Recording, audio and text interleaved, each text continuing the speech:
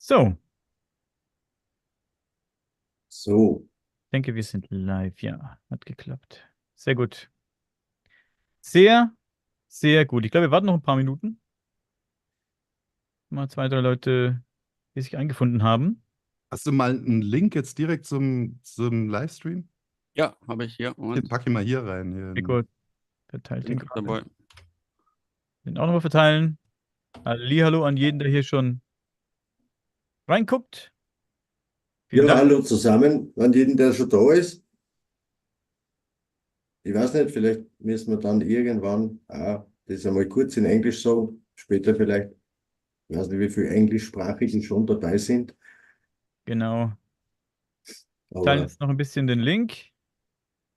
Ja, ich übernehme da mal kurz das Wort hier zur Begrüßung an all unsere Zuschauer und auch die, die es nachher noch nachschauen werden. Herzlich willkommen, dass ihr hier heute dabei seid bei unserem ersten Podcast-Marathon, den wir hier in Zusammenarbeit mit Sagenhaft und Sonderbar, Tagu-experience und KONTROVERSUM zusammen veranstalten. Schön, dass ihr da seid und wir haben uns heute vorgenommen, einen ganzen Tag voller Podcast, voller spannender archäologischen Geschichten und so zu veranstalten. Und schön, dass ihr dabei seid. Und unser erster Gast, Frank Stoner, ist schon hier bei uns. Grüß dich, Frank. Hallo.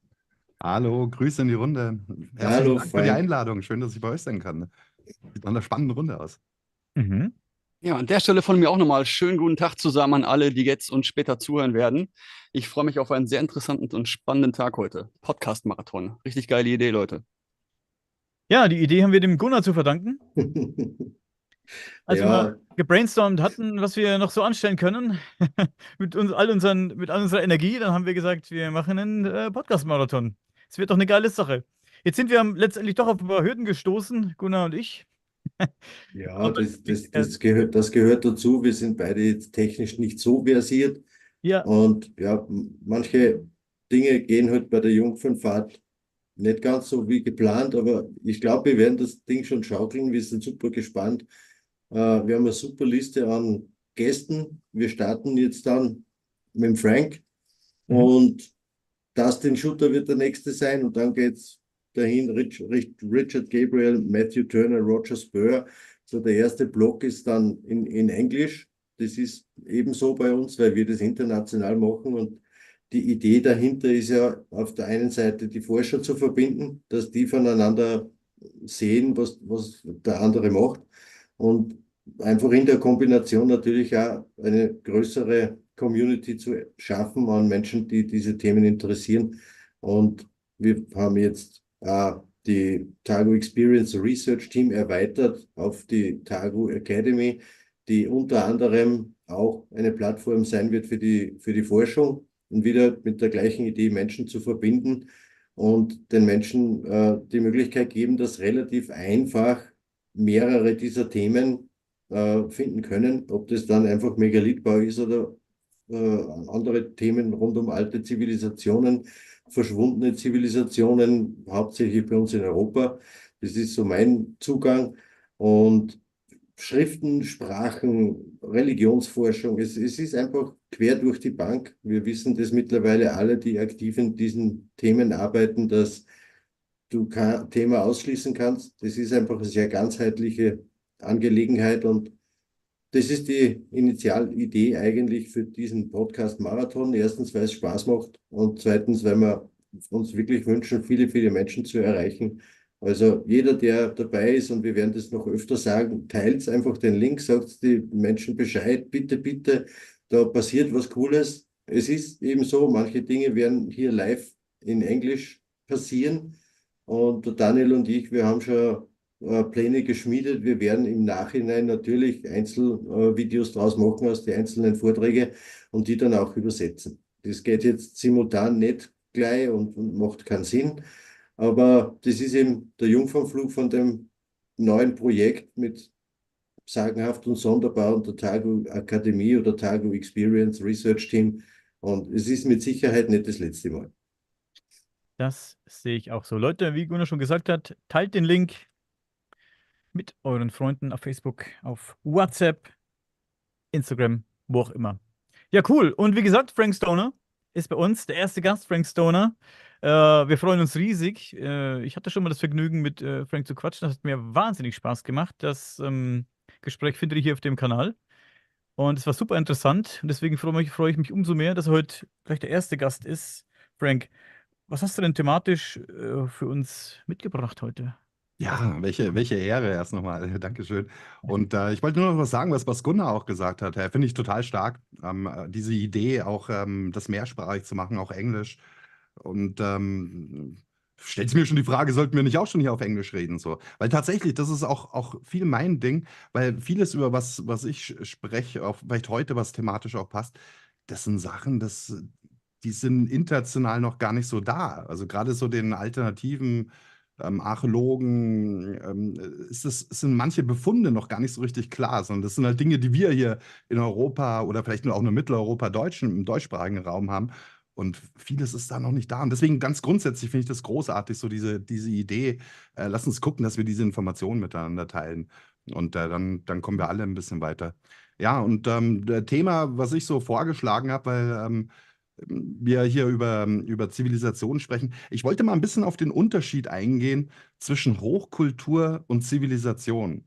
Das sind so Begriffe, die wir oft synonym benutzen, aber aus meiner Sicht ist ein Riesenunterschied. Und um was es geht, hier schon in der Nutshell, ähm, eine Hochkultur muss nicht zwangsläufig ein Staatssystem entwickelt haben, ein System entwickelt haben, wo du auch dann vielleicht große Steinbauten oder sowas siehst. Eine Hochkultur kann auch ziemlich naturnah leben.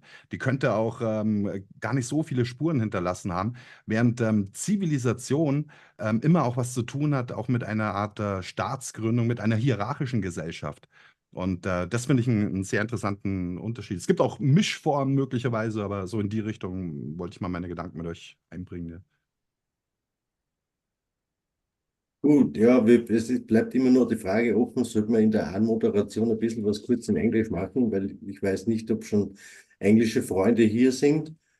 Äh, Der erste Teil ist ja eigentlich die erste halbe Stunde nur in Deutsch und dann mit dem Dustin geht es ja eigentlich gleich in den englischsprachigen Bereich drum. Yeah, I don't know. We should maybe try this and say hello and welcome to all our English speaking friends out there who might be here already. The first conversation here with Frank Stoner is going to be held in German. It will be translated afterwards. There will be single videos from some of the things in German, which we will even translate into English later on. And yeah, for now, still have to say hello and welcome in case someone is already here from the English-speaking audience, and say hello to our team and a nice welcome, Frank Stoner. Nice to have you on board. Nice to have you here, and let's have a real nice day. Let's ride. Let's rock. Tja, Frank, wo fangen wir an mit deinem Thema?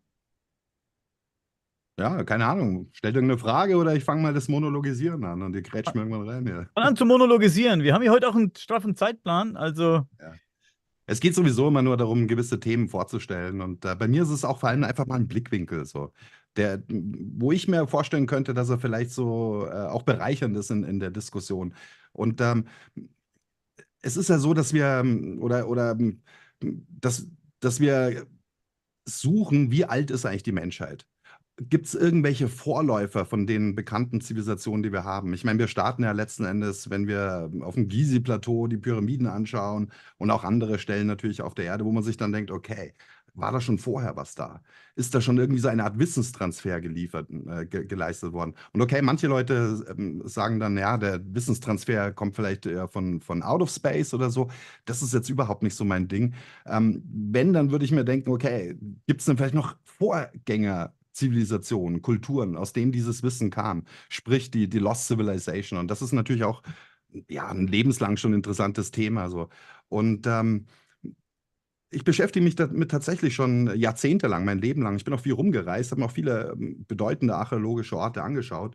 Und irgendwie so wirklich klare Beweise oder Spuren, jetzt archäologischer Sicht, Befunde für eine Lost Civilization, also wirklich überzeugendes Material hat man halt nie gefunden. Ich meine, ich kenne die Bücher von Däniken, die habe ich in jungen Jahren gelesen, aber das hat mich schon nicht ganz überzeugt. War viele Jahrzehnte lang auch ein Bewunderer oder habe auch heute noch höchsten Respekt vor Graham Hancock, aber wirklich überzeugen tun mich die Beweise nicht. Und dann denke ich mir, vielleicht suchen wir auch einfach falsch. Vielleicht sind wir schon so geblendet oder lassen uns blenden von irgendwelchen großen Strukturen, die wir finden. Und so definieren wir Zivilisation. Und alles, was nicht solche Strukturen haben, das definieren wir dann eher so als primitiv. Jetzt nicht wir, als die wir sitzen, aber das ist so die wissenschaftliche Tradition. Das ist noch so ein altes Bild aus dem 19. Jahrhundert stammend, ja, so der Wilde halt. Zivilisation bedeutet eben Kiwis, der Bürger, da gibt es einen Staat. Das kommt dann auch fast immer. Ausnahme wäre vielleicht nur die Induskultur, über die man auch sprechen könnte. Aber ansonsten ist es fast immer eigentlich so eine hierarchische Struktur. Dementsprechend ist auch die Architektur. Wir haben Pyramiden. Und ganz ehrlich, die Pyramiden, ägyptische Kultur finde ich faszinierend. Ich war schon öfter in Ägypten. Aber es war schon immer so, dass ich mir denke, boah, das ist aber schon auch eine ziemlich krasse Gesellschaft gewesen, die sowas baut. Und freie Menschen, glaube ich, machen sowas nicht. Und vielleicht müssten wir echt auch mal schauen, dass es Hochkulturen auch gab, die im Sinne von Kultur, also etwas schon entwickelt haben, die jetzt schon gewisses Wissen hatten, astronomisches Wissen, was dann schon führt zu Mathematik, zu solchen Dingen, ne? Dass es sowas gab bei Menschen, die aber dann nicht in so einen Trip geraten sind, dass sie so eine hierarchische ein Staatswesen aufgebaut haben. Und vielleicht das noch so für meinen First Take. Zwei Beispiele würde ich dafür anführen, und das sind vielleicht bei weitem noch nicht alle so. Zum einen die Amazonaskulturen, diese Gartenstädte, das ist natürlich auch schwierig, aber da ist in den letzten Jahren ziemlich viel Neues rausgekommen. Das alte Bild, dass der Amazonas schon immer nur Wildnis war, also Dschungel undurchdringlich, und dass da höchstens eine Handvoll irgendwie also Ureinwohner, Indianermäßig da so in der Steinzeit leben. Das ist wackelig. Und heute hat man ja durch Archäologie, allein die ganzen Terra Preta-Funde, die du an so vielen verschiedenen Stellen hast, da weißt du immer, das waren Menschen. Und allein schon dieses Terra Preta, das heißt diese schwarze Erde, diese extrem fruchtbare Erde, die so ein Gemisch ist aus Mikroorganismen und Holzkohle und menschliche Hinterliegenschaften, also Urin und so weiter. Das ist ein Beweis dafür, dass wo Terra Preta, das waren Menschen, das ist kein natürlicher Boden. Und das findest du an so vielen Stellen. Und du findest aber keinerlei Gebäude oder sowas. Aber das ist an so vielen Stellen, dass mittlerweile manche Forscher davon ausgehen, dass dort Millionen von Menschen gelebt haben. In so einer Art Gartenstädte oder sowas. Aber das sind keine Städte, wie wir uns das vorstellen. Es ist einfach, ey, Leute können auf kleinstem Raum ihre Ernährung sicherstellen. Dann brauchst du nicht in diese Ackerkultur gehen und Landwirtschaft betreiben, wo du dann sofort auch diese Aufteilung hast in verschiedene Schichten, verschiedene Kasten, wenn du willst. Also diese Amazonaskultur, von der auch so der erste Conquistador, der da den Amazonas runtergefahren ist, auch noch berichtet hat. Und okay, deren Berichte müssen wir auch immer so wie sagen die Amerikaner, with a grain of salt müssen wir die nehmen. Also, weil der berichtet natürlich zu Hause am spanischen Königshof auch Schätze, Schätze, Schätze, damit die nächste Expedition ausgerüstet ist. Das läuft heute auch nicht anders. Aber die Archäologie stützt es mittlerweile, dass dort ganz viele Leute gelebt haben. Und ich glaube nicht, dass das irgendwelche Primitiven waren, also, und auch primitiv sage ich gar nicht so negativ, aber jetzt so auf der ersten Stufe des Menschen so steinzeitlich, wie es heute im Amazonas noch Leute gibt, dass sie dann mit dem Pfeil und Bogen so mit dem Hubschrauber schießen. Nee, das waren Leute, die haben alles gehabt, was sie brauchen. Und haben deswegen auch dann sind die nicht in so einen Staatstrip gekommen, sondern haben halt als freie Menschen gelebt. Und das zweite Beispiel, was ich da noch reingebe, und das ist vielleicht für uns noch interessanter, das ist, ich glaube auch, dass hier unsere Vorfahren in Mittel-Nordeuropa, überhaupt Europa, also auch Südeuropa zählt auch dazu, dass hier auch schon lange, lange eine Hochkultur gab, die aber keine Spuren hinterlassen hat im Sinne einer Zivilisation. Und warum habe ich diese These? Weil ganz viele Dinge, die eigentlich so der Vorläufer sind für das, was dann Zivilisation wird, finden wir schon hier. Hauptpunkt ist diese lange Tradition an Sternenschauern. Wir haben in Gosek das Sonnenobservatorium, das ist 8000 Jahre alt, mindestens. Ja? Und damals haben also die Leute schon eine Erdwallanlage gebaut, so eine Ringanlage, auf denen sie so die Kardinaltage markiert hatten. Beziehungsweise, wenn du einen Kardinaltag markierst, hast du die anderen auch. Kardinaltage, das sind so die beiden Tag- und Nachtgleichen und die Sonnenwenden. Und die definieren die Jahreszeiten. Du hast also schon einen Kreis, du machst ein Kreuz im Kreis. Ey, hier hast du schon Geometrie. Hier fängt Mathematik an. Geometrie, das Wort sagt es auch, Geo, das ist die Erde. Das hat man sich nicht so im Kopf ausgedacht, sondern es hat angefangen, du beobachtest die Sterne und die Erde und so entsteht Mathematik. Und wenn ich mir angucke, die Himmelsscheibe von Nebra, natürlich auch ein bedeutendes Artefakt, was auch international noch viel zu wenig ins Bewusstsein kommt. Das Ding ist älter als alles, was so in Ägypten da rumsteht. Ja? Und die Himmelsscheibe von Nebra ist nicht weit weg davon, ist eben dieses Sonnenobservatorium Gosek, was aber nochmal 3.500 Jahre älter ist als die Himmelsscheibe. Das spricht für eine Kontinuität und die hat auch mit Gosek nicht angefangen, sondern es gibt da noch viel ältere Belege in der Natur und da kann dann vielleicht auch Gunnar was dazu sagen. Ich schätze, er wird auch einige solche Orte kennen. Orte, wo du einfach in der Natur, wo du Felsen hast, die vielleicht ein Loch haben, so, was so orientiert ist auf einen von den Sonnenaufgang oder Sonnenuntergang bei der Wintersonnenwende beispielsweise. Solche Sachen sind so alt und das ist eine Kontinuität und da sehe ich schon eigentlich so die ganze Grundlage für das, was Wissen ist, was Entwicklung ist, was Mathematik ist, was Kunst ist und so weiter. Ja. Ja. Ja, man merkt einfach, Frank, beim Einstieg allein super, super eingestiegen in dieses Thema, aber man merkt eben sofort, wie breit gefächert diese Themen alle sind. Du hast vollkommen recht, es gibt natürlich gravierende Unterschiede, wie du vorher eben schon gesagt hast, zwischen Zivilisation und Kultur. Wir haben alle möglichen Dinge, die wir da draußen entdecken. Und ja, es ist halt heute in dem Podcast haben wir einfach leider nicht wirklich die Gelegenheit, dass wir irgendeines dieser Themen vertiefen, weil wir könnten da alleine, glaube ich, mit dir 3 Stunden drüber quatschen und es wäre noch nicht zu Ende. Wir kennen das.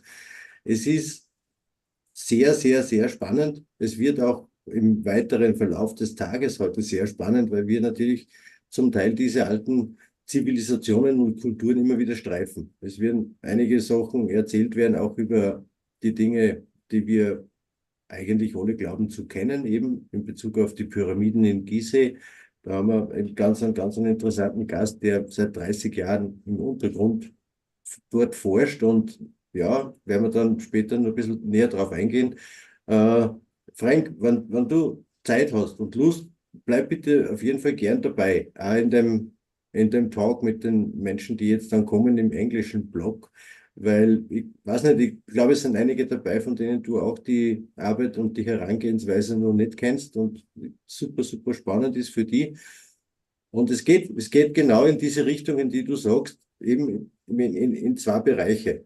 Das mit, was eher die natürliche Version wäre und dann der Bereich, der in den eher technologischen Background gehen würde. Und das ist für uns alle eigentlich so, dass, ich sage das zumindest für mich selbst so, es geht nicht immer gleich um Advanced Technology, sondern es geht wirklich auch ganz viel um das Wissen und das Kennen der Naturgesetze. Wie kann ich da was kombinieren? Ob das jetzt in der Landwirtschaft ist, genauso wie in der Bautechnik, in der Geometrie, in der Architektur. Wir werden auch das Thema heute mit Matt ein bisschen diskutieren, die Geopolymer-Geschichten, also die künstlichen Beton- und Mörtelmischungen aus der Vergangenheit, ohne jetzt genau sagen zu können, wie weit zurück in der Vergangenheit. Und die braucht so manche Dinge einfach keine Hochtechnologie, sondern einfach nur das Wissen. Und das ist einfach ganz, ganz spannend, dass man das trotzdem so erforschen kann, dass, sagen wir mal, seriös bleibt, nachvollziehbar, gewisse Dinge reproduzierbar sind, genauso bei mir in der Resonanzkammer wie eben in Bezug auf die Geopolymergeschichten oder eine andere Art der Landwirtschaft, als wir das heute kennen. Da sind so viele Dinge, die im Hintergrund laufen. Der Freund von mir zum Beispiel, der macht immer solche Forschungen über diese schwarze Erde, von der du gesprochen hast, und der hat mittlerweile seine Forschung so weit ausgeweitet, dass er die elektrische Spannung dieser Erden misst. Und selbst unterschiedliche Mischungen hergestellt hat mit Granitstaub, Basaltstaub, Ziegelstaub, Tonsplittern und unglaubliche Ergebnisse erzielt, vor allem je näher wir dieser schwarzen Erde kommen und dieser Mischung, wie die zustande gekommen ist, du hast ganz recht, das hat zu tun mit Menschen. Und der Raimund zum Beispiel hat festgestellt, dass zum Beispiel bei einer Brandrodung, warum im Nachhinein der Boden so viel fruchtbarer ist jetzt nicht die Asche, die als Dünger dient, sondern die oberste Schicht der Erde, die durch diese enorme Temperatur ja eigentlich wie Ton sich verhält und wie gebrannter Ton dann Richtung Keramik geht. Und diese Keramikbrocken, die dann überbleiben, wenn man den Boden wieder aufbricht, die sorgen für eine andere elektrische Spannung im Boden. Und der Raimund hat mit einer dieser Mischungen nachweisen können, dass fast nur mit 2 Elektroden hinein. Der normale Boden bei uns hat irgendwas für 0,4 Volt Spannung und die Mischung, die in Richtung dieser schwarzen Erden geht, da ist er bei 1,2 Volt.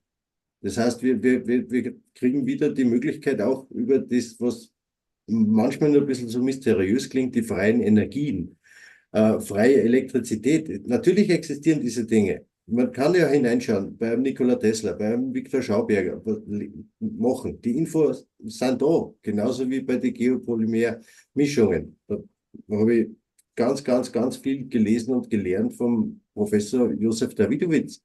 Aus den 70er Jahren hat der angefangen mit diese Mischungen mehr oder weniger entwickeln. Nicht, weil er archäologisch, forscherisch interessiert war, sondern aus einem anderen notwendigen Grund heraus.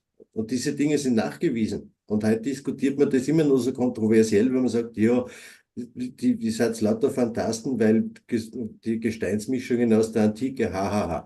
Beim Davidowitz kann man das bücherweise kann man das lesen und seine wissenschaftlichen Arbeiten. Und man kann sich hinsetzen, das selbst probieren und es funktioniert. Und wie gesagt, ich brauche da keine Hochtechnologie dazu, ich brauche nur das Wissen. Das finde ich so einen interessanten Punkt, den du einbringst hier. Und sehr gut eigentlich, dass das gleich relativ am Anfang von diesem langen Marathon ist. Denn für mich ist das Beschäftigen mit, ob das jetzt Geschichte ist oder Anthropologie oder Archäologie, das ist für mich nie so ein Selbstzweck. Ich bin da kein Nerd, weißt du, so. Ich habe früher auch mal Archäologie studiert an der Uni, also ich kenne auch die Perspektive. Aber für mich geht es immer, wenn ich so die Vergangenheit darum gucke, dann um das Hier und Jetzt zu verstehen. Und das ist das Ding, ja. Wir können eben wenn wir also die Vergangenheit, die Archäologie, die kann uns möglicherweise helfen, unser Leben auch mehr zu optimieren. Und ob das jetzt so technische Dinge sind, da bin ich auch eher ein bisschen skeptisch, wobei, wer weiß, vielleicht hat man noch nicht alles gefunden. Aber wie du eben das angesprochen hast, zum Beispiel Themen wie Landwirtschaft, ja, so Terra Preta, und da gibt es ja noch ganz andere Dinge. Vielleicht können wir auch Sachen davon lernen. Und das, was ich hier angesprochen habe, der Unterschied zwischen Hochkultur und Zivilisation, dieses Thema, da können wir vielleicht lernen, wenn es um Themen geht, wie organisieren wir uns überhaupt? Wo kommt denn das überhaupt her, diese ganze Idee von Staaten? Das kann uns vielleicht auch helfen, uns wieder zu erinnern, ganz tief in uns zu erinnern. Das ist ja das Interessante, oder? Da sind wir uns, glaube ich, alle einig. Wir graben nicht nur im Äußeren, so als Archäologen oder so. Es geht auch um in den Menschen selber rein, so sich erinnern, was ist in uns drin? Und da können wir uns vielleicht erinnern an wie Leben eigentlich in Freiheit geht. Weißt du, so, und wie ist es dann eigentlich gekippt? Warum gab es dann auf einmal dann diese extrem hierarchischen Zivilisationen? Wie sind die entstanden? Wie kam es auf einmal dazu, dass es Kasten gab und die meisten von uns sich dann auf der Seite des einfachen Volkes, also an der Basis der Pyramide gefunden haben und du hast halt mal Loch dein Leben lang. Wie ist es dazu überhaupt gekommen so, ja?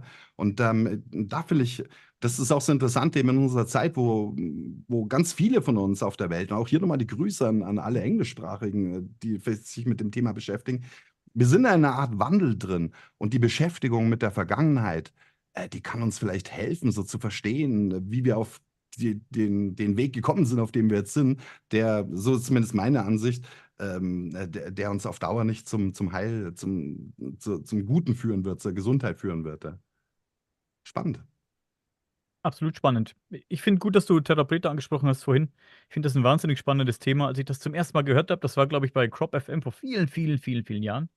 Eine Crop-FM-Folge über Therapeuten. Schaut an Crop FM. Ja, auf jeden Fall, Tarek, Grüße gehen raus. Ich habe auch schon so viele Sendungen gehört, auch gerade früher, schon vor 10 Jahren und so weiter, 15 Ja. Jahren. Guter Mann. Wirklich, wirklich, wirklich Respekt vor Tarek. Und er zieht das schon ewig durch, ich glaube 21 Jahre jetzt oder schon oder gar 22. Pionier, ja. Heftig, ja.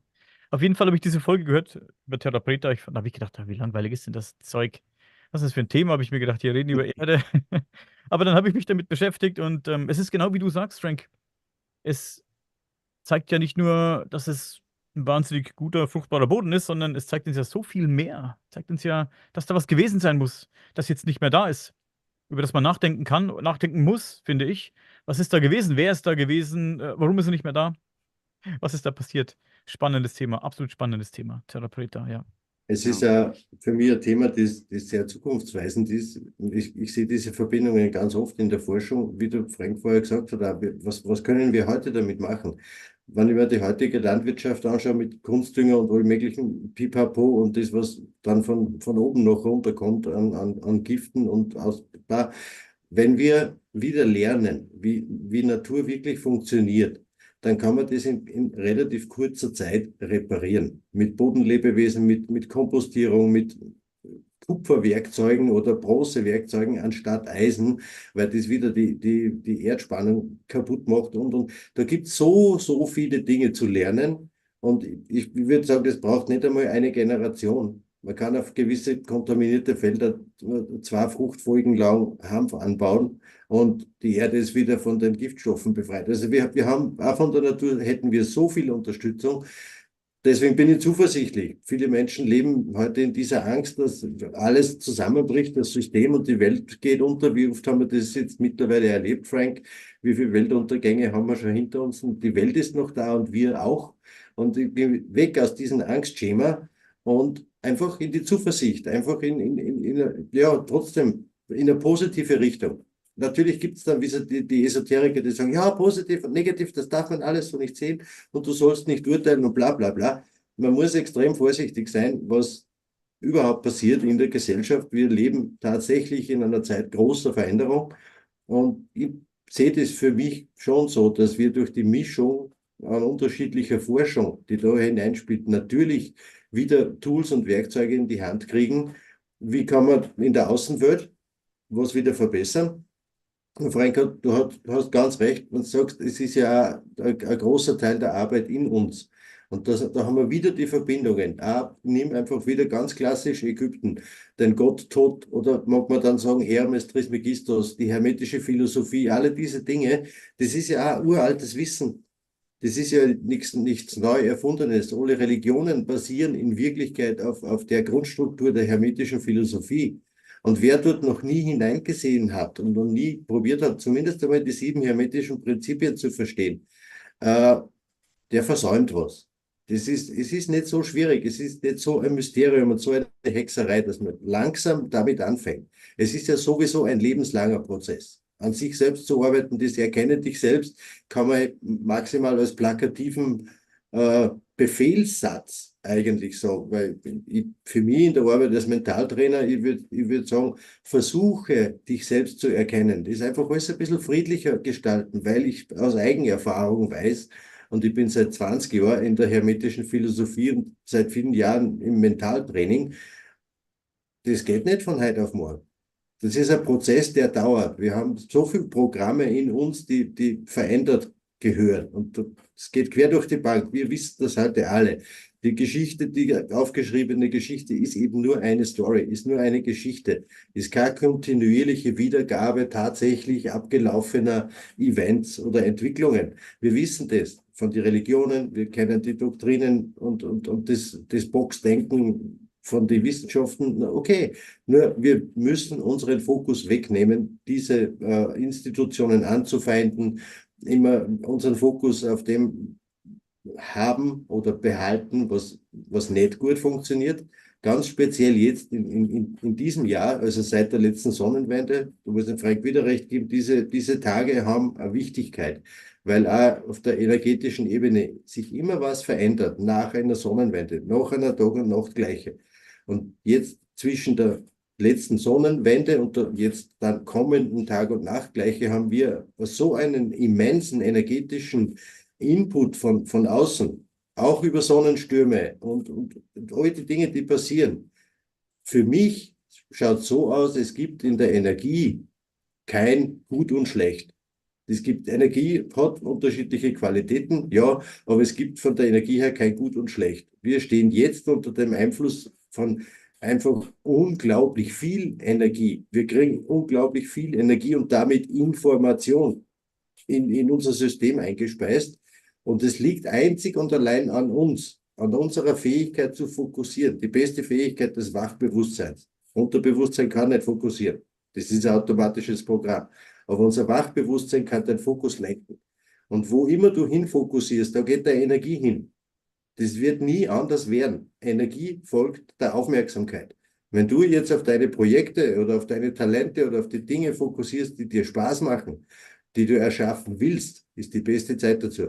Wenn du abdriftest in die Angstschemen und in die Befürchtungen, dann geht deine Energie dorthin und du verstärkst das, was du nicht haben willst. Und das sind Themen, die wir immer wieder berühren werden, zumindest wenn es nach mir geht und die Projekte, in denen ich drinnen bin, weil ich das nicht außer Acht lassen kann. Es geht um eine Weiterentwicklung der Menschen und deswegen ist es notwendig, auch den Blick zurück zu machen, um zu erkennen, was ist wirklich passiert, wie haben gewisse Dinge funktioniert und wie der Frank sagt, wie schaut wahre Freiheit aus? Wie kann ein Gesellschaftssystem anders auch funktionieren als das, was wir heute haben?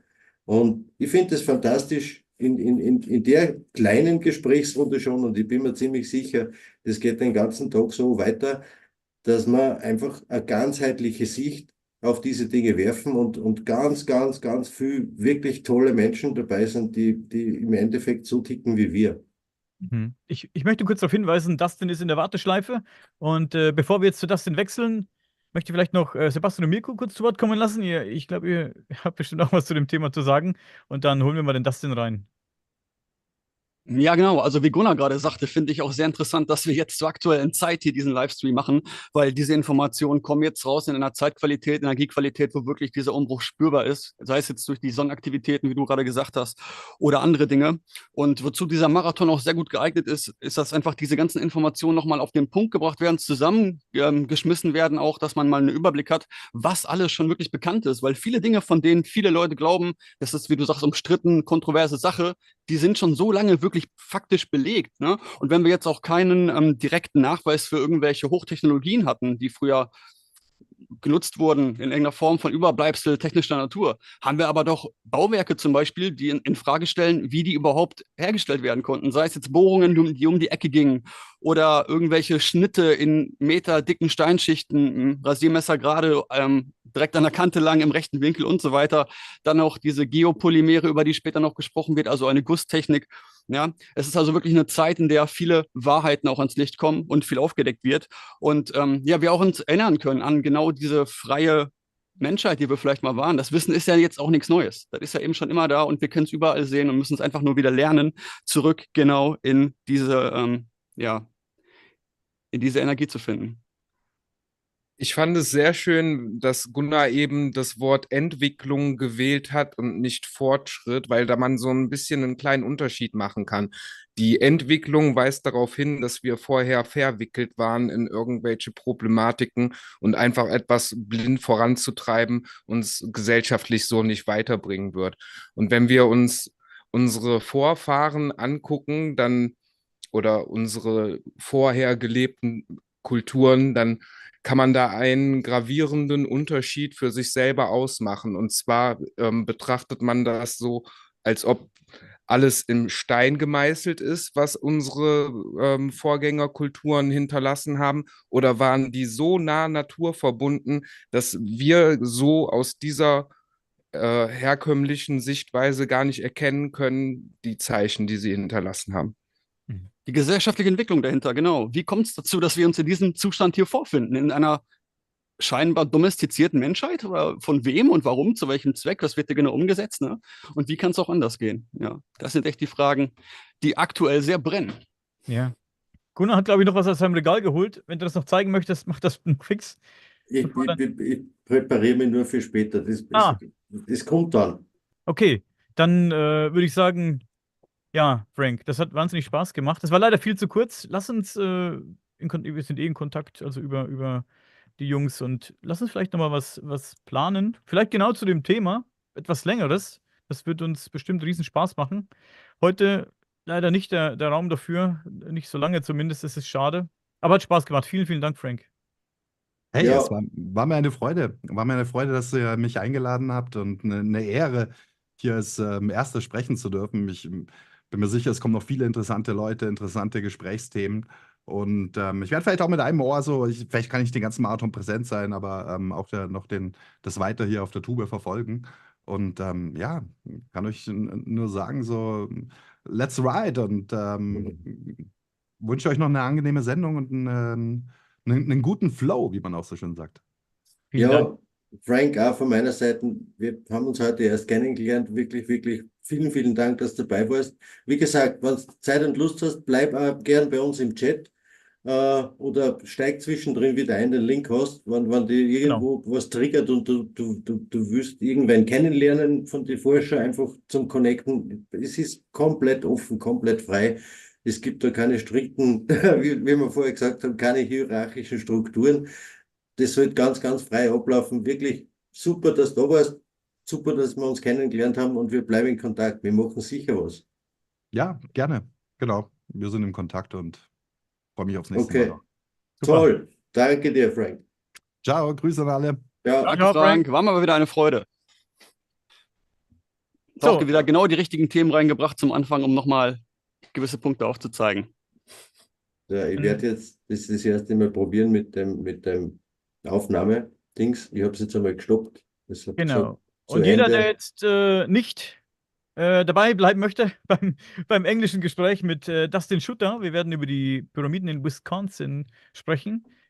Der verkrümelt sich jetzt. Frank hat sich schon verkrümelt. Jungs, Genau. da Ich bleiben bin wollt, dann auch kein Problem. draußen.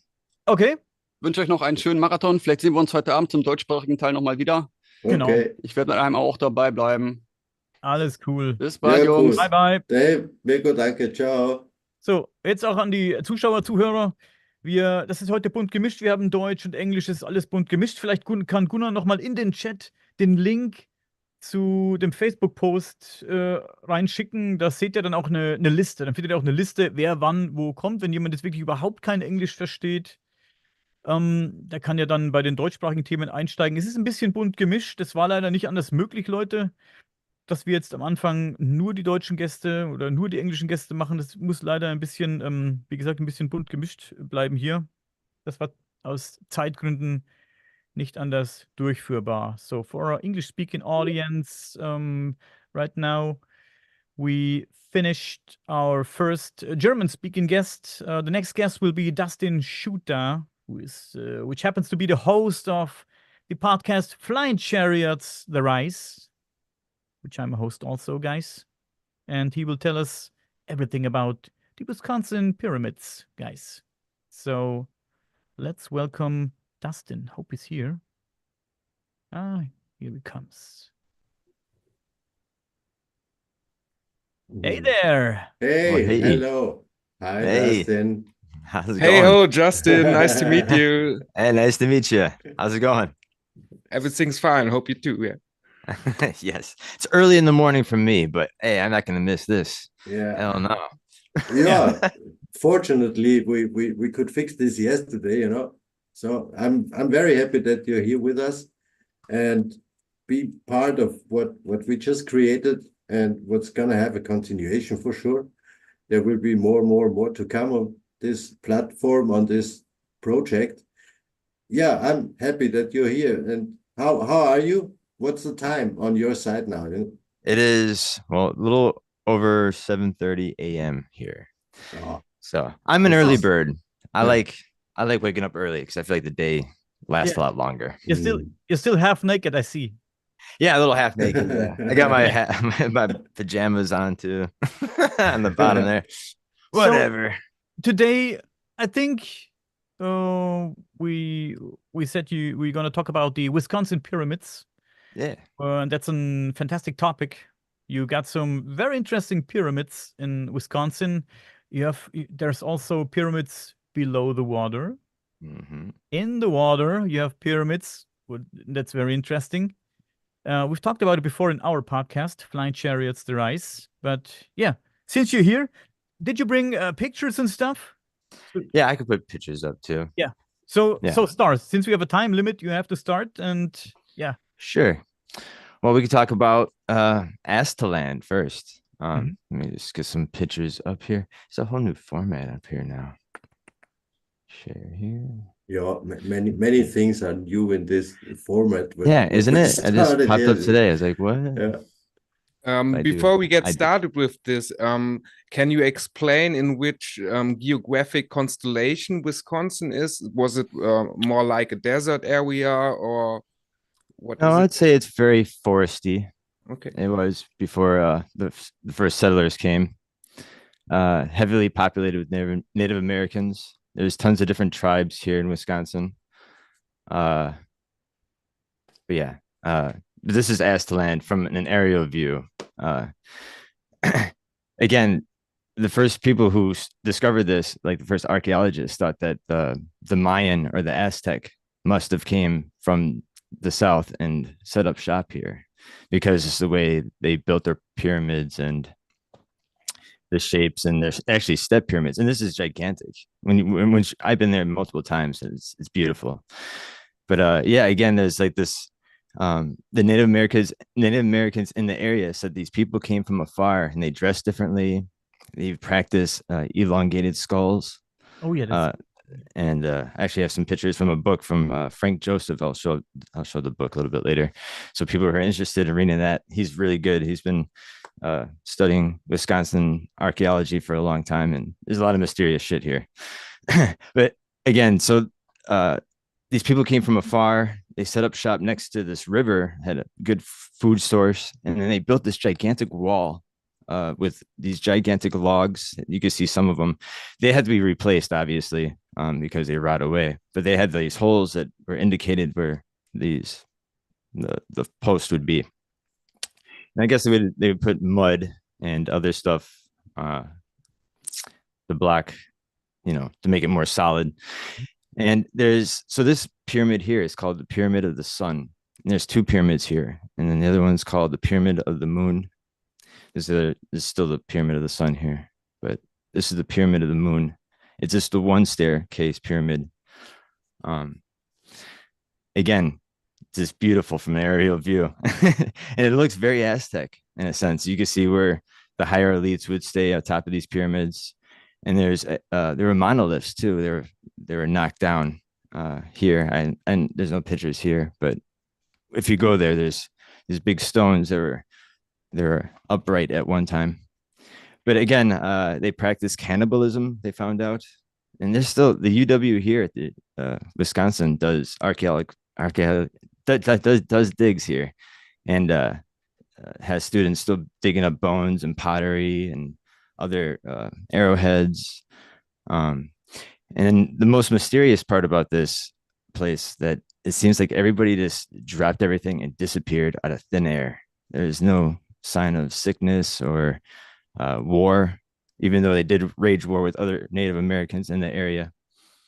And they had this one, before they disappeared, they had this one princess that they cherished, where they actually went to the Atlantic Ocean to gather shells to bring back to bury with her. And there's pictures of that. Actually, I have it in the book. I actually bookmarked it so I can just hold it up. Yeah. But yeah, again, just very mysterious that these people came from afar. They set up shop. They practiced some bizarre practices and religions. And again, practice elongating skulls. Yeah. Yeah. And again, they don't teach this stuff in high school. So I was so pissed finding out that on my own that there's pyramids here. And this is like 30 minutes away from Madison. So I was like, fuck it, what the? So again, it makes you wonder too, are they covering up something? Is this something they don't know much about? They just kind of keep it on the hush hush. But for anybody who comes to visit, then they explain more of their theories and whatnot. Again, just the pyramid building race people that are here. And 5 miles away, there's Rock Lake that has 10 pyramids on the bottom of that lake. And it actually has, let's see, I think I have So while you're searching, Dustin, let me translate just a little bit. We will do a translation afterwards, but let me translate a little bit for the Sure. guys watching here. So Dustin hat uns hier ein Bild gezeigt von 2 Pyramiden, die von Siedlern gebaut wurden, die in Wisconsin stehen, diese Pyramiden. Es handelt sich um eine Sonnen- und um eine Mondpyramide. In der Nähe dieser Pyramiden findet man auch umgeworfene Monolithen. Ich mache das jetzt mal hier in Schnellform für die Leute, wie gesagt, die hier zugucken und gar kein Englisch verstehen.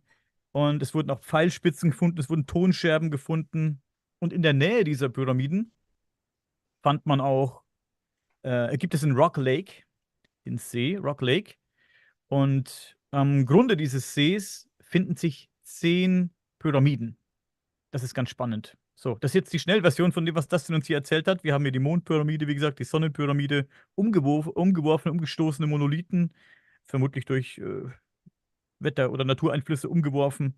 Ja, Pfeilspitzen, Tonscherben und diese Kultur, die diese Pyramiden gebaut hat und diese Dinge hinterlassen hat, die ist plötzlich einfach verschwunden und ward nie wieder gesehen. Niemand weiß, wo sie hin sind, niemand weiß, wo sie herkamen. Sie sind von einem auf den anderen Tag plötzlich verschwunden und waren weg. Wie gesagt, wir waren jetzt gerade am Schluss beim Rock Lake, bei diesen 10 Pyramiden im Rock Lake. Da hat Dustin jetzt was rausgesucht und da wird es jetzt weitergehen, Leute. Okay, go on, Dustin. Sorry. Yeah. So yeah, Rock Lake, The Lost Pyramids of Rock Lake, written by Frank Joseph.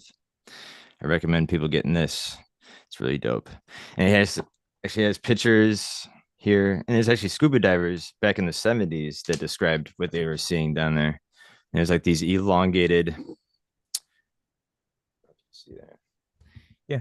Elongated pyramids with like stacked stones. But this is a very murky, muddy lake. So a lot of this stuff was sinking every day. So the first settlers actually first came here and they saw them poking out of the water. And they were asking the natives what these were. And they said they're stone teepees from the ancient cultures. Oh, yeah. It makes you wonder what these ancient cultures were. And then they obviously disappeared and they're underwater. So it makes you wonder if it's before the ice age happened, because Wisconsin itself was like a gigantic glacier. And so we're just remnants of a glacier and stuff like that. That's interesting. And, let me add that in German, please. I forgot something since you said elongated pyramids. Leute, er hat vorhin auch noch gesagt, das habe ich ganz vergessen.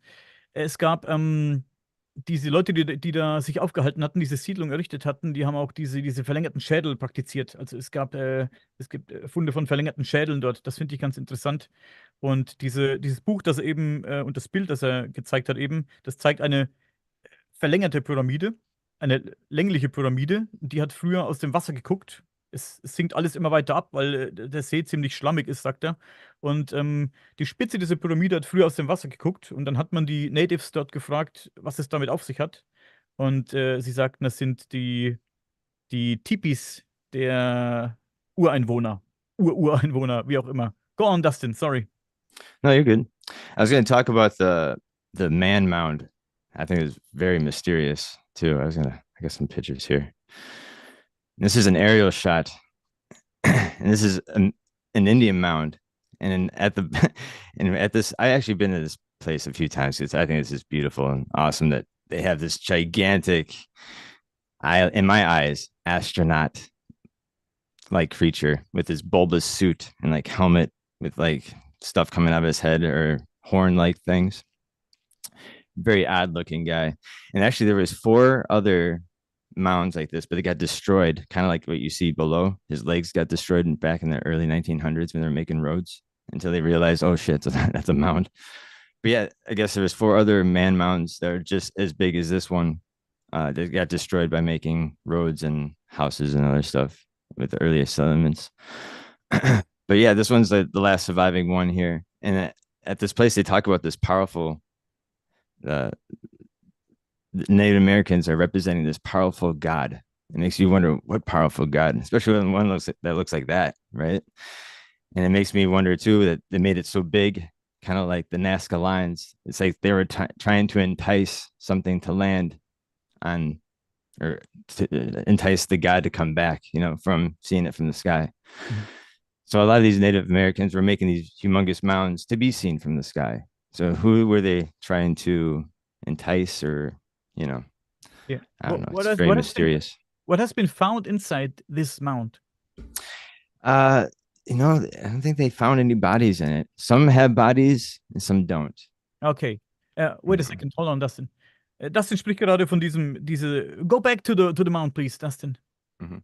Dustin hat eben diese Figur gezeigt. Dabei handelt es sich um einen Grabhügel.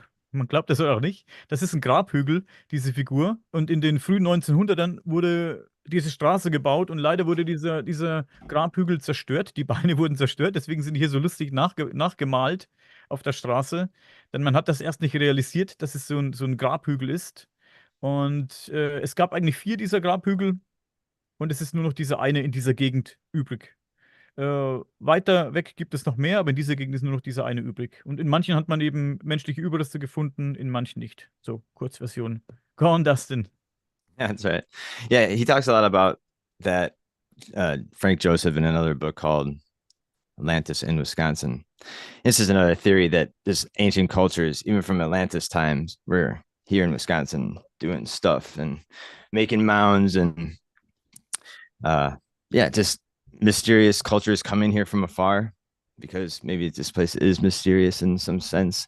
And of course, having UFOs being a big place here in Wisconsin. So it makes you wonder too, it's like, is there some kind of connection with that, with the star people? And again, maybe the Kachina. I look at this and I see the Kachina a little bit. Yes, that's true. So I don't know. It's very mysterious. It's over like 1,000 years old. It is indeed. And you know what's interesting? We've talked about it before. There in the area nearby, there are mounds where they found these alleged giant skeletons, right? Yes. That was in Lake Delavan back in the 1920s. I don't know the exact dates, but 2 kids were near this lake bed and they found this cave and they went into this cave and they found 18 fully erected skeletons, like 10 to 9 feet tall, with some with 6 fingers, double rows of teeth. And yeah, they went out and they told everybody, and they brought these bodies out to be shared with everybody, and people were freaking out. And they brought it to, I think, one of the Chicago museums and put them on display. And more people wigged out, and they put them off display because there was too much uproar against religion, or if it was religion, or again, I think they were just hidden away in the basements of these museums, or the government took them away. I think Gunnar is very interested in giants and giant skeletons and stuff like that, right, Gunnar? Yeah, I'm actually very interested in all things you say. It's just I'm still in working for the podcast and sharing things. But with 1 year, you can see I'm always with you. Yes. Just yesterday, I had a very long conversation with a friend of mine circling around this topic. How can we present the story about giants really to the public, since we don't really have this final proof? Like there is a mount where people say a giant is buried. Why the fuck don't we open? Okay, I understand why, but today we could use georadar, stuff like this, to really see what's inside without cracking these things open. I'm not the biggest friend of cracking everything open immediately. Curious I am, yes, but with enough respect. And we would need to find more and more evidence for real. For myself, I'm sure that giants existed, and there are many stories. You can listen to what Klaus Donner presents and so many other people. And how I see things, we would have enough evidence. You can take the myths and legends, the Bible, the Quran. There are so many stories worldwide, in legends also here in Austria. And the buildings, there are buildings so fucking big in South America, in all around the world, also in Egypt. If you see these halls with these huge pillars and stuff, this is not made for humans in our size, and I would see it this way. We wouldn't build it so big. Or take Lebanon and things like this, Baalbek, Yes. What's going on there? This is not made for humans in our size. We still don't have an idea really how far back in the past this will be dated. And the same for you, Dustin. You're very welcome to stay with us for the following 2, 3, 4 conversations, all will be in English. Oh, cool. Interesting people talking about great stuff in the same regards, you know. We are Yes. searching for the same things. We're all on the same task here, and it's great what you present. I've seen some of the pictures we talked about in the past, and some I didn't see yet. It's incredible what we can find as evidence, you know, because this stuff is here. Like all these buildings exist, and also the underground facilities, you know.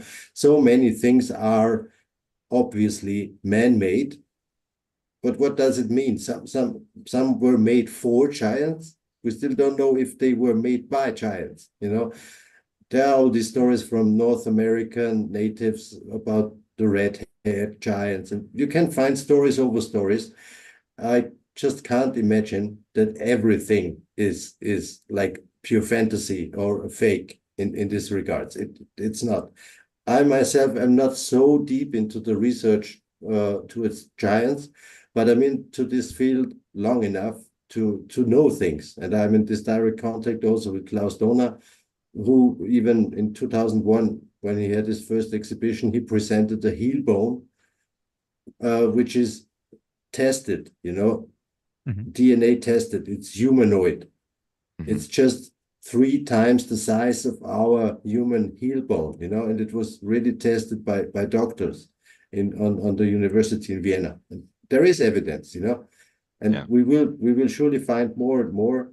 We don't know what's true about these stories from the Smithsonian Institute, you know, where they say they took away so much of the evidence that giants really existed. I really believe for myself that they did. Yeah. Oh, you're right, dude.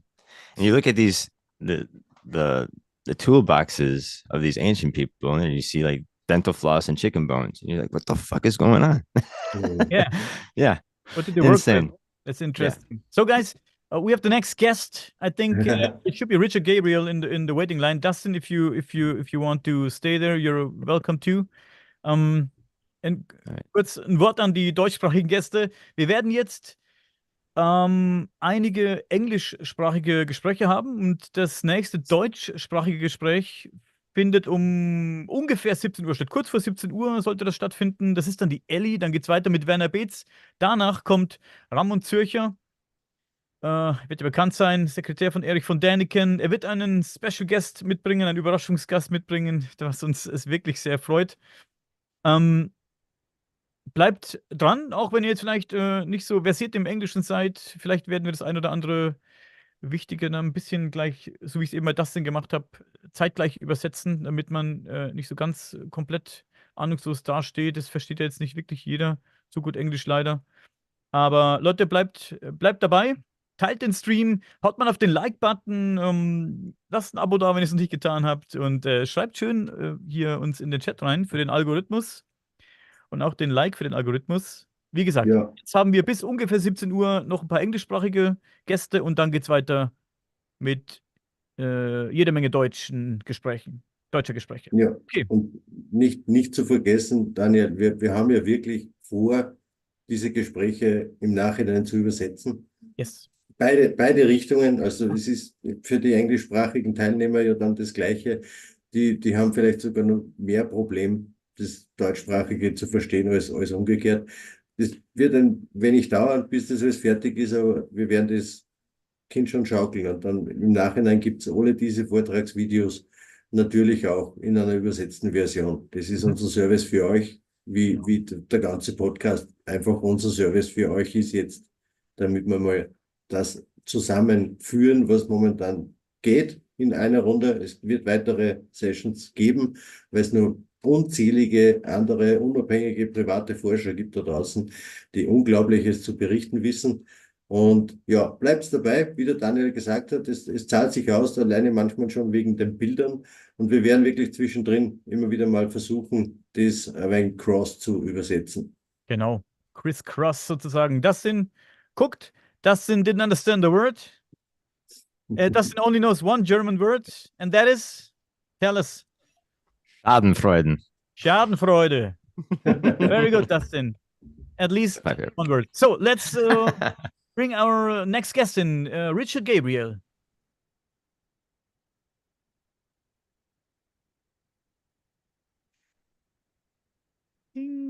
ding. Ding, ding. Oh, there it is. Yeah.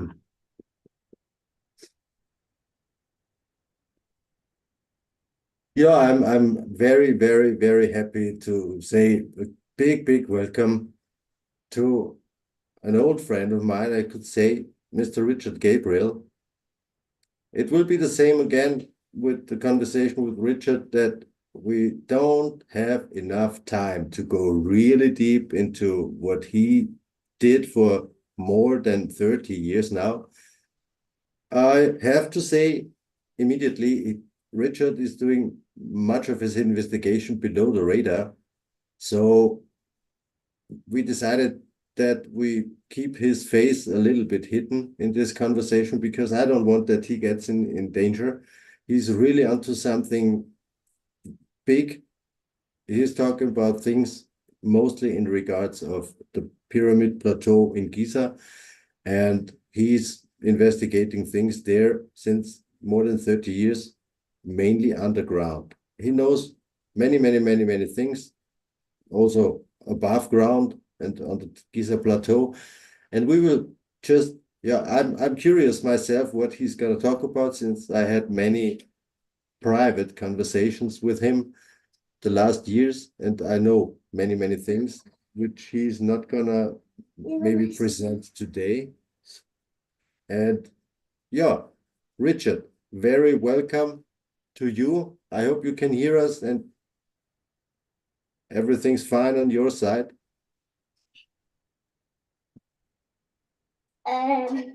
Seems like we have a problem here. Yeah, So, it seems so.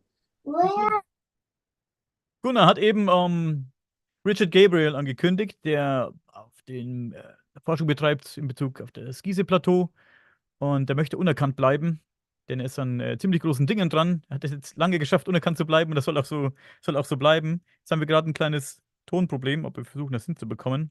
Richard, can you hear us?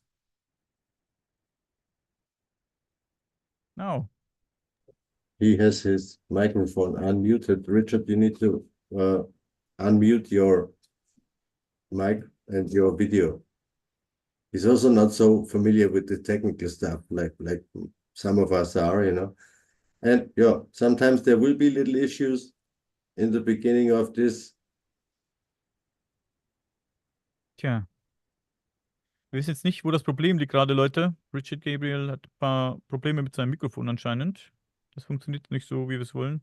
Die Tücken der Technik. Es ist live. Es ist live, das ist so. Ich habe gerade vorher noch mit dem Richard kurze Konferenz gehabt, da hat alles funktioniert. Also im Warteraum ist er nicht mehr, da habe ich ihn gerade reingeholt. Und es müsste eigentlich alles funktionieren. Richard, I see you're mute and unmute your microphone. Doesn't work, unfortunately. Maybe, Richard, if you can hear us, leave the conversation and come back in right away. Maybe that works. Ja. So, Richard geht nochmal raus und er probiert es nochmal. Er kommt nochmal rein. Vielleicht funktioniert es ja dann. Bis dahin, wie gesagt, Leute, bleibt dran. Ein paar Leute haben schon wieder den, den Livestream verlassen, sehe ich gerade. Waren gerade bei knapp 80 Zuschauern, jetzt sind es 59. Das ist nicht schlimm, Leute.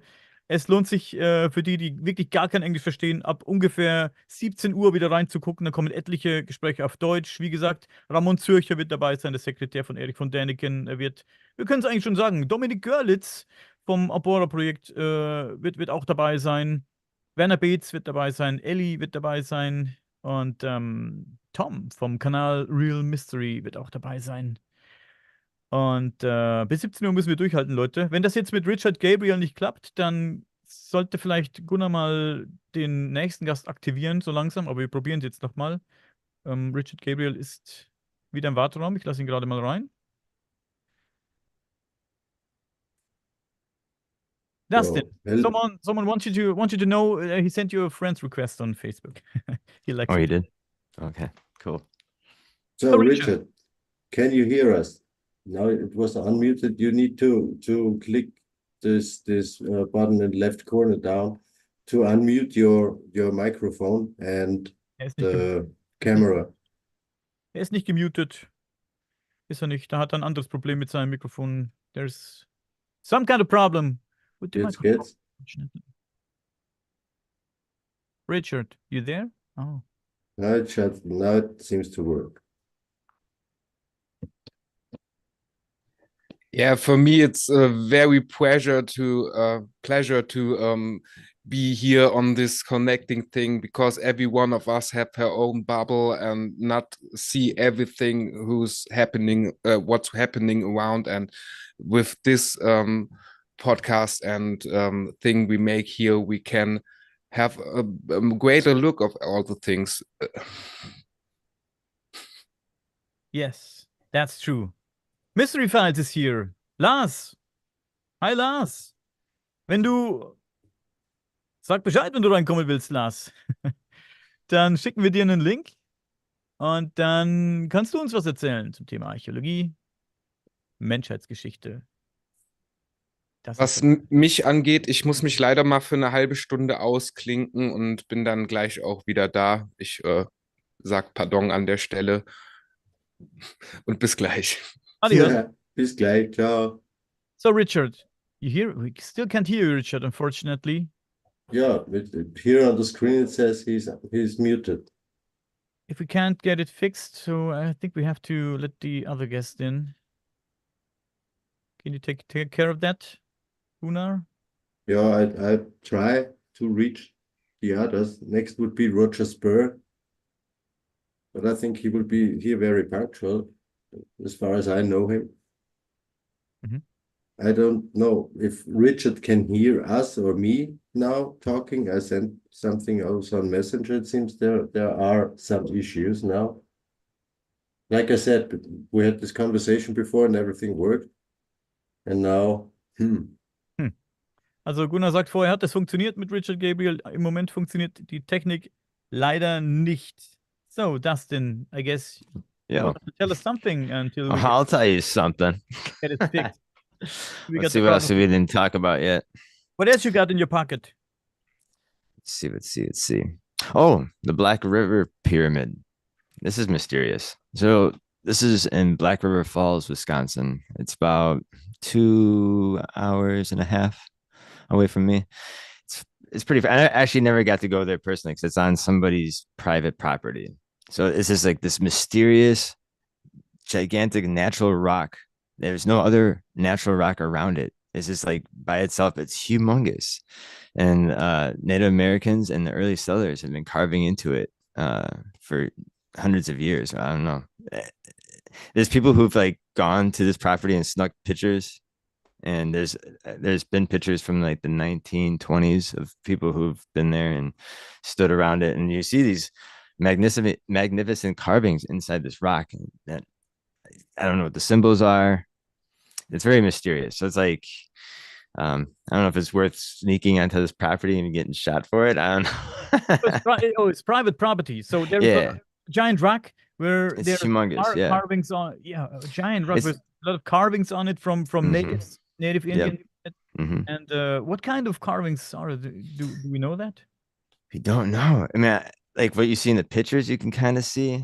A lot of it's like squares and right angles, and then you see some other squiggly lines. I don't know. Again, I'm just dying to just touch it and get close to it because this picture is from people who were standing in front of it from the 1920s. So I mean, it was something important, and they saw something that was odd about it because it's just one standing stone. You think you see other ones in the area, you know, just the fact that it's just all by itself. Yeah, it's just very mysterious. So, just for a second, Daniel, kannst du als Host in Richard unmuten probieren, weil er hat mir geschrieben, er hat keine Chance, es funktioniert eigentlich alles, er kann weder Video noch Mikrofon unmuten. Ich kann ihn bitten, den Ton einzuschalten, mehr kann ich hier nicht machen. Also ist nichts, keine Möglichkeit mehr. Okay. Ja, ich habe gesagt, er sollte nochmal aussteigen und nochmal einsteigen. Nein, kann ich leider nicht. Einfach nochmal rausgehen, nochmal probieren, ansonsten müssen wir dann und werden wir uns noch ein bisschen unterhalten hier mit Dustin bis zum nächsten Gast. Das bringt ja dann nichts.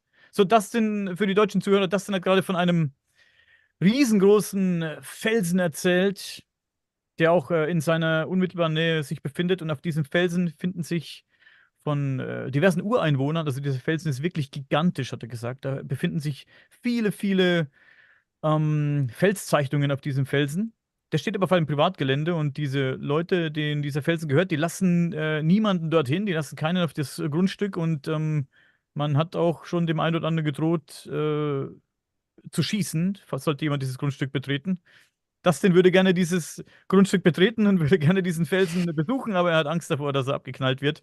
Und auf diesem Felsen, was genau auf diesem Felsen, was die Ureinwohner drauf gezeichnet haben, das weiß man leider nicht. Und es gibt nur ein paar ganz, ganz alte Bilder aus den 1920ern, glaube ich, hat er gesagt. Und da sieht man nur ganz, ganz wenige dieser Zeichnungen. Aber scheint sehr interessant zu sein.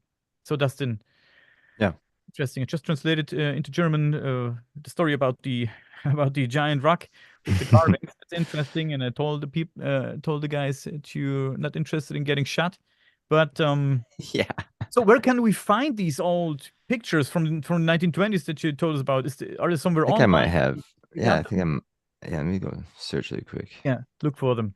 Dustin sucht jetzt mal die Bilder raus aus den 1920ern von diesen Felsen, die gemacht wurden. Das können nur ganz wenige sein.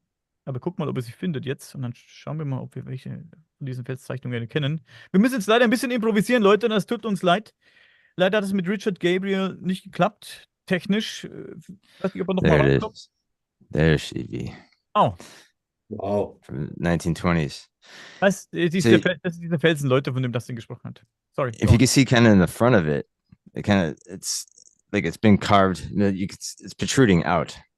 It's like a stack of like I don't know, like It looks like a building or some kind of. yeah, almost like the Capitol buildings of you see in America, right? It's something like. And if you look closer, I don't know if it's Yeah, just like there's- weird there's carvings. something. You know what I'm There are saying? There's carvings, something yeah.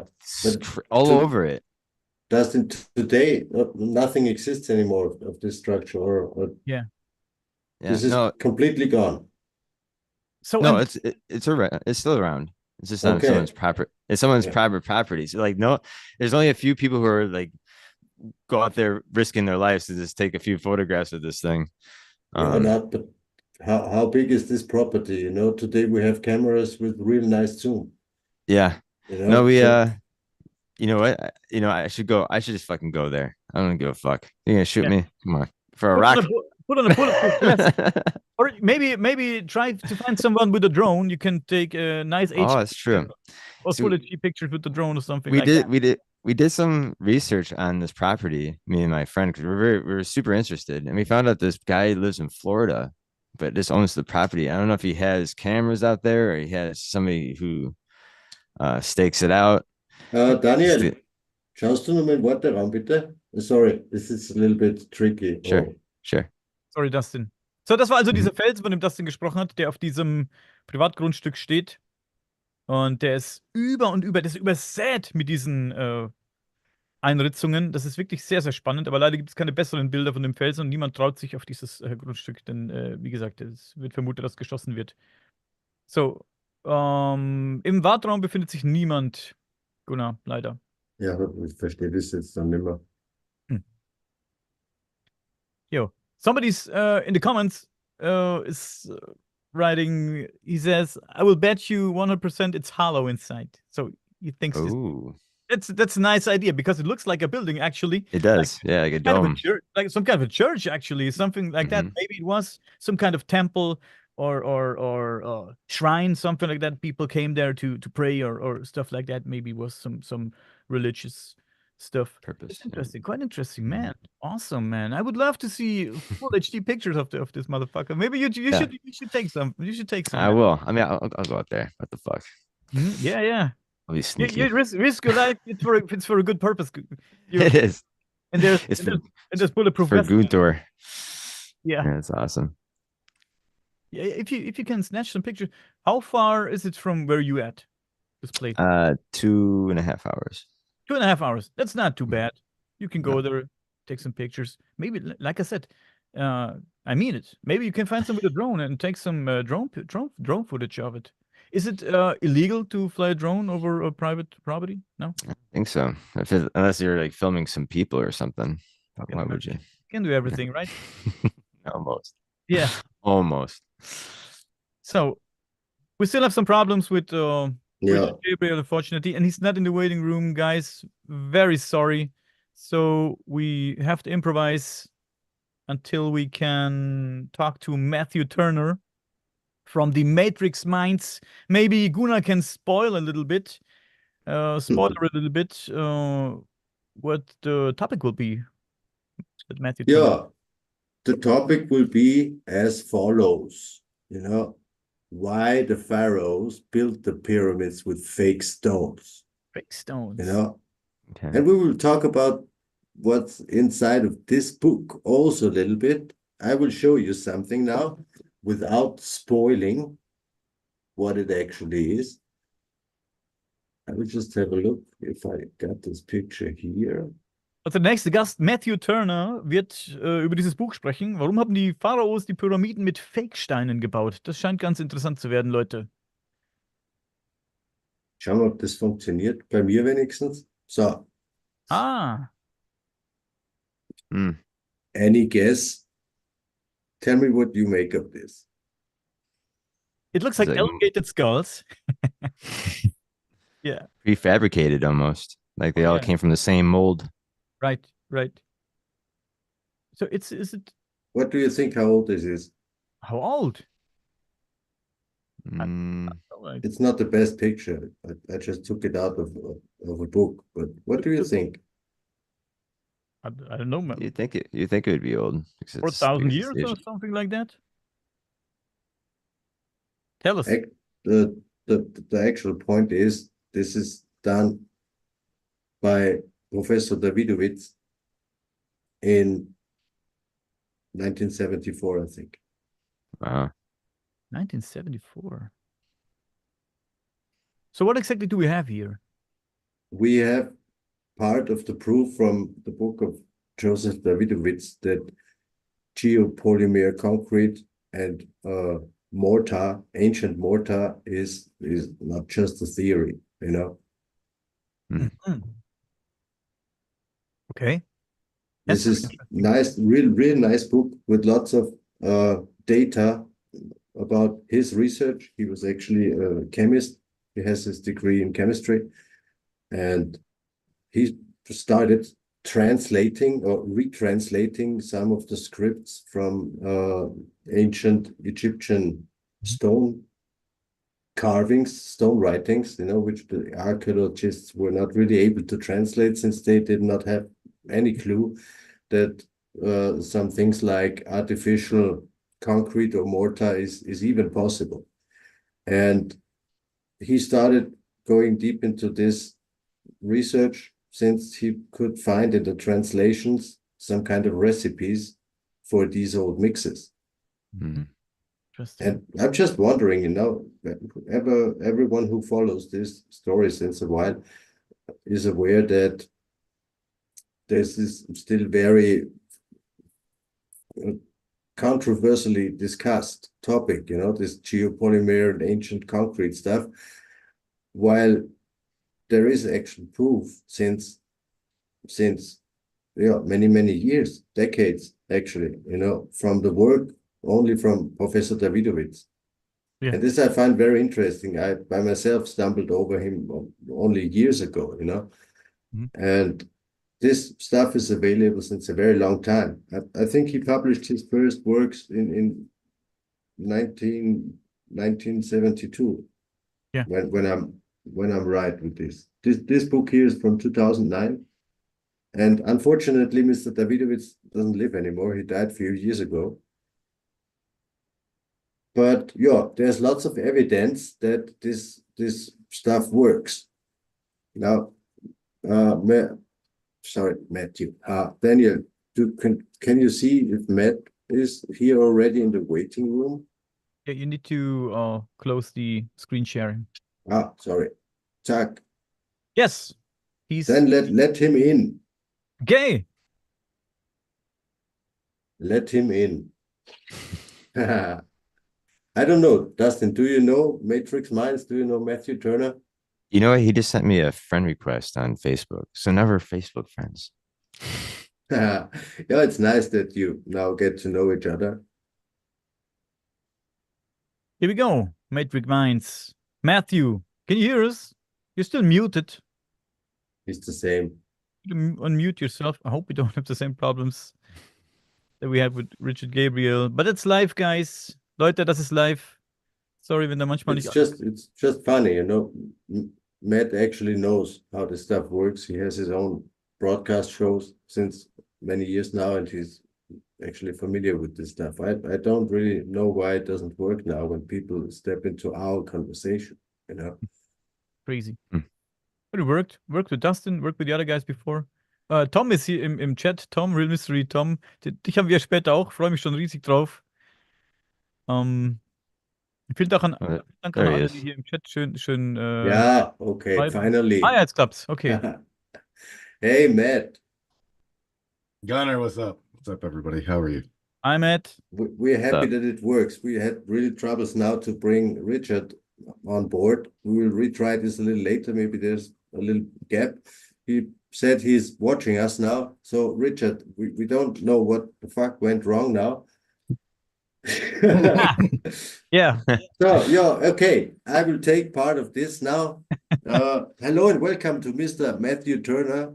We know him. Some of us know him as Mystical Matt from the old days. Now, people might know him with his big project, The Matrix Minds.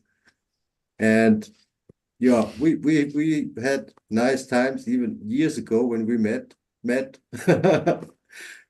We were diving deep into some things, mainly in regards of Hermetic philosophy and these old teachings.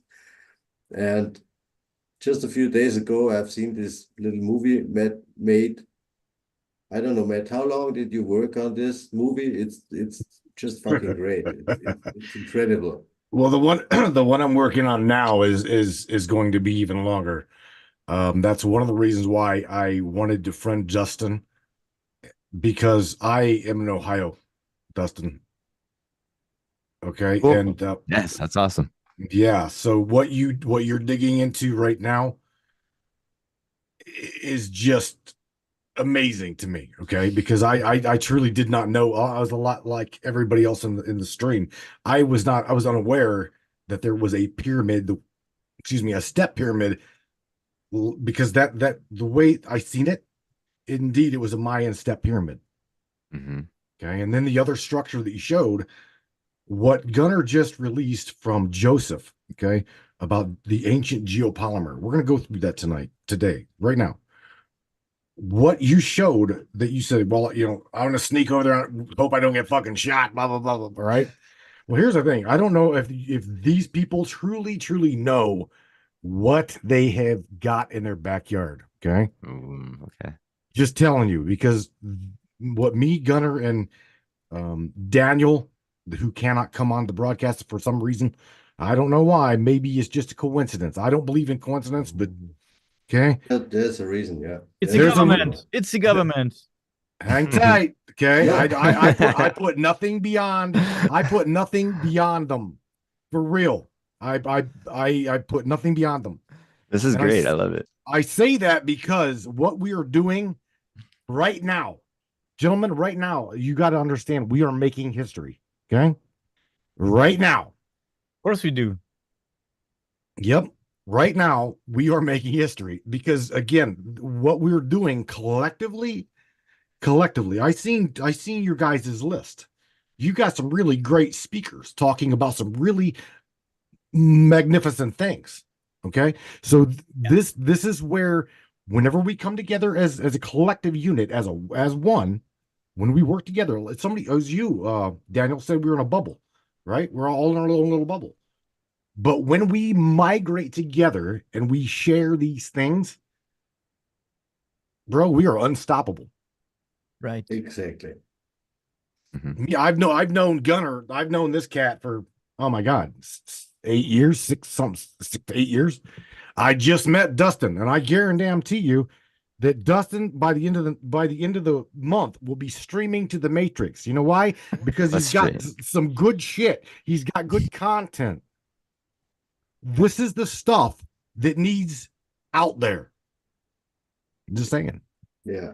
Yeah, Fully okay. agree. Hey, Matt, I'm really, really happy to have you here. And since we are still limited in our time frame, let's just dive into this. Like I said, maybe I find a chance to reconnect to Richard later. Okay. Or I don't even think that this is the government, because Matt knows exactly that we are protected from a different level. And maybe it's not the right time that Richard steps in, since he's really deep into some things. So maybe someone else is taking care of him and took care that he does not talk about the things he knows. So there will be another time. I would just say, Matt, what are we up to today? What did we actually decide? Well, I'm about to share my screen. If that's You what you do this. want me to Yeah. do that, I'll share my Yeah. screen. Do that. And for a second, you guys will see your own self, so just ignore that. If you want me to share the video, I'll share the video. It's literally 3 minutes long. But I think it's important, fellas. Go for it. Yeah, if you want Go to for share it. Yeah, go for I it. would I also like to. truly for it. believe that it is important. Let me just get over here, open up another share button. And I'm really so excited how good quality you meanwhile will make with your videos. This is they're great not stuff. gonna like it though. I'm just telling you now, because I'm gonna incorporate every single body that wants to be part of what you guys got going on right now. I'm going to do this. We are going to do this. Indeed, it is our time, just like I'm saying right here in the broadcast, in this little video, right? So On the hidden truths our world. well, hang on. All right. Sorry. It got so here we go. You guys ready? Can you hear my sound on the Good. video? We Oh, good. fine. Go for it. Okay. Okay, here we go. Have you ever pondered on the hidden truths our world holds?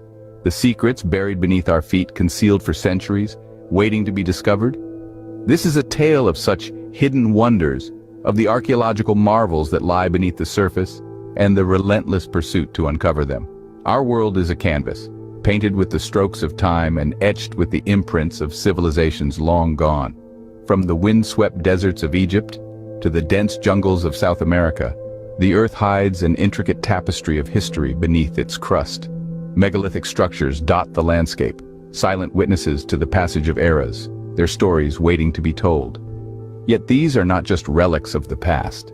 They are clues, keys to unlocking the mysteries of our origin and our journey. Beneath the surface, resonance chambers hum with the echoes of a time we barely understand, their purpose obscured by the sands of time. But now, a new era dawns. An era of independent explorers and truth-seekers ready to brush off the dust and reveal the truth. Joining hands with archaeologists around the globe, they toil to expose the disinformation and share with the world the knowledge that has been hidden for so long. Remember, every discovery, every artifact unearthed, every secret revealed, brings us closer to understanding who we are and where we come from. It's a journey of revelation and self-discovery, a journey that we are all a part of. Scene script. Throughout this video, we've journeyed through the sands of time, explored hidden archaeological wonders, and witnessed the efforts to uncover them. We've spoken of the megalithic structures that dot our planet and the resonance chambers hidden just below the surface. But this is just the beginning. It is time to rise. It is time to awaken the explorer within you and join this global movement of truth seekers. Follow our content, engage with our stories, and become part of the revolution. Remember, it is our time to fight back and expose that which has been hidden from humanity for so very long. The world is a treasure trove of secrets. It's time we uncover them together. All right. It is our times, you see? Yeah, what a rough ending, though. It is right. Yeah, like I said before, great productions. Nice that you put my pictures into this too. Yes, we are up to this task. At least for Matt, Daniel, also Dustin, I would say, and myself. Richard is on board, and so many others who will come today later on. I think we realize this. I think that Matt shared some true words here, and I can only recommend to even watch his longer movie, which I shared also on Facebook, to dive deep into this. We try to cover one of these aspects, what Matt is also up to since a while now, and it's about artificial mixes of concrete and mortar, which they used, and yeah, Matt, you prepared some pictures, and I would suggest just dive into this. All If right. there is any question from our side, we just interrupt you. We are That's fine. rude and brutal, when we are curious. You know me. I do.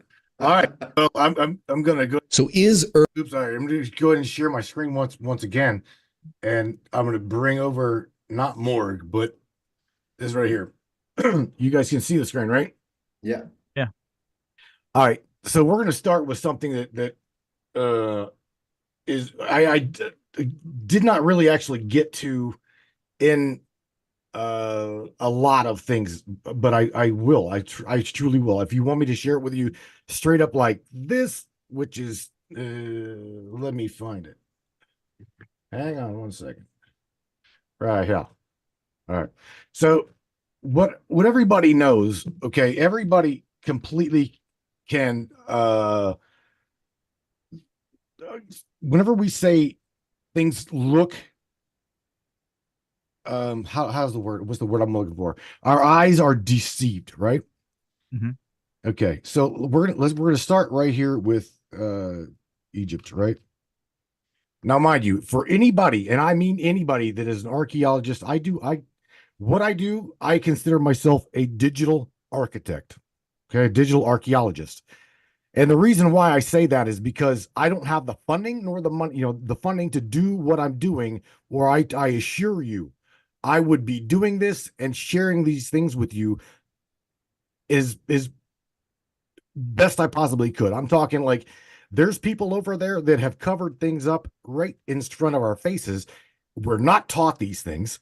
We're not sure. A lot of Dustin said, I didn't know about this shit in school. Well, of course not. They're not going to tell you anything remotely close that Dustin shared with you at all. So what we see is right, just the pyramid. That's it. The Great Pyramid. Let's go visit the Great Pyramid. But there's a lot more than meets the eye. Okay, there's a lot going on in just this little image. I mean, this is the first little image I shared. We look at it and we're like, oh, okay, well, we're told. What are we told? We're told it's built by slaves. It's built with, ropes, pulleys, blah, blah, blah, blah, blah. But you've seen what Gunnar shared, right? And that is, you've seen some old ancient looking elongated skulls, pharaohs, blah, blah, blah, right? But that's the thing. These stones, let me zoom in on that. Do you see that thing? Do you see the stone? Yeah. Okay. That right there is absolutely proof of one of two things, gentlemen. One of two things. Okay. Either one, high technology, or two, they were able to form it. Okay. Yeah. These stones are granite. Okay. This isn't bedrock. This is granite. Granite has a tensile strength of around 8.59.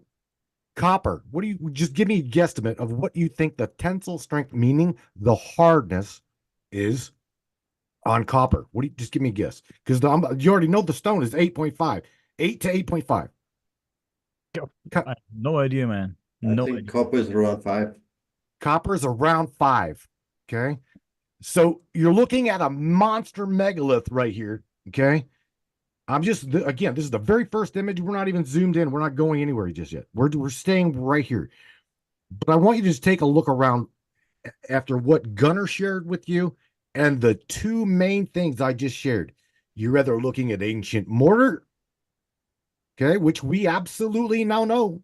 We now know that is a probability, okay? Mortar or high technology, okay? Let's continue our little journey here. So, pointing out even more and closer, let's look at this monster megalith, right? Because this, again, everybody knows what this is. Now, I would love to talk to Daniel. We got Gunnar. You've got to get him on here. You mean Richard? Yeah, Richard. Yeah. My bad. We will talk. Okay, so again, looking at the structure here, okay? Look a little bit closer, okay? I mean really close. All right? You're looking at depth in limestone. That's depth. A chisel ain't going to get in there. Ain't no damn way a chisel's going to get in there. Yeah. All right. Okay. So let's just look at the straight line. If Daniel, tell me if I'm going to try to do a screen capture for a second, just so I can do a line. Can you see that? What I'm Yes. doing right now? You can see what I'm doing, right? Yes, sir. Look at this line. A pretty straight line, man. Did you say pretty straight? It's straight. It's straight. It's perfect. Bro, that it's that like- is that It's is not perfect. that son of a bitch is absolutely perfect, right? Yeah, it is. Right.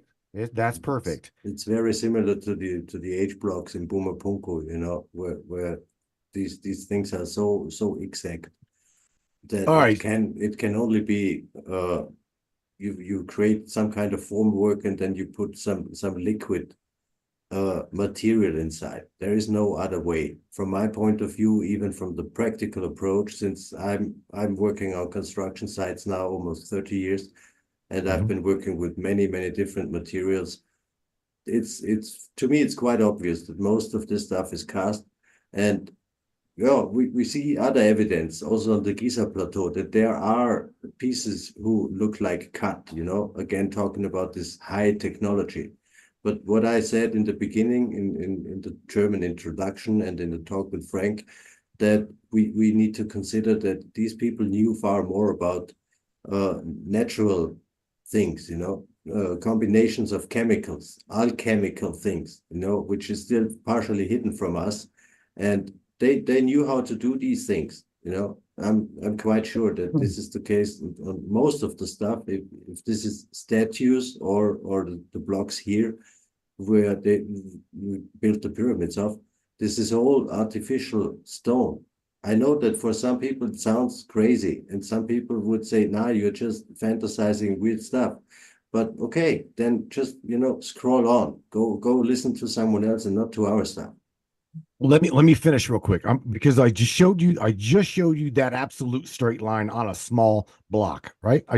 This little block right here, I showed you an absolute straight line, right? From point A to point B. So let's zoom out. Let me share with you, and just in case the listening audience has no idea, we've been told just how big this bastard is, right? Let me just make this very clear. We all know what an acre of land is, right? Dustin? Yeah, of Yeah. course. Yes. I do. Okay.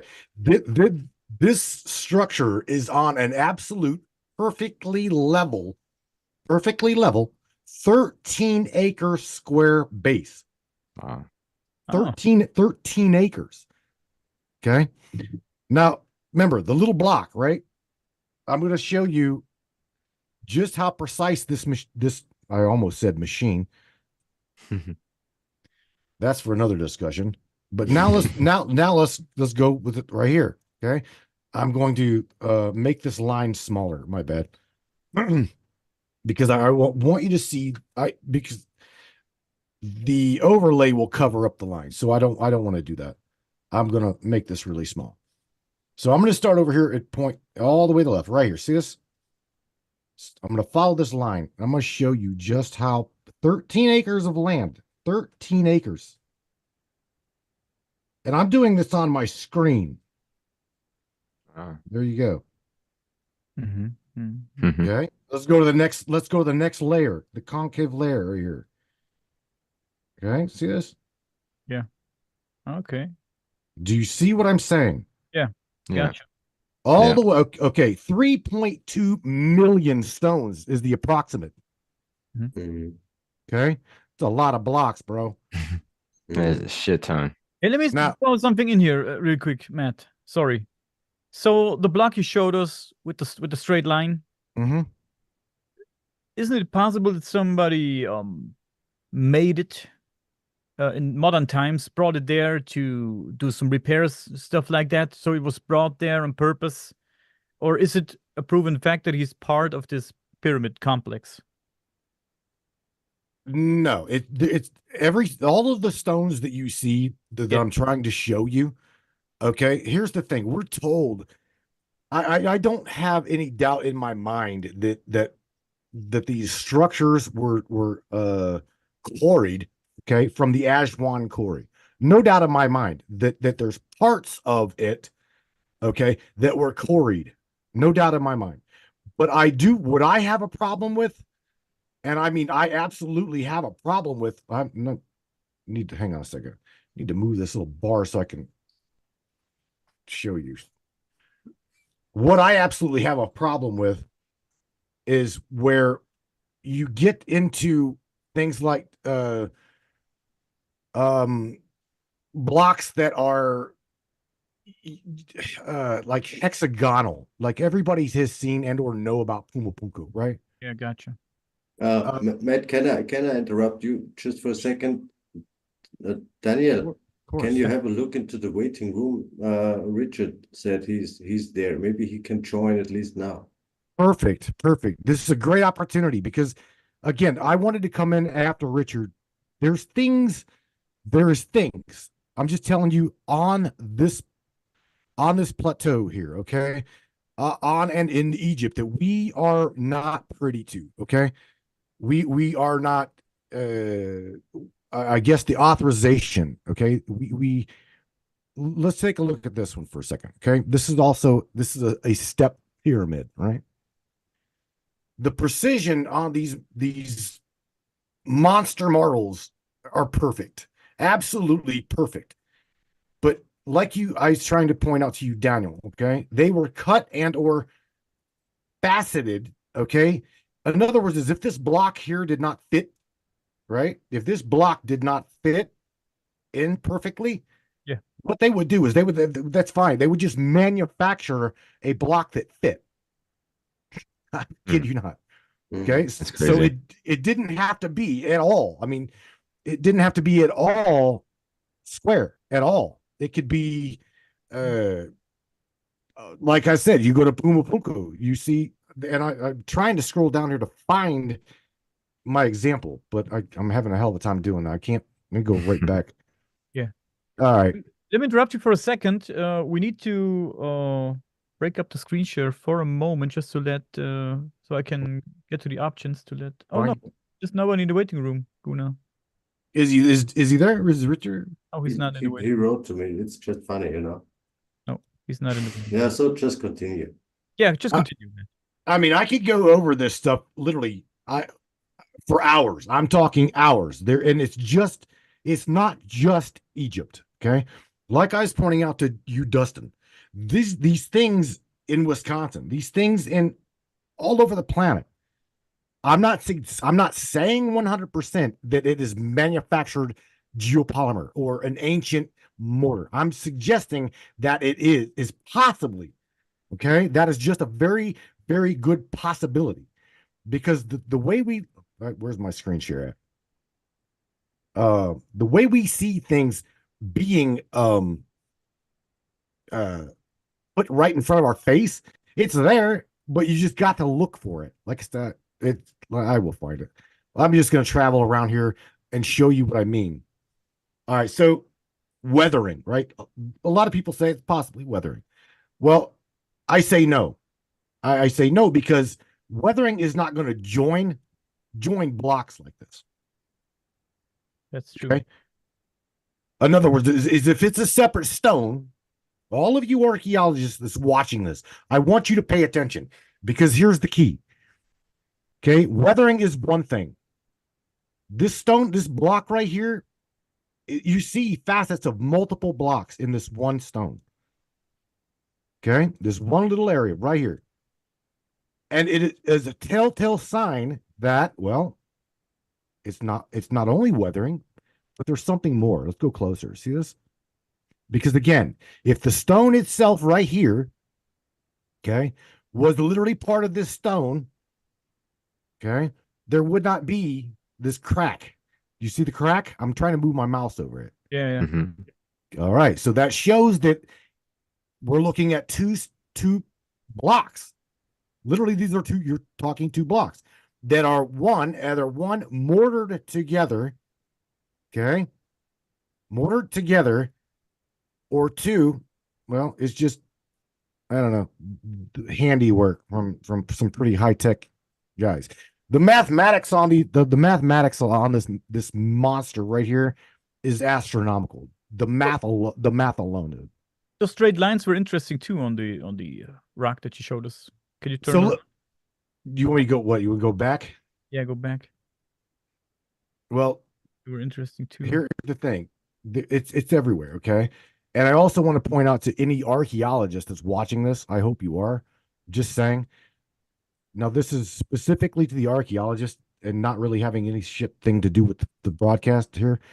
But I want to point out to you archaeologists, like all of you, not only are we looking at the Grand Gallery, okay, this is an exterior block from the an exterior block that would represent the Grand Gallery, okay? And you can see that absolutely right in front of your face by the notches in the block. You got one here, one there, one here, one there. I'm telling you, please, gentlemen, look. I don't have the funding to get there myself, but I'm showing you. You've got Grand Gallery type style blocks right here on the out exit point. So what does that say? I'm not quite sure what that says. I don't have, again, I don't have the ability to be there. But again, perfectly straight, perfect symmetrics. You've got depth within block. How deep are these cracks here? Those Daniel, I wish I could tell you, bro. So there's no information about this specific rock or something like that. The only one the only fellow that I know that would have information on the depth of that crack, his name is Brian Forrester. Shout out to Brian Forrester. He's right. Brian's a great Egyptologist, archaeologist. Yeah. Another fellow that we lost was Mr. West, John Anthony West. Yes, right. Okay. Yeah, it's just a little weird story today because also Richard, he knows the plateau since many years, it's just, it doesn't work now to get him in. Daniel said he's not in the waiting room. Richard says his screen says to him that he is actually in the waiting room. So we will retry this a little later. Maybe I can bring Richard when I would have my spot. This would be, let's have a quite quick look. This would be, 8:30. Our time here. So maybe I can retry this in the meantime to fix the issues we had until now with Richard, and maybe we can talk about this also later, but maybe Matt, you would also have time a little later to step back in again. Yeah. Bro, you guys, if you need me, believe me, I will help you fill in the gaps. Okay? I absolutely will. Staying on the concrete mortar thing for a second, we're going to travel real quick over to Turkey. Okay, I know this is not Egypt, but we're going to stay for a second on the topic. Okay, and this is ancient mortar, ancient casting of mortar. I mean, there's no way around it. So what you're looking at is what is known as Big Church. Okay. It literally screams out at you at a monster level. This is construction. This is one solid manufactured stone. And I also want to point out to you that concrete stress cracks differently than granite, different than stone. Okay. Do you see the crack? You see the crack, right? Yep. All right, so that is a concrete stress crack. What are these holes? What are these holes in there? You know that? I can tell you that Gunnar and I've got I shared a theory. I shared a theory with Gunnar what those holes are. Okay, Matt, in this case, we have to be a little bit careful. You see the regular holes, and you see these irregular holes. I would say this irregular looking holes are maybe a problem which results from pouring the stuff into the form, like when we use concrete today. Daniel also knows this. He's also working on construction sites. When it's not done so properly, then you can also create these holes somehow, or the spaces in between. But this is not like a drill hole or an intentional hole. Then he knows what I'm talking Is an about. air pocket. Air Yeah, pocket. exactly. Something like Yeah. that. So there was an interesting structure to the on the left upper corner. Hey. Would look like a button, something like that. It was Well, Gunnar mentioned Gunnar again. You guys, I can talk about this shit all night long. Gunnar mentioned holes, right? And again, I took you to a massive ass place in Turkey where I believe personally the entire mountain. No joke. I believe possibly that the entire mountain is literally mortar. Okay, I kid you not. Oh, After- now we have. Sorry, guys. Sorry, Matt. I'm very sorry to interrupt you. We have Richard in the waiting room. So should I let him in? Yeah. Yeah, at least to say hello absolutely. for now. Yeah. Let's hope Absolutely. things Get will it. work out this time. For the last 10 minutes, it would be nice. And we can really take my space later, what I said, 8:30 or something, to do this again. I don't need to make a presentation today, it's up. Richard, can you hear us now? But he's again muted. I don't get Oh this no. Daniel, do you have the option to mute him? He's unmuted. I can see when he's muting himself and when he's unmuting himself. I can see that. So he's unmuted right now. So Richard, have you another option? Do you have another microphone? Do you have another headset that you can borrow somewhere? Do you have something else that you can use? Maybe try that. Maybe go to your Zoom settings that you can find on the lower left corner. Where the mute button is, there's a little arrow. Click on the little arrow, and you come to the audio functions. Maybe look for your microphone there, something like that. Yeah. Search the Zoom settings. Unfortunately, I can't help you from here, but maybe we can get it done. Like I said, if you have another option, find another microphone, something like that. Try another microphone. Otherwise, like Gunnar said, we have another slot later. You can come on later. You can try. You can maybe ask someone for help. I don't know. No, I would just suggest we continue with Matt. We only have a few minutes left, and a little later, maybe during the time when Ellie is speaking or something at 5 p.m., I will step out of our Zoom meeting and I make an extra meeting with Richard, and we retry this again. He's not familiar with these Zoom functions, and I can help him, and then I just come back in. Okay. We just continue. Maybe he can go online with a cell phone, something like that. So maybe that's an option. So then he can't do screen share, Daniel. So if he's got images to share, I know right now he will. Just what I'm doing is just barely, no pun intended, touching the surface. Yes. Okay. What he's got, he can absolutely just blow my shit out of the water. Yeah, okay. We just continue. We will find a solution. Richard said he opened another window on his computer that at least he can follow what we are talking on YouTube. So there will be a solution. It's not meant to happen right now. We will take care of this. We take the last few minutes with Matt because quickly it will be over and Mr. Roger Spur will be in the waiting line. We will see if this works then. I hope so. Matt, continue that we cover a little bit more of this. Okay. Again, Gunnar pointed out holes, right? Holes. I'm trying to show you fabrication of mortar. Everything we're looking at, we've been told was just like, chiseled. We're looking at chiseled stuff. I completely disagree. Okay. Again, there is no way. Look, I can show you once again, folks. This is what's called the Temple of Dendera, known as the Temple of. Can you zoom in again later into this? Yeah, but I'm doing it. Hang on. Yeah. Hang on, Gun. Yeah. Right there. Flat, completely flat. Okay. Again, perfectly flat. Every aspect of this monster, because that's what it is. It's a monster top complex, is absolutely perfect. And I'm not going to have time to go into mirroring, but what I do want to show you is anybody right there is the middle point. Okay.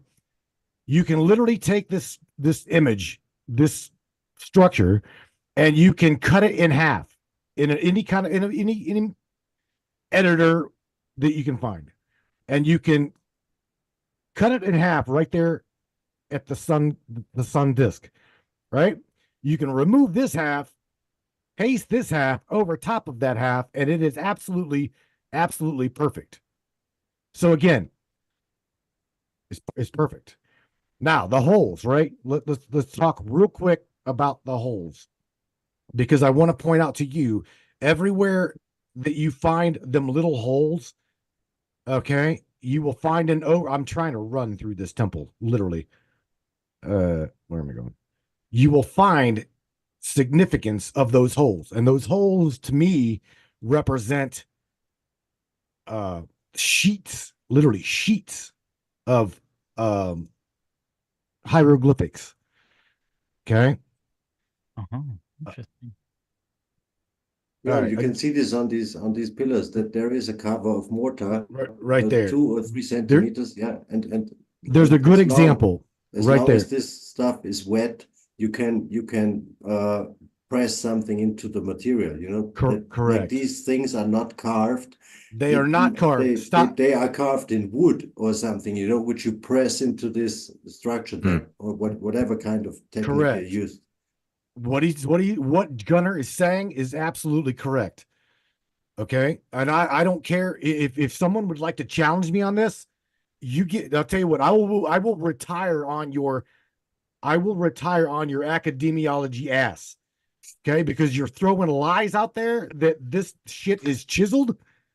So if any archaeologist, academiologist wants to challenge me on this, you go right ahead, you get my ass over there to Egypt, and I'm telling you right now, you'll retire every single person on this broadcast. Okay? This is not chiseled. Yeah. I find it very amazing too that if you look at like all the hieroglyphs, they're perfect. And you say this, you think there'd be millions of people doing the same stenciling, because it's not just one person, you think, because even though it looks like it's from one artist, Yes. how does everybody have the same art form? Because not everybody here on earth has the same, writing skill, same handwriting, same art. You know what I'm saying? You think it'd be a little bit different in every little symbol, but everything is just like, again, stamped in basically with a stamp, or Yeah, and it is amazing. The funny thing is, if we would use this technique, we could reproduce this right now. Yeah, exactly. It's not ancient technology, it's just knowledge. I'm trying so damn hard to find. Okay, so we're let's just go with what me, you, Dustin, Daniel, we were all taught in school, right? This shit was chiseled. This shit was chiseled, right? Yeah. By multiple people. Right. Yeah. By slaves, blah, blah, blah, blah. We're told this. I'm telling you right now, if it's not, I will bet my life on this. It is not. And again, you didn't just do that. I'm trying to go to a specific spot where you can see the holes in the wall, because to me, the holes in the wall were casting a place where that they could put a mold, okay, and hold the mold on the wall so the bastard wouldn't come out. Or number two, forms. They would hold the forms. Okay, what do we got here?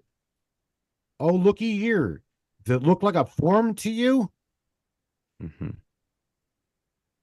It does, doesn't it? Mm-hmm. Look like a solid wall to you? It does, doesn't it? Yeah.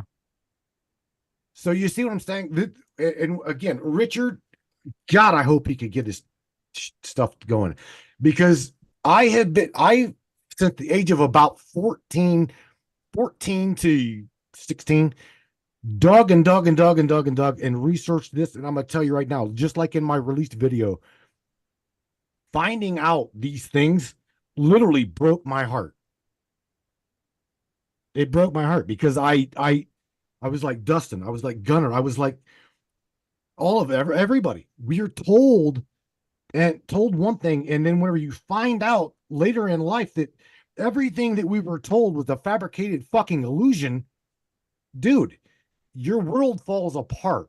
And you're like, what? Yeah. I'm just Yeah. saying. Yeah. Yeah, Okay, guys. I agree. I need to step in here really quick because the time is over Yeah. for this.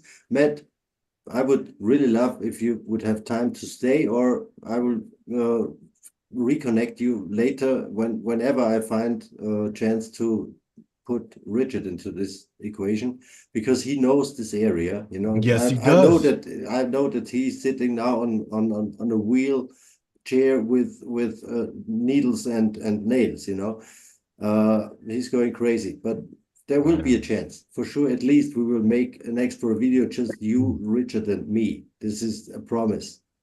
Sorry, Look, Gabriele. whatever- Gabriele sent a message in the chat. I would like to contribute to the topic of the stone molding. I knew a man who did it and showed me, so I could cast my own stone. Yeah, So, this is Gabriele, take her in. It's nice that she's here already, and we've been talking about this before. You know, I showed you this.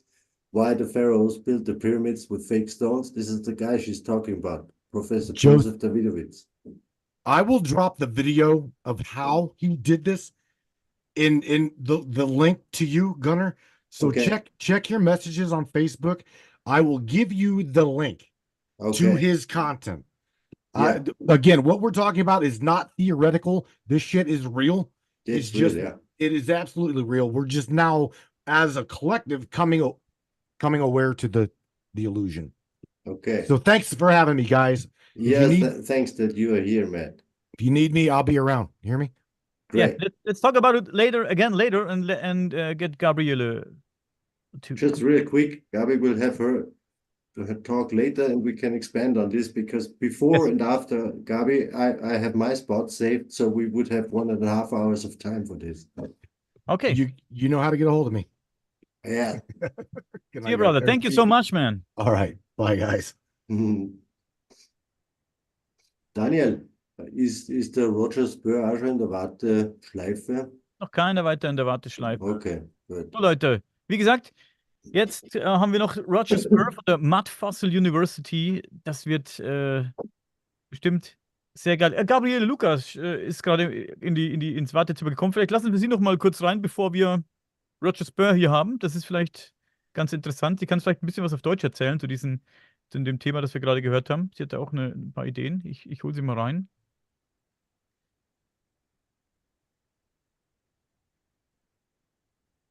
Genau, Roger Spur, danach kommt noch Razvan Onischka. Sage ich das richtig? Ich denke, ja. Und dann geht's weiter in Deutsch, Leute. Also bleibt uns treu, bleibt hier. Aber Kommt rein. es ist trotzdem so, wir haben ein bisschen Troubles hier. Ich habe jetzt die Aufnahme gestoppt. Es tut Zoom wieder da irgendwas Komisches. Es erlaubt mir nicht, eine Ja, neue alles gut. Aufnahme zu starten. Bla, bla, Alles bla. gut. Ich habe meine Aufnahme nicht gestoppt. Das heißt, wir haben nachher ein Video, das, keine Ahnung, 10 Stunden geht. Aber es Rein. ist trotzdem so, wir haben ein bisschen Troubles hier. Hallo Hi, Gabriele. So, Hallo Gabi. irgendjemand hören wir jetzt noch im Hintergrund? Ja, könnt ihr mich hören? Ja, du musst, glaube ich, deine Boxen leise stellen, Gabriele. Man hört uns ganz sehr im Hintergrund. Keine Ahnung, 10 Stunden geht. Was muss ich machen? Deine Lautsprecherboxen noch laut gestellt. Wir hören uns ganz laut im Hintergrund vom Computer. Hallo Hi, Gabriele. Gabi. Ja, jetzt hörst du mich? Irgendjemand hören wir jetzt noch im Hintergrund? Ja, könnt ihr mich hören? Ja. Ja, du musst, glaube ich, deine Boxen leise stellen, Gabriele. Ganz sehr im Hintergrund. Leise. Was muss ich machen? Die Lautsprecherboxen laut gestellt. Ah, Oh. Hallo, Gabriele. Den Ja, YouTube-Stream, den du es- hast, einfach pausieren so lang. Wenn das YouTube-Video von uns läuft, das machst du einfach leise jetzt. Ja. Ja, du musst, glaube ich, deine Boxen leise stellen, Gabriele. so, jetzt vielleicht? So, jetzt gucken wir mal, ob es funktioniert. Na, Hörst du mich? ja, ich höre dich, ich höre dich gut. Deine Lautsprecherboxen, die waren noch laut und deswegen haben wir uns hier doppelt. Ja, was? Mhm. Hier? Nein, vom Sprecher- vom Computer vielleicht. Vom Computer? Ach, so. Also gut, vom Computer leise, aber dich hier laut.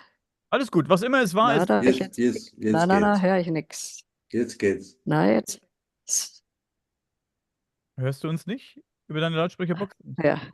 Ein Problem jagt das nächste heute, Leute, aber das macht nichts. Kannst du uns Ah, hören? Kannst du uns hören? Oh, oh, oh. ist jetzt besser.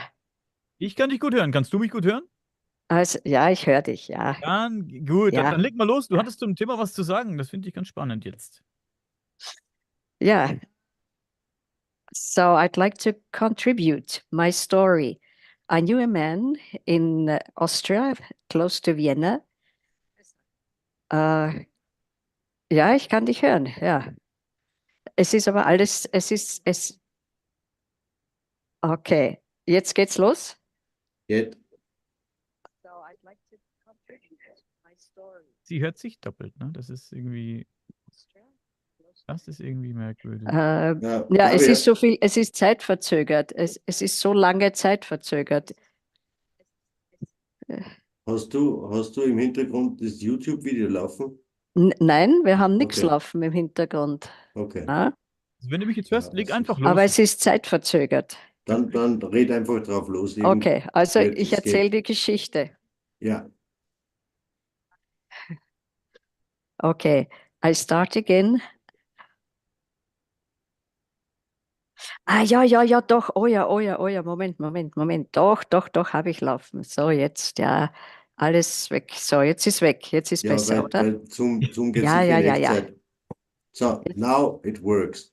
It We can works. do Now this. it We can do works. this in English or Okay. in German, whatever we like, because we will Okay, come so- back to this Mhm. topic later. We didn't manage to get Richard on. We will find a solution for this later. Gabi, you have your spot also a little later, and before you and after you, I have my spot. So we Uh-huh. find No time problem. to talk more about. It's just a little story of the stone I molded. You know it Mhm. already. I had it Oh. in my hands. Okay. I just want to contribute it now because you were talking about molding concrete, molding stones. I knew a man in Austria. He died already a couple of years ago, and he could mold stones. He could make them from powder with chemicals. I don't know the recipe, but he did not reveal this to me. But I made it for he showed me how to make it, and I made it for myself. So he took kind of a ground granite, ground limestone, ground quartz, and he mixed it with certain chemicals. And so he could make stones any size he wanted, from small hand to big stones. And he did it to restore in Egypt, to restore temples and also pyramids. They called him there. He was a restorator. This was his profession. And so he invented this method of how you make a stone. Even Professor Davidovich has been to his studio in Austria. He visited him. He even gave him a certificate that he really was producing an artificial stone. So I went there and visited him, and he showed me he had 10 buckets with all kinds of ground stone and also chemical. And then he would mix it, and I would do it. I would mix it. And then at the end, I molded the stone, and I pressed my 5 fingers into it. And then to top it even, I took some red color, and I put some red color. So it's now it's pink. The stone is now with my 5 fingers and pink. And I stuck the stone and went to Vienna University, to Institute of Geology, and they said, please, professor, can you tell me what kind of stone this is? I thought he would say, this is artificial. You cannot, any fool can see it, no? It's artificial. But he said, no, it's stone. And then I said, yeah, okay, what kind of stone is this? Well, he said there's some granite in it, and there's some quartz in it, and there's some other, I don't know the names anymore.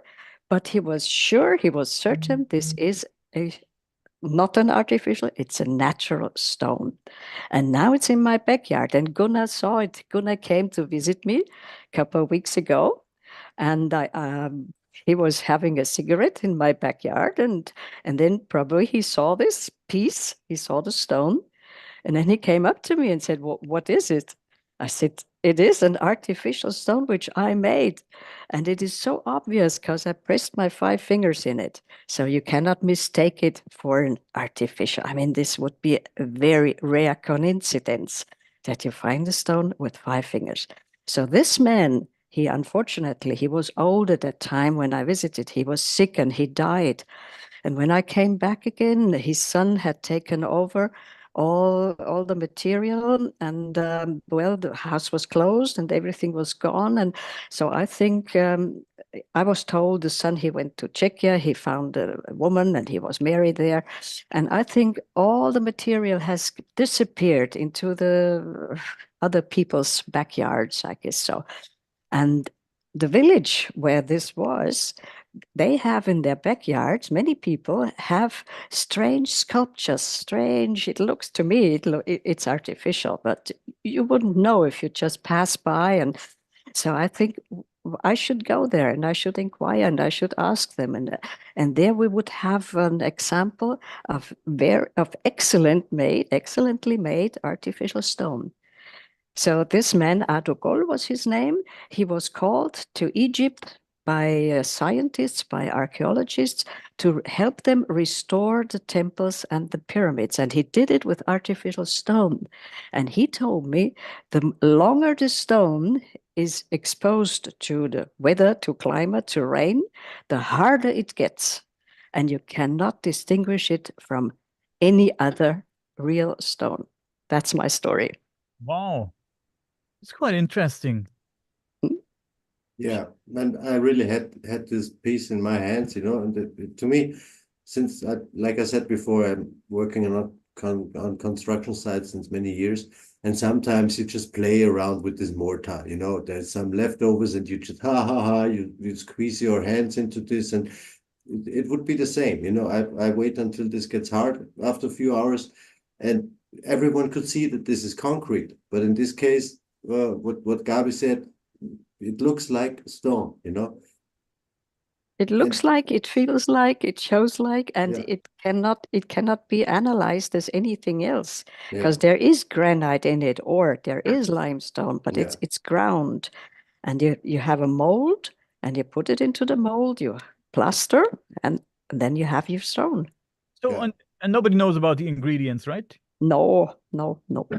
That's No, quite yeah, but this is maybe this part is secret from this guy. I showed this book several times now. You can have it again, and you can download PDFs. Just go, Mr. Google knows so many things. Type in Professor Joseph Davidovich. You will find PDFs which you can download. There are these recipes, There are even books in German. Wait, there is a series of books for the German, für die Deutschen Zuhörer, eine Buchserie, vier Bücher, die heißen alle 4 Geopolymer. Das ist Band 2, Strukturen und Reaktionen. Band 1, warte ganz kurz. Band 1 heißt, also jetzt nicht, das ist die verschiedenen Arten von Geopolymeren. Das ist auch zum Teil basierend auf der Arbeit von Professor Davidovich. Es ist einfach erhältlich, diese Dinge, inklusive Rezepturen, was da drinnen ist. Und wie ich das in meiner Forschungsarbeit auch drinnen habe, es gibt moderne Forschung, viel zu diesem Thema. Darf ich fragen, haben die schon Steine gegossen? May I ask you, did these people who wrote the books, did they already cast stones, artificial stones? So can we have them in hand? From this, I don't know from them. You see, this is quite new. I But just then got it. we should start. If you say you have the recipe, then we start and we make stone. And so yeah, this is, me, Gabi, this is all part of the plan. Raimund and me, we started already to create some of these mixes. It's all just very time consuming again, That's since right, we are doing these things besides our jobs. And I had this in my, everyone can actually get this, my written work for the final exam of this Homeland Research education I made. There I also talk about this, that I've been working for a company which is making huge concrete pieces, where we, like for biogas, I just don't get the name now, huge concrete structures. And once I was working with a newly developed, it's not concrete, but something similar. They called it ecological concrete. The name is Slagstar. It's now 20 years ago, and I've been working with this material. This is also based partially, I would say, even on the research of Professor Davidovits. And there are different ingredients, like with no cement. They are using leftovers from the iron production. So we're talking again about melted or burned stone, which they again rub into small dust, which is very similar actually to what we know as volcanic ashes. And this is one of the ingredients the Romans used, for example, to make their concrete. So it's surely not the case anymore that this is all fantasy. We have the recipes, and we will surely continue to do so in reproducing what the ancients already did. This is very promising that you tell us, and I'm really happy to join you here and to be a part of the network. And I'd like to thank Matt for his contribution, because it made me now think about that I already had such a stone, such an artificial stone, or I still have it in my backyard, and you had it in your hand, and you really cannot distinguish. So Okay, let me ask you this. thank you. Let me ask you this, Gabriele. Daniel, just quick, do you have the waiting room in your eyes? No, Because actually it would be time for Roger now to step in, but he's not here, no? There's no one in the waiting room. So Gabriele, one last question. Wouldn't it be possible to take a piece of this rock that you got in your backyard, take it apart, do analysis on it, and get the recipe from it? Oh, I don't think so, because it might have already, how do you say, melted into in its ingredients. I don't think there is any use of analyzing, of taking it apart. I have been at the university. They saw it, and they know stone. No, they are experts, and they told me this is a natural stone, and they didn't even think about that that my 5 fingers were in there, or that it was slightly pink. That's bizarre. Can't the analysis and tell this and this and that? So okay, because it's already molded into one structure.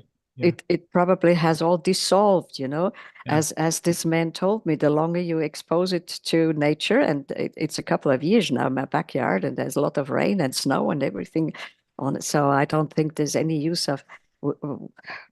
But anyway, we will produce new ones, Gunnar. Yeah, we will do it. And this is what you say is true, that after time, even the stuff gets harder. We know this from mortar they used in medieval times when they were building castles, that there is this process called calcification, and this continues. There are some forms, some versions of this mortar which are getting harder over the years. And I would say this is the same with this stone, especially like Gabi said, when he's laying on the outside, being exposed to wind and wet and everything. I would even say after years, it's getting more and more tricky for anyone to really analyze this, what can they analyze? If the ingredients are actually the same, as also Mr. Davidovits says, you just take natural ingredients. There is the chemical substances are not chemical. This is just, what you find in nature. There's nothing added actually, what you can't find or extract from natural products. So after a while, you can't do any analysis which would prove that, this is artificial. We will come back to you. We'll have another podcast as soon as we have our alchemical kitchen set up and molded and cook it, and then we will come back to you, and then you can analyze it. I do not want to consume anybody's time. I just wanted to contribute. Yeah, everything's fine since Roger is not there yet.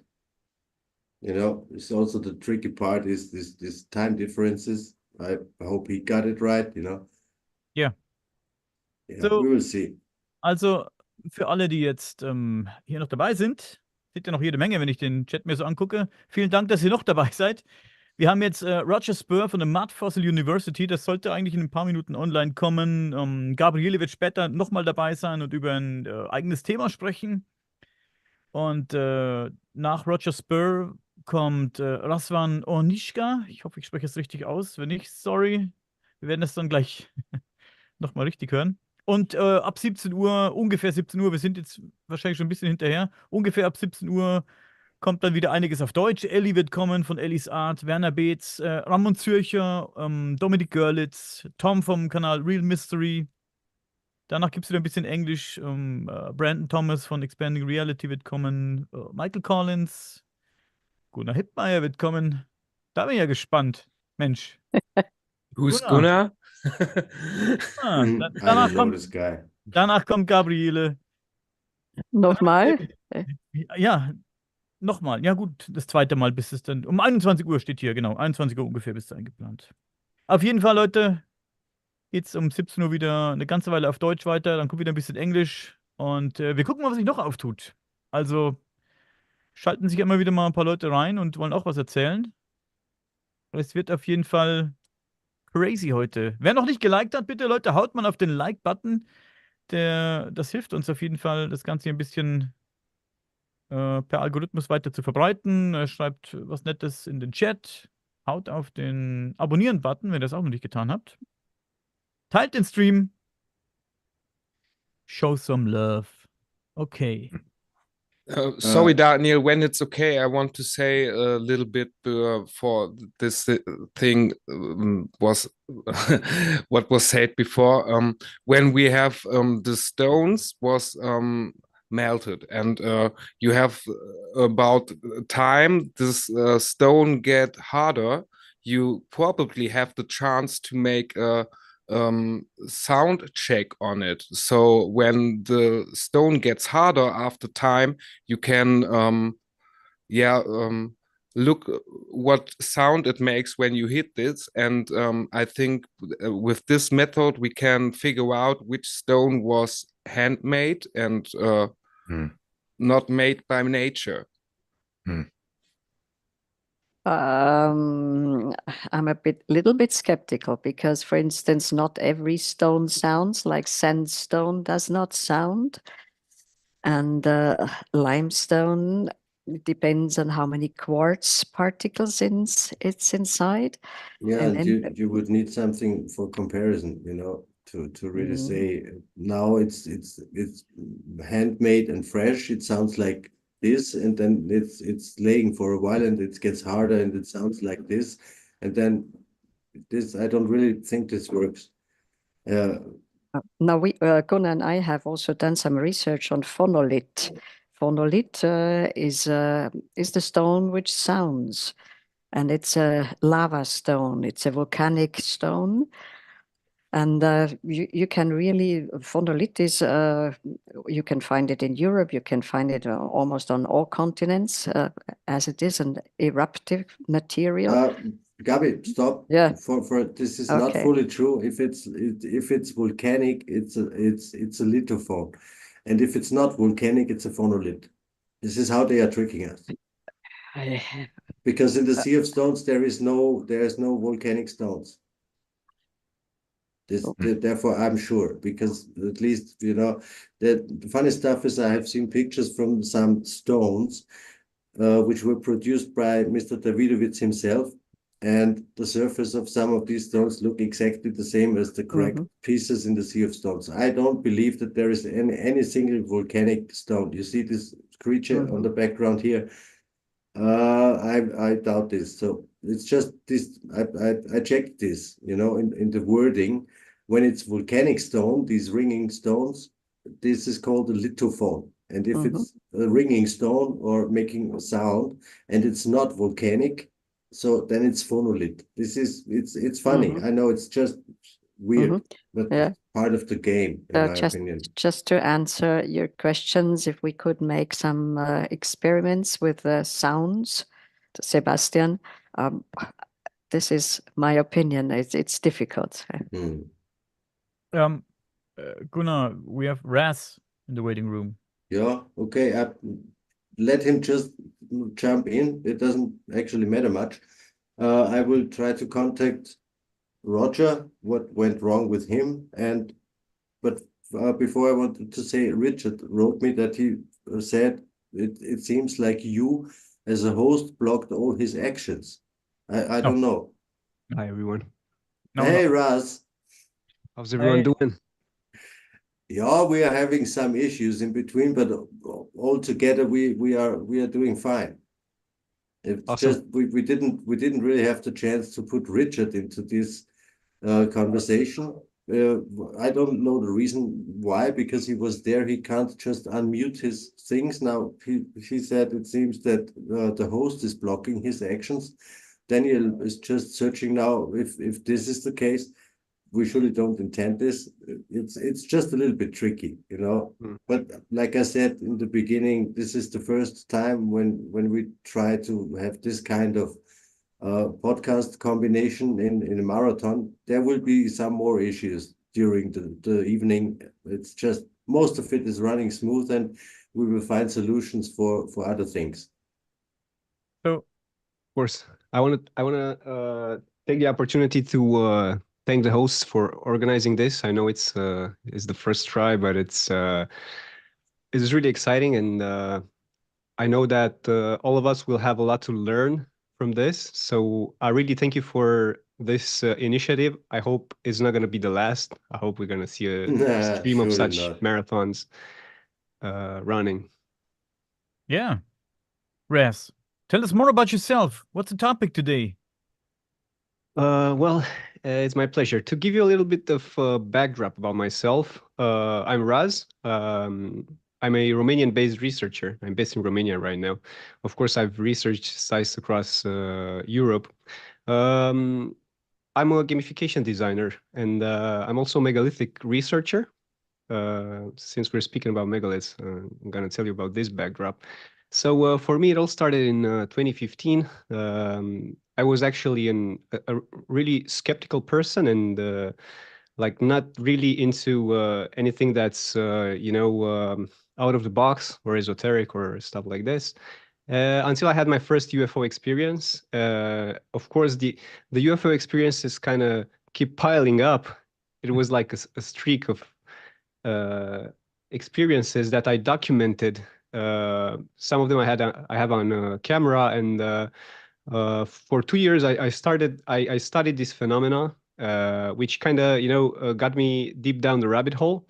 At some point I got so deep that I just wanted to get out of it. So it was about 2016, 2017 when I started researching megaliths, and I wrote one article about a unusual feature here in Romania, because this is how I like to describe the megalithic structures, the ones that are not necessarily documented or approved by academia. I call them unusual formations. This way, I'm not going to trigger anyone. So I looked at this formation that resembled a pyramid from afar, right? It had a 45% angles and all that, and it had about 260 meters. And the article said that this was the tallest pyramid in Europe. But then a guy commented on my blog telling that, hey, there's a bigger one in Bosnia and Herzegovina. So I became like really intrigued that summer, and I immediately went to Bosnia by car to meet this guy, Jock Doubleday. He's my friend, and I want to take the opportunity to salute Jock.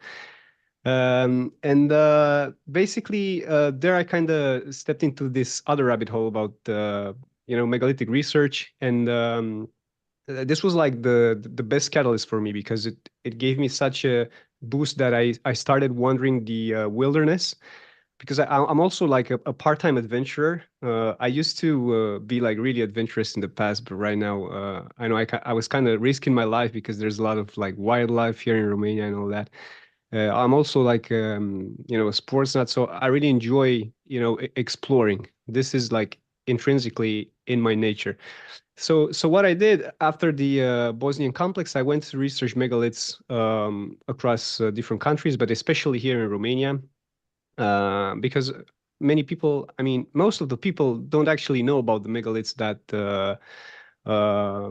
reside here. Actually, about 1 year ago, a site that spans for 96 square kilometers, I don't know how much this is in miles, was included in the UNESCO World Heritage because it's, so this site, it's like the hotspot for megalithic and like Neolithic ruins here in Romania, because we can have plenty, but they're like split here and there. But on 96 square kilometers, we have a ton of ruins. Some of them have been documented, some of them have been not. And I took the opportunity to look at them and try to understand what this is about. I'm still looking at at megaliths and at everything with, first of all, with an open mind, but then as a skeptic, So I appreciate everyone who has a different opinion, because it's, I mean, if it's put out there in a way that we can learn from that, for me, it's amazing. So that's why I created this page called Archaic Knowledge. I actually created this in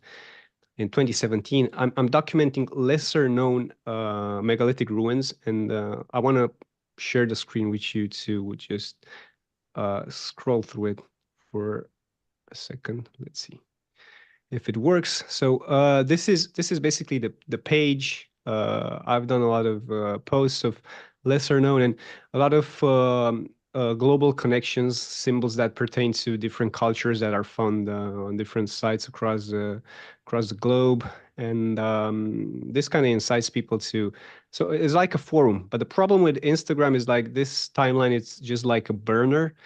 Like it's really hard to find all this information. You have to like scroll a lot through it, or you're getting bored. So that's why I indexed it on Pinterest and also on my blog. Unfortunately, the blog was hacked and I kind of lost the website. I still have a backup, so it's going to be right back on track. It's going to be better and stronger than before. And I also want to show you a little bit. So I've done a small trailer because what I'm trying to do now, I'm trying to spread the word about megaliths through drone footage and through scenic relaxation. So that's why I teamed up with my friend Andy Coop. I want to salute Andy as well if he's watching. So he's playing the handpan. He's a great artist, and we're taking this to different megalithic sites, and playing the hand and shooting drone footage out there. I've done a small teaser.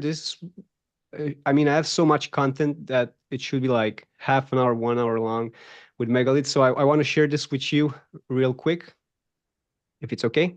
Yeah, go for it.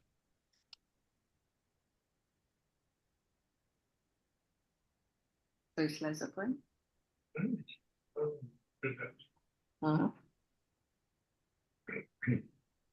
So, Raz, we have no sound. Does this video We have no sound. So you should have activated the sound option when you started the screen sharing. It's on the lower left corner before you start the screen share. Oh, okay. Let me just give me 1 moment. So I'm gonna stop sharing. Stop sharing and or maybe here, audio settings, right? This is the mic. This is the speakers. It says share audio 2. Right before you start the screen sharing, you maybe quit the screen sharing and start again. And then on the lower left corner, it should say share. Oh, share sound. Yeah, there we go. There we go. Okay, this is good. I hope it's not going to cause an echo or anything, but let's give it a go. Oh yeah, perfect.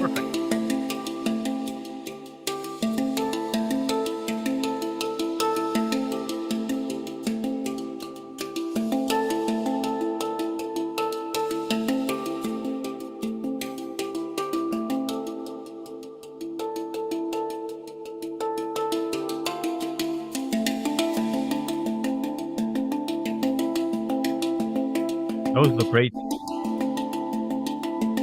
Yeah, those are the Trovens, or the living stones in Romania. We have plenty out here, and this is the landscape there.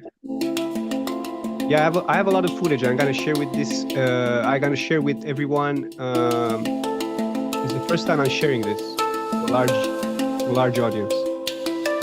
Here is me and Andy playing on the megalithic ruins. You're gonna love this one. Not many people know about it. It's absolutely fantastic.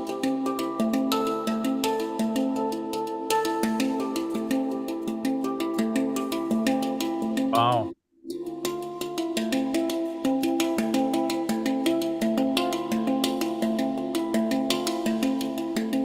This is a place, those ruins are called the Kamb. It's like the gate of Mordor, Lord of the Rings. There's a river stream there as well. And this is the pyramid I documented in 2017, the Tutsurdui mountain. I'm gonna walk you through. There are inscriptions here, stories, so many things. This region it's piled with Russ, relics. so sorry for the interruption. Can you make the music a little volume it down, because it's louder than your voice?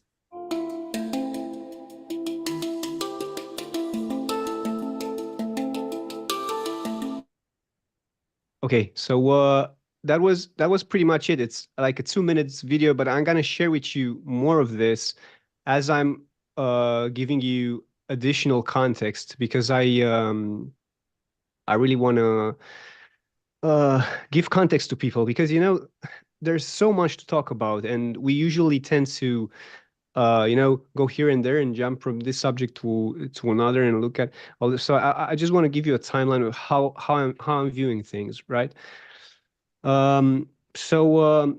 The idea behind the project was that basically we're as Graham Hancock says, we're a species with amnesia, right? And it's this means that we have no identity as a species, and this means that not having an identity, not knowing about our past, we can repeat the same mistakes over and over and over again. And I'm thinking about the current technological level that it's allowing us to progress now in terms of, intelligence and technology and energy and whatnot at such a hasty pace that we can achieve things in one day that it usually took us like tens, hundred, maybe thousands of years, according at least to the paradigm culture we're living in, right? So I'm thinking about the Kardashev scale. Right now, we're somewhere around 0.73 on the Kardashev scale. So for people who don't know what the Kardashev scale is, basically a way to envision, the evolutionary timeline of a species where they, at level 1, they've basically harnessed all the energy of the planet, so they can step up to the next level and go to the stars, become like a level 2. So right now we're like standing at the 0.73. There's a lot of technology like that. It's not mainstream, but it's like out there in the open, like Tesla technology, wireless energy. It's out there, and they're not even hiding this for us. I've seen in Texas, and I know there are like hundreds of such towers. They're already testing wireless energy for years. In Texas, I've seen one of these towers, and it's called Tesla coil, and it's basically says that runs on Tesla technology. There's also the scalar waves, right? So this like another form of energy that exceeds the speed of light and basically can permeate all the material bodies in the universe. So we know how to record this. It was the Russians who came up with the measurements for this. So we have all this energy. It's not in the mainstream yet. We're advancing on the Kardashev scale. But I think that if you look at humanity's timeline, we have, European Dark Ages, like what, 500 years ago, right? So in 500 years, we've came a long way to this point where we have all this evolution. I think that actually, Kardashev states that there's a churning. There's a 99% churning of species that try to breach this level and reach tier 1, tier 2 on the Kardashev scale, right? And I think we kind of bumped into this. We're bumping into this churning all over again. And the fact that the timeline of humanity is hidden from us, it's because the forces, the powers that be want us to, follow this destructive path over and over again. And I'm not saying we're gonna, head the same road this time, because we always have a choice. We always have a chance. But the thing is, what's interesting, that in a blink of an eye, we can lose all this fantastic potential and all this progress that allows us to live like, kings. Kings were living in the past. So now, like, pretty much, I mean, most of us can have a decent lifestyle that's compared to what kings had in the past, right? So I realized that the key to learn about our past, to learn from past mistakes, it's to not repeat those mistakes again. And I found an interesting parallel, during the megalithic research that I did, with what is happening right now, with all the pressing concerns right now, with all the distractions. I kind of figured out. Of course, it's just my own view. I know more people share this view, but today I want to basically share with you some really interesting facts. I mean, some of them are facts, some of them are just treated as myths and legends and all that, but still there are some documented events. And then I'm going to give you this context and come back to the megalithic ruins in Romania, because this is going to help a lot. So Robert Oppenheimer said that there's nothing new under the sun, right? Oppenheimer, it's basically credited for creating the atomic bomb, for splitting the atom. But he basically said that he is not the first who did this, and he often offered during his events the Mahabharata to his guests. And the Mahabharata, it's basically a Hindu epic that describes some of the wars, some of the conflicts that went on in the past in that region.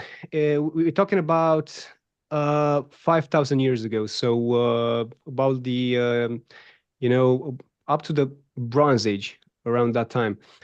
And in the Mahabharata, there are a couple of weapons, if not more, described there that pertain to this hypothesis, where civilizations in the past have developed energy weapons capable of mass destruction. So now we're thinking of atomic bomb, right? So this is like our marker, right? Our reference point, but it's not necessarily, we shouldn't look at them like that, right? So there was the Brahmastra. So it was often mentioned the Mahabharata, and it was a weapon capable of causing massive destruction, capable of destroying entire armies or regions, and it used to also tamper weather, and cause catastrophic effects. So then it was the second weapon was the Narayanastra, right? So this one was like milder. Is described. It's been used by Lord Vishnu actually to conquer one of the cities, and it's described as an array of fire arrows, that were falling and could wipe an entire city from the ground and could wipe an entire army as well. And you find all these in the epic Hindu texts. So this weapon is particularly capable of producing intense heat and energy. And I believe that some of the ancient sites stand as testimony to what happened in the ancient past. And now I wanna share the screen with you to give you even more context, right? Because I wanna run quickly through this to have time to cover everything. So I'm just gonna share the screen right now, okay? So the idea about the Indus Valley civilization, right? The Indus Valley civilization was a really developed civilization in the late Neolithic and Bronze Age, and they lived pretty much at the same time as the Sumerians did, right? So they were, to give you more context, here we have the Indus Valley civilization, right? Here is the Gulf of, here is basically the present day of Pakistan. I don't know if you can see this, right? So out here it's India today, right? The subcontinent. And here, as you will see, here is more context, right? On present-day map. So here we have, those were four of the most important cities with the capital at Mohenjo-Daro. We had Harappa and Lofal and all that. And if you look at the Sumerians, they're also pretty close, right? So this is the Persian Gulf, and here are the Sumerians, present-day Iraq, part of Iran as well. So a bit more to the right was the Indus Valley civilization, living pretty much at the same time. And those weapons of mass destruction caused havoc in Pakistan. We know that so archaeologists came across the city of Mohenjo-Daro, and what they discovered is that they were like really advanced. And that's why I'm making a parallel to the Dark Ages. Like 500 years ago in England, they didn't have a sewage system, right? So here around 3000 BC, they had a sewage system, a drainage system. Drainage systems.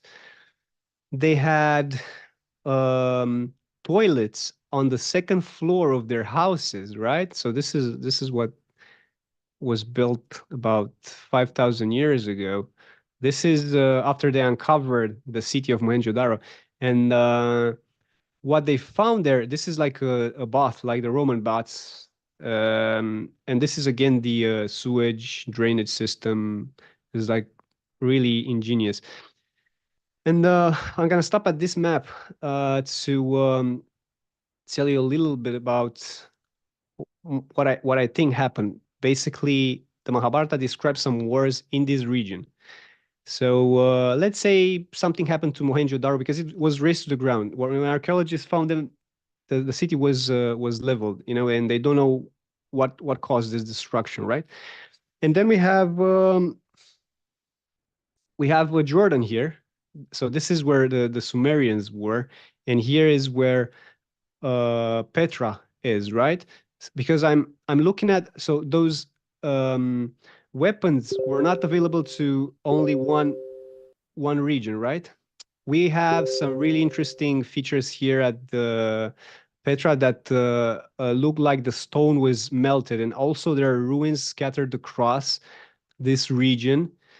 But where I'm trying to get is that here with the Sumerians,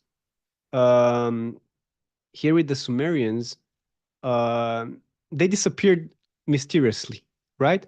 So, and history tells us that the Sumerians disappeared because of drought, because of political unrest, and also because of the mountain people. They said that ultimately the mountain people from around here came and conquered like one of the greatest civilization of that point in time. But the thing is, there are lamentations.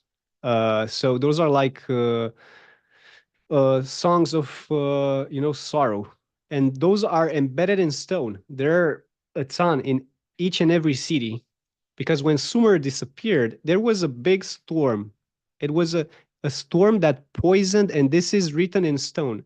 The storm poisoned the waters, poisoned the ground, poisoned the air. So there were like people dying there in the streets. The entire Sumerian civilization was like crumbling. They were dying in the streets. So basically what happened after this event, the rest of the civilization, the Elamites and the Akkadians and the rest that basically took over Sumer, just came inside Sumer, found everyone dead, and they just took the cities and just settled there, right?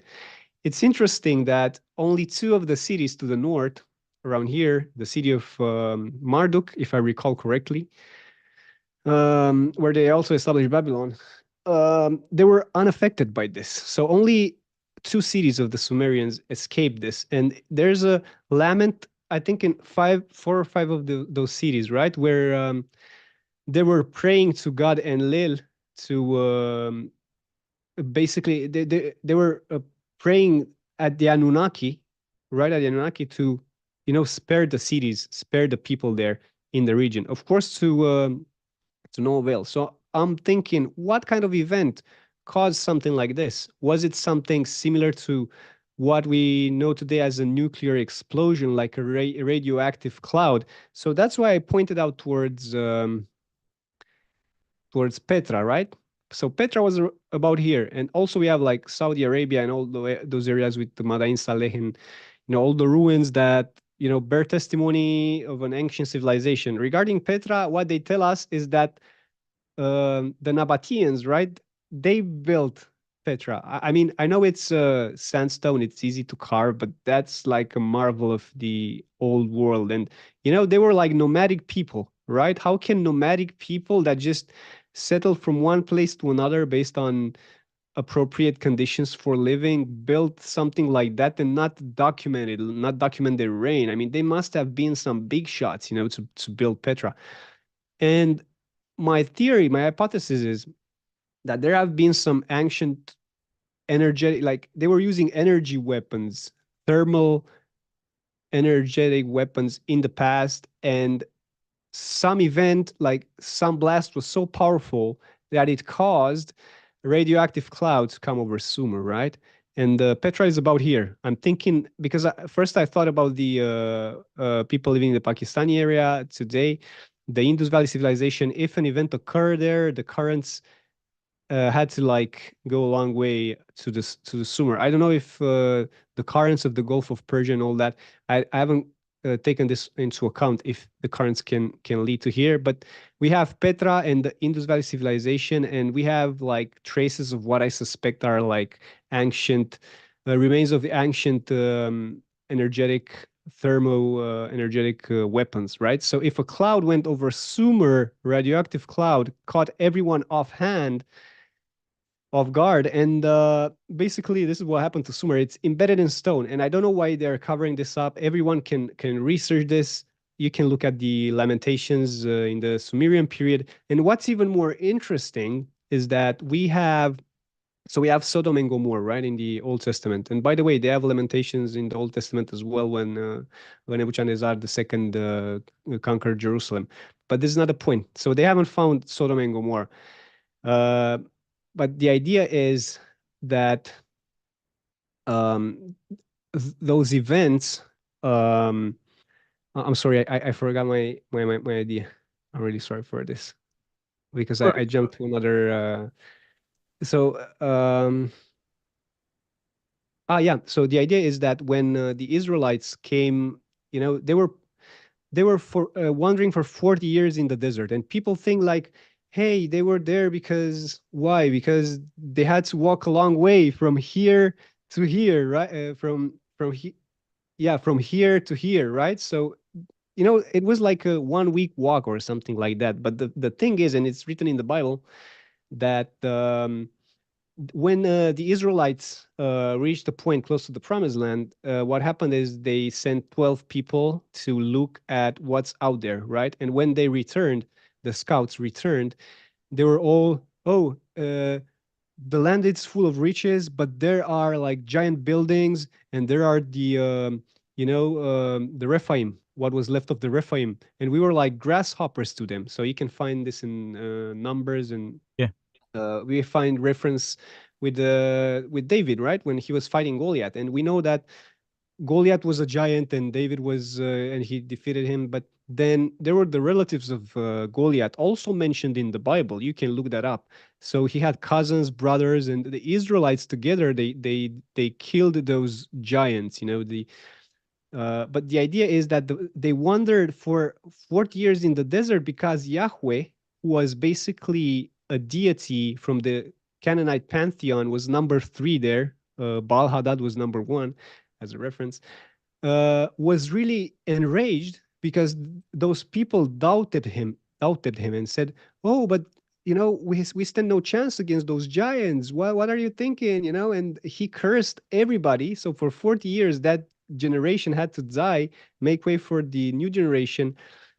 I think there were like 2 or 3 scouts, right, who did not doubt, and they basically lead the siege to the Promised Land. And what happened here is described in the book of the Wars of Yahweh, right? So this book existed until the 3rd century, and it disappeared mysteriously. You can look this up. It's even on Wikipedia, right? Okay. So this book basically describes the means that Yahweh used to help the Israelites that were like basically were just out there, and they were against this massive armed force of giants and humans and all that. So it's been documented. We don't know exactly what kind of means they used for that, but the idea is that this book is lost. So I think something similar happened. So they used some of those weapons. So I don't know if they were like the Anunnaki or whatever you want to call them, but definitely there was something going on in the past. So maybe I think at the reset of the ages, right at the end of the Common Era, when Jesus came and like set the bar again for us, basically what happened is that they left and said, okay, we got everything that we needed. Maybe they left some here, to also mingle with our affairs again, and they left. Maybe they will return again when it's time to cause destruction. And even though, I mean, I think we have the limited time. I'm gonna go real quick through this. We have limited time to transcend and reach like a level 2 on the Kardashev scale in order to escape this, because it's either we self-destruct or it's a cataclysm that's cyclical and happening every like 12,000 years, as most of us know, and I can go into that, but we don't have time. So this is happening either way. Either we die by our hand or by nature. So we have this limited time span to raise our consciousness and escape the perils. So imagine we're like the Homo sapiens, right? They already have a name for the next species that's going to be like transhumanistic and going to merge with the machines. So with this said, I'm looking for evidence, and I found a lot of evidence of energy weapons being used. At least, it's my hypothesis. I want people to come forward and tell me, hey, you're a nut job, okay? You are crazy. Show me proof, okay? And I want to learn. I'm skeptical. I want to see. But for me, it's like the things I've seen, and I've documented a lot. I have a lot in Japan, a lot in Petra, also in Romania. So the megalithic stuff I showed you there has some traces of this kind of thing. And for now, I wanna stop here. If you guys have any questions, and then if you would allow me to spend like 5 more minutes to show you a bit more videos to give more context from the megalithic ruins in Romania, I would be happy to. Otherwise, we can just move to the next guest. Yeah, fortunately we are short on time now, but maybe you can have the chance to jump on again later. I don't know what Gunnar thinks, but that might be an option. I think Gunnar? It's not about what I think. I'm still trying to fix some issues, because actually I forgot to send the link to Roger. He will be on a little bit later, and I'm still checking things with the issues we had with Richard. Yeah, anytime. I'm Are you available later, Raz?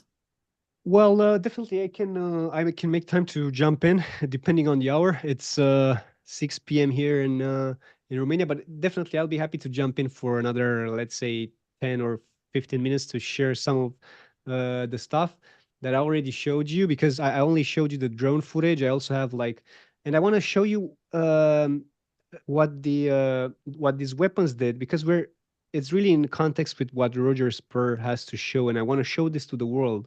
I think I have documented a petrified giant. This one looks, I mean, everybody can see it's a giant, and then we can look a little bit at the energy weapons, what they had, because if we think in terms of like nuclear technology, it doesn't add up, but they had different kind of weapons, is my idea. And I really want to show you this giant. It's basically petrified beneath layers of stone. You can see his entire body, and also the head has fallen, but it's out there. You can see the eye sockets and all that. So I'll definitely be happy to share. Or now, if you have like 2-3 minutes, I can exclusively show that part.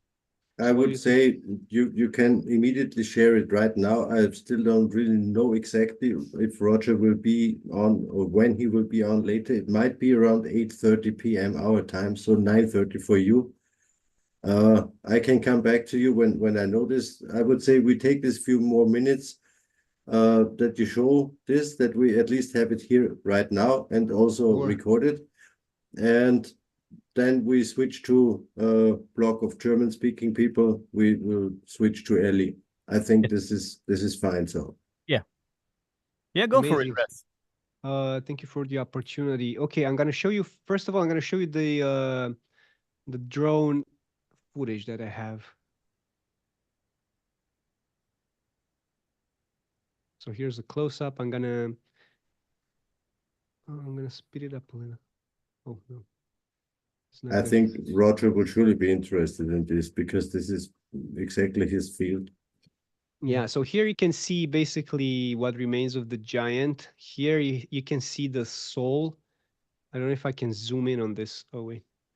So here you can see the sole of the feet. Here you can see the actual feet. Here you Oh, can that's see the the leg. Right, the hip and everything. Oh, yeah. yeah, here you can see the hip, and here you can see the body. The right arm. Oh wait, this one ends here, but then I have this one with a close up. So really does look like a petrified. And people have come here for all over the world. People from Japan, from the US have come to take samples of this. And wait till you see the head. I mean, you know, the video and the pictures don't do it justice. But then I have a lot of angles of this That's thing crazy. here, right? So you can see it. Now let me show you, because I wanted to show you more of it, but unfortunately my hard drive is not with me. Here is the lady like pointing out, because they're showing this to people. Like she's showing the sole, the heel. This is the heel. And the feet here you can see the foot, the hip, and here's it's missing a part of the hip, and this is the right arm, body, and I'm gonna show you pictures of the head. I'm gonna show you, where is it? Oh my God, I closed the browser. I'm gonna share this with Gunnar, and maybe he will be able to. Like I said also in the beginning, this is not gonna be the last time. You know, this is just this initial session here to connect between us as the researchers, and we will make more conversations, not in this format of the marathon podcast, but in single conversations, or with 2 or 3 people, you know, and we make real great videos where everyone can prepare himself nicely. Just my opinion for a second on this, what you showed us, there was this thought, you know, because there is something covering this giant. It's not just the petrified giant, there's something above him. And I had this idea, like when today we would, let's say we build a bridge where the pillars are made of concrete, so you have this formwork, really huge things, and people are working there, and from time to time someone falls into this formwork, you know, and you don't even need to try to rescue him. He has no fucking chance whatsoever. And then they just pour more, because they don't, I know it's brutal, but these things happen, right, Danny? We heard stories like this, that people fell into this. If you have no chance to take him out, but you need to finish your work. And then it might even be that later, when the formwork is removed, you can see body parts of this person. This is what just popped in my mind, since this giant is in between layers of different things. And we had this conversation with Matt before about this ancient mortar and concrete stuff. And we need to think about these things in real big amounts, huge buildings, far bigger than we allow ourselves to think about this now. This is just a short idea I had now in regards of this. Very great footage, and I'm really looking forward to expand on this. Thanks a lot, Gunnar. So I want to end by showing you the head, because I just found it. I opened it, so I'm gonna share this with you real quick to show you the eye socket and everything. It doesn't do it justice, and still I have it in my it's in my GoPro drive. The quality is not that great, but here's like the eye socket. I don't know how is it positioned. And here you can see like this thing resembles some, carvings in the in ancient Egypt. As you can see the curved lines, and there's more to this, and this is like part of the head that's out there. This is a megalithic site. It's really huge. Right now with the AI advancements, we can even do LiDAR scanning from above using AI. I really want to get into that as well. And we can also go to the site and take some samples. And the site, it's really unusual because the region is filled with hills. There is no stone like this, like the ruin you saw in stone is the only megalith out there. So how did it form? If you look, it's like really like soft rock. And this forms when there's an energy weapon placed like, with the sand and the quartz, they melt together and form something really similar like this. And it has other distinct features, right, that I will love to tell you about on another call. Raz, Yeah. did his head fall off at one point in time, or was it attached? Do we know when it was attached?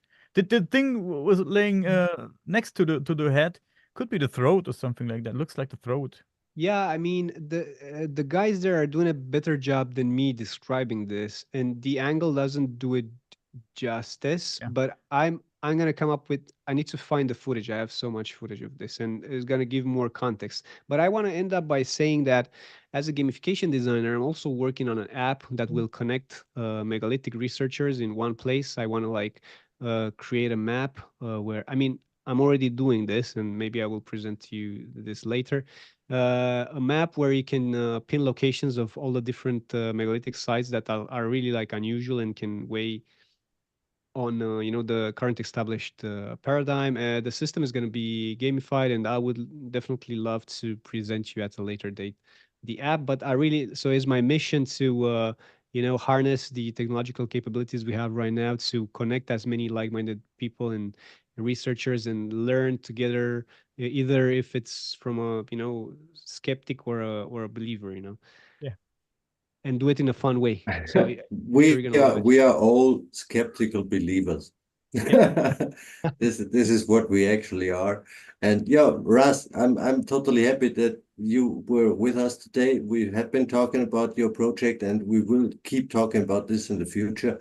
Like I said, with all these participants of today, there will be more videos, and most important for me is to connect the researchers between themselves, to go deeper into whatever kind of topic they are onto. This is a great opportunity today. It won't be the last time.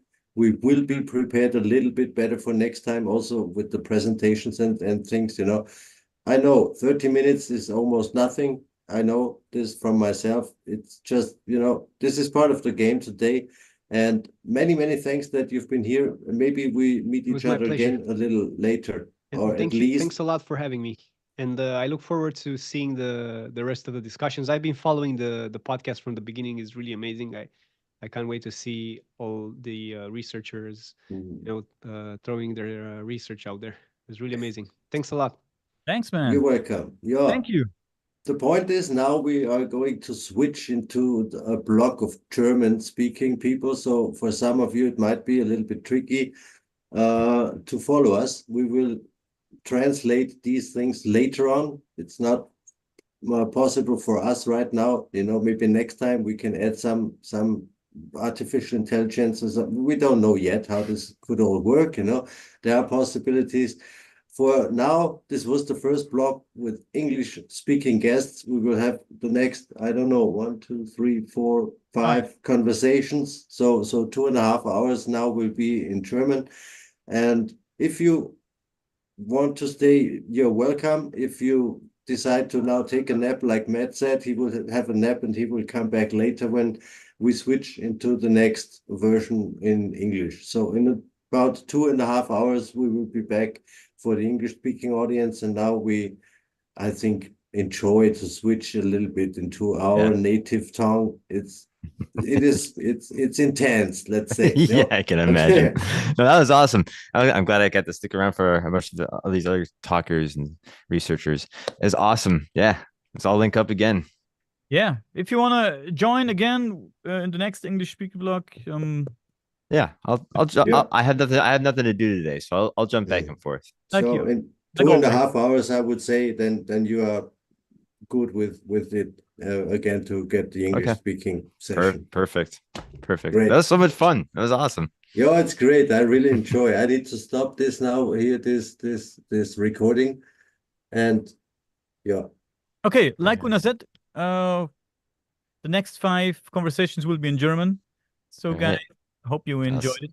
Yes, you I'm guys. still here, and if you haven't yet, hit the like button, subscribe to the channel, share the stream. That would be awesome. Okay, dann lass uns jetzt mal wieder ins Deutsch wechseln. Das ist ein bisschen, da kommt man durcheinander. Es ist anstrengend. Es ist anstrengend, wirklich. Und dann die Checkereien dazwischen, da mit dem Richard noch schreiben und dort und da und irgendwie dann ruft wieder ein Freund auf. Ja, aber ich habe riesen Spaß, wirklich. Ich habe Riesenspaß. Es ist genial. Geile Themen, ja. Und Ja. mit Dustin mache ich jetzt zusammen den Flying Chariots The Rise Podcast. Da wird bestimmt der ein oder andere Gast, der heute hier war oder noch kommen wird, auch nochmal bei uns auftreten. Ich finde das Ganze sehr spannend. Den werden wir uns dann mal für Flying Chariots The Rise schnappen. Und vielleicht auch mit Brandon Thomas zusammen werde ich mal den einen oder anderen schnappen. Okay, wir haben jetzt als nächstes Ellie. Und Leute, wenn ihr Spaß habt bis jetzt, es sind ja immer konstant mindestens 60 Leute hier.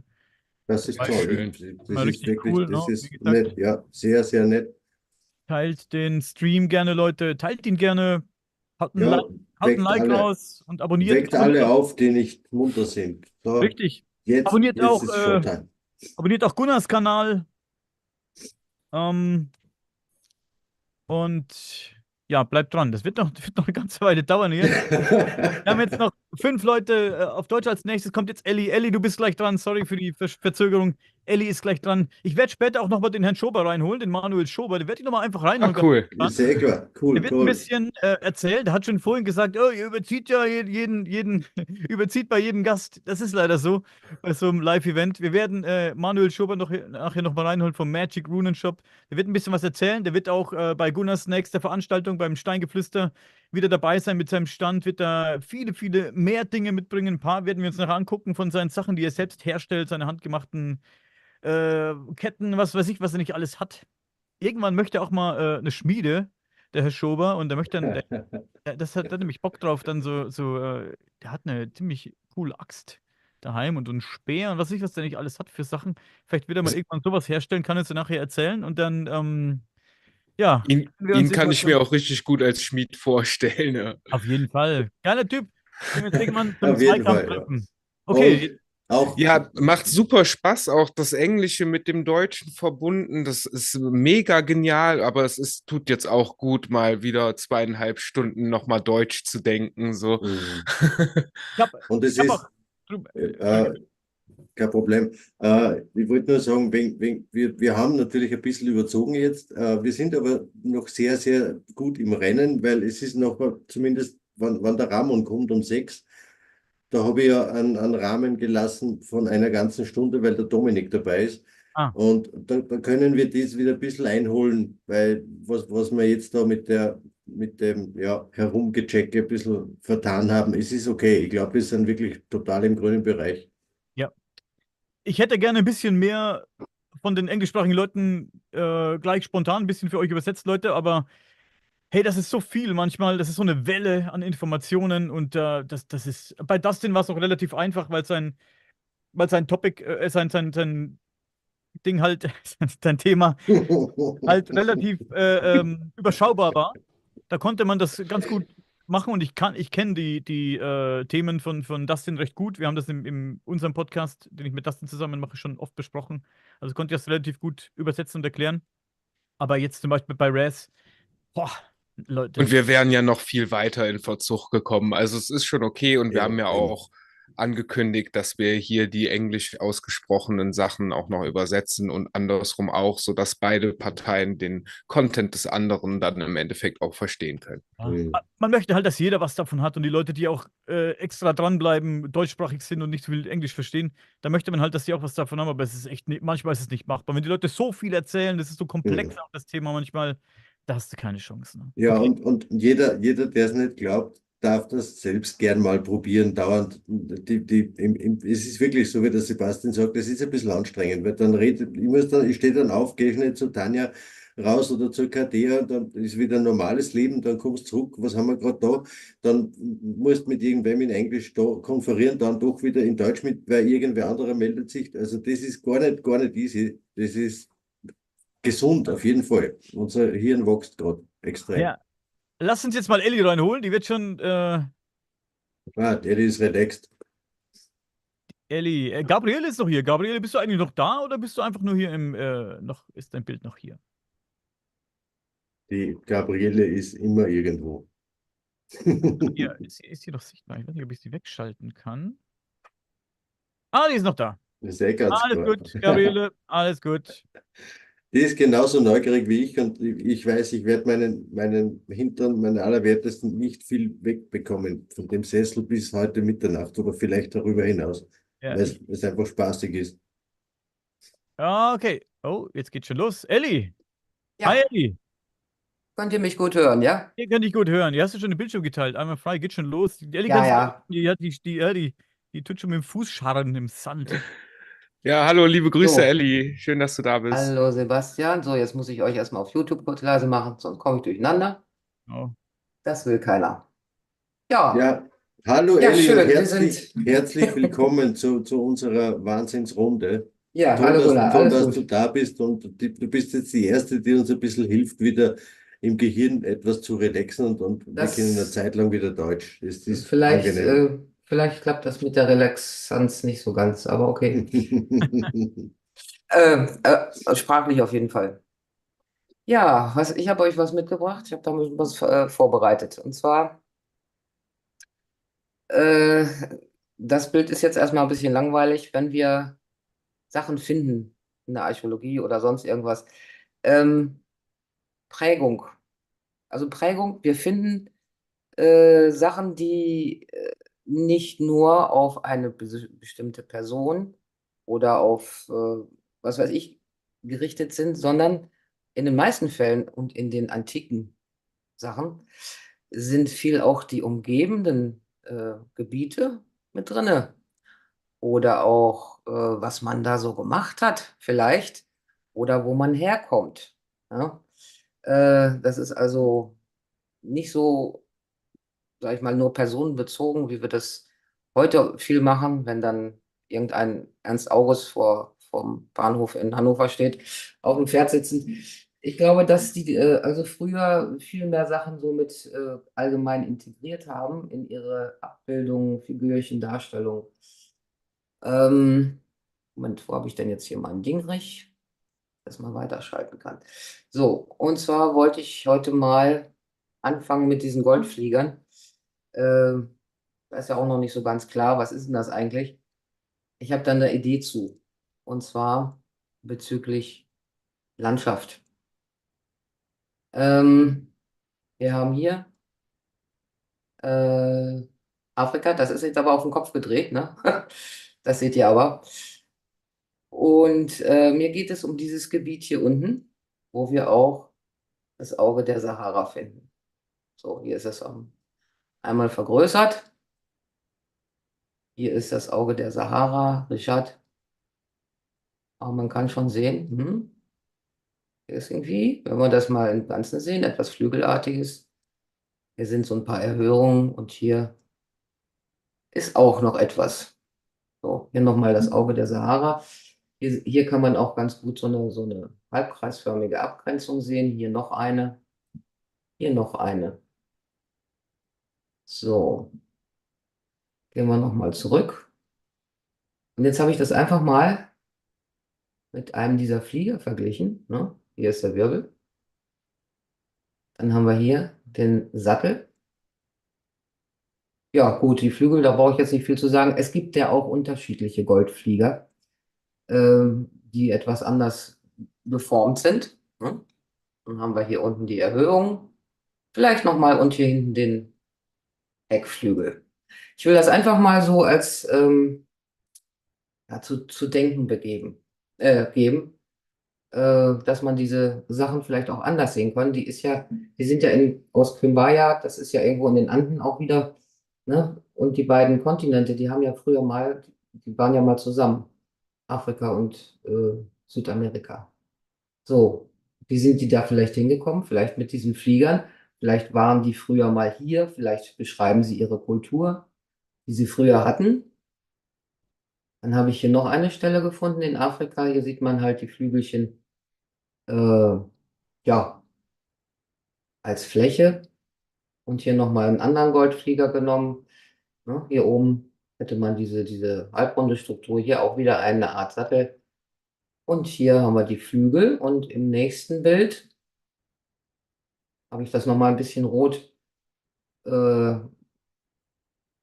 übergemalt. Hier hätten wir dann auch diese beiden Ausläufer. So, das war mal das Erste. Ich komme jetzt zu diesem Relief hier. Und zwar Abydos, sollte bekannt sein.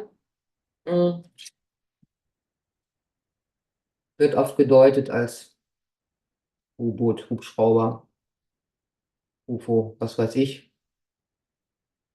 Da gibt es eine Übersetzung zu. Und zwar auch bei Wikipedia. Das ist ja von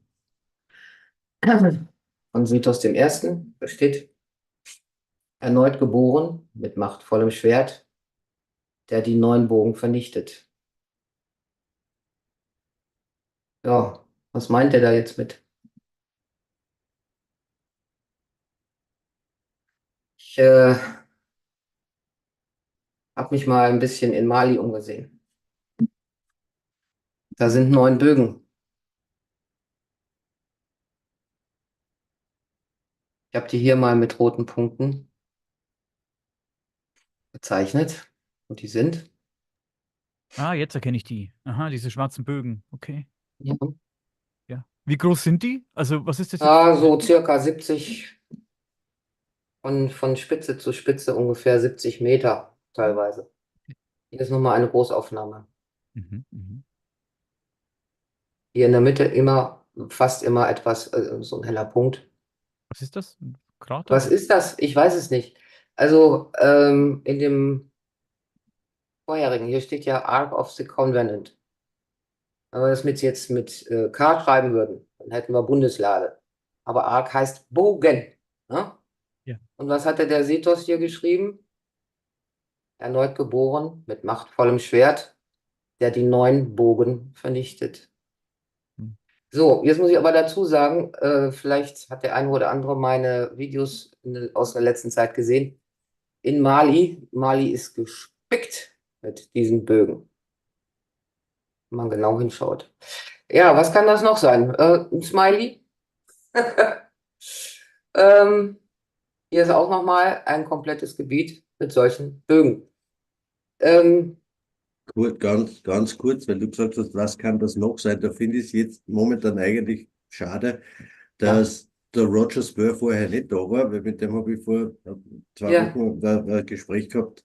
Der hat mir unglaubliche Dinge gezeigt, dass ganz viel von diesen Gebirgszügen und was auch immer wirklich riesengroße Lebewesen waren.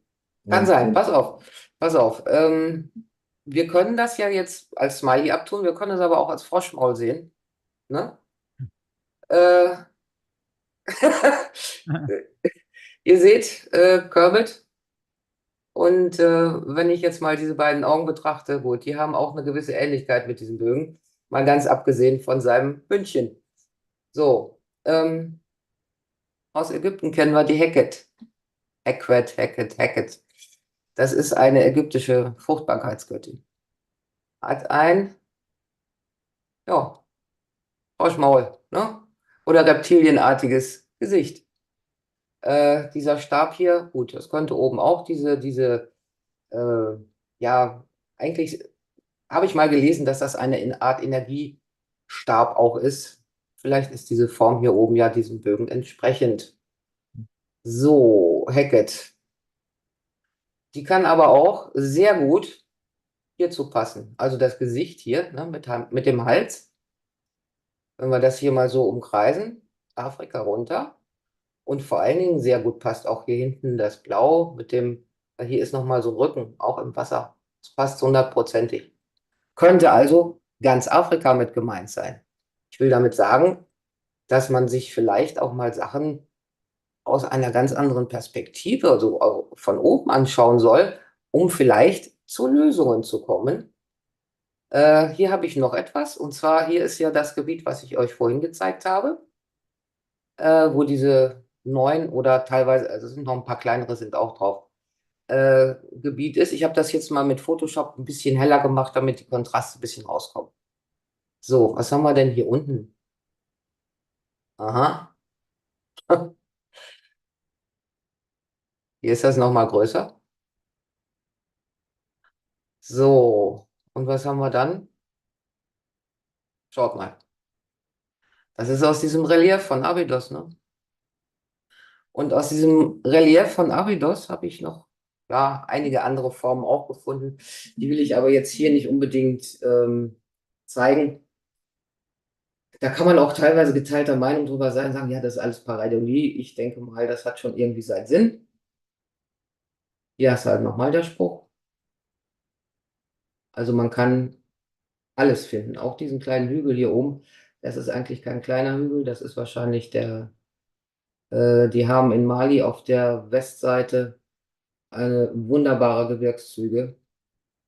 Also da muss man wirklich staunen. Die sollte man sich also auch mal sehr, sehr gut anschauen. Da wird man dann auch schlauer. So, hier ist, das habe ich vorgestern erst gefunden. Jetzt sagt mir mal den ersten Eindruck, wie sieht denn das bitte aus? Also für mich ehrlich gesagt nicht gerade von dieser Welt. Was es nun sein soll, ob das, ich will mich da mit Sicherheit keineswegs in irgendeine Richtung Waffen, alte Gebäude, alte Siedlungsformen, keine Ahnung. Aber man findet sie massenhaft in Mali. Das hier ist auch schön, ist auch aus Mali. Das ist wie so eine, weiß ich nicht, ob das ein Grab sein soll oder keine Ahnung. Hier sind dann noch mal so ein paar Nüpsel davor. Hier oben wie so ein Anhänger von der Kette. Auch von diesen Gebilden hier. Sieht aus wie eine Taschenuhr. Ja, auch von diesen Gebilden hier finden wir einige in Mali wieder, die dann teilweise auch wiederum von der Struktur und vom Aufbau her erinnern, wie an dieses eine Stonehenge-ähnliche Gebilde, das wir auf den Golanhöhen finden. Das wird ja auch irgendwie dem Gilgamesch zugesprochen. Also man hat immer mehrere Kreise und dann in der Mitte so einen Aufbau. Dazu zählt übrigens auch der Berg der Nemrut. Den hat man ja damals, wo diese, in der Türkei ist das, wo die damals diese, nicht damals, da stehen ja ganz diese großen Köpfe davor, die abgeschlagen sind von den Figuren, die stehen unten. Und dann hast du ja diesen großen Tumulus, der mit ganz vielen Steinen und so weiter. Und den hat man seismologisch untersucht damals. Und das seismologische Bild ergab tatsächlich auch eine Struktur, die aus mehreren konzentrischen Kreisen und einer Mitte besteht. So, was haben wir denn noch? Huch, das kennen wir, ne? Das ist auch in Mali. Und jetzt schaut mal, bei Google, gebt einfach mal ein, das Auge des Horus. Ja? Und da werdet ihr das hier finden, auch mit unter anderem. Diese Figur hier, also diese Abbildung. Ne? Haben wir hier ja aber auch, ne? Schön die Wimpern so nach oben gezogen, das Auge, also, und dann haben wir hier den Schnabel nach unten, der Horus, das ist ja ein Falke. Ne? So, den Schnabel nach unten gezogen, hier schön den Kopf. Wenn man das Ganze rauszoomt, dann sieht man auch den ganzen Vogelkörper, der steht da so und hat dann so die Flügel. Also einmalig. Ja?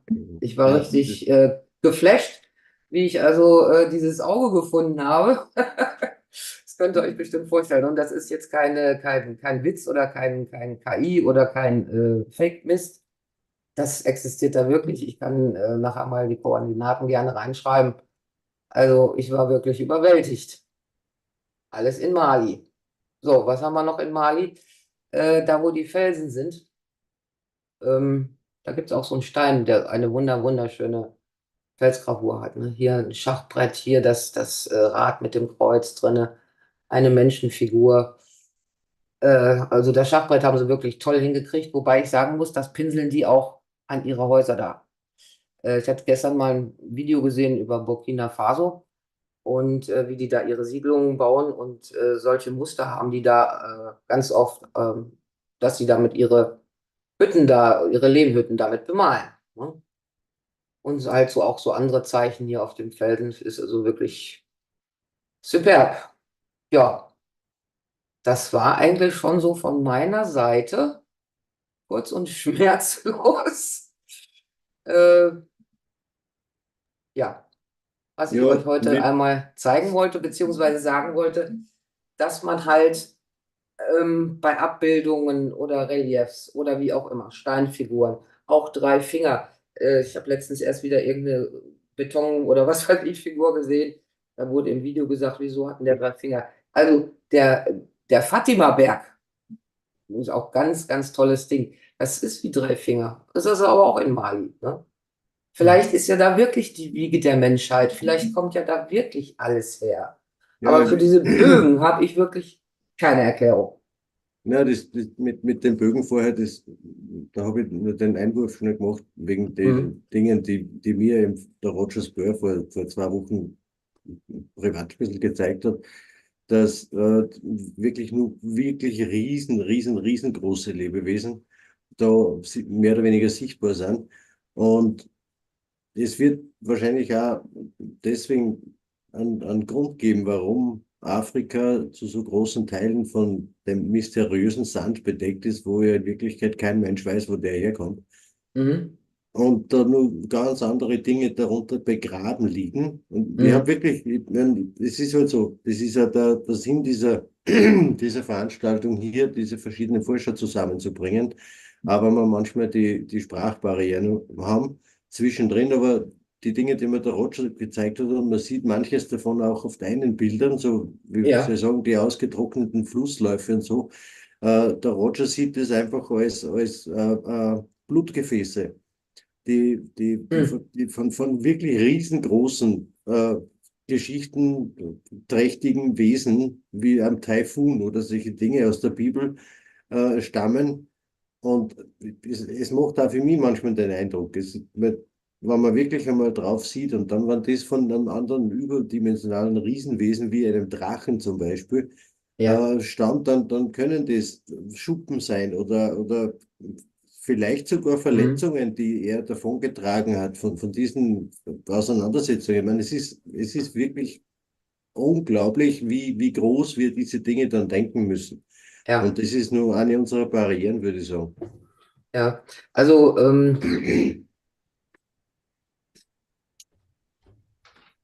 also ich habe da jetzt wirklich vorgestanden und gesagt, was ist das denn, ne? Also auf natürliche Weise kann ich mir das nicht vorstellen, dass das entstanden ist, ganz ehrlich. Da ist Das irgendwas ist passiert, wirklich, da ist irgendwas passiert das oder ist wirklich wahr, ja. Ich habe wirklich, manchmal brauche ich eine Zeit, wenn mir wer was Neues zeigt. Es ist auch schon, dass wir das mit dem Richard noch nicht hingekriegt haben heute, weil der macht eben auch ganz viele Dinge mit, muss man ja vorsichtig sein, mit Photoshop, aber Mhm. er bearbeitet halt reale Bilder, so wie du das auch gemacht hast, mit Kontrast ändern, Farben verändern. Der Ja, Richard ist da sehr versiert mittlerweile, weil man durch diese Dinge was sichtbar machen kann, was mit dem freien genau. Auge einfach nicht siehst. Mhm. Und das ist wirklich, ich finde es toll, dass wir endlich jetzt tatsächlich ein bisschen so eine Plattform schaffen, wo eben unterschiedliche Forscher da zusehen können, was die anderen machen. Wer hat seinen Zugang von der Seite. Keiner hat die Weisheit gepachtet, keiner wird mit einer finalen Lösung Nein. auftauchen Mhm. für keines dieser Mysterien. Das muss uns einfach alle klar sein.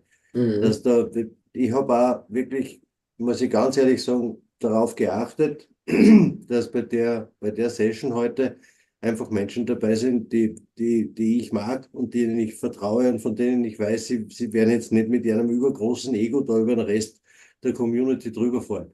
Weil Um das Gottes ist Willen, nicht Sinn nee, und das würde das ich ist nicht tun, nicht, das bringt ja auch nichts, na, weil man das kann ist nur nicht, zusammen forschen, ne? So. ist nicht Sinn und Zweck der Sache. Ich Ja. glaube, dass man einfach gemeinsam auch unter uns Forschern uns gegenseitig immer wieder im Hinblick auf gewisse Dinge die Augen öffnen können oder uns einfach wohin bringen, wo man vorher noch nicht darüber nachgedacht hat. Und es ist fantastisch, was los ist da draußen. Und ja, wie gesagt, schon einige Male, es bleibt mit Sicherheit nicht die letzte solche Session. Wir sind zeitlich ein bisschen limitiert. Ich habe sogar jetzt meine 2 Termine schon mehr oder weniger geopfert, weil ich das mit dem Roger Spör selbst versabbelt habe, weil ich ihm den Link zu spät geschickt habe und vielleicht bringt mir den Richard doch noch rein. Mir so ist egal, dann rede ich halt über meine Sachen heute einmal nicht. Ich rede Ich hätte noch etwas anzumerken. Und zwar, ich habe ja in letzter Zeit wirklich sehr viel recherchiert. Und ich komme teilweise wirklich immer auf die Sumerer zurück. Weißt du? Die ganzen Steinreliefs und was, oder Rollsiegel und was die da nicht alles hatten.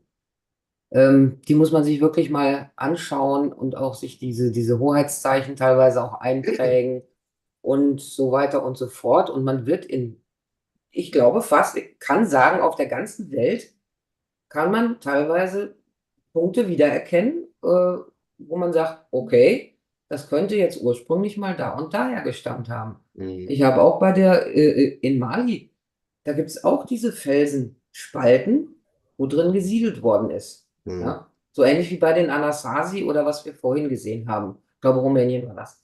Ne? Also irgendwie so eine Grundstruktur scheint es ja zu geben. Und die scheint schon sehr, sehr alt zu sein. Auf jeden Fall. Nur kurz, Gabi, bist du noch da? Schalte kurz dazu, weil wir gerade in dem Gebiet wieder sind, eben quasi auch die Wiege der Menschheit. Ich gehe jetzt einmal einfach davon aus, es hat für alle diese bekannten Wurzelrassen, die man ja aus der Mythologie zum Teil auch kennt, unterschiedliche Gegenden gegeben, wo die ihre Wiege hatten. Also ich würde jetzt nicht sagen, wir haben nur eins. Ich glaube auch, dass Afrika die Wiege einer dieser Wurzelrassen ist, aber die Gabi war vor einigen Jahren schon bei mir das erste Mal auf der Entdeckungsreise ins Müllviertel und da war sie das erste Mal mit mir in dieser Resonanzkammer und sie hat dann einen super netten Vortrag gehalten an diesem Tag und zum Schluss hat sie was gesagt, das mich eigentlich wirklich tief berührt hat, wenn diese Dinge, die wir uns manchmal denken, also auch die Gabi und ich in unserer Forschung, wenn diese Dinge zutreffen, dann liegt die Wiege der europäischen Zivilisation einfach da bei uns in Zentraleuropa und nicht sonst irgendwo. Weil wir da genauso uralte Dinge finden. Und natürlich gibt es dann in die alten Kulturen oder Zivilisationen in den Jahrhunderten oder Jahrtausenden zurück wieder Verbindungen, von denen wir nichts wissen. Aber weißt du, jetzt die Sumerer angesprochen hast, dann da komme ich zwangsläufig wieder auf die Donauzivilisation und auf die Geschichten da bei uns. Also, wo ja, ich manche denke, glauben, ich denke auch, dass es mehrere Gründungsorte in dem Sinne gab. Ja? Das ist jetzt nicht nur hier Mali betreffend oder so, sondern bestimmt gab es auch in den ganz weit oben im Norden etwas. Da bin ich auch fest von überzeugt. Ne? Ja. Aber man muss sich da halt ganz langsam mal so rantasten und mal gucken. Und ja, wenn man halt in so Gebieten guckt, wo sonst keiner hinguckt, ne? Weil die meisten sagen sich auch, naja, das ist Wüste, ne? Interessiert mich weiter. Gucken wir mal da, wo es interessanter ist. Aber scheinbar findet man ja doch Sachen, die ne, interessant sind, wo man denkt, da ist nichts. Ne? Ja, das ist ja eben bei unserer Forschung das Gleiche, ob man da jetzt das Müllviertel nimmt oder was die Gabi macht oder was der Roman macht. Bei uns ist es manchmal der Wald, der uns die Sicht versperrt. Ich meine, wir haben ja Riesenglück. Hi Werner übrigens, schön, dass du schon bei uns bist. Hallo, Werner. Wir haben ja in meiner Hi, grüß euch. Forschung, wo man da hinten eine der Skulpturen sieht, die da im Böhmerwald herumstehen, da haben wir, oder ich halt das Riesenglück am Blöckenstein, dass einmal eine Zeit gegeben hat, wo ganz viel von diesem Wald dort weggekommen ist. Und deswegen kann man die Strukturen viel, viel besser erkennen. Aber mittlerweile war, glaube ich, auch einige Male da draußen im Mühlviertel unterwegs, wo noch was bewaldet ist. Und da gibt es Fotos, also wenn ich das ohne Kontext irgendwo poste oder unter Fotos mische aus Guatemala, dann würde niemand einen Unterschied erkennen. Dass das einfach eins zu eins die gleichen Strukturen sind. Und wir wissen, dass wir eine ganz, ganz andere Vergangenheit haben, als offiziell erklärt wird. Und das ist natürlich auf der ganzen Welt das Gleiche. Richtig. Das sehe ich auch so. So, Perfekt. nächste Runde ist der Werner. Das heißt, ich muss da mal kurz mit auf den Knopf drücken und die Aufzeichnung stoppen. Der Daniel hat gesagt, er lässt es durchlaufen. Der macht das beinhart. Du bist stumm geschaltet, Ja, Daniel. sorry. Ich habe schon am Anfang die ersten 4 Gäste vergessen, stumm zu cutten. Also habe ich einen langen Stream dann am Ende, der mir dann wahrscheinlich Okay. 4 Tage konvertiert, aber ich habe es auf jeden Fall dann. Gut, okay, ja, nur mal ganz offiziell, es ist ja schon wieder fast ein Familientreffen, gell, Gabi? Servus Werner, es freut mich, dass du auch hier bist. Wir sind zeitlich ein bisschen im Verzug, weil es ein bisschen Probleme gegeben hat am Anfang. Aber ich habe eben nachher wollte ich auch sagen, wir können eben jetzt da beim Ramon ein bisschen Zeit einsparen, weil da habe ich den Rahmen auf eine Stunde, weil der Dominik dabei ist. Da können wir wieder ein bisschen was reinholen. Ich glaube, wir sind immer noch im Rahmen, im grünen Bereich. Und wir haben, weiß nicht, wie lange du jetzt schon aktiv zuhörst bei uns. Wir haben vor der Präsentation von der Elli, übrigens vielen, vielen Dank. Das habe ich noch vergessen zu sagen, Elli, für dein Mitwirken hier. Wir haben gesagt, Immer gerne. es ist einfach angenehm, wenn man wieder mal für zwei Stunden gut einfach rein in Wirklichkeit in Deutsch denken und reden kann. Weil wir merken es schon, ich glaube, bis zum Ende des Tages sind zumindest der Dani und ich und der Sebastian, wenn er dabei bleibt, äh, ziemlich groggy. Es ist schon anstrengend. Äh, Was bringst du heute mit als Thema, Werner? Was erzählen wir die Menschen da draußen? Es wird später in Englisch übersetzt. Also es ist Material für die ganze Welt. Ja, okay, das ist prima. Ich denke, dass mein Stammthema, was wir jetzt seit Jahren bearbeiten, die Portale, die Dimensions- und Zeitportale, dass die auch das englischsprachige Publikum interessieren wird. Denn ich kenne auch englischsprachige Portalforscher, zumindest einen, mit dem bin ich schon lange, schon seit Jahren in Kontakt. Das ist der Nigel Mortimer in England. Und ich denke, er stößt auch auf Interesse und die Leute interessiert mit Sicherheit auch, was wir in Deutschland hier beizutragen haben. Definitiv, jawohl. Ja, Werner, wir haben einfach heute nicht so viel Zeit wie sonst manchmal bei unseren Gesprächen. Also, wenn du Bilder mitgebracht hast, bitte gern herzeigen oder sonst stürzt die einfach einmal in deinen Beitrag des heutigen Tages. Es geht ja nach wie vor um das, die Community zu vergrößern, die Forscher zu verbinden, den Forschern untereinander aufzuzeigen, was die anderen machen. Und wir haben es gerade gesagt, wir probieren, wir tun unser Bestes, der Dani und ich, dass wir das auf ein internationales Level heben, indem wir natürlich beidseitig die Dinge dann übersetzen in Deutsch oder Englisch und ja, damit es einfach viel, viel mehr Menschen erreicht und für die zugänglich wird. Ja, prima. Ich habe keine Bilder jetzt mitgebracht. Gunnar, du weißt, wie das ist. Wenn ich anfange, hier Bilder zu zeigen, dann gehört zu jedem Bild gehört eine Story. Dann gehört zu jedem Bild eine Geschichte. Du kennst auch meine Vorträge. Und ich denke, das kann jeder dann auch noch nachschauen. Ich wollte dem Publikum einfach erklären, was wir machen, vielleicht wie wir drauf gekommen sind. Denn wir stellen ja immer wieder fest, Portalforschung ist etwas, was nicht jeder macht. Wir stehen da im deutschsprachigen Raum recht alleine, zumindest in dieser speziellen Art, in dieser vertieften Art der Portalforschung, denn wir gehen ja mit technischen Mitteln vor, mit technischen Hilfsmitteln, mit Messgeräten, weil wir irgendwann festgestellt haben, dass es auf der Erde Anomalien gibt. Es gibt physikalische Anomalien, energetische Anomalien. Es gibt regelrechte Energiespots. Es können Spots sein, die sind vielleicht 1 oder 2 Meter nur im Durchmesser. Es können Spots sein, das haben wir also auch schon selbst erlebt und gemessen. Es können Spots sein, die sind 3, 4 Kilometer im Durchmesser. Die Durchmesser heißt nicht, dass die unbedingt rund sind, sondern Durchmesser heißt einfach, vielleicht ist einmal 4 Kilometer lang und 1 Kilometer breit und durchzieht eine ganze Ortschaft. Auch das kennen wir. Wir kennen auch einen Ort in Deutschland. Da ist ein riesiges Feld. Das wird innerhalb der Stadt, wird das stärker und schwächer.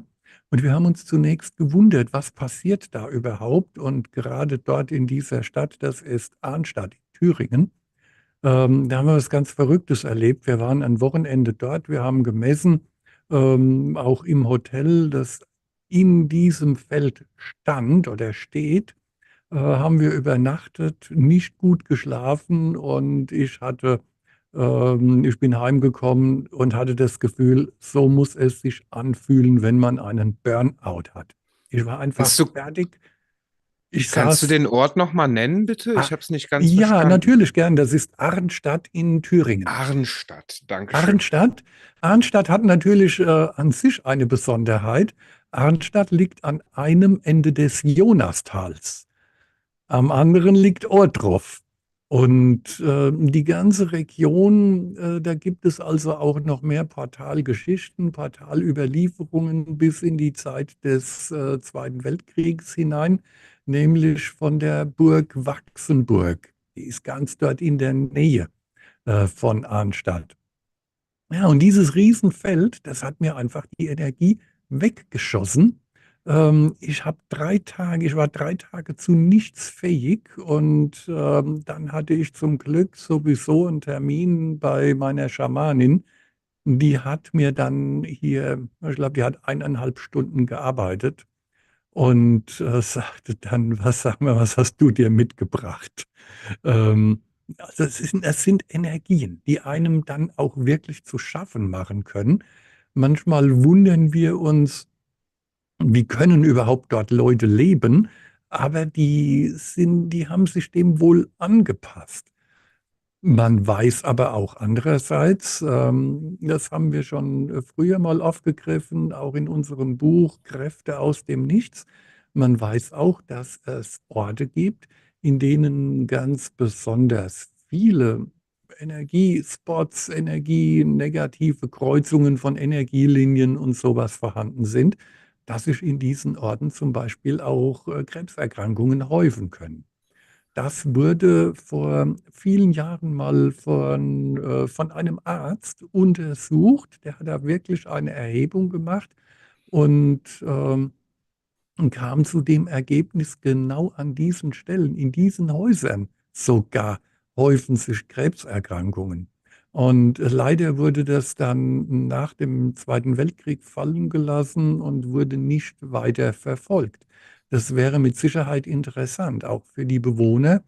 Und natürlich, jetzt bin ich etwas abgewichen von dem Thema Portale, aber natürlich wäre es auch interessant für uns zu wissen, was gibt es dort vielleicht außer speziellen Krankheitsbildern, was gibt es da sonst noch zu erzählen? Denn für uns steht das eindeutig in einem Zusammenhang. Diese Energiespots, die wir sagen, die bilden eine Voraussetzung. Das heißt nicht, dass die direkt ein Portal darstellen. Das heißt, wenn man zu dem Energiespot geht, dass man verschwindet oder in einer anderen Zeit landet. Auch das kann passieren. Ich erwähne hier nur den Untersberg an der deutsch-österreichischen Grenze. Dort waren wir auch schon einige Male unterwegs und haben verrückte Dinge erlebt auch bei unseren Messungen, denn diese Orte, die sind oft temporär. Das heißt, man geht am nächsten Tag hin und alles ist in Ordnung, alles ist wieder gut, die Energie ist weg, die GPS-Abweichung ist verschwunden, das GPS zeigt ganz normal an, hat zwar die gleiche Satellitenanzahl wie am Vortag, den gleichen guten Empfang, aber am Vortag hat es komplett gesponnen und hat uns in die Irre geführt. Also das sind Sind diese, sorry, ja, Ich wollte fragen, sind diese Punkte dann fluktuativ oder sind die schon auf ein Gebiet einzugrenzen oder bewegen die sich und sind dann teilweise mal da und teilweise mal nicht? Also wir wissen, dass sie temporär sind, dass sie also mal da sind und mal nicht oder auch mal schwächer sind. Das wissen wir durch die Messungen.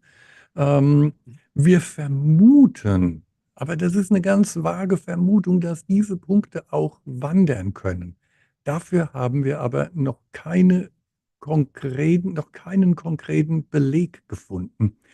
Dafür, dass sie stärker, schwächer werden, das können wir also nachweisen, auch an diesen Stellen.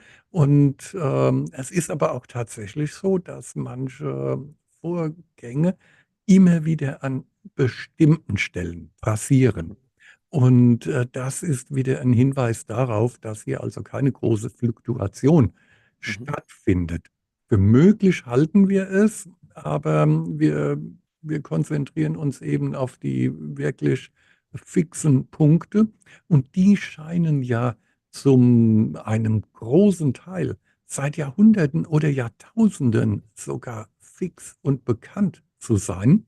Denn auf diesen Punkten gründen viele Kirchen, Wallfahrtskapellen und die bleiben ja auch immer an der gleichen Stelle stehen.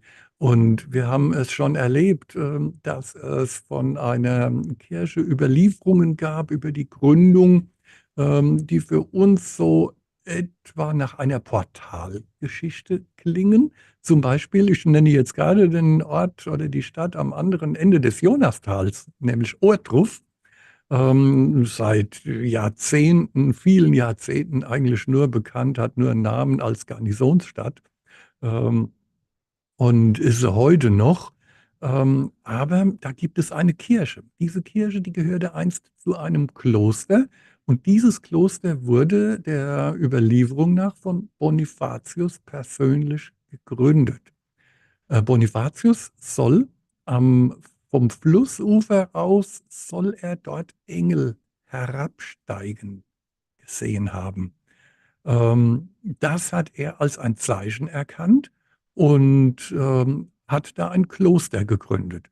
Gut, Engel, die herabsteigen, und das kennen wir ja aus der Bibel, aus der Jakobsgeschichte, als er aufgewacht ist und sah die Engel auf einer Leiter neben sich hoch und runter steigen.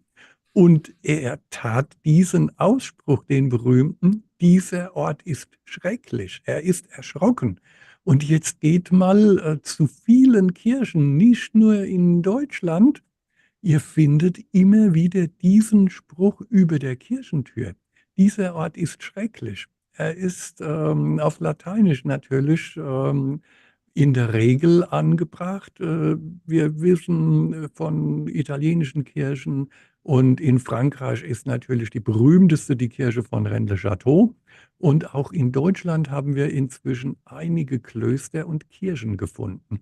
Also hier haben wir den Zusammenhang über diese Definition, über diese Aussage von Jakob. Und etwas Ähnliches muss der Bonifatius in Ohrdruf gesehen haben. Er ist hingegangen und hat dort ein Kloster gegründet. Ja, und wir sind hingegangen mit unseren Messgeräten. Von dem Kloster steht heute nur noch der Kirchturm.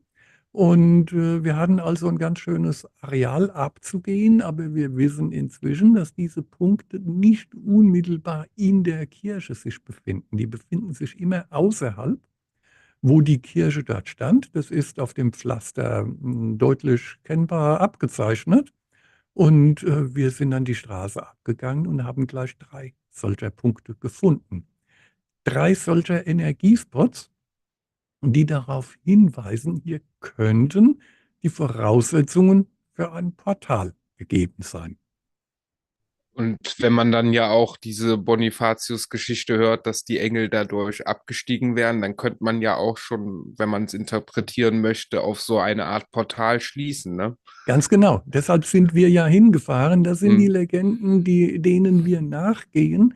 Und wir haben natürlich, gar nicht überraschend für uns, haben wir überall dort diese energetischen Besonderheiten. Natürlich gehen wir nicht nur den alten Legenden nach, sondern auch neueren Geschichten aus den letzten Jahrzehnten. Wenn Menschen dort irgendwo etwas gesehen haben, was am nächsten Tag nicht mehr da war, oder sie haben geschildert, sie haben hier etwas gesehen, was aber dann sich herausstellte, dass es das früher einmal gab. Ja, so eine Geschichte ist zum einen mir schon passiert. Dort haben wir aber noch keine Untersuchungen vorgenommen. Dazu müssten wir mal an die französische Nordseeküste, also Richtung Calais.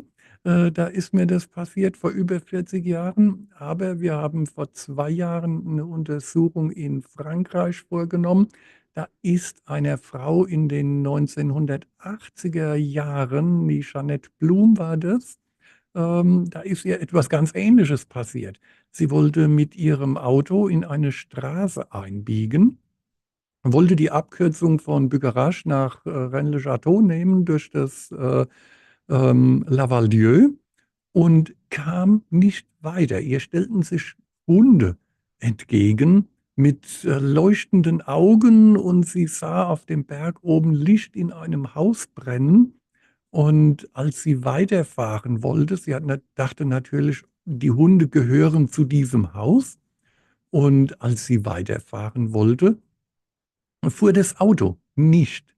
Es stand wie vor einer Mauer. Also hat sie gewendet und hat den langen Weg über Rennes-le-Bain genommen, ist nach Rennes-le-Château gefahren zu einem Freund, hat ihm das erzählt und er hat sie dann aufgeklärt und sagte, da oben steht kein Haus. Wo sie das Licht gesehen hat, da ist eine Ruine. Da stand einmal ein Haus vor langer Zeit. Man weiß gar nicht so genau wann. Also ist ihr dort etwas Ähnliches passiert und sie hat auch die energetische Barriere tatsächlich gespürt. Das Auto ist nicht mehr weitergefahren. Wir sind dann vor 2 Jahren zu der Stelle hingegangen, haben dort Messungen verschiedener Art vorgenommen. Also das GPS-Signal, das wurde auch dort abgelenkt. Wenn man den Berg hochgegangen ist, dann ging die Höhenanzeige nach unten und umgekehrt. Und wir hatten an der ganzen Straßeneinmündung hatten wir diese Abweichungen in einem sehr niederfrequenten elektromagnetischen Bereich. Das ist also der Bereich, den wir so ausgemacht haben, der für uns so ein bisschen die Richtung anzeigt. Der zeigt, hier stimmt etwas nicht. Wir wissen aber auch inzwischen, dass hier noch andere Energien mit hineinspielen, die man aber nur sehr schwer oder bis jetzt überhaupt nicht messen kann. Wir arbeiten natürlich auch mit Pendel. Wir stellen die Bovis-Einheiten der Orte fest über das Pendel. Es geht parallel dazu, denn das Pendel, gependelte Einheiten sind ja nun mal kein wissenschaftlicher Nachweis, kein wissenschaftlicher Beleg. Deshalb sind wir auch immer auf der Suche nach technischen Möglichkeiten. Aber da ist ja auch schon ein Hinweis, wenn die technischen Mittel verrückt spielen. Also es gibt ja auch Berichte von, ich sag jetzt mal vom Bermuda-Dreieck, wo da Flugzeuge verschwinden und da spielen auch die ganzen Messinstrumente verrückt. Also wundert das nicht, dass das so passiert. Ja, Mich, absolut, ja. mir ist es gerade aufgekommen, dass es vielleicht interessant für dich oder für euch wäre, auch mal die Orte zu besuchen, wo Marienerscheinungen im letzten Jahrhundert sich gehäuft gezeigt haben, die auch eventuell auf ein Portalenergie-Kumulat hindeuten könnten. Absolut. Über das haben wir letztens schon gesprochen, auch in unserem Interview der Werner und ich, die ganzen Wallfahrtsorte.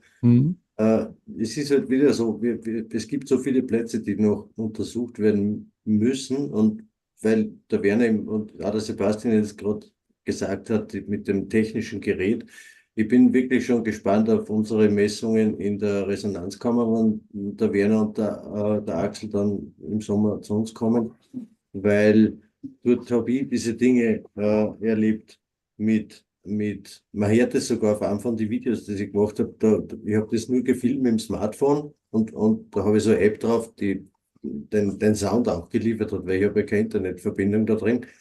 Und da sind gewisse Bereiche, wenn es durch den ersten Eingang, also da wo dann der Hauptschacht nach oben geht, in die Hauptkammer hineingehst.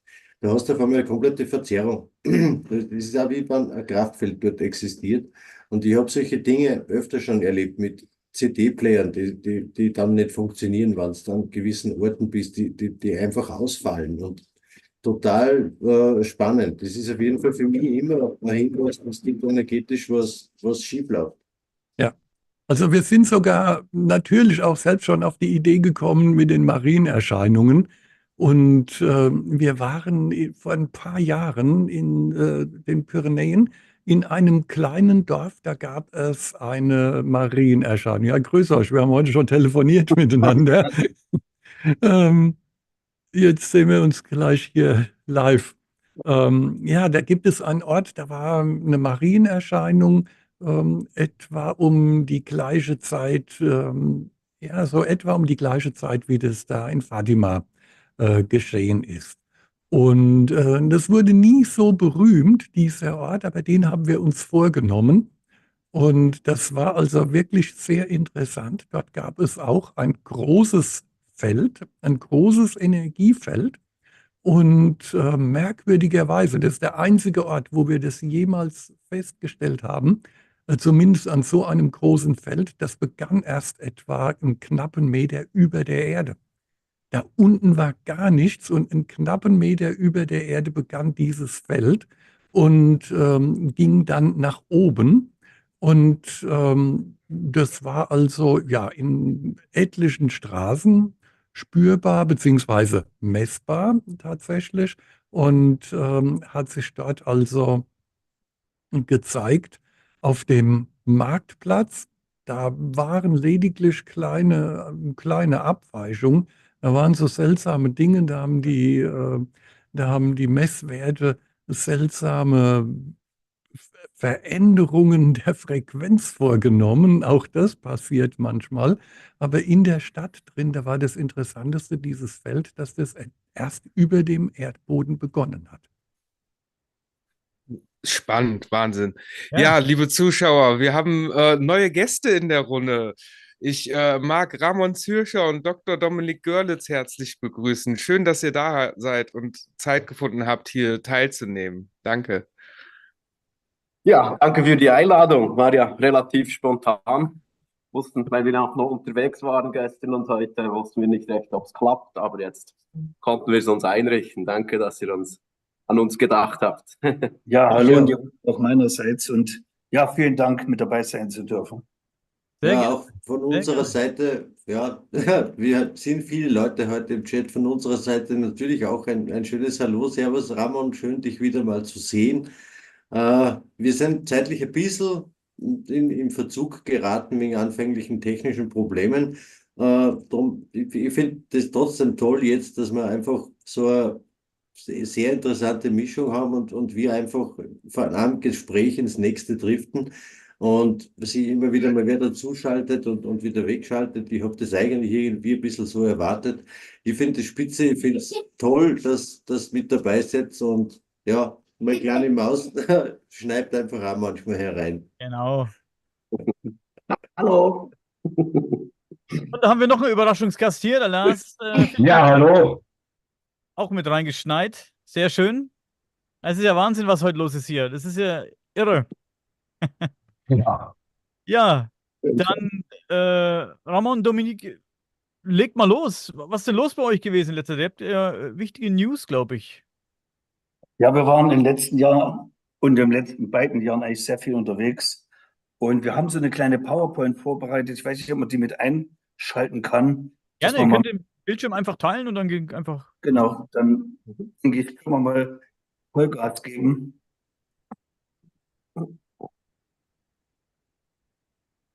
Weil ich würde mal anfangen und Ramon ergänzt dann weiter. Weil eigentlich kennen wir uns schon, seitdem ich Erich von Dänemark kenne. Also mein lieben Erich von Däniken, den ich immer ärgere gerne. Und vor 3, 4 Jahren in Leipzig war das wohl 2019, da haben wir uns dann gefragt, Mann, warum machen wir zwei nichts zusammen? Dann kam Corönchen, brauchen wir nicht drüber zu reden, aber seitdem Corona vorbei ist, begleitet mich der liebe Ramon ganz treu und eigentlich geht es uns um die große Verschränkung, also die Verschränkung von Abora, Rama, aber auch ein Stück weit AAS, wo es mir darum geht, auch als Wissenschaftler kritisch zu evaluieren, was ja auch das Thema von Rama ist. Und ja, sag du auch nochmal 3 Sätze dazu. Ja, eben, wir haben halt einfach herausgefunden, dass wir sehr viele Parallelen eigentlich haben, auch in der Forschung. Er jetzt halt ohne Außerirdische sozusagen, ich mit Außerirdischen. Und aber eben, das macht es auch umso spannender, weil wir halt verschiedene Ansätze haben. Aber was wir wissen, ist, dass etwas mit unserer Geschichtsschreibung nicht stimmt. Und das ist eigentlich dort, wo wir ansetzen wollen.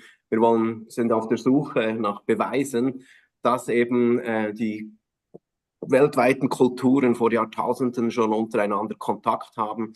Da gibt es ja ganz viele Indizien oder eben auch Beweise dafür. Ja, und so sind wir jetzt an verschiedensten Orten eben unterwegs gewesen auf den Spuren von dieser vergessenen Vergangenheit.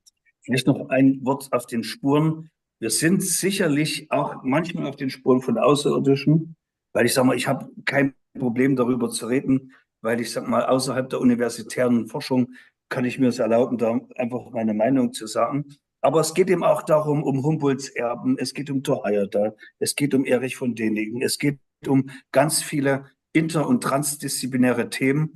Und da hat sich eben gerade nach Corona bei mir eine Menge getan. Ist unser Bildschirm weg oder sind wir noch nicht mehr drauf? Jetzt gab es gerade so einen kurzen Abbrecher, aber es geht wieder, glaube ich. Genau, das liegt hier wahrscheinlich am Bildschirm. Da ist die Kamera mit eingebaut. Und was soll ich sagen? Und dadurch, dass wir natürlich Abora 5 vorbereiten, kommen wir noch etwas genauer drauf, hatte ich zwischendurch immer mal ein paar Sponsoren, manchmal nicht. Und das hat uns vor allem auch mir die Möglichkeit gegeben, mit Ramon viele Reisen gemeinsam zu machen, wo wir eben, und das haben wir ein bisschen vorbereitet, euch mal zeigen wollen, wo wir zwei selber gemeinsam oder auch in Einzelmissionen waren, um für das große Thema Abora 5 Missionen, ja, Grundlagenforschung zu machen. Ramon zeigt das vielleicht beim nächsten. Nur ganz kurz, bevor ich euch jetzt losstarten lasse auf eurer Reise. Ich finde es wirklich fantastisch, dass ihr zwar das heute geschafft habt, dass ihr da dabei seid. Ich bin total happy. Und es ist genauso, wie du sagst, Dominik, es geht genau um diese Dinge, das herauszufinden, wo die Verbindungen sind. Und es ist eine sehr, sehr interdisziplinäre Geschichte. Ich sage es in dem Interview gleich nochmal dazu. Wir werden, nachdem der Livestream fertig ist, Einzelvideos machen und das auch alles in Englisch übersetzen, weil wir einfach die Menschen damit erreichen wollen. Das ist so meine Grundidee gewesen überhaupt vom Podcast Marathon. Und ja, das wollte ich noch zusätzlich noch einmal anbringen, dass eigentlich dann auch auf jedem Einzelvideo nochmal drauf ist, dass die Menschen das mitkriegen. Es wird davon auch eine englische Version geben. Genau. Das ist sehr schön. Das ist gut. Nee, also ich würde einfach mal, insofern muss ich da ein kleines bisschen einhaken. Wir stellen eben keine interdisziplinäre Fragen, sondern uns geht es über die übergeordnete transdisziplinäre Fragestellung. A, gab es kulturelle Kontakte über die Ozeane und natürlich auch zwischen den Kontinenten? Und B, wie können wir das mit fachübergreifender Forschung untermauern und beweisen? Und insofern schließt das eine das andere ja nicht aus. Ich selber bin über fast 30 Jahre mit Thor Heyerdahl bekannt, befreundet seit 20 Jahren. Aber es hat eine Vorgeschichte, das will ich jetzt nicht erzählen, dauert zu lang. Aber die große Frage, hat das eine oder das andere stattgefunden, ist eine falsche Fragestellung, weil das eine das andere nicht ausschließt. Und so ergänzen wir uns beide eigentlich auch. Und so hat eben dann über unsere Arbeit bei NuoViso TV haben wir auch jetzt so ein eigenes Format aufgemacht, nennt sich Abora Connections, wo wir genau über diese Themen versuchen, Ramon von seinem Standpunkt aus, den ich weder ablehne noch negiere, und ich von meinem terrestrischen Standpunkt aus, aber als Kulturdefonist, wo wir eben versuchen, gemeinsam miteinander, übereinander, gegeneinander zu zeigen, wo eben welche Sache fast stattgefunden haben könnte. Und deswegen ist die Welt nicht groß genug, um das alles lebenslang zu erforschen. Wir haben noch viele weiße Flecken. Ja, fangen wir doch mal kurz an. schnell nur zur Übersicht, wo wir jetzt da in den letzten Jahren unterwegs waren. Ein ganz wichtiger Punkt sind die Kanaren, wo wir einige Forschungen jetzt gemacht haben, wo wir nachher auch euch zeigen und darüber reden werden. Dann finden wir ähnliche Strukturen auf den Azoren. Es geht hier um solche Stufenbauten. Oft wird von Pyramiden geredet, aber vielleicht müsste man auch mal definieren, was ist eine Pyramide, weil ja, oft haben wir einfach solche, da wird nachher Domi noch drüber reden, Stufenbauten, also eigentlich Zikkurate, die aber auch nur 2 oder 3 Stufen haben. Und da scheuen wir uns manchmal einfach auch ein bisschen von Pyramiden zu reden, weil es nicht in dem Sinn Pyramiden sind. Aber sehr spannende Parallelen, die wir herausgefunden haben. Das geht dann auch weiter in Jordanien. Da war ich leider nicht dabei, da war ich mit Erich unterwegs, aber da hat Domi ganz tolle Sachen auch in Petra und allgemein in Jordanien gefunden. Und wegen seinen Hinweisen war ich dann auch während Corona mal in Sizilien, dort südlich vom Ätna, gibt es riesige Ruinen, Strukturen mitten in der Stadt, in Pedara selber. Und auf den leeren Flächen, wo Gebüsch und Bäume stehen, da sind einfach wirklich riesige Gebiete mit alten Mauern und eben auch solchen Stufengebäuden zu finden, die wir dann auch für Ramar, eines davon, ein ganz schönes, habe ich dann auch eingescannt für die 3D-Visualisierung, wie wir sie ja jetzt auf Ramar weiter vorantreiben. Und dann frisch zurück, wie ihr vielleicht wisst, aus Peru und Bolivien. Da waren wir 2 Wochen lang unterwegs in Bolivien, halt eben auch um die Schilfernte für Abora 5 vorzubereiten. Und Behördengänge und Leute getroffen. Vizepräsident von Bolivien durften wir treffen. Der war auch begeistert von diesem Projekt Abora. Und ja, so haben wir jetzt eigentlich immer wieder Sachen gemacht und so ein bisschen gesammelt. Ja, unsere erste Reise, wir haben eigentlich gefühlt 3 Reisen, in Wirklichkeit aber nur 2 Reisen gemacht auf die Kanarischen Inseln. Da war die erste schon im November, Dezember 2022, wo es darum ging, mit dem Filmproduzenten einfach eine Doku zu starten, die aber dann, ich sag mal, aus mehreren Gründen nicht stattgefunden hat. Das Wesentliche war aber, dass wir in einer Kiesgrube nahe des Dörfchen Guitesa, Ramon, den ich auf die Suche geschickt habe nach Ziegenknochen, der sagt, ich habe einen Ziegenzahn gefunden. Und so steckte er im Substrat. Und das war genau die Schicht, die mir Professor Ludwig Zöller genauestens erklärt hat, wo wir in seinem Auftrag nach weiteren Ziegenknochen suchen sollten. Und da werden die Zuschauer sagen, was Ziegen, wen interessieren denn Ziegen als archäologische Objekte?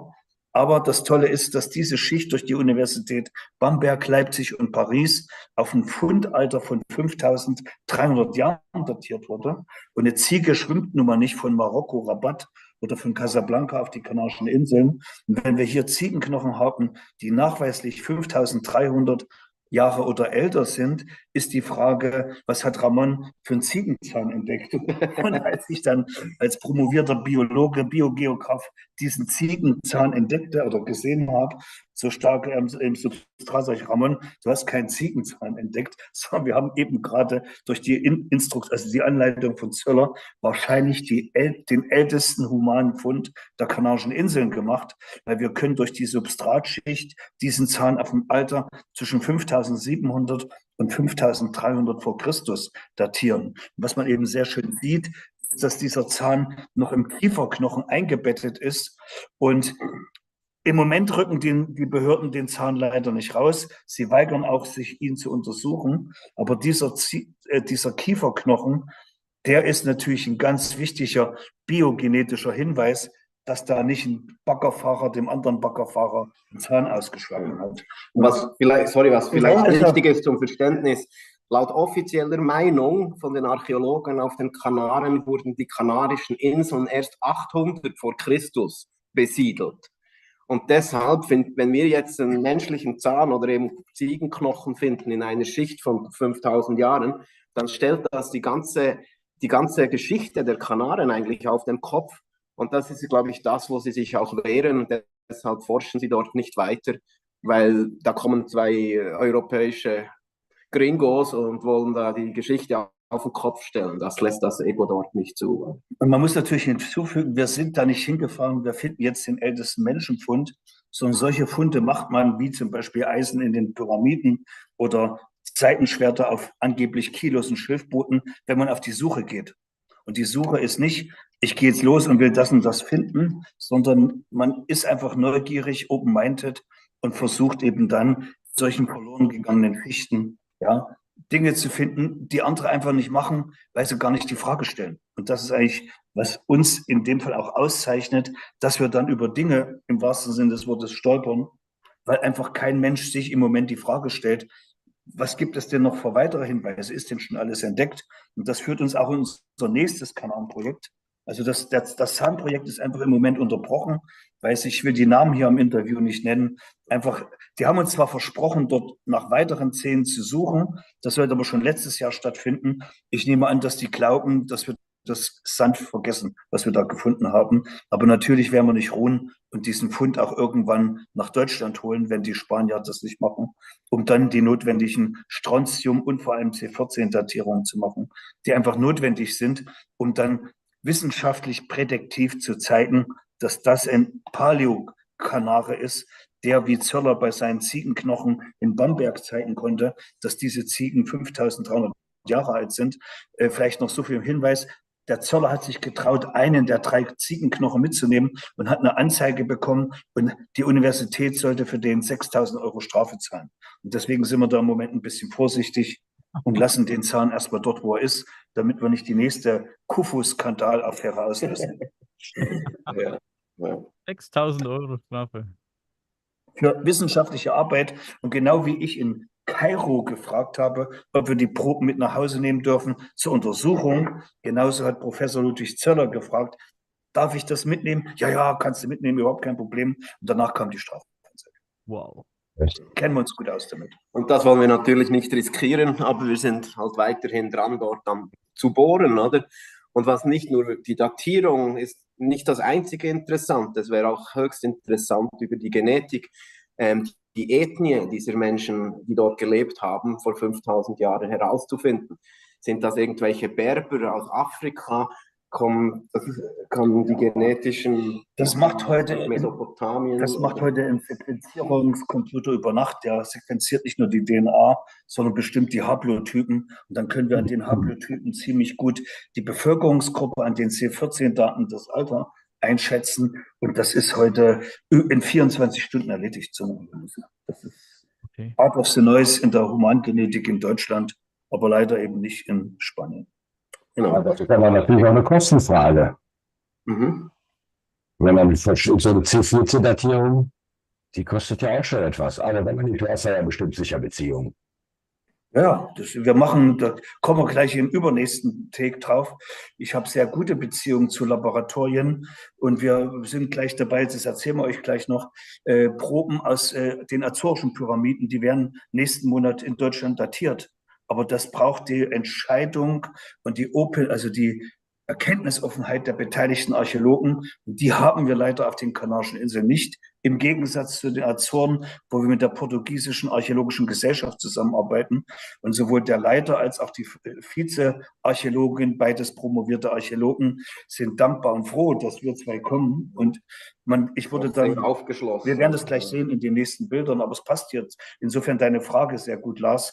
Es wäre so einfach, das zu machen. Aber es kann eben nicht sein, was nicht sein darf. Und das ist unser Dilemma in dem ganzen Thema Altertumskomplex. Genau, und der Zahn ist ja in dem Sinn einfach nur ein weiteres Puzzlestück zu eben dieser interkontinentalen Handelsbeziehungen, wo wir eben mit Labora 5 eben forschen und beweisen wollen. Und, ja. Vielleicht noch ein Wort. Auch der Lars gehört übrigens zum Abora-Projekt und ist also auch ein Abora-Jünger, wenn auch noch in Ausbildung, aber es wird schon werden. Er ist auch schon fleißig mit uns bei Windstärke 5 auf der Ostsee gekentert. Insofern kann ich sagen, danke Lars für deine Mittäterschaft. Ja, es war etwas nass. Kalt, gell? Aber das ist auch schon 2 Jahre her. Ich habe es überlebt. Okay, das ist doch gut.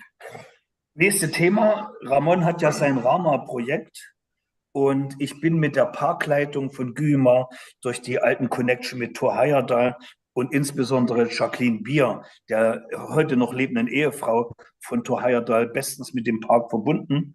Und Ramon macht es sowieso, wir machen es seit 2 Jahren an manchen Stellen gemeinsam, manche Stellen macht Ramon ohne mich, wo ich ein bisschen terrestrisch außen vor bin. Andere Stellen wie Sizilien oder Teneriffa oder auch die Azoren, das werden wir alles in den nächsten Jahren einscannen mit Rama, 3D digitalisieren über Fotospektrogrammetrie. Das habe ich gut rausgekriegt, das Wort. Das hast du gut gemacht. Ja, ich habe lange geübt für die Sendung. Aber das Entscheidende ist nicht, was ihr hier schon seht, das ist also kein Bild von der Drohne, sondern ein künstlich zusammengesetztes fotogrammetrisches Bild von dem Pyramidenareal, dem Nordkomplex des großen Parkes. Es sind ja 9 anstatt 5. Wir sehen hier 5 Zikkurate. Kann Ramon gleich noch mal was dazu sagen. Der hat das gut mittlerweile drauf. Aber was das Wichtige ist, es ging uns nicht darum, in 3D-Modell zu machen, sondern dieses Modell, werden wir gleich sehen, mit Geodäten, mit LIDAR-Daten zu verknüpfen, um ein voll holoistisches, 3D-höhenreferenziertes Modell zu haben, um dann mit Astroarchäologen, kommen wir gleich noch drauf, entsprechende Grundlagenforschung zum Alter und der Funktion der Stufenpyramiden von Gümer zu machen. Ramon, vielleicht noch mal 3 Worte auch von dir, weil du bist jetzt tief im Kaninchenbau drin. Ja, eben, es geht ja darum, auch bei diesen Steinhaufen, sagen wir jetzt mal, bei diesen Zikkuraten, dass dort eben die offizielle Meinung der Archäologen ist, dass das Sammelsteine sind, also Sammelsteinhaufen, weil sie die Felder säubern wollten für ihre Landwirtschaft und dass sie dann mit diesen Steinen aus den Feldern solche Dinge gemacht haben. Und das ist eigentlich absoluter Irrsinn, wenn man sich das überlegt. Und wir sehen hier einfach einen anderen Zweck oder wir vermuten eine andere Begründung für diese Stufenbauwerke und wussten auch schon, dass es hier eine Linie gibt, eine astronomische Ausrichtung. Das Bild kurz. Ja. Das Entscheidende von dem, was Ramon sehr schön erklärt hat, die Spanier nennen das Majones, Steinhaufen. Und erst vor wenigen Wochen kam auf Terra X eine Doku, wo also mit beinharter Selbstsicherheit behauptet worden ist, dass die Stufenpyramiden vor rund 150, 180 Jahren von Freimaurern gebaut worden waren. Also nicht nur diese Bauerntheorie, dass einfache Bauern diese sehr geradlinigen und sehr aufwendigen Stufenbauten errichtet haben, ist ja schon selber fragwürdig. Aber wir sehen ja hier auf dem Bild von diesem drohnenreferenzierten Bild viel mehr. Wir sehen also schnurgerade Linien, die, wir werden es gleich sehen, irgendwo hinweisen. Wir sehen hier wie so Art Tempelbezirke, ein Opfer, also ein Altarplatz. Wir sehen verschiedene Tempelbezirke mit solchen Mauern abgegrenzt. Das sind ja keine Felder, sondern Strukturen, architektonische Bauwerke mit sakralen Anknüpfungspunkten. Und das hat schon Thor Heyerdahl 1994 mit der Universität Lalauna, also mit Fred Olsen, das Gebiet gekauft hat, um den Bau einer Kaufhalle zu verhindern. Das wäre also heute alles nicht mehr da, hätte Thor Heyerdahl mit der Fred Olsen-Line nicht dieses Areal gekauft. Da wären heute also Kaufhallen. Aber das Problem ist, zwischen 1994 und 2024 klaffen 30 Jahre und die Forensik, die Fotogrammetrie und andere Wissenschaftsdisziplinen haben einen enormen Quantensprung genommen.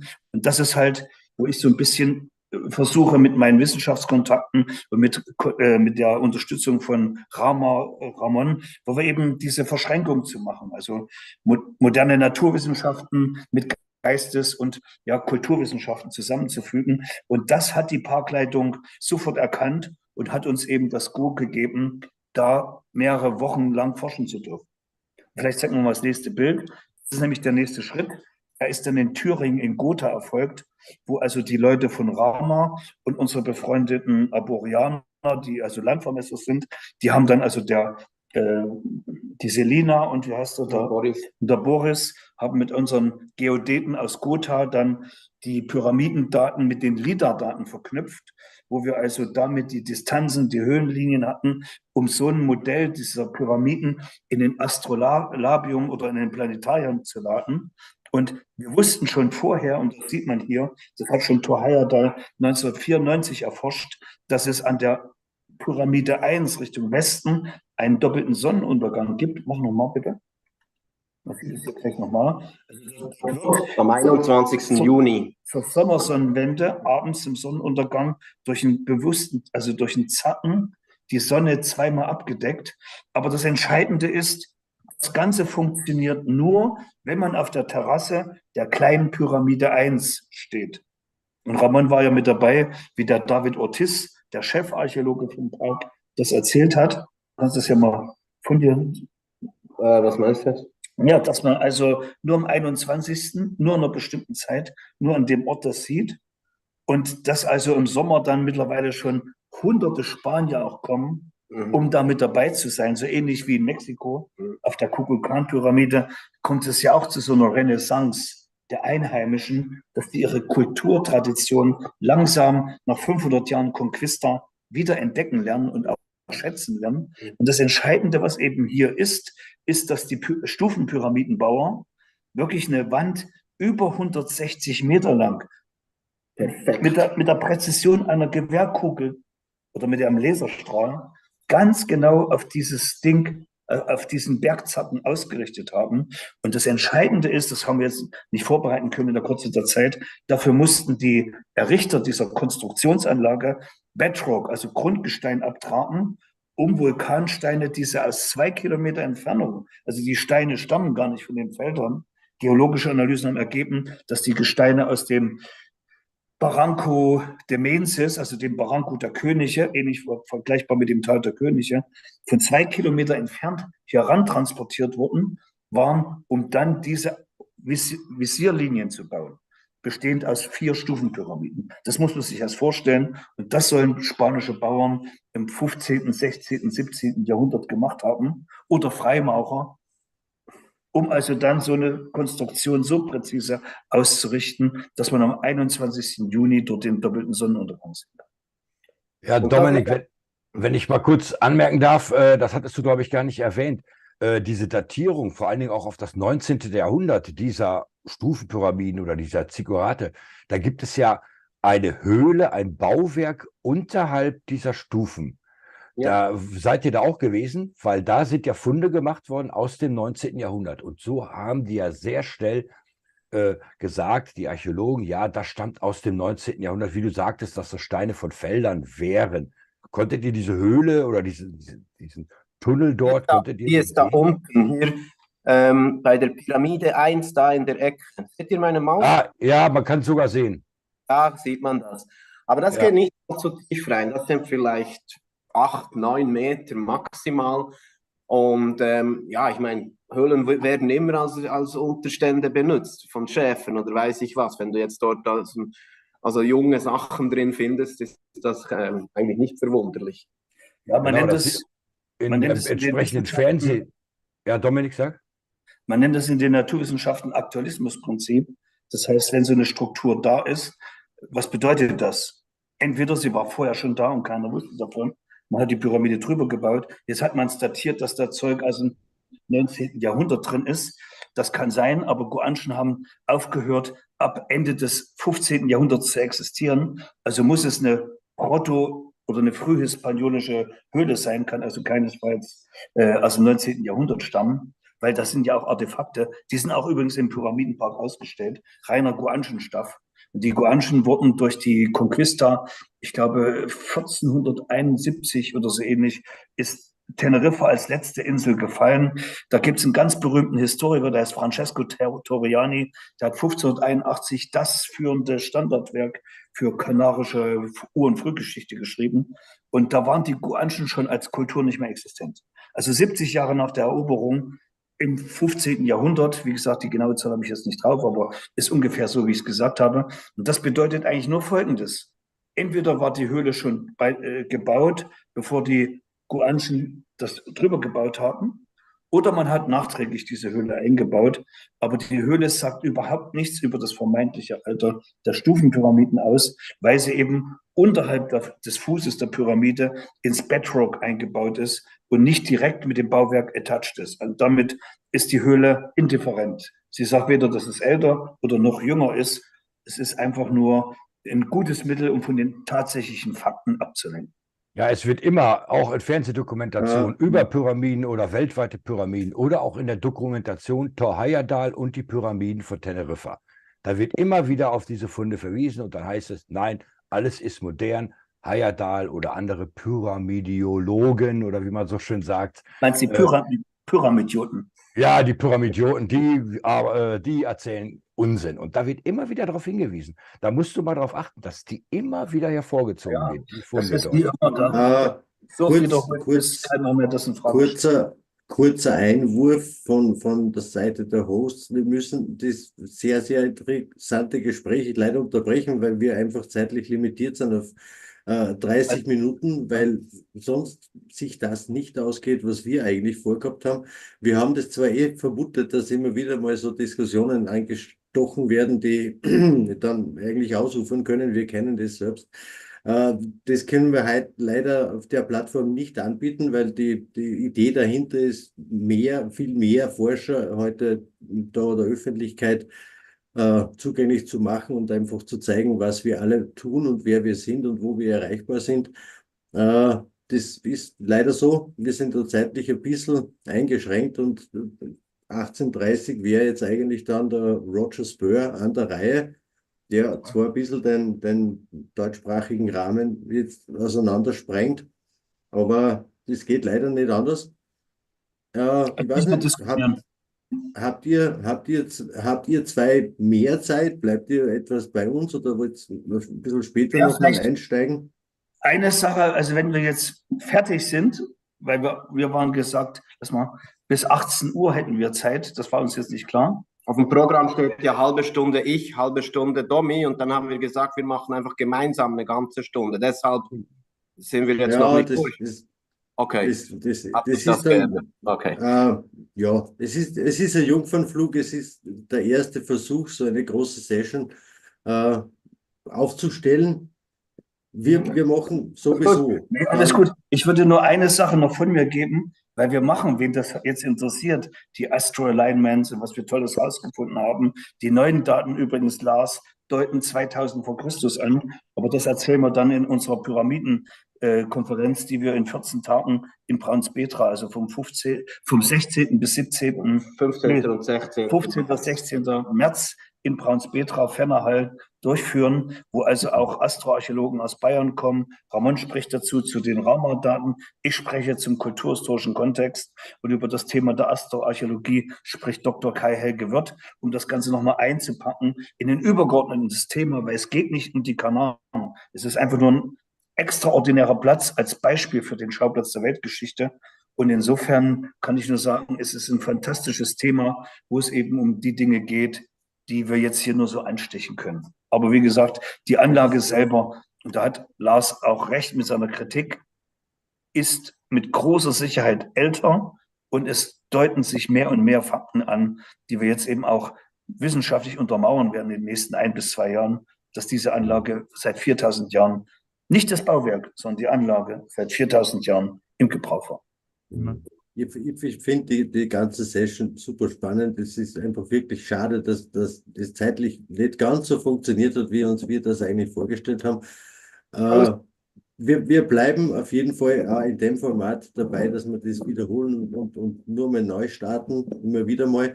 Und es wird mit Sicherheit auch Einzelgespräche geben dazwischen, wo man dann von mir aus wieder, so wie wir es üblicherweise machen, 2 oder 3 Stunden reden kann. Das ist überhaupt kein Thema. Es ist einfach spitze, was ihr macht, und es ist super, super, super, dass ihr hier dabei wart.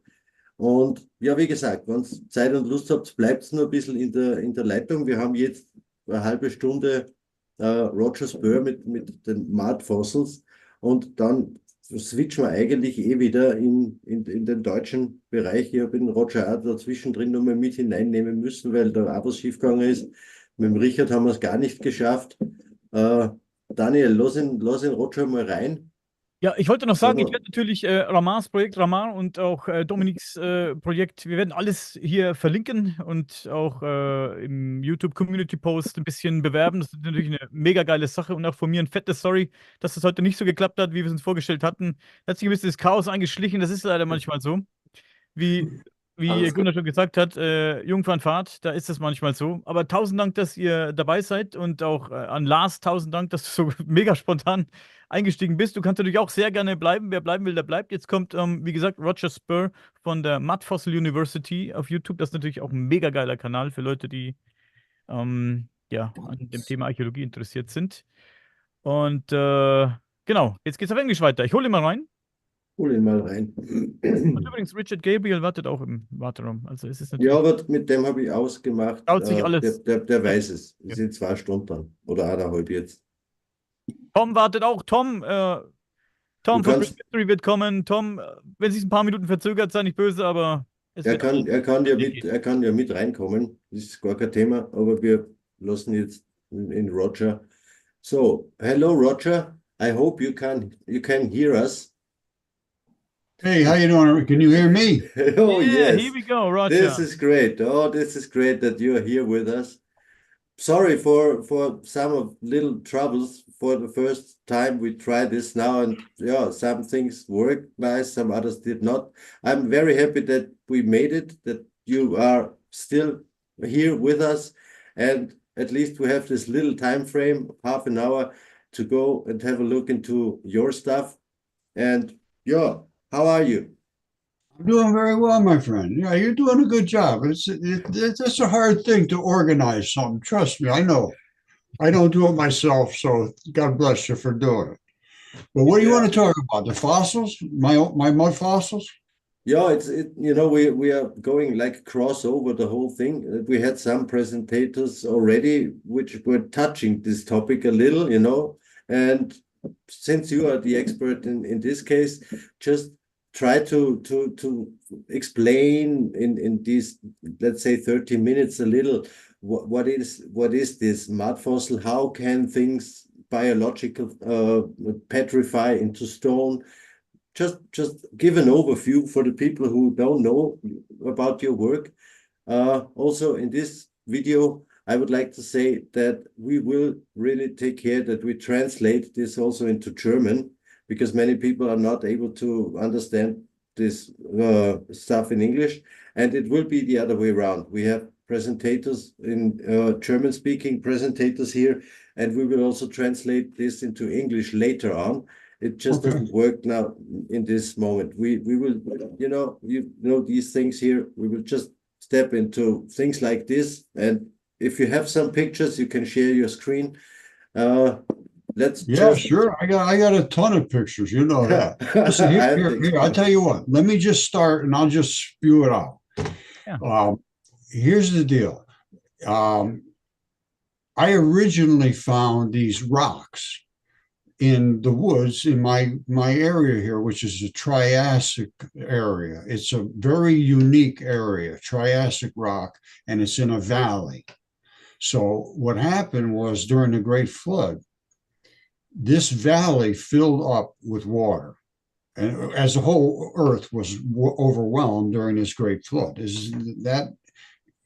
And what happened was we were almost hit by Venus, which impacted our atmosphere and boiled the waters. If you look up the Colburn Bible, the first sentences basically in the Bible say the waters boiled during this event. And what happened, it literally cooked these animals and boiled the flesh off them and left their organs and some fingertips and toes and things. The blood had a lot to do with it. So anyway, I found these body parts, and I couldn't believe them because some of them were giants. So I had them DNA tested because they had blood in them. They still had literally blood in them. So I had them DNA tested. I just had some of them CAT scanned, and it all came back Homo sapien mitochondrial DNA. If you want me to share the screen, I can show you this stuff. But like even, I don't know if you can see this, what I'm holding up here. Can you see that? Yeah. Yeah, this is a hair follicle. It's 2 inches wide. That's 1,000 times wider than a human hair follicle. And that would be about a mile tall giant. And they came taller than that. Believe it or not, it is what it is. And like I say, they all, hold on one second. Wait, but you were showing us there was a human hair follicle, right? I got to be honest with you. I do not know it's human for sure. Yeah. The giants that I have are absolutely German. Human. They're DNA tested, and I have the DNA tests, and I have the specimens and all that. And I have new species too. So this is not a reproduction. This is an actual. Yeah, this is a mud fossil. It's a petrified. Yeah. Oh, okay. Gotcha. Yeah. Like this right here. This is bone. I don't know. Can you see that bone? Yes, it's a bone. Looks like some kind of.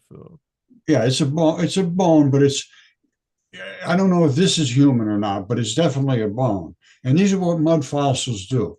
They convert into minerals because they were invaded in this flood, and they were cooked into new minerals. And I call them mud fossils. But there's some little bits of bones in them and stuff still.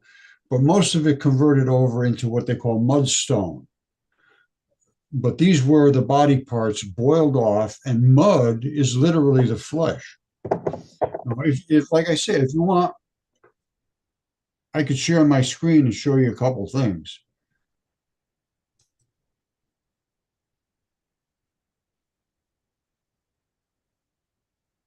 Here, whoops.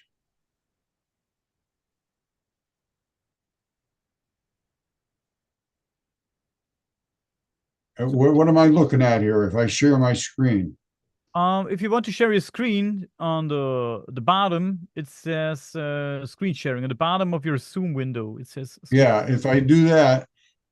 You do that, another window opens, and you have to select the screen that you want to share. All right, I just want to share my main screen. Hold on. Just click on the main screen in the window that opens, and it should be. Oh yeah, here we go. All right, you can see my stuff, right? Not yet. Now we can see your emails. You should. Okay, all right. We're in the right spot here. I'm going to go into.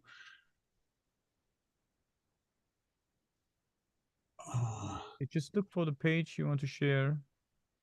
Yeah, this is the problem. Is I got so much stuff open here. It's going to take a while, but yeah. These are the kind of things we're finding in mud fossils. All right, can you see that? Not yet. No, we can't see. We still see your email account. Oh, it's going to take forever.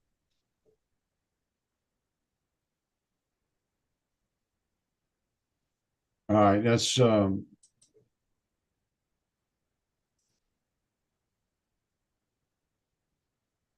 I want to unshare. How do I unshare? I'm sorry, my friend. Wait, I'm going to unshare the screen. So no worries, no worries. If you have the chance to send the link of the page that you want to share to Gunnar on Facebook or via email, something like that, you can send Gunnar the link, and Gunnar can open the page for you. If that's an option. Like a YouTube or something. Yeah, can you send him a YouTube video? You can send him any kind of link. Send him. I don't know if you're connected on Facebook or via email. Send him all the links, and Gunnar can open these links for you. So if that's an option, we can do that. I'll send him a quick little link to a video. Yes, do that. Until you do that, guys, you can go on YouTube and you can find Mud Fossil University, guys, and subscribe to the channel. Because it's an awesome channel. Yeah, I'm going to send him this one. This is the, let me send him a link. You just have to get in the seat of a John Deere 3 Series tractor, not because of the powerful implements. Now I can do the work of 5 to 10 people. You should lower the volume. Lower the volume? Yeah, okay, hold on a second. Let me get this to Gunnar. Send it to Gunnar. While you do that, I will It's done. Now. Gunnar, you're muted.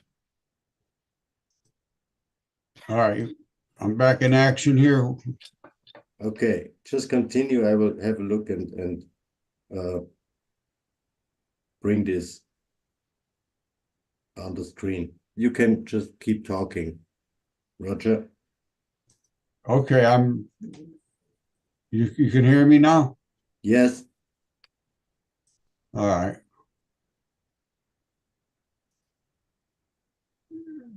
What are you seeing on my screen now? Just me? No, your screen is not shared, Roger. You have to I'm click trying to on- hit stop. I'm trying to hit stop share. No, it's not shared. Yeah, well, I'm trying not to share it. Yeah. How can I unshare it? I'm sorry, man. But we don't see anything. It's okay. It's okay. You don't share anything right now. It's okay.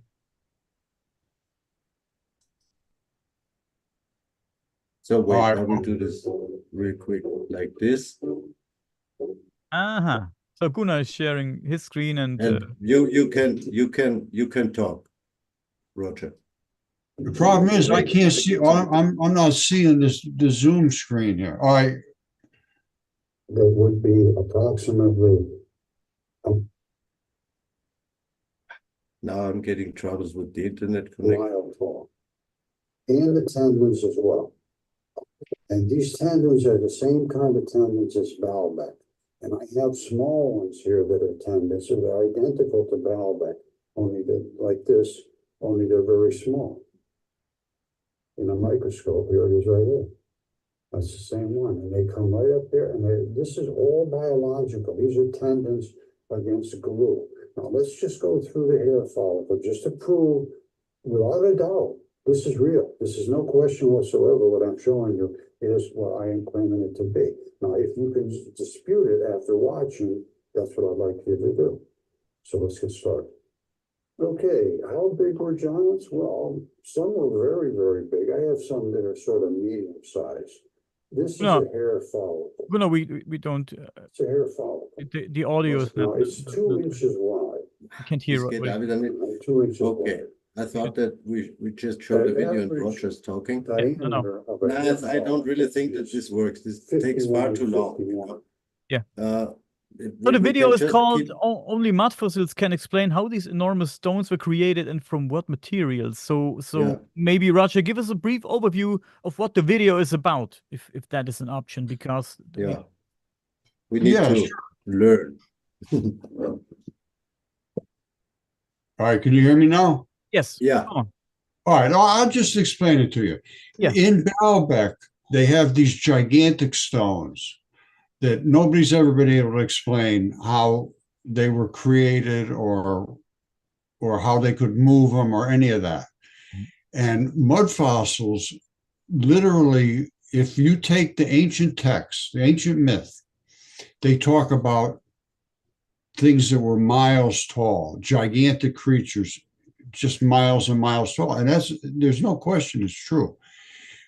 All of the mud fossils show this, and if you look at the biological tendons, they are identical to the Baalbek stones. I have some here that are small, but they're identical, and they have blood in them and everything else. All this stuff I've had tested.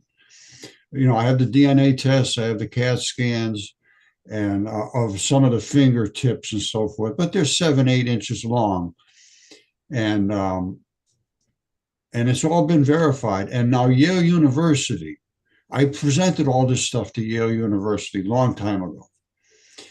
And they looked at it, and they wouldn't look at the evidence. I showed them, I sent them all the paperwork and all that. Well, just recently, well, not recently, actually, they hid it, the work. They took my paper and they got NASA to fund them to do that paper. And it says that the paper itself says they were exceptionally preserved soft-bodied creatures created by these floods. And they claim, though, that it was before any modern creatures exist. They were all jellyfish because they all turned to stone. And they think, no, that couldn't happen. They would have rotted away. They were jellyfish. They're not. I just showed you stones. These are from that great flood. All my stuff is from that. It's as flat as a pancake on one side. Can you see my screen? Oh, we can see you. All right, here. You see that? Oh yeah, we see that. Oh, what's that? Right. Looks That's a interesting. lung. That's a human lung. And it's been DNA tested, CAT scanned, everything else. You see the flat side on the back there? How flat it is? Yeah. It's because it died laying in the flood like that. Oh, so it flattened from its own weight, so to speak. Right, exactly. And the it's completely perfect, the fabric and everything on it. And that's because it was boiled out of a creature's body, and it just landed like this. Now, I have other ones. This one here, this is a fingertip. This is a fingertip. A fingertip, yeah. That's been CAT scanned, DNA tested. It's a human fingertip. It's a big And fingertip. that's not even a big one. This one is a small one. The big one I have is 36 inches long, one tip, one fingertip. So where has this fingerprint been found? In Middletown, Connecticut. Middletown, Connecticut. Yeah, in Connecticut, USA. Now, I'm right down the street, basically, from Dinosaur State Park, where they have found these Triassic footprints. Well, I have the stuff, I have it just coming out of my ears. And look at this. This is a new species of human foot. It's not exactly like a human foot, and it's not a shoe. And if you can see up, you see that round spot at the top there in the back right up here? Barely, but yeah. That's where the tibia comes down. The fibula sits on that side where it's broken off. So what makes you sure that this is a human foot, some kind of human foot? Well, it's a foot, I can tell you that for sure. And we have other ones that are, you know, and there's blood in here. This can be tested. There's blood in all these rocks. It's just another time, you know, that we don't really have enough time to elaborate all these things. Roger, I showed you this piece last time, no? And I couldn't hear that last one. What? I showed you this piece when we were talking last time, no? Yeah. And it's the same here. This is a heart, and this is flat on this side because it was laying like this, you know? Oh, wait, I can't see your screen. Oh. What? I thought you can see all three of us. No, I can't see it. I just have a little tiny thing on the side. I can't. I'm seeing my own screen. That's why. I'm in this, yeah. If you click on the little tiny window where you can see yourself, there's a little green icon. And if you click on that icon, you can enlarge your zoom window again. Go with the cursor over the screen, over this window. Look for the green. There's some kind of a green icon. I'm not. I don't have. Let me show you what I have for screen. Oh, yeah. This is all I have. Is right over here is us. Okay. The rest is all my screen. Okay. You can. Oh, wait. Go up. There's I think if you click on that red. I did. I tried 100 times on the red one right here. Oh, then it's some kind of bug maybe, and it won't. Yeah, it's just funny. We had some issues already today with Richard Gabriel to bring him on show. You know, it just didn't allow him to unmute his video and the sound. And yeah, some things are not as they should be, but it doesn't really matter that much since we don't have this huge amount of time. The initial idea for this is to bring people together, to connect researchers, and to bring also this to the public that we are many and working on things. It's just I showed you this heart of mine last time, Roger. We have been talking. where you could see it back then, and it just shows the same things, you know, like this iron, this brownish stuff, which shows that there was blood, and it's just for now, especially for the people who don't know you and your work. It's really about to drag attention to what you do, what your approach is to some things that people would view as stones. You know, I know you can't see this so good, but the audience can. This is also a stone, you know, for most of the people. For me, you can even rewatch this later, Roger. For me, this is a human heart. You know, you can see all the tissues. You can see the where there was arteries and veins and where the flesh was running across. I even sent you my short video I made back then about this piece. And we can find these things everywhere. Michael Tellinger found lots of these things in Africa, you know, and we need to go and dive deeper into all these topics. And I would also like that once in a while, when you have time, we make an extra video, let's say Daniel and you and me, or one-on-one sessions, whoever has time to go deeper, because we also intend to translate these videos into German, because these people also don't have access to what you are researching. And I'm sure that many people find things like this, you know, and I'm also sure that sometimes these people have this feeling inside that, you know, like I would say, oh, this looks like a heart, and oh, this looks like a bone.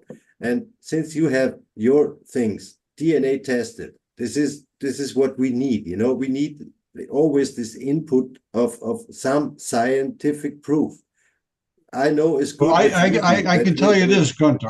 I have all the scientific proof you could ever want. And if we can get together, like you said, me and you and Daniel or whoever, and get it working correctly, get a good Zoom meeting where I can share my screen and I could be prepared for what we're going to do, and we'll make a nice video of it. And because I have all the DNA tests, I have the CAT scans, I have all the specimens, I have all of the microscopy done, I have the chemistry, I have all of how this happened and what the different anatomical parts are and how they fossilize. I even discovered something called interstitium. If you look that up, it's interstitium, it's called, and it's a newfound organ in the human body. They never knew it existed. I'm serious. And now they claim it's the biggest organ in the human body, and it is in the tissue. Like I showed you that lung. That lung has a layer in there, which is called interstitium. And it fossilizes in a way that I could actually see it. The doctors never even knew it was there. You look it up. A newfound organ called interstitium. And it was only in 2018 they said they even knew about it. So all this stuff, I got stuff that it's just incredible. And like I say, I submitted it to Yale, and they literally stole my work. But they made it look wrong, like that it was 250 million years ago, and it was only creatures that don't exist anymore. I'll read you something right now. If you got one more minute, I know you probably want to get on to somebody else. Yeah. Go on, everything's fine. Everything's fine. Well, here's what they say. This is from Yale. He says the topic of it is exceptional preservation of soft body creatures. And that's what I presented to them a year earlier with the CAT scans, with the DNA. Now, here's what they say. The Yale-led research team found these animals were marine fossils. That's because they were soaked in the water and found in sandstone around the world, everywhere. They're everywhere around the world.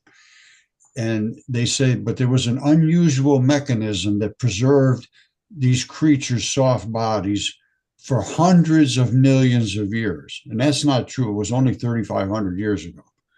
Now, say the findings appear in the journal Geology. Now, listen to this. They say these creatures are found worldwide in rocks ranging from 541 to 580 million years old. That's Triassic rock, they claim. And that's where I am in this Triassic rock area. So now it says the creatures themselves were from a few millimeters as up to as large as 1 meter. Well, that's not true. They're gigantic. And they say, but they go up to 1 meter, and that's how they're cutting it off. Now, it says many of them are outright bizarre in appearance and do not resemble any organism alive today. And then they say, we would like to understand the relationship of these complex animals that evolved shortly thereafter. So in other words, they say everything was wiped out on the face of the planet. And that's correct.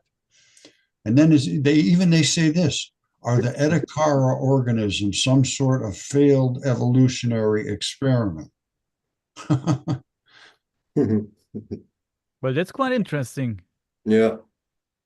Yeah, look it up. Roger. The name of, yeah. Roger, it was really, really, really a pleasure for me that we made it and you were part of this first initial project of the podcast marathon, and we will surely come back to you and make in-depth conversation and video about this topic. Absolutely. Keep me informed on Facebook. I'll keep an eye on it and just let me know.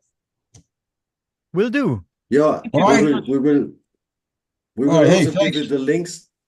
The whole live stream will stay on Daniel's YouTube, and we will cut this into pieces in all these single conversations we have, and you will get a link from all the things you want to, and we keep contact, and we will really, really dive deeper one day into what you already can prove. This is totally great, and many, many, many thanks that you took time today and you took the patience to wait and go through these obstacles we had, and we will surely meet again and we will talk again. All right, sounds good. All right, guys, we'll take care then. Take care, Roger. Thank you so much. Bye-bye. So, Red, thank you, Daniel. Thank you, Gunnar. All right, take care. Take care. I'm going to close this up. So, jetzt haben wir jetzt einmal eine Durchschnaufpause, oder wie schaut's aus? Haben wir wen in der Leitung oder der Tom wäre der Nächste? Das war ein bisschen chaotisch jetzt, aber war ganz cool. Also wenn es jetzt geklappt hätte, ich kenne die Mud Fossil University und ich war wirklich ein bisschen gehypt auf dieses Gespräch. Leider hat es nicht so geklappt, wie wir es uns vorgestellt haben. Es ist halt die Technik. Er hat jetzt auch nicht so alles so richtig durchgeblickt mit dem Screensharing. Das ist nicht schlimm. Das passiert. Er macht es wahrscheinlich auch nicht. Er war auch nicht vorbereitet. Ja, aber Mud Fossil University, Leute, Mud Fossil University, guckt euch das mal auf YouTube an. Die Videos sind wirklich Bombe. Das ist ein fetter Kanal auch. Der hat 196.000 Abonnenten, der Mann. Also der macht wirklich geile Sachen. Ne? Der hat fast 200.000 Abonnenten und das ist wirklich mega spannend. Also er kam jetzt vielleicht drüber wie ein bisschen wie so der verrückte Professor, aber das ist wirklich Spitzen-Content, was der macht. Sehr, sehr interessant, höchst interessant, Leute. Ja, und ich würde sagen, ich hab Tom schon gesagt, dass ich ihn gleich dazu, dass es vielleicht ein paar Minuten später wird. Und jetzt haben wir es, ja, es ist ja schon dazu. Ja, wir sind aber eigentlich genau im Plan. Ja, passt ja, dann hole ich ihn jetzt mal dazu. Tom, falls du schon da bist, jump in. Tom, jetzt kommt wieder was auf Deutsch. Leute, das ist natürlich... Ja, das war jetzt eigentlich eine ungeplante Unterbrechung, durch das vorher nicht funktioniert hat mit dem Roger. Ja. Da haben wir den jetzt genommen, um den deutschen Blog zu sprengen. Aber es macht nichts, das ist einfach so. Wir lernen auch dazu, wir werden besser vorbereitet in die nächste Runde gehen. Und aus meiner Sicht läuft es trotzdem toll. Und es wird auch noch so weitergehen. Wir haben jetzt ungefähr Halbzeit, würde ich sagen, Daniel. Ungefähr Halbzeit. Es wird nochmal so lang wahrscheinlich, Leute. Und wer weiß, was dann danach kommt in der Afterparty. Dann wird Tom vom Kanal Real Mystery natürlich ein Starjagd den nächsten heute. Was ist denn los hier heute? Das ist ja Wahnsinn. Ja, grüße Daniel, grüße Sebastian und Gunnar. Hallo. Ja. Hi Tom. Hallo Hi, Tom. hi. Schön, dass du bei uns bist. Schön, dass du hier bist. Teil von unserem Projekt. Wunderbar. Freut mich Ja, sehr. schön, ja. Ein Landeskollege aus Tirol, gell? Und ja, Genau. ich habe dort wirklich spannende Themen, habe ich da ein bisschen verfolgt. Seit nachmittags war ich heute noch arbeiten und ja, ich möchte heute da gerne mal ein bisschen was beisteuern, sozusagen. Es geht ja hauptsächlich bei euch um das Thema Megalithenstrukturen, Energiefelder, wie ich so mitbekommen habe. Und da möchte ich gerne etwas dazu beisteuern. Vielleicht etwas auch für die Forscher, damit wir euch etwas, ihr kennt mich ja, ich gebe den Leuten immer etwas bisschen mit auf den Weg, damit sie sich selbst ein Bild davon machen können, über also sich die eigene Vorstellung über bestimmte Ereignisse. Ja. Ich habe da so einiges gesehen, dass es da so Strukturen gibt, ne, von denen man sich heutzutage viele Forscher die Frage stellen, wer hat sie erbaut, woher kommen sie? Und ich gehe davon aus, dass reine Energien auch überall in unserem Kosmos verteilt ist. Das heißt, das Universum, also wir müssen erstmal mit dem Universum beginnen. Das ganze Universum, das Kosmos besteht aus reiner Energie. Und dieses Kosmos hat ein eigenes Bewusstsein. Man muss sich so vorstellen, dass diese Energien auf verschiedenen Planeten, auch auf unserem Planeten, einwirken können. Ne? Und wenn dieses Bewusstsein vorhanden ist, leben wir in diesem Bewusstsein. Wir sind zwar ein Teil dieses Bewusstseins, aber dennoch ein eigenes Individuum. Und wenn diese Energieformen gespeichert werden, geladen werden, man muss sich vorstellen, diese Pyramidenbauten, das ist diese Energieform, die von oben reinfließen kann und die Energie gespeichert wird, die aber dann wieder auch abgegeben werden kann. Ne? Das ist wie ein Leiter sozusagen. Dann sehen wir in unserem Kosmos immer diese kreisförmigen Symboliken, ne? Bei Stonehenge zum Beispiel. Ne? Kreisförmige Energien bedeuten zum Beispiel diese Strukturen, die im Kreis sich befinden, dort wird die Energie gespeichert. Dort ist die Energie am meisten vorhanden. Und dass Menschen oder Personen, die sich innerhalb dieses Kreises befinden, können absolut durch ihren Feingefühl, wenn sie ein Feingefühl entwickeln, diese Energie wahrnehmen.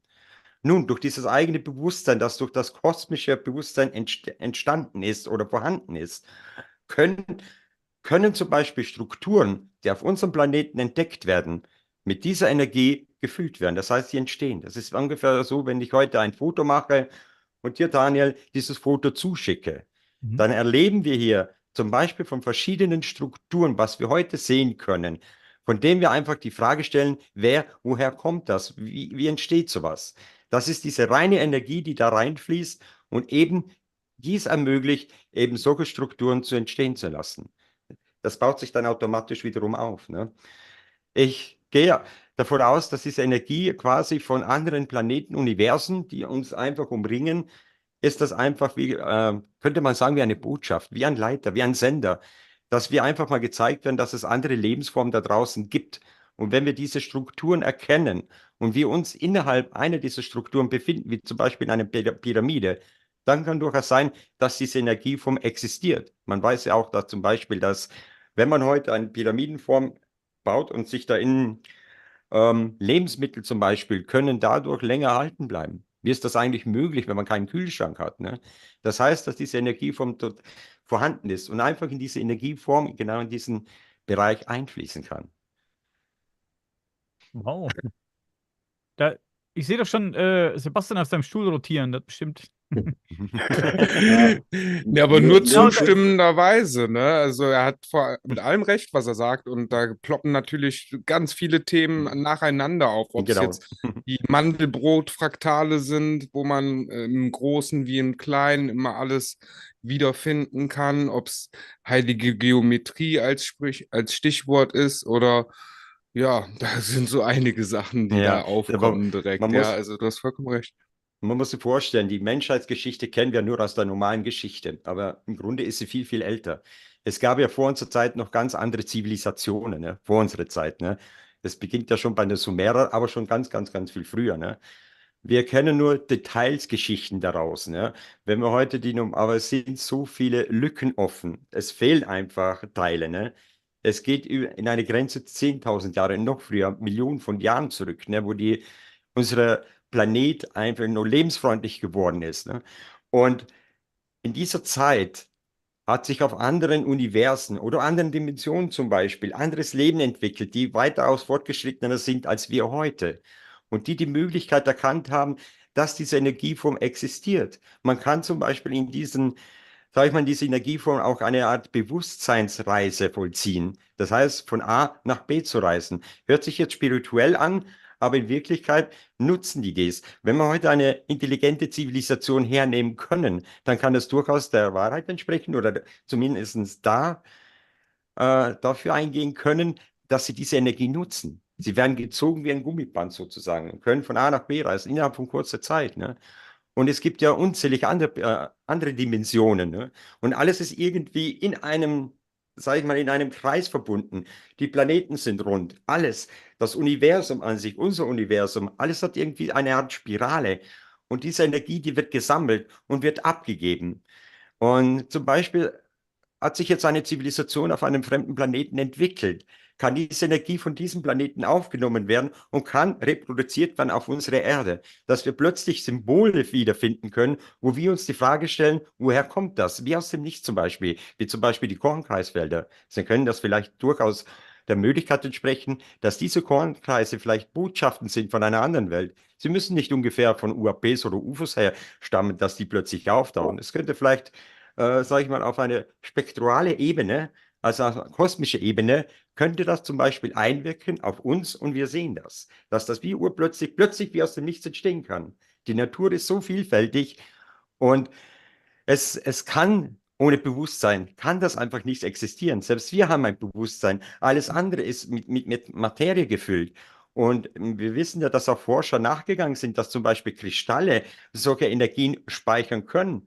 Und man kann durchaus in der Möglichkeit sein, vielleicht auch Erinnerungen von einer Vergangenheit wiedererkennen. Zeitreisen zum Beispiel. Entspricht dieser Theorie, dass es in mehreren Linien, also in mehreren Dimensionen, kann man gut vorstellen, wenn man fragt, sind Zeitreisen überhaupt möglich mit unserem Wissen? Dann heißt es meistens von den Forschergebieten her eigentlich in diesem Fall nicht. Ne? Das Vergängliche oder kann man eigentlich nicht mehr einholen. Aber was ist, wenn man sich, ich habe leider jetzt keine Bilder, um euch irgendwie ein Beispiel zu geben, aber ich kann euch das ein bisschen übermitteln, wie ich das ungefähr meine. Wenn wir Paralleldimensionen haben, dann sind das viele, viele kleine Welten. Ja? Und dazwischen wäre es vielleicht durchaus möglich, zwischen der Vergangenheit und Gegenwart zu reisen. Wir sehen also quasi, wenn wir so in einen anderen Raum einschwingen, was viele nennen es auch die Zwischenwelt oder die Geisterwelt, und durch diese Zeitlinie reisen können, uns bewegen, eben durch diese Energie, die aus dem Kosmos einfließt, dann wäre dies doch möglich, oder nicht? Wow. Ich kann vielleicht ein gutes Beispiel, um das zu untermauern, was du gerade gesagt hast, einbringen.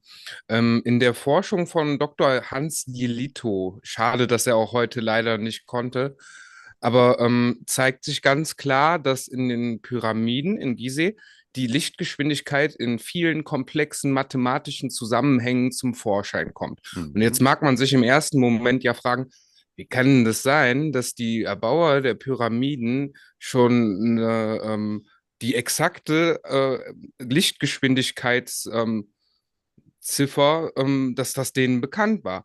Wenn man jetzt sich aber mal überlegt, dass wir alle zeitlos ungebunden von dem gleichen Feld gespeist werden, nenne ich es jetzt mal Schöpfer oder so, dass das quasi im Sein integriert ist, man gar keine Ahnung davon haben muss, wie die Lichtgeschwindigkeit genau zu beziffern ist, sondern dass es einfach eine sich innewohnende Eigenschaft von allem, was zusammengehört ist, sodass das dann auch so zum Vorschein kommt. Durchaus, ja. Ja, man muss sich vorstellen, die alten Zivilisationen, wie wir sie kennen, wir sind heute umgeben von technischen Geräten, Handys. Wir sind irgendwie beruflich immer wieder eingeschränkt. Wir sind irgendwie abgelenkt von all den Dingen, die uns eigentlich umgeben. In der alten Zeit gab es das einfach nicht. Ne? Sie hatten die Möglichkeit, darüber nachzudenken. Und wenn es eine andere Zivilisation gegeben hat, ne, dann haben die ihr Teilwissen vielleicht der neuen Zivilisation wie uns Menschen mitgeteilt oder erklärt. Und somit entstand einfach dieses Urwissen auch von diesen Gottheiten, die existent sind, weil sie eben damals schon von dieser Urquelle gesprochen haben, von diesem gänzliches Bewusstsein, in dem wir auch Menschen drin leben, aber ein eigenes Individuum sind. Ne? Und deswegen gibt es auch Menschen, die ein Feingefühl von anderen Dingen haben, die es fühlen, dass plötzlich irgendetwas ihnen nähert oder etwa da ist. Also wir Menschen sind aus Fleisch und Blut, aber unser Innerliches ist der Geist, der wandern kann. Also der hat die Fähigkeit, den Körper dann zu verlassen, wenn wir unser Leben ableben. Ja, und das gehört einfach alles zusammen. Und ich denke mal, die Urahnen vor unserer Zeit, die Götter, die aus den Sumeren, ja, die wussten das alles, ne? Und ihnen wurde das teilweise auch mitgeteilt. Ne? Und ich finde das Thema sehr interessant. Es gibt viele unter euch, die da recherchieren, diesen Orten besuchen. Aber ich denke mal, es ist immer wichtig, vielleicht einen neuen Anhaltspunkt mitzugeben auf den Weg für die Forscher, das einmal zu überdenken, was sein kann oder was nicht sein kann. Auch das Phänomen der Quantenverschränkungen weist ja ganz klar darauf hin, dass Lichtgeschwindigkeit nicht unbedingt das Schnellste ist, was es im Universum geben kann und dass alles auf irgendeine mysteriöse Art und Weise miteinander verbunden ist. Nur die Art, wir sind es noch am Herausfinden, denke ich. Ja, das ist so. Es können plötzlich Teilchen hier plötzlich auftauchen, wieder verschwinden und an einem ganz spezifischen Ort ganz woanders wieder plötzlich auftauchen, zur selben gleichen Zeit. Das ist wie ein Quantensprung. Ich denke mal, das sind diese Barrieren, die überschritten werden können. Ne? Also für der Linie, also das ist unsere Realitätslinie, in der wir leben, und das ist die Anderswelt. Dass dieses Teilchen so und dann wieder rüber geht und plötzlich an einem anderen Ort plötzlich wie unerwartet auftaucht. Wenn man von A nach B wandern würde, würde das ewig lang dauern. Und so ist es vielleicht möglich, dass es wieder weg ist und dann auf einem anderen Ort wieder auftaucht. Solche Phänomene. Ich habe so einige zum Beispiel auch das Thema der Ufologie beobachtet von UFOs, die plötzlich auftauchen und wieder verschwinden. Die haben die Möglichkeit, in andere Dimensionen zu reisen. Deswegen ist es sicherlich auch nicht weit hergeholt, dass sie sagen, dass sie nicht von anderen Planeten stammen, sondern von einer gänzlich anderen Dimension. Ne, dass sie auf eine geistliche Ebene vielleicht auch die Möglichkeit nutzen können, eben so zu reisen. Ja, absolut. Das halte ich auch für mehr als möglich. Und wenn wir uns dann auch das Doppelspaltexperiment mal angucken, dann kann man ja auch sehen, dass das Bewusstsein an sich der ausschlaggebende Faktor ist. Ne? Ja, ja. Und ich denke eben, wenn man heute diese Symboliken der Menschheit genauer betrachtet, viele Strukturen, da kann man sagen, die hatten Hilfe von irgendwo von einer anderen Zivilisation, weil da denkt man sich wirklich, wie ist das eigentlich möglich? Ich meine, du hast das selber schon erlebt, wie in der Präastronautik zum Beispiel. Und ich denke mal, dieses Wissen wurde von den anderen, wie wir sie damals erkannt haben, Gottheiten, wurden sie benannt, weil eben auch wieder dieses kosmische Energiefeld vorhanden ist, weil man damals keine andere Bezeichnung dafür hatte, für dieses Bewusstsein, weil es vorhanden ist. Ne? Man kann es als das Schöpferepoch bezeichnen. Ne? Also wenn heute sagt, der Schöpfer, wo lebt er? Auch in uns und wir mit ihm auch zusammen. Ne? Und diese Energieformen, die sind einfach vorhanden, auch in diesen Arten Megastrukturen. Ne? Und Extrasteine da hinten in deinem Hintergrund, da war ich auch schon. Ich fand das absolut faszinierend, diese Bauwerke. Und wo ich mir das genauer mal betrachtet habe, ich hatte so das innere Gefühl, dass da mehrere Kulturen schon vor unserer Zeit hier Existenz waren, ja. Nicht nur die alten Germanen oder sonst, oder die Kelten oder die Römer oder die, ich glaube, das war das so das Gebiet zwischen der Schlacht zwischen den Römern und den Germanen. Aber man hat schon das Gefühl, dass da Energie reinfließt. Man muss einfach seine Gedanken freien Lauf lassen heutzutage. Ne? Wie gesagt, jeder ist heutzutage ein bisschen eingestresst und man interessiert sich für diese Themen. Aber man muss wirklich mal auch in die Ruhe kommen und sich das einfach genießen lassen und vielleicht das Ganze einfach auch mal ein bisschen neu zu überdenken. Denkt mal, wenn man an diesem Ort ist, denkt man sich, was hat der Mystery gesagt, der gute Tom? Ja, ist es vielleicht möglich, dass man sich mit dieser Energie verknüpfen kann? Und dann kann man sagen, ach, sieh mal an, das könnte so ein fotografisches Ehebild vom fernen Planeten, wo vielleicht gerade eine Zivilisation stattfindet. Und könnte das vielleicht sozusagen ein kleines SMS sein oder ein WhatsApp-Nachricht quasi, das sich auf unsere Natur eingeprägt hat? Ich finde es toll, dass du heute da mit dabei bist, Tom. Und wir sind jetzt gerade in so einer Phase, eben im Hintergrund von Sebastian, die externen Steine. Du siehst da, Ja. Anna, da, die Ja. Steinstruktur da bei mir hinten, die ist aus dem Böhmerwald. Das liegt ja auf einer Energielinie bis zum Harz draus Ja. in Deutschland und geht weiter bis zur Sonnenpyramide in Visoko. Und ja, ich finde es auch toll, dass wir uns auf diesem Wege heute kennenlernen, weil ich glaube, du hast sicher Interesse an dem, was da bei uns im Mühlviertel passiert und was meine Forschung so betrifft. Einmal auch im Hinblick natürlich auf die Megalithforschung. Da werden wir uns außerhalb dieser Plattform heute einmal auch connecten, dann schicke ich dann Gerne, ein ja. paar von meine Sachen. Super gerne, ja. Das ist einfach auch die Idee dahinter, dass wir mehr und mehr Forscher verbinden und einfach sehen, erstens sind wir schon viele solche neugierigen Menschen und du hast ganz recht, wir brauchen mehr Einblicke aus unterschiedlichen Richtungen. Jeder hat so seine Eingaben und Ideen und ich weiß bei mir auch nicht, wo das genau hergekommen ist, die erste Initialzündung. Ich habe einige Wochen draußen im Wald verbracht damals und dann hat das bei mir gestartet. Ein Jahr vorher war ich in Visoko, im Jahr 2013 habe ich dann dieses Gebiet für mich entdeckt und angefangen, das zu erforschen. Deswegen weiß ich halt einfach, dass das auf einer Energielinie liegt, eben mit den externen Steinen, mit dem Brocken in Harz draußen und dass zum Beispiel der Blöckenstein der energetische Komplementärpunkt vom Untersberg ist. Das sind alles so Dinge, die jetzt in unserer Zeit passieren dürfen. Und ja, okay, es war meine Idee jetzt für die Podcast-Runde. Das macht aber jetzt keinen großen Unterschied. Es dürfen auch solche Begegnungen jetzt passieren. Und wir Durchaus, können ja. immer freier über diese Dinge reden. Das Tolle freut mich. Also Sache. ich sage immer so, wir in Österreich und Tirol oder Bank da unten, da gibt es so, ich rede zu meinem Dialekt, ich spreche ja hauptsächlich Hochdeutsch, damit man die Community auch verstehen kann. Ja, und ich sage einfach gut, dass wir in Österreich allein so viele interessante Dinge haben, wenn es um mysteriöse Sachen geht, um Steine, also Steine, die wir haben, der der strahle irgendetwas aus. Ich sage immer, die haben irgendwie die Möglichkeit, Energie freizusetzen, ja. Genauso wie das. Und ich denke, da gibt es, in Österreich sind wie der Untersberg zum Beispiel, ein ganz interessanter Berg. Ähm, da wandern Tausende, zigtausende Menschen dahin, um sich das mal näher zu betrachten. Da kommt die Frau. Ja, du sagtest ja auch eben, dass in Kristallen auch schon nachgewiesen ist, dass die Speichern von Informationen können. Und das können diese Kalksandsteingebilde auch. Also Ja. wir haben da nur noch keinen Zugang zu, aber ich persönlich habe an diesem Ort, den ich auch schon häufiger über längere Zeit besucht habe, auch schon das Gefühl des Verbundensein mit dem Ort und dann auch, wie du es schon meintest, mit parallel stattfindenden Realitäten gefühlt. Ja, man spürt ja quasi die Energie auch an bestimmten Orten.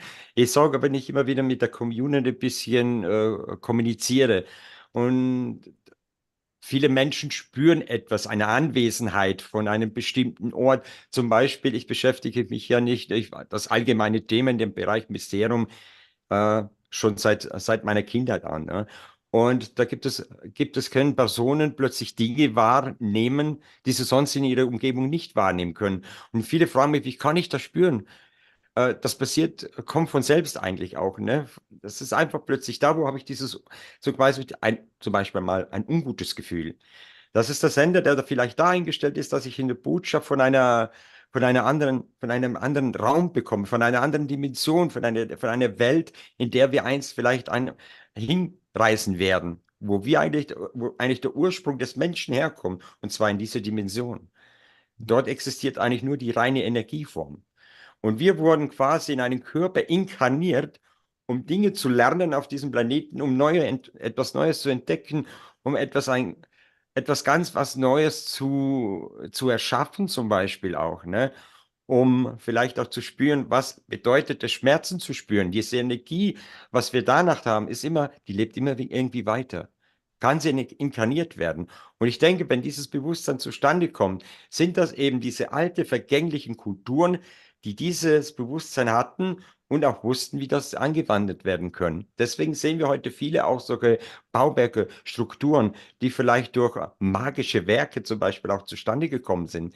Dass zum Beispiel Steine aus unerklärlichen, die Gravitation plötzlich aufgehoben worden ist und die Steine aufeinander gesetzt worden sind. Ne? Nur haben wir dieses Wissen vielleicht intensiv erlernt. Ich finde es immer Ja, gut, unser menschliches Dasein mit einer Art Radio zu vergleichen, weil es ist immer zu jeder Zeit jeder Sender zur Verfügung. Es ist immer nur die Frage, auf welchem Sender ich als Empfänger eingestellt Ja. bin, und dann kann ich es auch empfangen und auch hören und auch feiern. Genau, so ist es ja. Es ist Ja, leider und so, dass wir Menschen heute ziemlich gestresst sind. Wie gesagt, im Alltag, von der Arbeit und Umgebung. Sehen auch die Leute, die laufen nur mit dem Handy rum. Ich denke mir immer wieder, schaut euch doch einmal die Natur an, verknüpft euch doch einmal. Wenn man so mal quasi durch die Natur läuft oder so, dann spürt man solche Dinge, ne? Viele Dinge werden gar nicht mehr richtig wahrgenommen. Auch dieses Paranormale werden von vielen Menschen ignoriert. Man versucht dann, wenn da plötzlich etwas passiert, eine Erklärung zu finden. Ja, vielleicht hat mein Sinn einen Streich gespielt. Na, teilweise ist es wirklich so, dass wenn es in einer Gruppe passiert, dann kann es doch keine Illusion sein. Dann ist es etwas, was wir persönlich erleben. Und das ist immer wieder aufs Neue und immer wieder aufs Neue. Und es sind einfach auch Botschaften hinterlegt worden aus der Vergangenheit, die uns heute vor den Augen präsentiert werden. Und wir versuchen, eine Erklärung zu finden. Ja, wie hat der Mensch die vielleicht erbaut? Aber denkt man mal ein bisschen weiter, was möglich ist und was nicht möglich sein kann. Ja, dass es vielleicht auch mal Hilfe von wo anderswoher gekommen ist. Ne? Ja, hast absolut recht. Ja. Du hast natürlich recht. Wir blenden ja, vieles aus heutzutage. Ne? Wir blenden sehr viel Genau, richtig, ja. gelenkt sehr und auch durch Stress blenden wir vieles aus. Wir sind so gestresst, dass wir viele Sachen gar nicht wahrnehmen möchten unterbewusst und Mhm. sehen gar nicht, wie schön und faszinierend die Welt um uns herum ist. Ne? Ja. Lieber Tom, wir werden diese Gelegenheit jetzt auch nutzen, weil jetzt sind wir in einer speziellen Community, weil die zwei Jungs, die mit uns jetzt hier sind, die waren voriges Jahr bei mir im Forschertreffen. Ja. Und wenn Zeit hast, du bist von mir herzlich eingeladen, am 8. Dankeschön, Juni danke. Danke, ja. am Steingeflüster teilzunehmen. Ja. Sebastian kommt auch wieder. So, weiß ich nicht, kommst wieder vorbei bei uns. Der Daniel hat auch gesagt, er kommt. Es wird ein super Aufgebot. Gabriele Lukacs ist am Rande hier, hört sie mit, was wir so reden. Die wird als Vortragende diesmal hier sein. Reinhard Habeck wird da sein. Der Werner Betz wird da sein. Die Barbara Zeller. Ein ganz guter Freund von mir, der Roman Polak, sehr, sehr, sehr zu empfehlen, da hineinzusehen in den YouTube-Kanal Steinriesen, was der Roman in Niederösterreich unten an versteckten und nicht bekannten Bauwerken entdeckt hat. Der wird einen Vortrag halten und ich werde ein bisschen über meine. Ja, Gibt's was zum jetzt Essen? kriege ich was zum Essen. Ja. Danke, Tanja. Ich werd ein bisschen über meine Arbeit natürlich auch berichten, die ja momentan fokussiert ist auf die Arbeit eben in der Resonanzkammer, in dieser antiken Kammer, wo wir Akustiktests machen und dann Gott sei Dank eben im Anschluss an das Forschertreffen, weil der Werner da ist und der Axel kommt auch, der unter anderem die Messungen eben macht für den Werner Betz und auch schon für den Herrn Dr. Kusch gearbeitet hat. Da werden wir dann diese Messungen auch ausweiten auf die Resonanzkammer. Auf jeden Fall, wenn du Zeit hast, du bist sehr, sehr herzlich eingeladen, da connecten wir uns Super, einfach dann. nur, dann kann ich dir ein paar Tipps geben, wo du Übernachtungsmöglichkeit findest Ja. und so. Es wird eine super, super Angelegenheit, ich glaube, das wird dir wirklich gefallen. Bei dieser Gelegenheit frage ich gleich noch, kennst du die Guardians of Time, die Wächter der Zeit von Manfred Kielenhofer? Nein, Kennst du kenn ich nicht, nein. die Mönche? Na, Dann werde ich die mit dem auch verknüpfen. Das ist Gut. unser nächstes großes Projekt. aha. Und wir werden da einfach einmal privat drüber reden. Auf jeden Fall werden Das können wir gerne machen, demnächst werden die ersten Wächter fürs Steinreich angeliefert. Das habe ich mit Manfred jetzt so organisiert. Und ja, es ist toll. Wir haben unseren Zeitrahmen, den wir Passt gut, einhalten ja. sollten, so gut es geht. Passt wirklich gut. Bleibt gern noch dabei. Wir Ja, haben jetzt wieder ich werde mich dann langsam ein auch paar verabschieden. Englischsprache. Ja. Es bleibt der ganze Livestream online.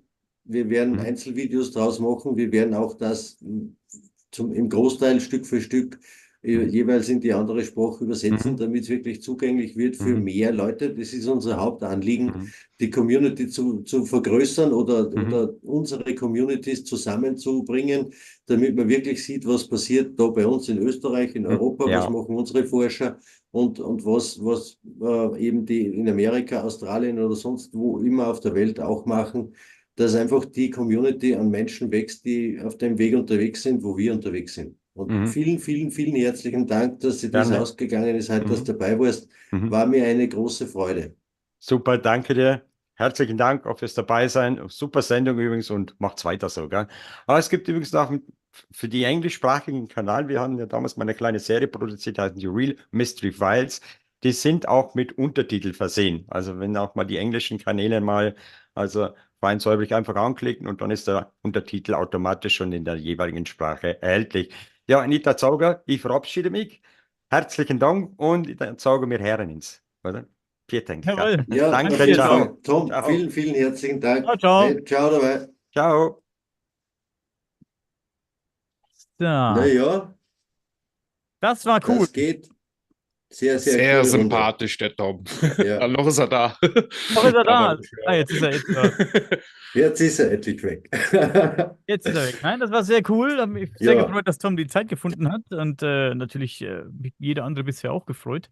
Das war ziemlich spannend bisher und wir haben noch einiges vor uns, Leute. Jetzt kommt gleich Brandon Thomas, er ist noch nicht in der Warteschleife, deswegen hatte ich jetzt kurz die Hoffnung, dass Manuel Schober, der Herr Schober, jetzt kurz Zeit hat, aber der guckt wahrscheinlich gerade nicht zu, der ist gerade nicht in seinem Facebook, sonst hätte ich den kurz reingeholt, der hätte ein bisschen seinen Shop vorstellen können und hätte ein paar Bilder von ihm gezeigt.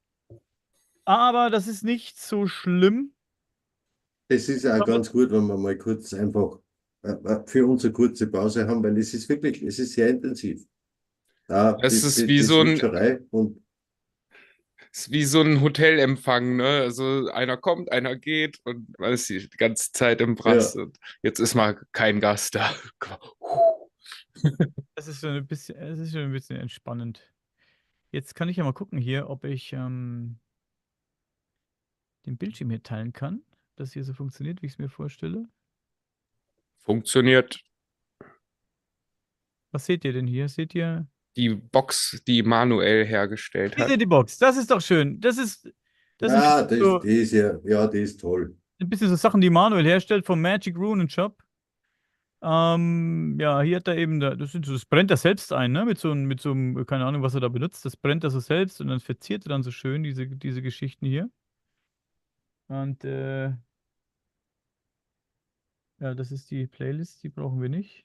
Moment, da muss ich noch mal gucken, wie ich das hier, upsala. Jetzt ist es Ich kann auch mal kurz meinen Malachiten zeigen, den ich Danke. habe. Und der ist vom Manuel. Ist jetzt leider mit Greenscreen ein bisschen blöd, aber habe ich wieder ausgeschalten, den Screensharing. Naja, vielleicht kommt der noch mal on und dann, ja genau, zeig mal in die Kamera. Das müsst ihr ein bisschen näher ranhalten, sonst wird das nichts. ja, ich muss den Greenscreen kurz ausschalten dafür. Oh, Brandon schreibt mich gerade ein, er braucht einen neuen Link. Dieser funktioniert nicht, sagt er. Da werde ich ihm mal einen Link schicken hier. Und dann geht's gleich weiter mit Brandon Thomas. Brandon Thomas hat einen fantastischen Podcast, Leute. Expanding Reality. Da war ich auch schon zu Gast und mache ab und zu mal mit Brandon gemeinsame Sache, wenn man das so sagen kann. Und das macht mir tierisch Spaß. Brandon ist ein wirklich schlauer Kopf. Oh, jetzt ist er im Pfad. Hast du schon gezeigt, die Kette, ja? Habe ich gar nicht mitbekommen. Ja. Wieder gelabert. Aber ich habe auch von Manuel einige Steine geschenkt bekommen. Er hat mir wirklich wunderschöne Steine geschenkt. Ich bin auch so ein Fan von diesen Heilsteinen. Also nicht, dass ich jetzt unbedingt an diese Wirkung glaube, aber ich finde das ganz cool, wie die ausschauen, sich anfühlen. Sind ja auch schön, die liegen auch richtig schön in der Hand immer. Und der macht wirklich schöne Sachen, schöne Ketten. Und er hat viel Räucherware. Ich hole mal kurz was. Einen Moment. Hol mal was, ja. Ich lasse Brandon trotzdem schon mal rein. Ja, Manuel Schober war im letzten Jahr auch bei uns am Steingeflüster, kommt auch dieses Jahr wieder. Wirklich super Sachen, super Typ. Ganz nette Community. Dieses Jahr wird es sogar ein bisschen mehr Rahmenprogramm, sage ich jetzt einmal, geben. Es wird mehr Bücher geben, weil der Werner bringt was mit und der Reinhard Habeck und so. Es ist alles vorbereitet in Wirklichkeit. Ich werde jetzt einfach so frei sein und dann nebenbei ein bisschen was schnabulieren. Mach das mal. Weil ich schaffe es gar nicht, dass ich weggehe von da, weil es so interessant ist.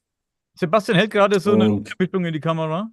Genau, das ist eine Räuchermischung von Manuel, die er extra für unseren Podcast Sagenhaft und Sonderbar hergestellt hat. Man sieht jetzt nicht dein Greenscreen, der geht ja gerade ein bisschen auf den Sack, richtig? Aber Ja, ich habe den Greenscreen schon ausgeschaltet. Das ist mit dem virtuellen Hintergrund jetzt noch. Wenn ich den noch ausschalte, dann dürfte man es wirklich sehen können. so, aber wie Nicht gesagt, löschen. es wartet ja hier der Brandon hier, den werde ich jetzt mal reinholen. Ah ja, jetzt sieht man die Mischung. Sehr schön. Hat er noch so ein Kleines UFO dran. Also er gibt sich sehr viel Mühe fürs Detail und das ist echt schön. mit Wachs versiegelt? Das ist wirklich sehr schön, was er da macht. Sebastian hat ein Blitzdings, schreibt jemand. Brandon, my man, here he is. Hey. Hey there. What's up, guys? Hi. Hi. Always So nice good to to see you. You as well. This is amazing. What an Hi, honor. hi. Hi, Brandon. Hello. Nice to meet you. Finally, Nice to meet you as well. We tried several times. It seems so great that we have you with us today. And yeah, I even feel that now is the next 30 minutes are going to be a little bit more relaxed. It was a little bit stressy for us now the last 3 hours, but we are still doing good. What are you up to? What's your task in this world?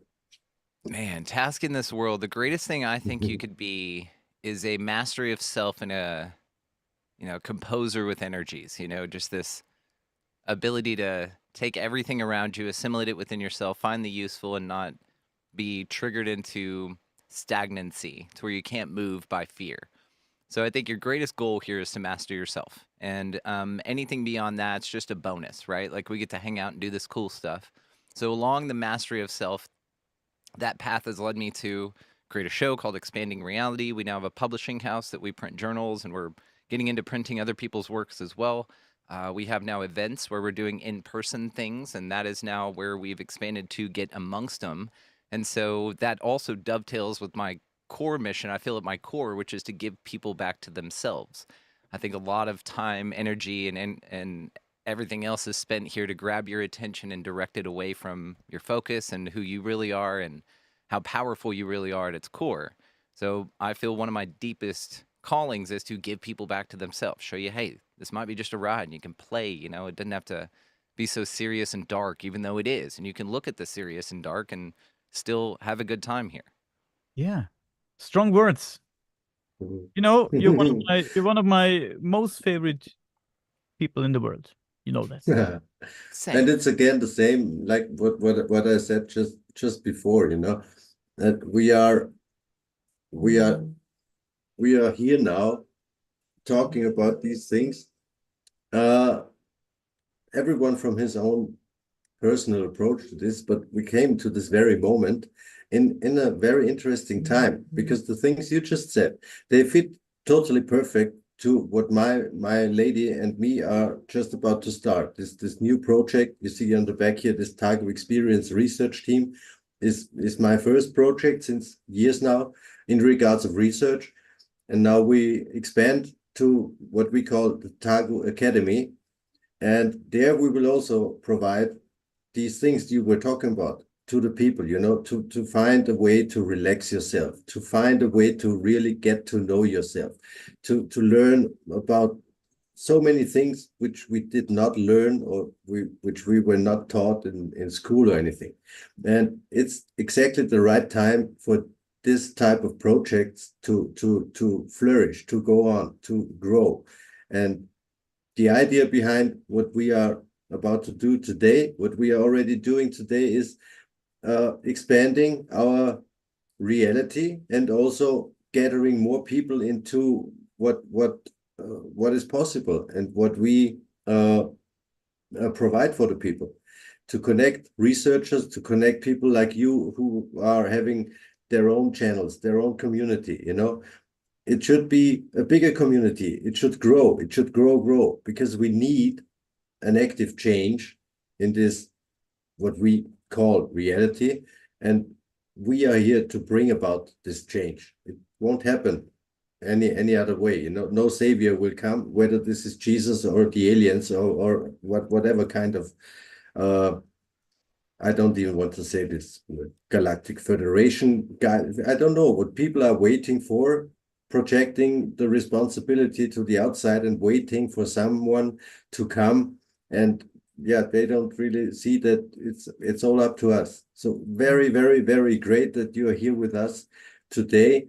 I don't know if you have seen what happened until now. We are now in a block of two or more English-speaking people again, and then we will switch into German again. This is what we have to somehow, since we also want to interconnect on different levels. We intend to translate the videos from today into always the opposite language, English or German or the other way around. So again, to give more people a chance to see what the others are doing, even in between the researchers. Sometimes one does not know the other. And since I'm in this game since a while with my Tagu-experience, I met many, many very interesting people. And I'm so happy that now we can really start to connect. I could not resonate more with what you're talking about here. This is yes, of course, and it makes complete sense. Now, I will say personally, guys, I'm from Texas in the United States, right? I'm born and raised about 45 minutes from. I was born 45 minutes from here, and I'm 41, so I've spent 41 summers in Texas. They've all been hot, and I've been here for a long time. But in Texas, there's a large German influence and a large German history here. And actually, my lineage is of Irish, we'll whisper that part, but of German descent strongly. And then Daniel and I connected. I feel he's my brother from your side of the world over there. And we've just got a fascinating relationship with being able to connect over the mysteries, over the amazing things. And I've got to say also, just as an American, that it's amazing what you guys are doing, where you're having a marathon in a few different languages. You're then converting those languages, when Daniel overdubs my voice in your language. It's fascinating to me what you guys are able to achieve. But by breaking that barrier and for it not being a limitation, you've transcended these boundaries. That's what I find so wonderful about my relationship with Daniel in particular. And now, of course, my new family here. And thank you guys for welcoming me open-armed. Is that it's just such a cool thing that we have so many fascinating things to ping off of one another. Like, I've got stories in Texas y'all probably have never heard of, but all of you have fascinating places and interesting accounts that you visited with as well that I'm blown away by, that actually are incredibly integral parts to new insights into the phenomena. It's really interesting to start making some really interesting connections. So again, to the connections part of it, I'm grateful to be here, guys. This is outstanding. It's awesome. It's awesome you joined us. And since our topic today is archaeology and human history, I was thinking, since you had some very interesting guests already, how many shows have you recorded since you started, by the way? Recorded is, I don't know, but put out, I'm about to release episode 267 today. Like, it will come out today, but that's not including all the bonus content we've done, the lives, the content you and I have done. It's well over 300 something episodes, and not including any of the guest spots that I've been on, which are in the hundreds as well. So it's been a lot, dude. It's crazy. And you've had some very interesting guests who touched the topic of human history and archaeology. So tell us about a few of your most interesting guests when it comes to these kind of topics. A few of my favorite, there's some OG ones that you guys would love. Michael Cremo. Do you remember him? He went on Coast to Coast AM all the time, and he's been on a few of the Ancient Aliens, I think, but just an awesome dude. And so I got to sit down with him, and that was just a fascinating, the forbidden archaeologist, right? So we talked about all kinds of stuff. The other one would be Brad Olson. He's wonderful, same kind of credentials, outstanding dude. Forbidden archaeology is his occult. Yeah, his occult forbidden archaeology type work is absolutely fascinating and paramount. He runs around with Linda Moulton Howe, and they do some very interesting work together as well. So having those guys on, but there are a few nuggets out there that aren't in the mainstream as I would call them, but they've been some of my favorite conversations, which is, you guys know how this works. There's a guy in particular that comes to mind very recently that I just had back on the show, is Larry Paul. Now, he is the president of the American Pyramid Association. He goes over to Egypt constantly. And my events actually will take us over to Egypt. And, Gunnar, you and I probably have some crossover where we can set up some events together here, bud. Now, we'll be going over there to Egypt quite a bit, but Larry works on this amazing style of looking at the pyramids and the entire Giza complex as being a big mathematical riddle. And he sees things like the stairway, which is just this amazing piece of, it's stairs that just start in the middle of nowhere. They go down a certain amount of feet and it's all filled with trash and everything. But he noticed that how many steps were there, the length that it took, the width of the structure that you're able to walk in, as well as the direction that it pointed to an meteor impact that was also then considered sacred, but it wasn't connected in the literature. So he found all of this stuff. So Larry is one of the most fascinating guys. He also goes down into the Tomb of the Birds, which is very unexplored, and just an interesting dude. Another one that comes to mind is an Argentinian archaeologist that I got connected with, a guy named Jose Miguel Perez Gomez. This guy is fascinating. He is like the South American Indiana Jones. He found El Dorado, the lost city of gold. He found a fleet of Spanish ships lost since the 1700s in the Caribbean. He goes, yeah, it's right over there, and found it. Another thing he's really famous for and has been on the show a couple times for is his petroglyph and his work with cave art and petroglyphs. And he can show these fascinating correlations between undiscovered petroglyphs, their track through North America, and how they point to a lost civilization that migrated, all based on the art. And he's got this heart and reverence for it that when he speaks about it, you get goosebumps. You sit here and say, oh my God, this guy like really feels this, and he can see this playing out in history right in front of him. The way he speaks about how they did the art and putting himself in the mind of the people doing it, and how it was a manifestation technique, and how they were teaching this to their children, and how they could call the herds, and just this relationship to the art that then depicts their relationship to the world around them. So these folks with these reverences for archaeology, and all of it mysterious. Now you can say the former two have been pretty, basic, and they are. You don't have to get freaky woo-woo things to be amazing here, as Robert Schock showed us with Dr. Anthony West when they talked about the Sphinx enclosure, right? That's basic raw science that just proves what they're talking about is horseshit.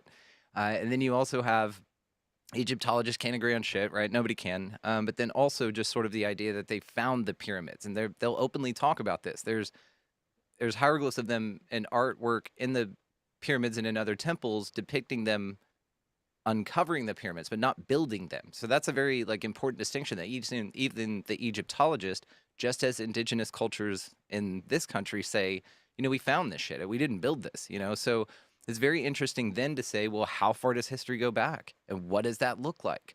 And now this is all just linear time we're talking about. We're not getting into the freaky woo-woo, Howdy Mikowski's resets and the Phoenix cycles of Jason Bashir's and these folks that think of a reset in terms of a simulation and all of that. So fascinating things to contemplate, but a lot of interesting folks with a lot of fascinating perspectives. Do you have any some kind of strange archaeology in Texas over there? I'm sure we do have some interesting things. I know the hammer that was found in coal. Are you familiar with the term UPAs, the out of place objects? It's an acronym, right? Yeah, of course. So they found an UPA, a famous UPA here in Texas, in East Texas, I believe, and it was a hammer. It was an absolute wood handle iron head hammer that was found in 400 million year old coal or something like that. So where it's just so old. And then we start speculating about time travelers coming back then, just accidentally dropping their hammer when they're working on lunch or something, and then getting back in the time machine and going back, and then they're like, I left my hammer. They're like, don't worry about it. There's so many interesting things with when it comes to UPAs, especially things like frogs being found in sediments of coal, millions of years old, absolutely alive in a rock when they break it open. Things like that. Just weird stuff. But I know also out here we have the Aurora case, which is fascinating, and that could be considered archaeology because they dumped all the stuff in the well. And that's over here in East Texas. But yeah, there's some fascinating things, and Texas is huge. So we have a lot of history, a lot of culture here as well. And a lot of weird, freaky woo-woo paranormal spots, absolutely. Yeah. Yeah. What I found interesting is these traces, dinosaur traces. At the same time, we have human footprints. So this makes you think, what the fuck happened there? So You guys can Google Glen Rose, Texas. It's just down the road from me, actually. It's 45 minutes. When the wife and I had a motorcycle, we rode there. We've been there a few times. And there are dinosaur tracks in the riverbed, but there's also footprints, human footprints there that call into question sort of the timeline, right? yeah, what do you think when you hear about or see stuff like that?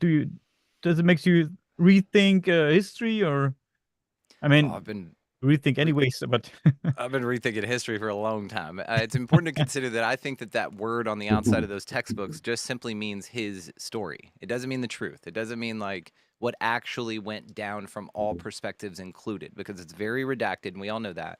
But also, any history that you get is told from the perspective most often of the victor. So you're going to get a very reductive form of what they're calling actuality and actual reality. And it's, again, filtered through their perspective. So I think history happens through your own eyes. Anything other than that, it's kind of a crapshoot, because outside of that, you can't control your observations of. So anything, the measurements taken, any of the building blocks between our history and then now this should occur because that happened in the past, like anything like that needs to be absolutely reconsidered when we talk perception. And then that's why the idea of physical evidence here, or history itself in linear time, or anything like that, is fascinating, because you call, let's say, Howdy Mikowski's ideal, where he touches a lot. He summarizes the work of the Catholics and the Gnostics and the Cathars, and what they talked about was this demiurge reality of a Sophia, this hellscape, actually, that this is a carbon copy of what heaven could be, or a matrix that's overlaid on it. That could be also described as a simulated reality over ours that's not altruistic. And in this way, then, you start to see this big picture ideal of maybe that everything is in a simulated reality sort of put upon you in exactly the way it's supposed to. In some of these ideas, you can't prove that history didn't start this morning, and that all of your memories are implanted. And the sort of like Dark City, the movie, wonderful movie, awesome if you get the chance to check it out. They implant memories, and they can implant the thought that you have had a history altogether at all. And so when you start to consider these things philosophically, it'll turn your stomach and it makes you nauseous. And you start to say, hang on, so none of this could be real, or all of it could be simulated just beyond my perception and reach. And the answer is yeah, absolutely. And you can't prove that it's not. You can't prove it is, can't prove it's not. It's one of those mind fucks, man. it is. Yeah, I know this mind fucks very well. Yeah, in my opinion, my life seems like to be a great adventure to understand with how many shit I was connected with. I was born, and then I have to go my own way, and then reconnected with the things I wanted to connect it with. So this is for me the quest of my life, and I think for all humanity. Bastion nailed it. Yes, absolutely. That's the irreprovable. That's your controllable, is what you have fact over and hold over. I think everything else is context to mold you and to allow you to grow and to make your own discernment and decisions. That may come down to the fact that it's real or not altogether. It's a silly What I place, wanted can to tell you say that. is, yeah, what I find so great now again is that from all these millions of people on this planet, there are only these few of us which are connecting today. And to me, it seems that, from my point of view, that on almost every spot of this planet where there are interesting things going on, sometimes weird things going on, now I get more and more connection to at least one person, like from Texas, like one person from Australia, like one person from whatever, and this is great to have this chance to meet you guys all one after one. Daniel and me, we also Sebastian, we don't know each other for so long. It's about a year now, since these connections started, and it really seems to me that this is growing, and I really like this. This is really, really great what's going on right now. And we share so many interests, not just one thing. I can see a guitar hanging, or is it a bass? What you have hanging? Yeah, it's a guitar. Back there? Yeah, that thing went to China with me, actually. I was a touring musician for 12 years, all over the country in the U.S. And then that thing is also carved. I didn't grab it off the wall there, but it's hand carved by me by a tiny little screwdriver. And so it's very intricate carvings on the top of it. And then the one I use now is over here. So You see, that one's kind of retired. I did a lot of so percussion stuff while playing, so it kind of split a little bit. So I kind of just put her up. this is just the next point. Danny and me realized this a while ago that so many people who are into any of these topics Our are also musicians. connected to music. You know, Yes, I'm this also is something I surrounded. I noticed just too. can't. This is, you see, I have a baby. I have American support. You know, here in my Oh, a this. Les Paul, very nice. Yeah, She's turning 30 this year. You know, beautiful. Well, congratulations, happy birthday. and this is just great. I'm also surrounded with many other instruments. I own at least now I think 7 guitars, and I like this. This is also part of my work, you know, my approach. I'm also not a studied archaeologist or any of these things, but my approach. I think you see some of the pictures from the cave where I'm working in, I where did, I'm and they doing look this frequency amazing. research, Yes, but I would be and down to this see them is, again. you know, I'm just, yeah, I can try to give one example here, like Zuck, for people who don't know this stuff. This is Yeah. my resonance chamber. And you can see in this case, there are these 5 chapters carved, let's say carved now, we don't really know how it was made, but we have these 5 segments. And as a musician, to me, it points at pentatonic scales, you know? And this is how I approach these things. And even the first time when I entered this cave, I immediately realized that there are some strange acoustical properties. And since then, I try to work more around this stuff and find out more and more things. And since we know from other places like the King's Chamber in the Big Pyramid or Malta, this Hypogeum, that most of these places are resonating with this 432 hertz. I actually expected it to be the same here, but my measurements show that it's 435. And this is a very interesting frequency. And since I'm very interested in this, I made more and more research about this frequency itself. So, and I found I think he's from Switzerland. This guy, his name is Hans Cousteau. He's a mathematician, actually. And together with a guy from Berlin, they started what they call Akasha Project.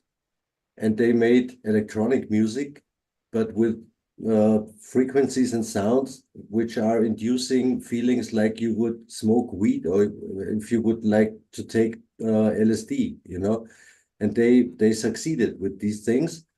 And they made infrared spectral analysis of these molecules. And interestingly, one of these frequencies resonating in CBD, THC, or LSD is around this 435 hertz. And if you are working with frequencies in regards of healing, the 435 hertz can be used to harmonize our chakras. You know, and from then on, it's getting interesting. It can't be, there is no such thing as coincidence for me, you know, and this doesn't happen by accident. I have no clue, no idea how old this piece here is and who really built it, and therefore I'm after the use. You know, what did they use it for, or what is possible? What can I do with these things? And this is just great that we find more and more places around the world, and people like we are, you know, going there really open-minded and not being, yeah, full of pictures from like this academic point of view, you know. And I think that we will really find out great things. What we can do this, I provide this for the people after a while, at least the research results. What kind of frequencies can we use? I'm giving workshops for how to tune your guitar in solfeggio frequencies. You know, friend of mine recalculated this, that I can give you this list. There's Please, no worries. You know, you can easily tune your guitar into healing frequencies, not just 432 hertz. That sounds amazing. I'm absolutely, yes, please send it. Yeah, we'll do the email thing, and I'm very interested in this, but it's all frequency. That's what this comes down to, which is so interesting. We talk about cymatics and frequency and vibration and sort of the displays, talking back to history of the old buildings and the cymatic patterns and the windows of the churches, and they reflected what the building structure itself resonated at. So it was sort of a billboard. It said, hey, if you know this flower pattern, this is the type of healing we do here. And it's so interesting to me that it was a visual representation. And then also you sort of look at the corollaries between what that looks like moving from one, I guess, frequency to another. And that's analogous to sort of what we all experience in 2020. I think that some frequency was changed globally, whatever you want to say about whatever happened, but a frequency pinged out and we all got in a destabilized place from our normalized fixed position that we were kind of comfortable in. And then the system flipped. If you've ever seen the cymatic patterns, when they do that, the sand goes everywhere and it goes nuts, but then it reforms into a new, beautiful and more complex pattern. And I feel that that's what this whole transition is going to be about, is this sort of cymatic representation, but it all comes back to frequency. So I love that you put that out. And I love that you noticed, because I noticed my first year in the show too, I'm like, you're a musician too? You've had these experiences, but you're also a musician. I would notice instruments or people would mention this, but it is a fascinating correlation between the two, musicians and people interested in freaky woo-woo or that have had amazing experiences. Yeah. Yeah. Sorry to interrupt you guys. Sorry. Yeah. We have Michael Collins. Michael, one thing, please. Waiting in the line. Take him in. 1 minute, Sebastian. Sebastian, we Brandon, got you, dude. I wrote it Brandon, down. if you want to stay and listen to, I'm here. If you want to, yeah, feel free to stay here with Michael Collins. Yeah. Let's do it. Yeah, Sebastian. Just one funny thing for me, because you said we all musicians. I'm not a musician, but I have a radio show 5 years ago for 2 years, and I was called as frequency switches, and it takes a long time to understand what I really mean with this. You have a musical mind, you can tell, you can see it in the way that you see things. And especially if you're audio centered, that's artistic, man. Whoever tells you it's not, to run a board, to balance EQs, the give and take, to understand the give and take of audio and production is huge, man. So you're an instrument for damn sure. You're a composer. Yeah. Yes. Hey, Michael. Hello. What's up? How you doing? Good. How's it going? Good. Thank you. Awesome. We are really having great times. Hello, Michael. Welcome to the show. First of all, I would like to ask you: Do you two guys know each other? Here on the bottom. I've seen him. I'm familiar with your work, brother. But it's nice to meet you officially, unofficially, right? We'll connect for sure. Yeah, nice to meet you as well. It's a pleasure to be here with you guys. So we are actually doing very good now. We are totally exactly where we should be, since Michael was scheduled at 8 o'clock our time. And I'm happy again that this worked. We had some issues today in the start, and it seems now Richard is not going to come back today. He needs to take care of his heart. He's waiting for a heart surgery within the next few weeks. So I asked him that we will find another appointment, and yeah, we are in contact. It doesn't matter. So what's going on your side, Michael? I tried to find what you sent me to provide. Yeah, maybe fill us in on pictures. the topic that you wanted to talk about today. Absolutely, yeah. I recently got back from Peru, and that was just a few weeks ago. I saw all the sites and did all the things, all the main stuff. But the main reason that I went down there was to work this theory that I've been kind of developing on the Band of Holes site in Peru. And it's an unexplained site, for those that aren't familiar with it, of about 6,000 holes in a band that go up the side of Mount Sierpe out near Ica in Peru, which is out near the coast. It's fairly close to the Nazca lines, and there's a lot of interesting stuff going on out there. But for almost 100 years now, there's been no solid explanation for what this site was used for. And various theories have been posited, from graves and mass grave to tribute holes and stuff like that. So I started doing some research, and what I found were agricultural techniques being used in the Canary Islands on the volcanoes there. So they have similar climates, similar stuff. And when I saw the two images side by side, I just clicked for me. And so when I went down there, documented the site, got a lot of good drone footage, and I'll be heading over to the Canary Islands here in 2 weeks to talk to horticultural specialists and about their agricultural techniques and stuff over there. They've been doing this for quite a long time in the vineyards over there. So what they grow over there is grapes.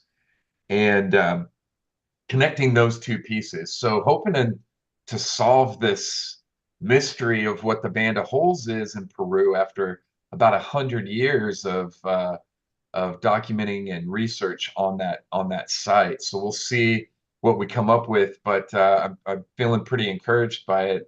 They're using these techniques that look almost identical across the entire continent of Africa. It's called the Great Green Wall, and they're doing that to stop the spread of the Sahara Desert. So this is, and Peru is obviously famously well known for their ability to terraform their environment from these the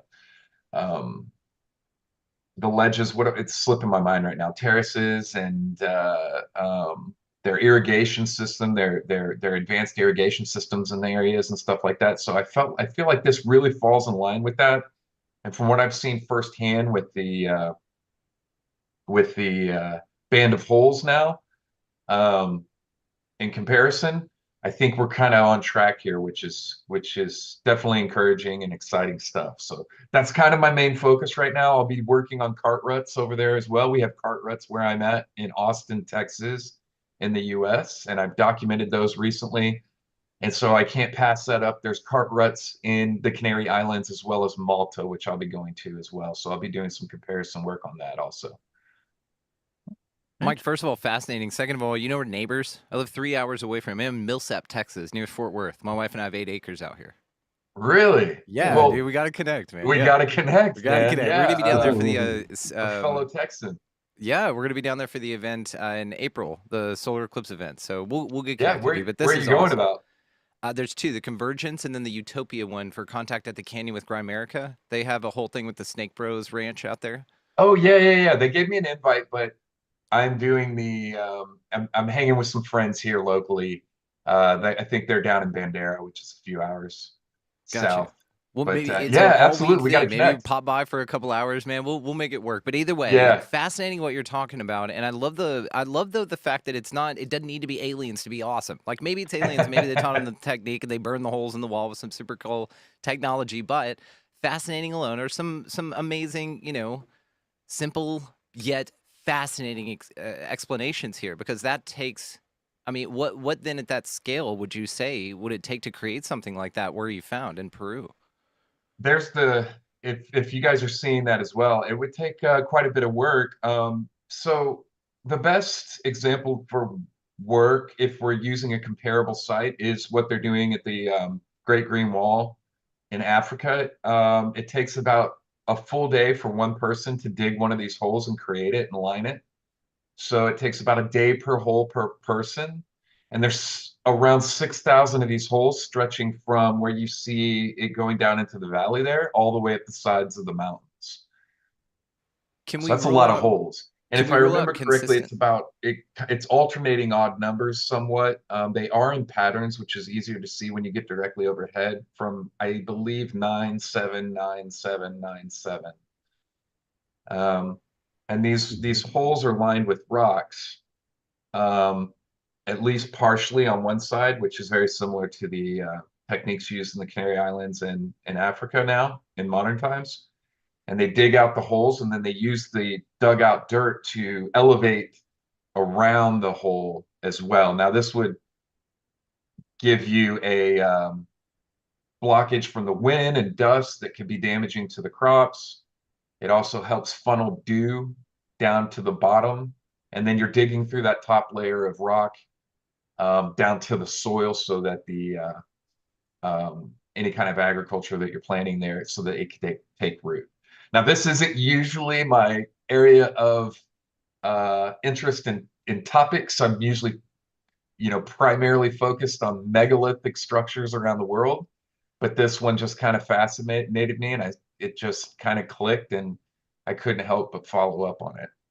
But you can see there how it's all built in to the hole with rocks and stuff lining the insides of those holes. But by the way, Michael sent me these pictures, and I'm just trying to show you some of them, and I'm scrolling around here. It's not done by him. I see the pictures also for the first time now. Yeah, this is incredible. Just keep telling us about this. I will just open the next picture. Sure, yeah. The site there stretches for about a mile, or a little over. And the culture in Peru responsible for some of the biggest marvels of agricultural engineering would have created the space for some of the incredible things that we see on display all throughout the country. Now, Peru is, in my opinion, probably one of the most significant sites and places and regions on the planet, even more so than some places like Egypt, I think. You have pyramids there that predate the Egyptian dynasties at Corral.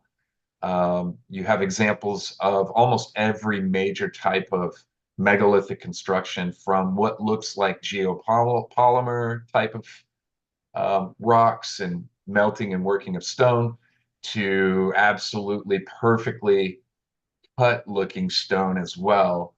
And so, from Machu Picchu to Sacsayhuaman, to other incredible examples all throughout the country. But you can see there from that overhead perspective. Now, on the left, this is one of the big holes. There were only really two that we identified at the very front, and they looked more like perhaps they would have been buildings, but those are bones inside of them. Now, I don't think those bones had anything to do with coming up out of these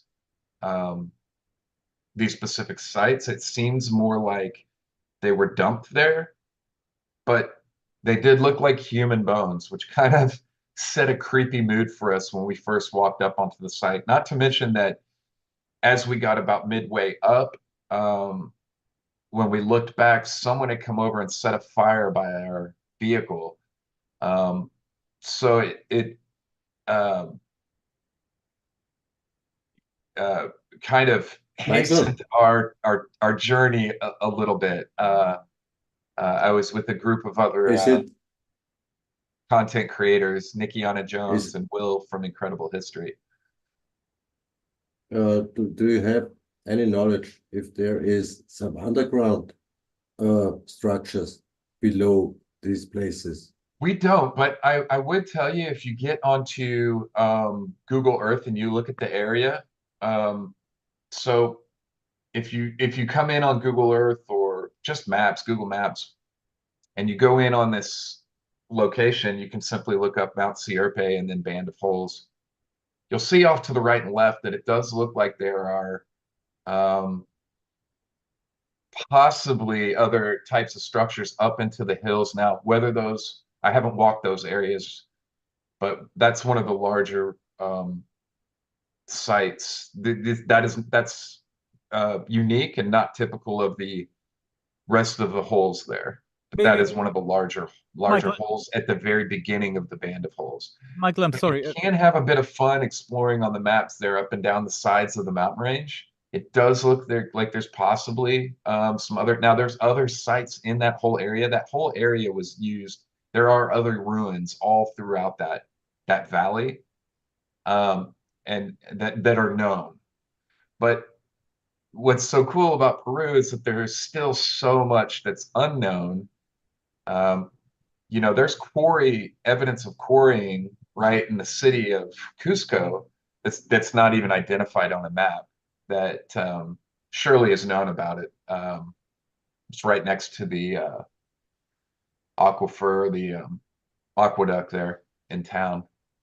But yeah, it was a very interesting trip. We had just done the Nazca Lines right before this, which was a site that I had always regretted not doing on my previous trip to Peru. And so was very fortunate enough to be able to do that this time. And I'll be going back to Peru in October, and I'm hosting a tour down there that goes live today at 4 and for October. So it'll be a tour group there, but then I'm going to be staying on a week or two after that to go back here to the Band of Hole sites and see some other stuff. Hopefully get back down into Bolivia. I'd like to see a few other things there in Bolivia again. But that's the Canary Islands right there. So, you know, you can kind of see the comparison that I was drawing from looking at these agricultural sites in the Canary Islands. These are vineyards. Maybe I missed it. The structure you shown us before, Gunnar showed us before. How long is the structure? It's a bit over a mile. A mile. Mile long, and stretches all the way up into the mountains there, Mount Sierpe, down from the valley. Yeah, and does all these? It looks like trenches. Was all these trenches? Can you say they were built by hand? These little rocks. At the Band of Holes in Peru. Yeah. Yeah, absolutely. Yeah, there's stacked rocks and stuff lining the holes. So yeah, they're all built by hand. Okay. Yeah. To me, it looks like trenches or something. It could be a gravesite too, of course, but over a mile. So the common, you know, the originally in the 1940s or 50s, late 40s, 50s, early 50s, a gentleman named Von Hagen, I believe, if I'm getting that correct, identified the area. He did archaeological research there and identified the area as being grave sites. Now, you know, there aren't some of that just doesn't make sense to me when you walk the site. There aren't really spacing for like walking and movement between. There isn't, you know, if it was a grave site, it would have been it would be more likely to me logically that it would be a mass grave site of just unknown people perhaps. But why would you stretch it in a singular pattern all the way up the side of the mountain? Because it goes up into much higher elevation. But I guess not every culture wants the grave sites to be walked on, so I'm not sure about that. But yeah, you got a point there, of course. Maybe it was a conquered civilization that they took over, dug the grave so that they could the enemies could see, you know, sort of as a monument to their destruction. Or maybe it was spiritual in nature, to where they lined the pathway of souls up this particular mountain. And, you know, mountains were revered for the placements of where you could connect with the gods. And that's where hierophanies occur, right? Where the gods come down to earth and visit humans. That's where they hang out. So it's interesting, its location. Do you think, and can we just rule out, I'm just curious, I know that you said that they are now filled with rocks, but we also see evidence of ancient civilizations coming along and taking advantage of the technology of an earlier civilization that they can't credit any knowledge of. Let's say Baalbek, for instance, right?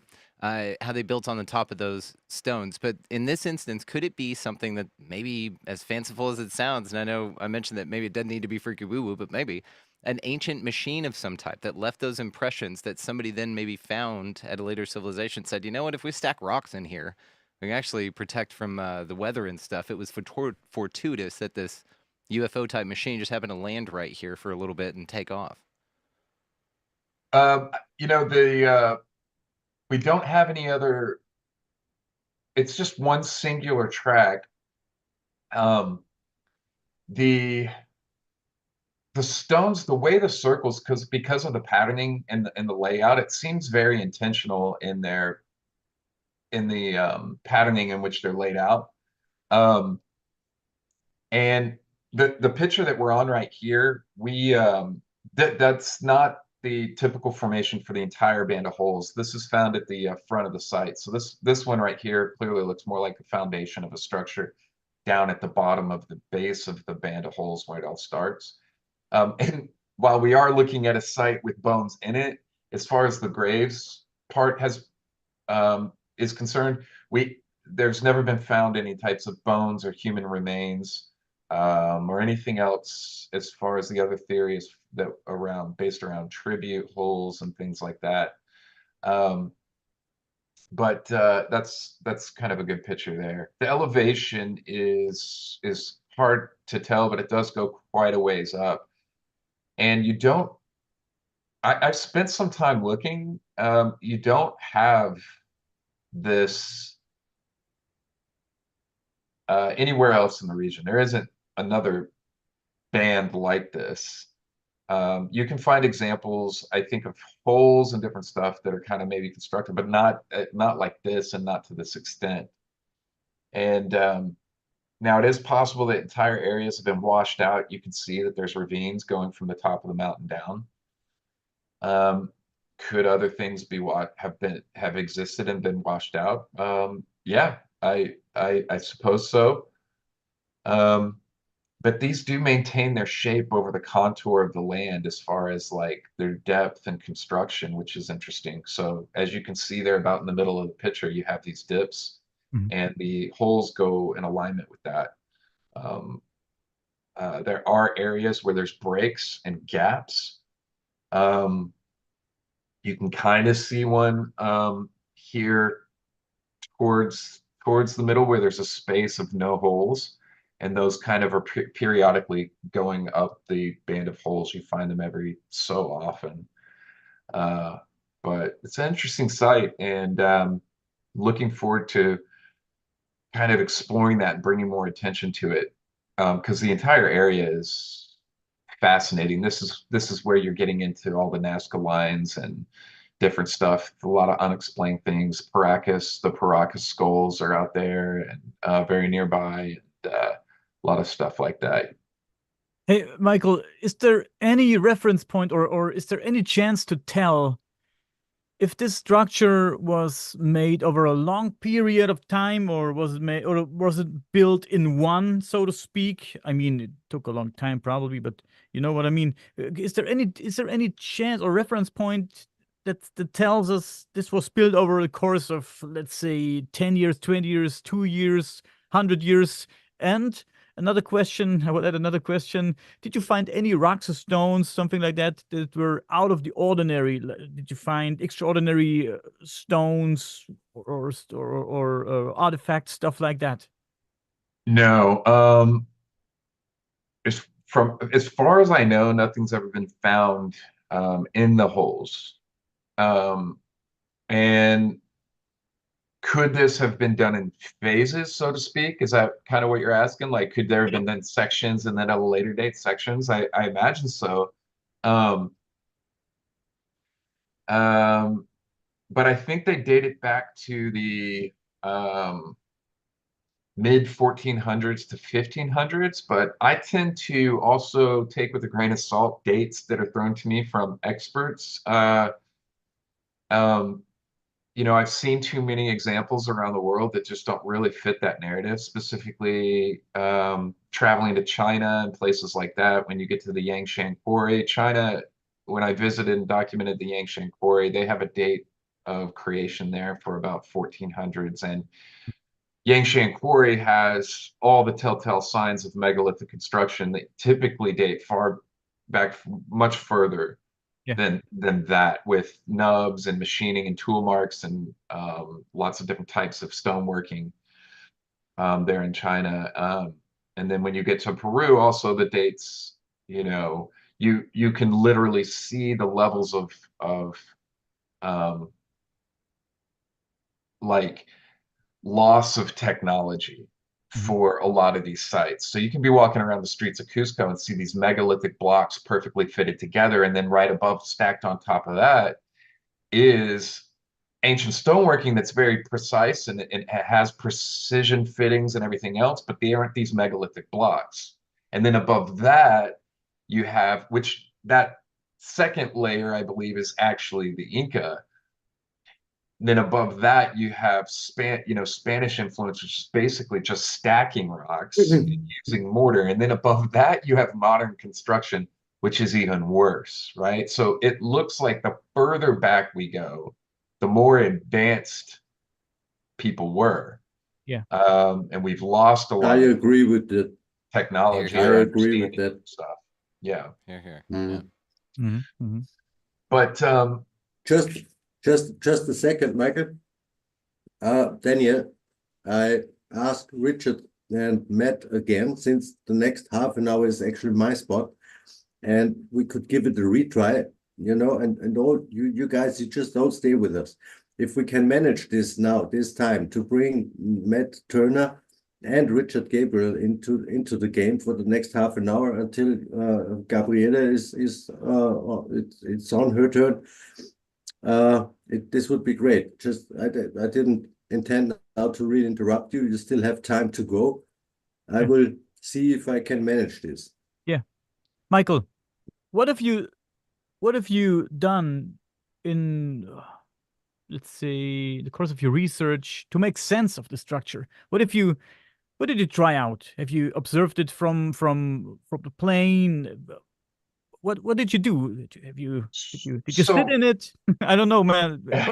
Yeah, no, I did get in the holes. I would do And- I would do anything. I would try out anything to try to make sense of this fucking structure, because it's awesome. I would watch it from I don't know, maybe satellite pictures from the plane. I would sit in it. I don't So know. I've released two, keep in mind, I was just there 2 weeks ago. But I have already released two drone videos that give you an absolutely amazing perspective of the entire area and the site.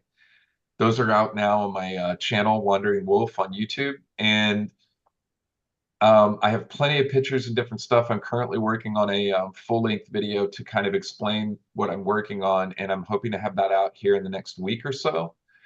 And then what I'll be doing is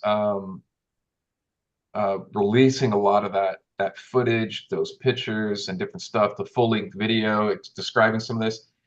And what I'm doing next is, in 2 weeks, traveling over to the Canary Islands to document the modern techniques used that are comparable to this, so that I can see exactly and make comparisons to these structures and look at their viability. Now, obviously, I think what we really need is lab testing done for samples taken out of these holes and seeing if we can find any type of organic matter that possibly still exists there, things that we can test for and actually get back our data.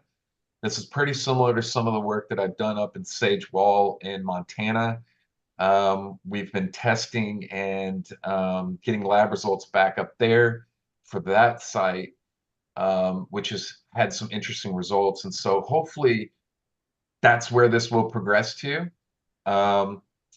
As far as the upcoming months, I'll have those even more videos being released about the band hole sites, and then this comparison video after going to the Canary Islands and documenting all of that. So yeah, if the idea kind of sticks and gains some traction, maybe we can get some kind of authorization for some better and further testing. The problem a lot of times is if you don't have certain letters behind your name, nobody listens to you unless you make enough noise. Yeah. And then they want to come in and take over everything so that they can kind of control the release of information. Yeah, we know the game. Luckily, with the work that I've done up in Montana at Sage Wall with the property owner there, who's amazing, Chris and Linda,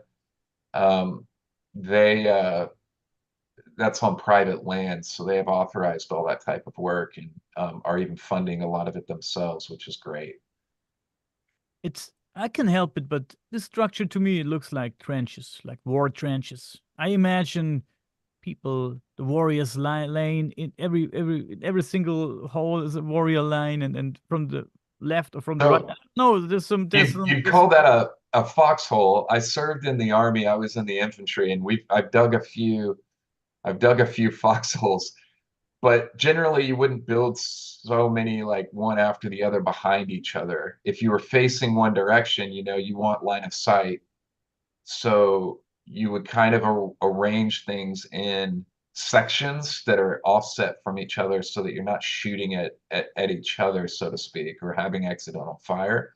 And when you're 9 rows deep, like you are here in a row, but I don't know, maybe if you're shooting arrows, you can just launch them up and not worry about that. I'm very much thinking of how we did stuff with guns. So, Yeah. But yeah, I don't know, it kind of is this curving band that goes up the side of the mountain. But yeah, but if it was war trenches, you would find remains and shit. You would think, right? Yeah, and artifacts and especially in stuff the like area. that. Yeah. Brandon, what you But think? as you can see in this picture, even today, still to this day, the valley and everything is heavily in use for agriculture. That's all that is down there, and all the green areas, that's all farming. Yeah. And then you have a very different type of terrain as it changes there into the foothills and then on up into the mountains. Yeah. Gunnar is blocking our picture right now. Oh, here we go. Yeah. It's fast. Your theory is so fascinating, dude. I mean, the more you look at it, the more interesting it is, dude. And heading down the mountain like that, of course, you'd put it strategically like that. It also seems some of the clear paths that you were talking about, accessibility points, if you will, are sort of taking advantage of the ridge where not meant, maybe much water would be collected. So it's kind of like putting a gutter on the top of your house, and it sort of takes advantage of that in that far hill there. It's just interesting, man. I love the perspective, and you can see it being of use to a population. Do you think that place, the area itself, supports the idea that scale of architecture or agriculture rather would be needed in that area? Yeah, so if you look into the past of the region, there was a major Incan highway, the name of which escapes my memory at the moment, that went through this area, and all of this would have been farmland, and there are other ancient ruins up and down the area. So, this very possible that this area right here supported quite a large population as an agricultural center. I need to do a bit more research on that before I kind of put my stamp of approval on that theory. But this is really the theory that I'll be working towards, just exploring. All the other ideas have been explored, but then they just kind of seems like they've stepped away from it as far as graves. There's books out on that, which eventually have been kind of, it's still is suggested, but I don't think it's widely accepted anymore, as archaeologists have done research. Even recently, I think 2 gentlemen whose, again, their names escape me, they were out in Peru researching and had some time to pop over and see this area. And their theory, with a minimal amount of research, I might add, was that it was tribute holes, which again, any kind of stuff that would be used for, I don't know, I like to think that those bands might signify different areas of different types of crops. It's well established, at least within the Incas, that as they terraced certain areas, that one layer was specifically for one type of crop and one layer was for another, as some did better at higher elevations. So perhaps those breaks in the bands were areas of delineation between specific types of crops. Now, but I don't know, I'll have to just keep it. So I'm at the very beginning stages of this. Right now, all I've done is document the actual site, Band of Holes. And so I'm hoping to kind of learn a lot more as I immerse myself over in the Canary Islands with the understanding of their agricultural techniques specific to them that seems so similar to this site. And we'll be able to make a comparison. But it would very much, kind of lend an even better understanding to kind of what that area was used for. As we see now, we're just kind of figuring some of the, we're supposed to be so advanced as a human culture across the world, but we're just figuring some of these techniques out now in order to prevent things like, a massive type of deforestation and damage to areas like in Africa from the Sahara Desert encroaching on green land. And they're using these techniques to stop that. which is pretty interesting. So, like I said before, this is a little bit outside of my normal area of focus, usually being megalithic sites and massive ancient places like Baalbek or Cambodia or places I've been in China. But it's an interesting little puzzle, which is kind of got all my attention right now. This would be the keyword now. We could try another time, Daniel, to try if we can bring Richard into the game. He's still here. I didn't reach Matt for now, but we will see. Maybe he will come back later. And yeah, just try. I think Richard should be in the waiting room. No. No. No. Okay. While you guys are transitioning, I actually need to go. I've got another commitment, but this was awesome, guys. This was absolutely incredibly cool. Mike, dude, we've got to connect further. Your research is fascinating. Oh, yeah. Comment also, it looks like honeycombs, honeycomb compartments. It's like yeah, it does. Efficient structure for storing and all your work, guys. Everything about this is amazing. Thank you so much for the invite, Daniel. And let's do it again for damn sure. Thank you all so much. We will. Thank you so much, Brandon. Great to connect. Yeah, we will keep connection. Yeah, thanks take care. a lot, Brandon, for joining. Bye. Oh, he's gone already. Oh yeah. Yeah, we are all busy. We will see. Maybe Richard tries to step in. Opened and on standby at the door, he says. Can you see this, Daniel? No, there's nobody in the waiting room. I just don't get it why he can't join. That's crazy. It worked with everybody, but he's not. I don't see anybody in the waiting room. Nobody. I'm sorry, but I don't know what to do. No luck with no luck with Richard today.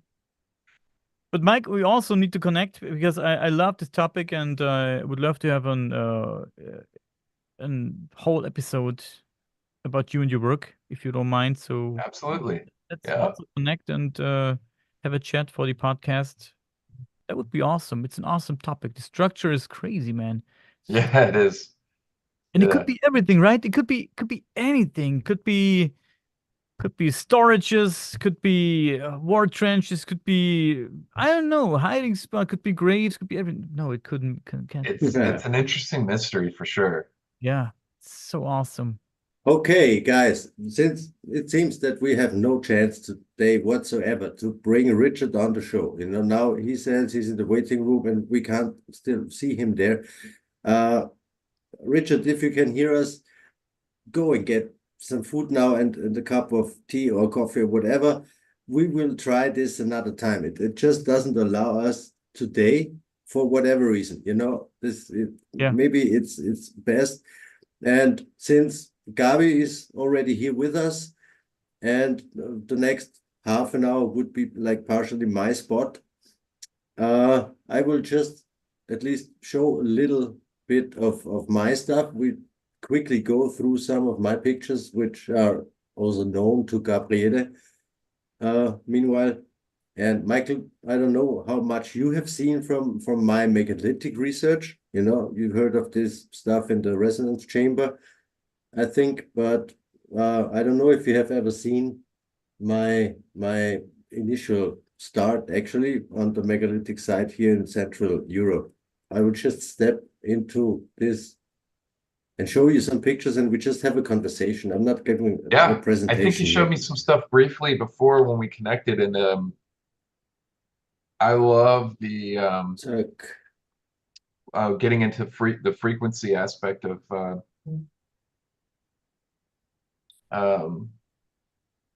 so this is, I now switch to here. This is an area here in Upper Austria. Actually, it's laying on the borderline between Austria, the Czech Republic, and Bavaria. This is the peak of Mount Blöckenstein, which on the highest point, which is actually not here, but on the Austrian side, doesn't matter much. It's around 1,375 meters above sea level. What I want to point out are these stone fields now for this presentation, for this little trip. where we find, I could even say literally millions of stone blocks. And in my opinion, we are again talking about this geopolymer concrete stuff, because I know my area quite well, and I did never find any similar stone anywhere in my whole area. So this is quite unique there. Here you can see, when we go to the next picture, that it's literally thousands and thousands and thousands of blocks laying stacked upon each other. What's interesting is here in the stone fields, you don't have vegetation. You have it all around. There are trees and bushes growing, but not on the fields themselves. I just say, for me, it looks like this was a megalithic building once, and it just collapsed, you know, without some big explosions, because you don't even find any of these stones on this area where you can see vegetation. There is a different type of stone all around here. This type of stone you only find in these block heaps. And you see by yourself that we are really talking about a real huge amount of blocks. And still people could say, yeah, this is far-fetched, you know, everything here is natural, and the glacier did blah, blah, blah. The stories we know from all around the world. And here is like one example. If you're not in the fields, in these stone fields, the stone looks different, completely different. You don't have this lesion growing, the green stuff, which to me is an indicator to underground tunnel systems. You know, they like a little bit more sulfur in the air to grow. And this would show that it's possible that there are actually tunnels which would create an airflow, which would bring sulfur-enriched air up from the inside. But even besides this, the stone quality between this and this is incredible. Now this is wrong. What the fuck is wrong with this? Okay. There are just a few more pictures of these blocks which are laying around there. And this is very, very hard material. So it's actually not granite. It would even go and say it's diorite. In far beyond. See, now Richard joined the show. Yeah. Is this nice? I start talking about these fields, and finally they bring enough energy that Richard is also with us now. This is totally great. Richard, by the way, knows my work since many years now. And still, hello, Richard. Can you also hear us? Yes, I can hear you loud and clear, Gunnar, and I hope you can hear me at last too. Oh, what a journey to this point here, you know? I can tell you, Gunnar, I was losing the will to live, to be honest. Yeah, don't do this. I'm delighted tonight. We announced this on the beginning of the whole show. Michael, I hope you still have time. Yeah. Yeah, I have a little bit more time.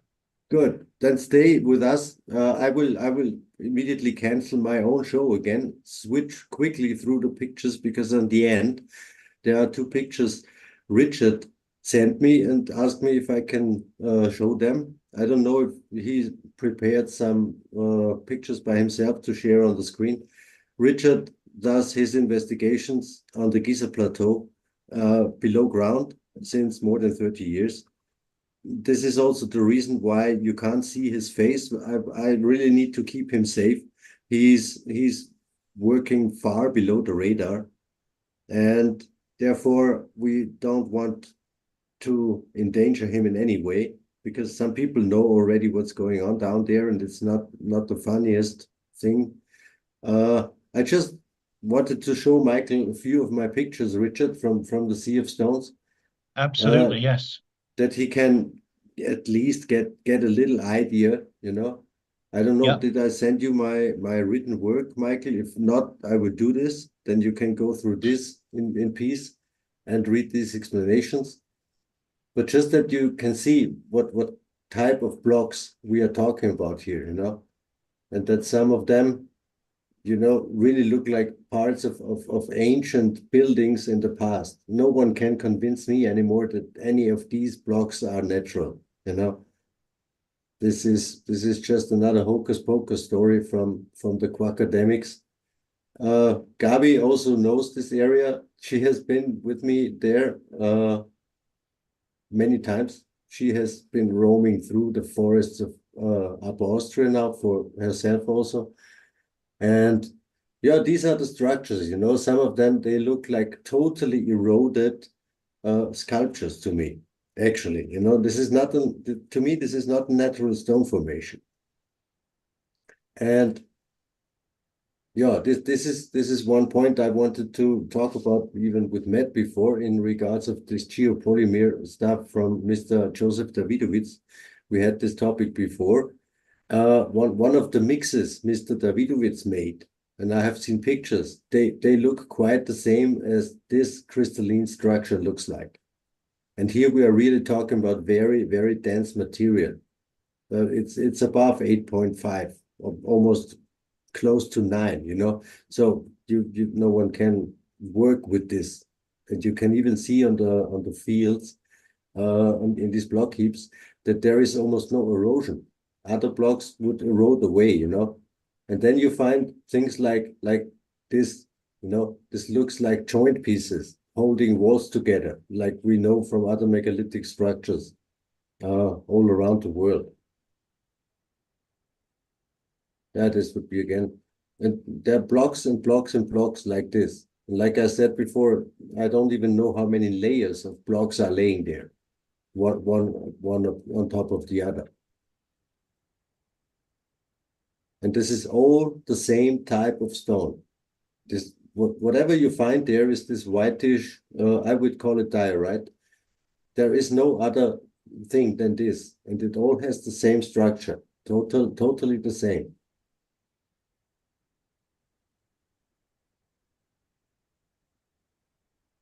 It's just, for my eyes, this is nothing nature produces. And someone laid hands on this, especially when it comes to this piece.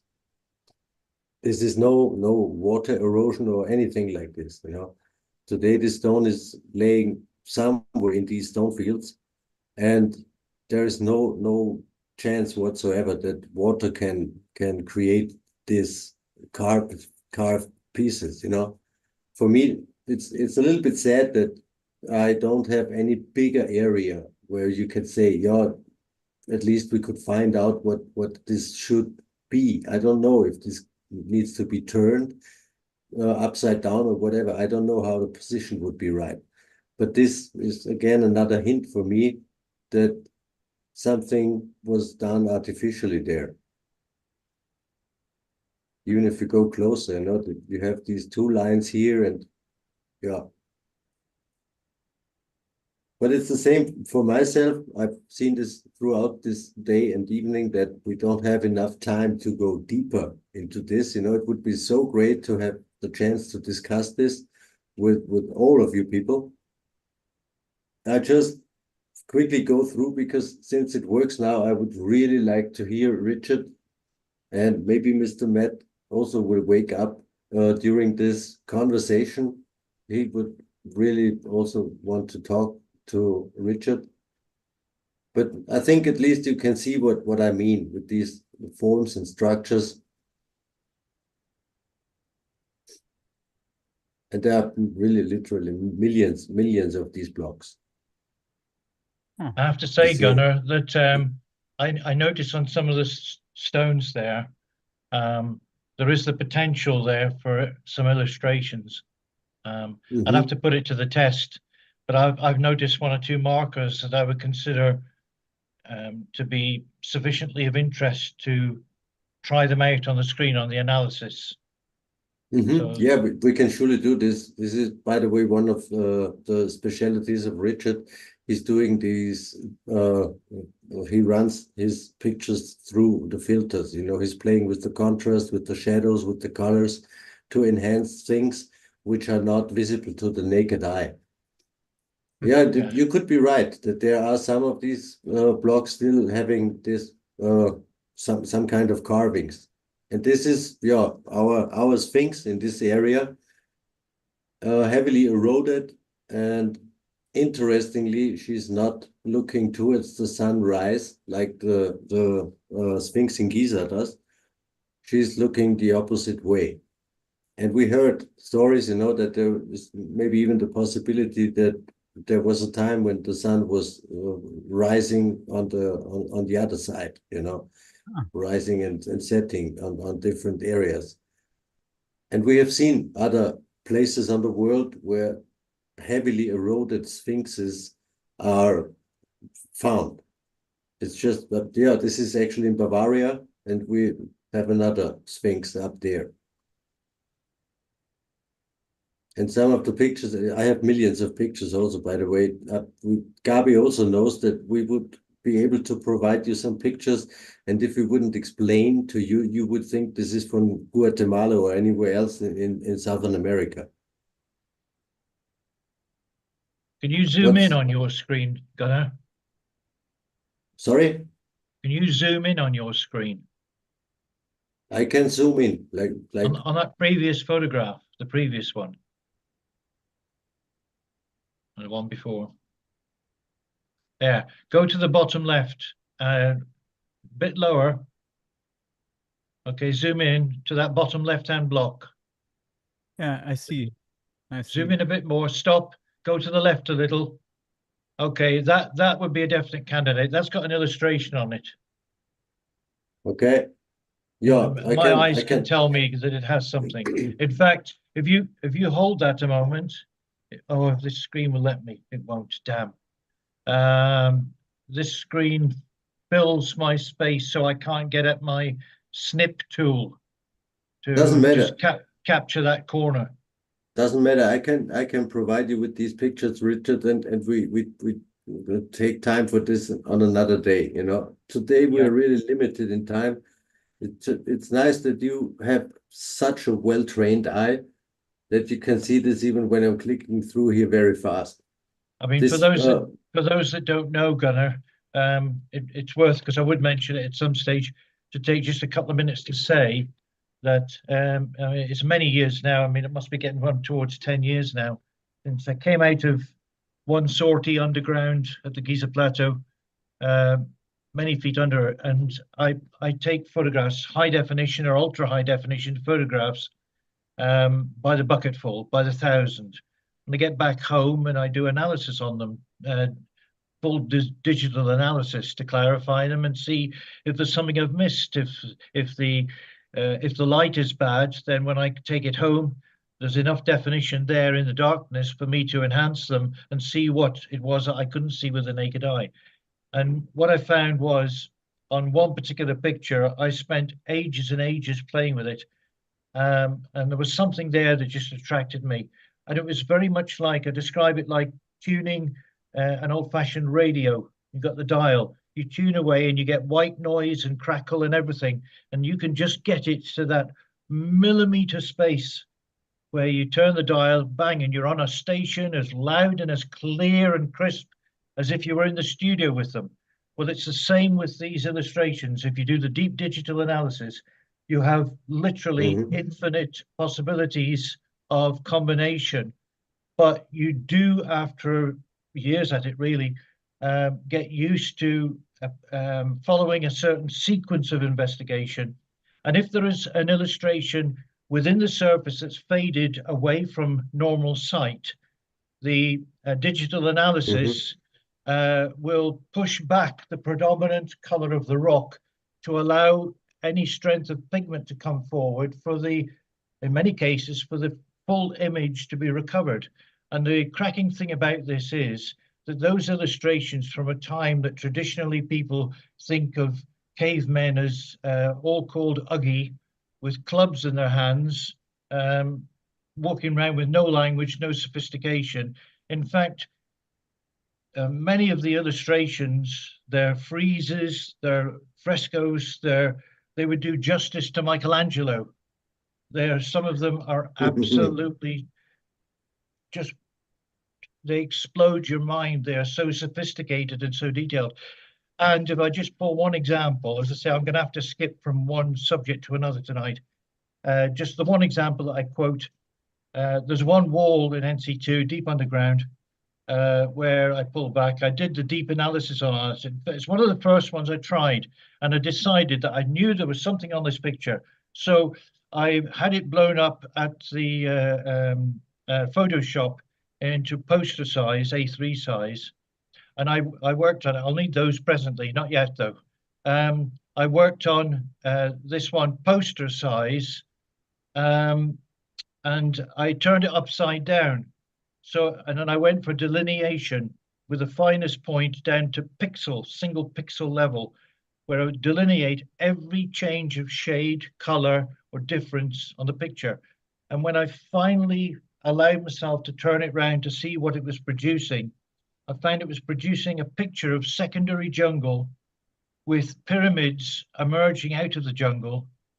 And there were energy poles, pole-like telegraph poles that rose up to almost the height of the pyramids with like a bowl, circular shaped head to them that was glowing bright like a street lamp, throwing light on the scene. In the background distance, in the far distance of this picture, there was a cityscape with houses, buildings, and so forth, as you would pick up looking from a mile or two away to a town or a cityscape. And in this picture, there are also flying objects, machines of some type that are flying. And when somebody asks me, why do you think that they're keeping it all secret down below? Well, that's my starter for 10. We can move on and always come back to it. But it's just to give you a flavor on that one.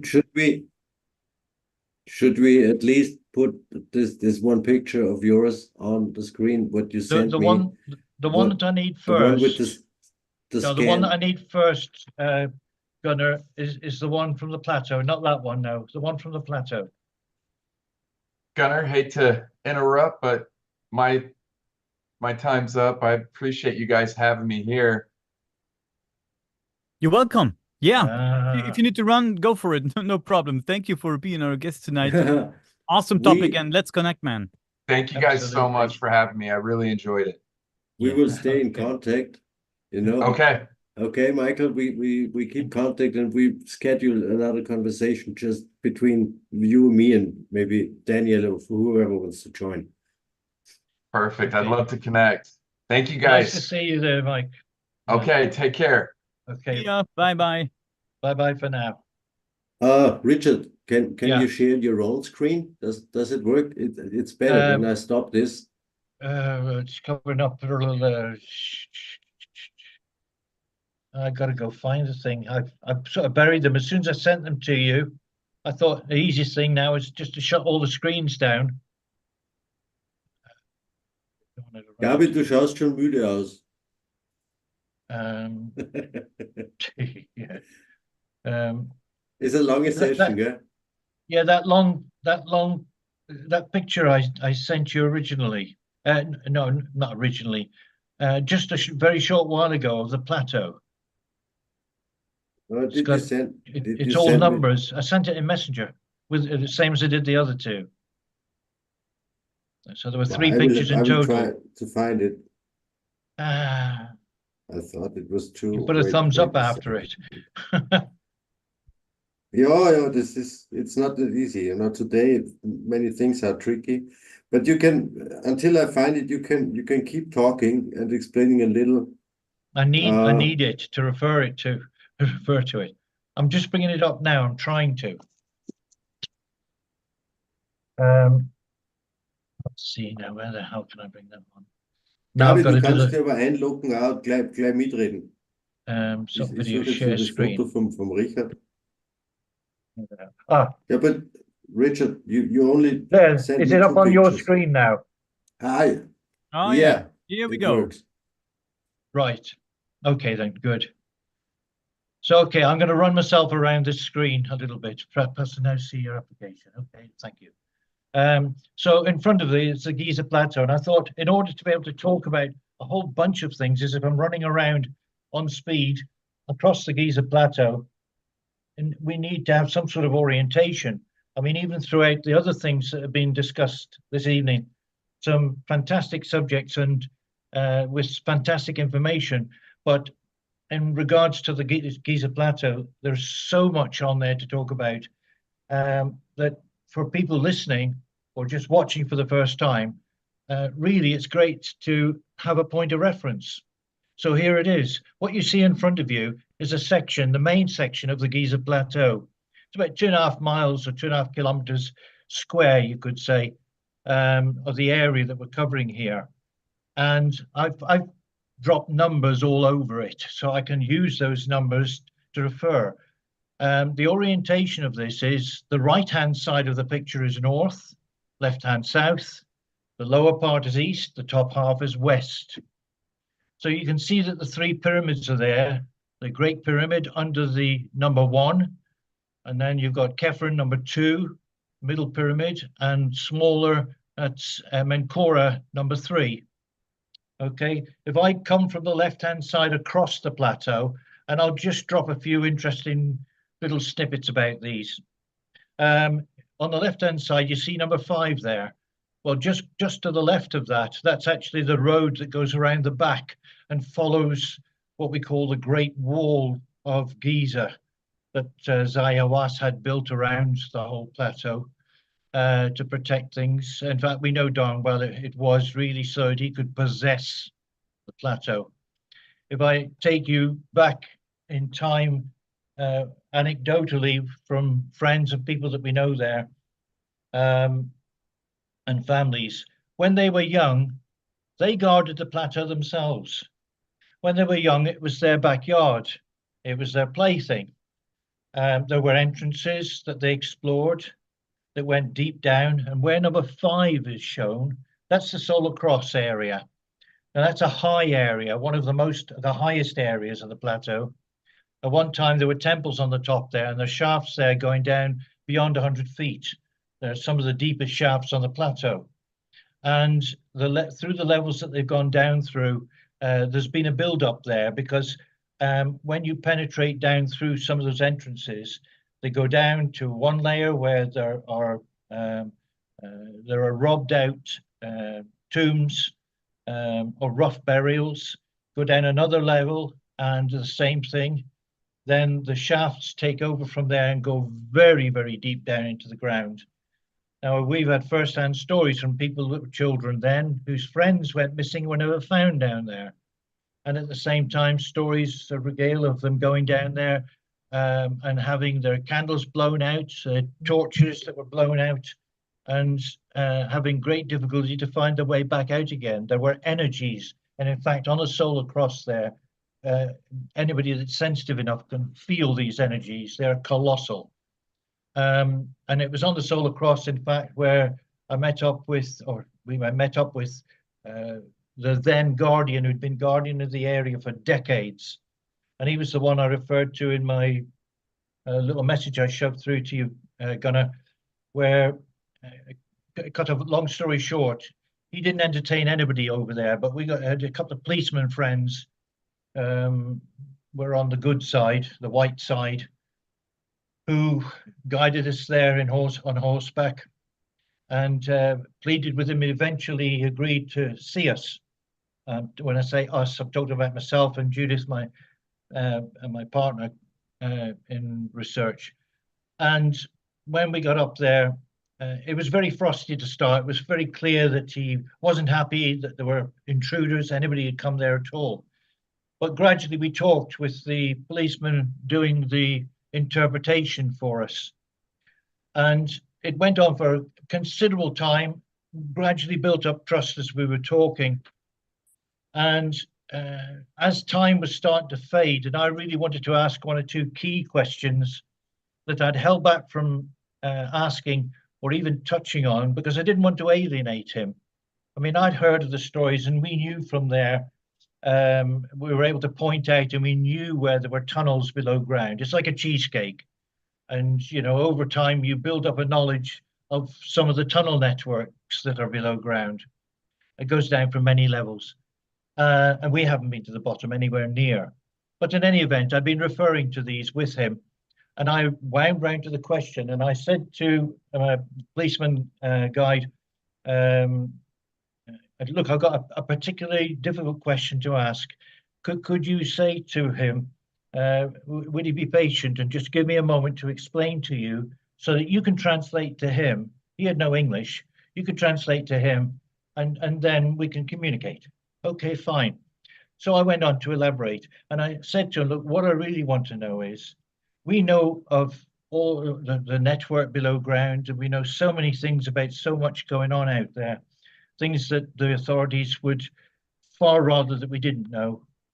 But the one thing that we've heard of in legend, lore, and people making reference to is the fact that Giza is a location where, concealed below ground, there is a major repository going back to most ancient times that also conceals technology of that time. Now, I'm not saying they're alien from outer space or anything like that. I'm just simply saying that I am of the belief that there was technology being used in the developed race that was our forefathers that was more advanced than us in their own way, using different types of energy forms and so on and so on. And I said I wanted to know because he is probably the one person on the whole plateau who would be conversant with any information, news, or anything like this. And I said, I really want to know what he has to say. And I was sort of very reluctant in the way I was projecting it as well. I didn't want to alienate ourselves, but I wanted to see if I could elicit an answer. When I finished and sort of hesitated to stop, the guy, I'm even withholding his name for his protection, he put his hand to the policeman's shoulder and stopped him as he was about to start translating all of this to him. Instead, he started gibbering away in Arabic to the policeman, our guide. And as he was gibbering away, my full focus was on his face. And I could see the policeman, I could see his color, his demeanor change. And I literally, in slow motion, saw, there were two of them, by the way, so they both were having the same reaction, but in particular, his jaw was gradually dropping to the ground on what he was saying. My mind was spinning. What the hell is he saying to him? He didn't even give him a chance to speak back. I hope he's not angry, and all these thoughts were going through my head. When he stopped talking to him, the policeman, our friend, turned to me. He took a big breath, and it was like he was incredulous himself. And he said, he knew exactly what you were saying. He said he knew exactly what you were asking. And now I'm sort of buying into his amazement. And he said, to tell me, he said, yeah, there is no problem. He said, sometimes I go down to them. Sometimes they come up to me. We meet often. Of course there are people there. I mean, even telling it now, I've got the hairs rising on me. I mean, at the time when he related this to us, it was totally matter of fact. To this guy, it was just like describing the cups in his washing bowl that were to be washed. It was so ordinary the way he put it across. It was shocking how ordinary he said it. And I mean, okay, it's not first-hand information because I didn't, well, I have had an experience there, which I'll come to presently, but I took him in good faith, and I still do, as I think about it. That's just one little anecdote there that I threw in. I thought you'd like that. But the Solar Cross itself, when you go down into the underground there, and again, it has to be a safari. On the plateau, anybody in the know that's involved, when you go searching or go down underground or go anywhere, it's called a safari. You're going on a little safari. Well, the safaris at the Solar Cross they're quite dangerous. I've got hundreds and hundreds of photographs, many of which are published out. I can show it. All these things, by the way, on my website, you can find tons and hundreds of pictures and so on, and accounts of all these things. That's richardgabriel.info. I'll leave it at that. But in the solar cross, going down into these shafts that now are about the only access to get down deep, deep underground, where our host over there, who's a guide and a don of the village, described when they were down there playing. There's rooms down there with fabulous paintings, illustrations on them, all sorts of things down there as part of the layout at the deep, deep level. And he described with tears in his eyes about a good friend of his that they couldn't find, that got lost down there, or was taken down there, or whatever. But when you go down and look inside, when you go down through the levels where these broken wooden coffins are split apart, and there are bones here and everywhere, when you eventually get to the wall of one of the deep shafts, my God, you look over the edge down there and it just goes on forever. It's very, very deep and a bit scary. But those have to be done in a quiet way. A quiet safari. I'll use those words. So that's as much as I need to say. Yeah, Richard, just for a moment, I would like to take Gabi into this conversation. She has stepped in even Of earlier, course. but she has her time now. You stay with us. You don't leave. Absolutely, because yes, please. We take Gabi now with us. Hi, we can Gabi. continue on English. Yes. And Gabi's waiting. She's with us almost the whole day now. And right. that is she's over in Tenerife now for a few weeks of holidays. 6 months. 6 months. Now, shouldn't we switch into German? Because people are commenting that they would like to. We can do this in German now for a while. Richard will stay with us. He's even able to understand a bit. He's not in use anymore. He was working in Germany several years Seit actually. 30 Jahren, als ich letztes Mal Deutsch gesprochen habe. Hallo. Faszinierende Geschichte. Es funktioniert. Wir werden einfach jetzt natürlich ein bisschen in Deutsch, weil wir das ja auch am Programm haben. Ich bin nur so total glücklich, dass der Richard auch bei uns sein kann. Finally, weil es war so schwierig am Anfang. Und trotzdem ist jetzt kurz eben der Moment auch für die Gabi. Ich werde nachher meinen zweiten Part meiner Geschichte wieder gern im Richard überlassen, weil es einfach nur sehr spannend ist. Ich würde auf jeden Fall noch gern dass wir ein bisschen über das eine Foto sprechen vom Scan, der relativ neu ist. Richard, you know what I'm referring to, the scan they made. Yeah. We need to talk about this. Aber Gabi, trotzdem nur mal herzlich willkommen und tapfer, dass du bis hierhin mit uns durchgehalten hast. Na, es war so faszinierend, so spannend. Ich konnte gar nicht weggehen. Also die Geschichte jetzt von Richard und dem Gizeh-Plateau und diesen unterirdischen Kammern und dass dort Menschen, also wenn ich es richtig verstanden habe, Menschen leben, ich kann's nicht fassen. Oder auch alle anderen Berichte. Genau. Ja. Naja, ich würde natürlich gerne fragen, wovon leben die, was machen die, aber da ist heute, glaube ich, nicht die Gelegenheit, da musst du unbedingt noch ein extra Video machen und ein extra Interview machen, denn das ist so faszinierend.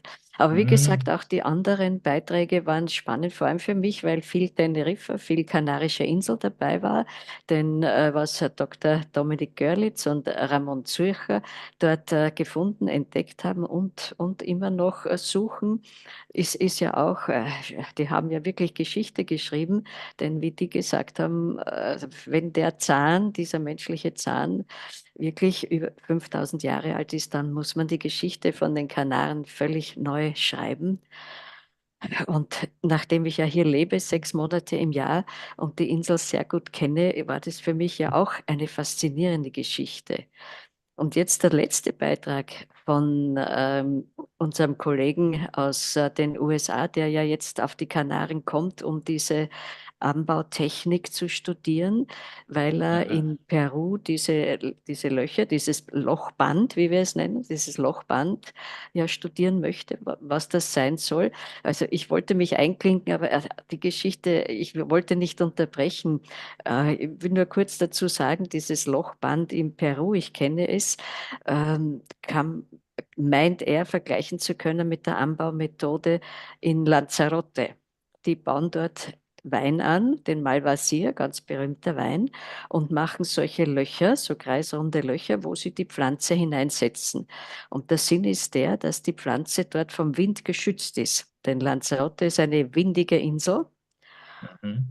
Und außerdem, damit die Pflanze in dem Lava-Schotter die Mineralien herauszieht aus der Lava. Lava ist bekanntlich sehr mineralienhältig. Und vor allem kann die Lava viel Wasser speichern, das auf der Insel nicht vom Regen kommt, denn es regnet manchmal 2 Jahre nicht, sondern das kommt aus der Luftfeuchtigkeit. Das würde ich ihm gerne sagen, dass es das noch in Betracht zieht, und das hat mit Peru meiner Meinung nach nichts zu tun, denn dort in Peru ist es Wüstensand, da ist nichts drinnen, da ist auch kein Wasser, da ist kein Regen. Also mir scheint doch das ein bisschen anders gelegen zu sein. Aber das ist nicht mein Thema. Und I can just mention Gunnar. I have to do in English, but I'll slow down. I've done a lot of analysis for a friend in Peru, in the desert mountainous regions, which really need breathing apparatus. But I've discovered in those photographs in Peru that there are huge temples way, way up in the mountains with massive columns. And they're literally inaccessible. And I guess nobody has seen them before because nobody has looked for them. But they're there. I heard you mention Peru, and I thought I'd throw in that I know that they are there also. Yeah.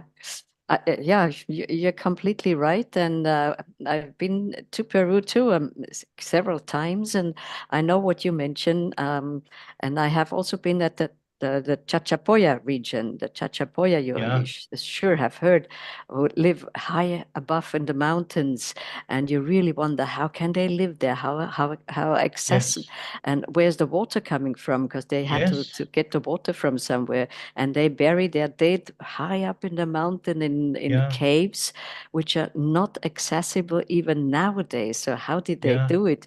You cannot climb it, you cannot have ropes hundreds of meters, and then why did they do it? So there's so much, there's secrets, that unsolved mysteries. Absolutely, yes, 100%. I heard Gunnar mention earlier at the start of the chat about bringing out the picture showing the structure within the Great Pyramid. And perhaps I could just talk until he comes back. It amazes me even now that if we go back to, I actually wrote the date, back to January 2023, that's when the SARS synthetic aperture radar pictures were published, showing what they had discovered, truly discovered, within the Great Pyramid. And perhaps I should search for this myself and see if I can pop it on the screen. Gunnar's done a Okay, so we should, as we are now in the German-speaking section of this process here, should just translate shortly what you said. So you want to, also erzählt gerade, dass im Januar 2023 ein Radar-Fotos gemacht wurden, die am Giza-Plateau gemacht wurden oder vom Giza-Plateau, und dass sie dort in einer Section, sagt er, in einem Abschnitt Sensationelles entdeckt hätten. Okay, please continue. Okay, I'm trying to find this the Ja, pictures that I er gave. möchte jetzt ein Foto I zeigen gave across. davon, die er hat. Gave to Und Gunnar. ja, He put them on the screen earlier. er hat sie dem Gunnar schon Ja. geschickt, aber der Gunnar ist im left us. Moment irgendwo abkömmlich. Oh, come on, where are they? Gunnar left us. I have no access to the photos, unfortunately, but maybe you can find them. So that's pretty interesting. So there's some satellite pictures, and they Oh, reveal. here they are. Yes. Aha, also see if er we hat can sie bring this schon out. und er zeigt sie uns jetzt. Let's just pull it out. Right click and make it live on my screen. It'll take it just a few seconds. Come on, come on, come on, come on, come on. Ja, Always when- nachdem wir das alle zum ersten Mal machen, müssen wir ein bisschen Geduld haben. Aber Oh, es come on. wird The schon little circle is kommen. going round. Oh, come on, Ja, there, also- right. Open with, I've got to open it with Microsoft Office, and then I should be able to pop it on the screen then. Ja, das Come sind on. alles so faszinierende Geschichten, die wir heute da gehört haben. Ah, there Von it is. Now then, Peru über Ägypten photos. bis Kanarische Inseln. Da war Let's alles see if dabei. this will come onto the screen. Okay, I'm going to try and switch it now. Is it coming? Noch Not nicht. yet. Not yet. Oh, come on. I should have slid across and gone straight onto the screen. Perhaps I have to kill the other one. Maybe that's why. Yeah, maybe. Er Okay, muss and- aussteigen, ja? Er muss aus dem Programm aussteigen. yeah. Dann So, share screen, see what happens now. Come on. Gunnar, where are you? I put them across because I knew it would be hard. I'm just not used to the system here. I've got to drop that one down in order to get back to mine. I thought I'd opened it. Yes, I did. So there it is. Why is it not transferring? I've got to open on my screen. So, der Meister kommt schon. and I should now be able to bring it onto. Are you not able to? Are you not able to share the screen, or what? What seems to be the problem? Well, I'm clicking share screen. Yeah. Oh, Gunnar, you're there Yo. now. Gunnar, the picture showing the Great Pyramids that you put on earlier. Can we have that one now, Yes, please? this one. Can't see anything yet. Ach so, ich habe in Screen wieder nicht geshared. Das ist ja alles, wenn es immer Started so sharing einfach screen. wäre. Mein Computer ist auch schon ein bisschen miert heute. No, not that one. The other one. This with the scan? Yeah, the scan. No, this is the list. Yeah, this There. is great. Okay then. Right. Okay, then this is just one view. Now the comment I'd make to this is, with the Great Pyramid now, this goes back to 2023. As I say, it was a satellite scan that was done, SARS, synthetic aperture radar scan. And that scan, it was done independently. If there had been any influence at all that could be brought to bear on it by, inverted commas, the authorities, I don't think there's any way in heaven or hell that they would have allowed it to happen. Because the traditional view of the interior of the Great Pyramid exists, where the Grand Gallery is shown, the Queen's Chamber, the King's Chamber, not a hell of a lot else, and the passage leading down underground, and that's it. They're shown in this picture as well, actually. They're lost in this picture as well.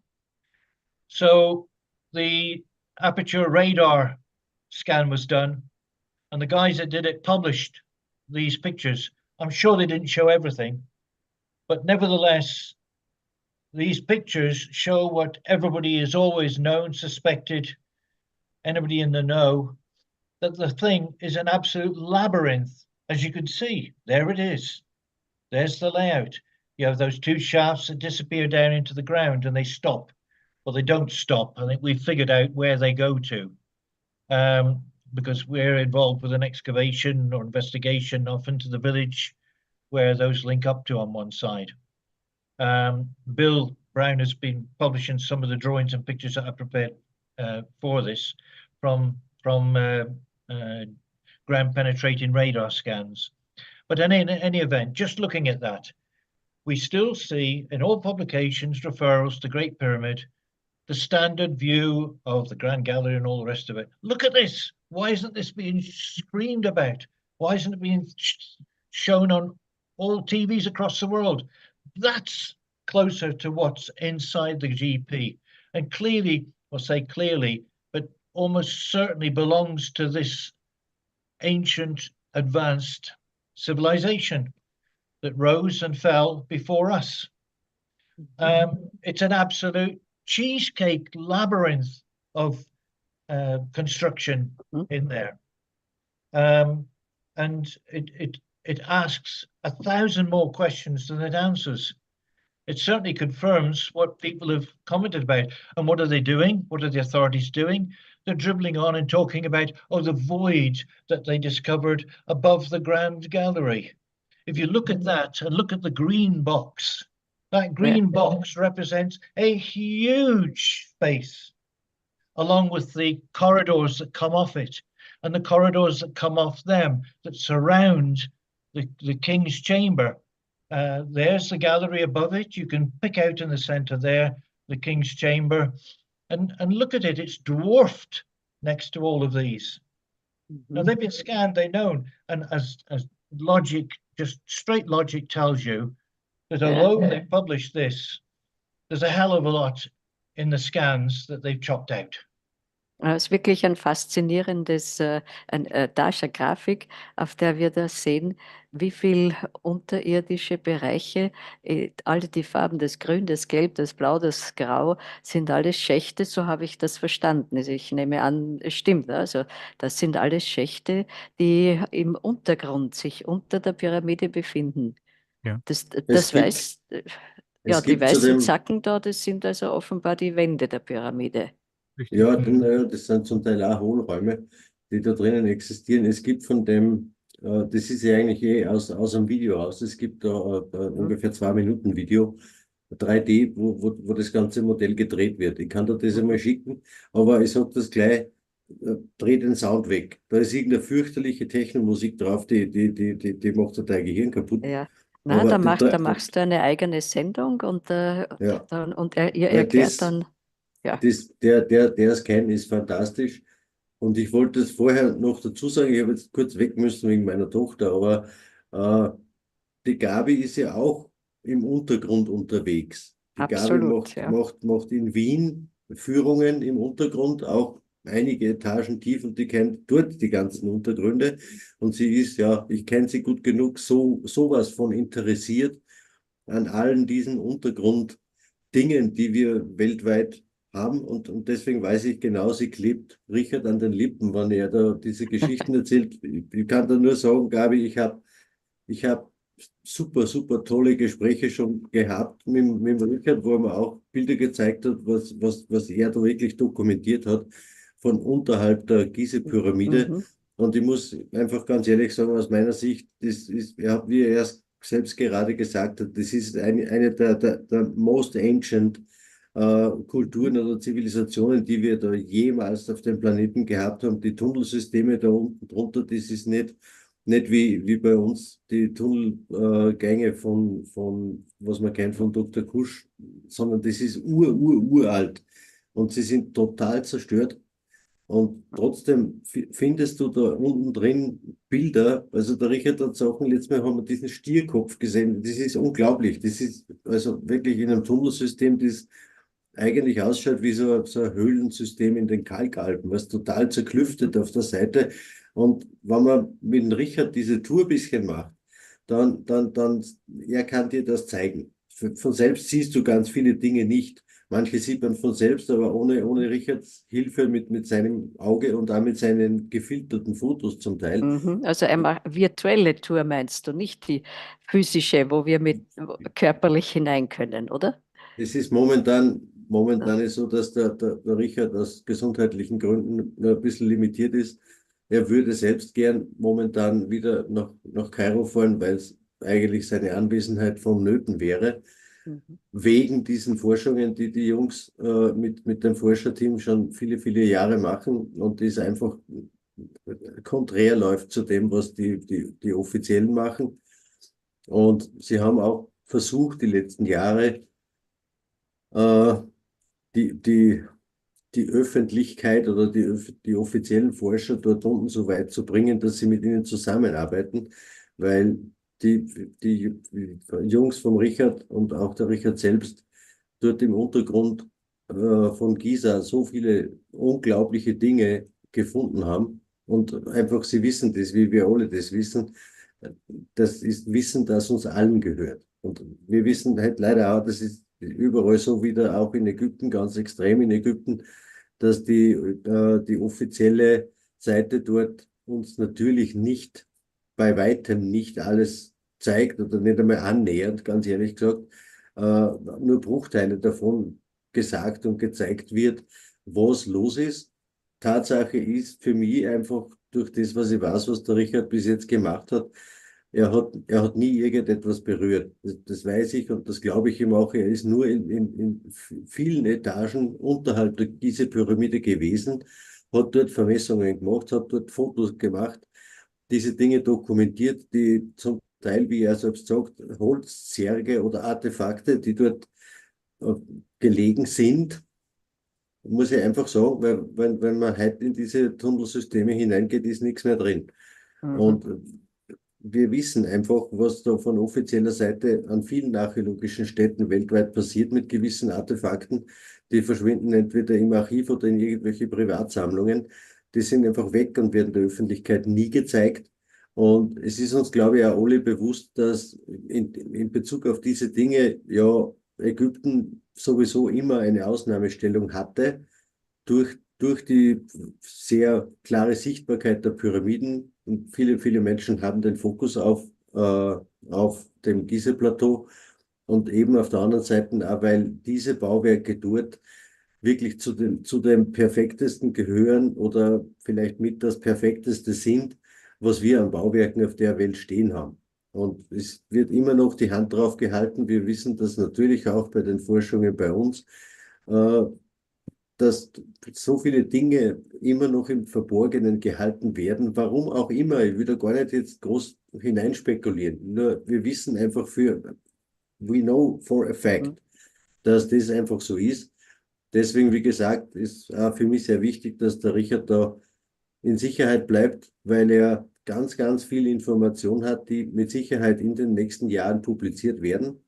Das ist auch mit seinem Forscherteam so, wenn die Offiziellen nicht endlich dazu bringen, dass miteinander ordentlich gearbeitet wird, dann wird in Richard sein Team Stück für Stück beginnen, diese Dinge zu publizieren, was sie gefunden haben. Und dann wird es halt eng für manche, die dort in der offiziellen Liga unterwegs sind, weil ja, irgendwohin sind diese Artefakte verschwunden und irgendwann muss immer irgendwer dafür gerade stehen, dass sie nicht mehr da sind. Braucht alles seine Zeit und es kommt alles ans Licht. Gunnar, ich muss mal sagen, meine Deutsch ist aus Berlin. Deswegen, wenn ich nach Rheinland gefahren habe,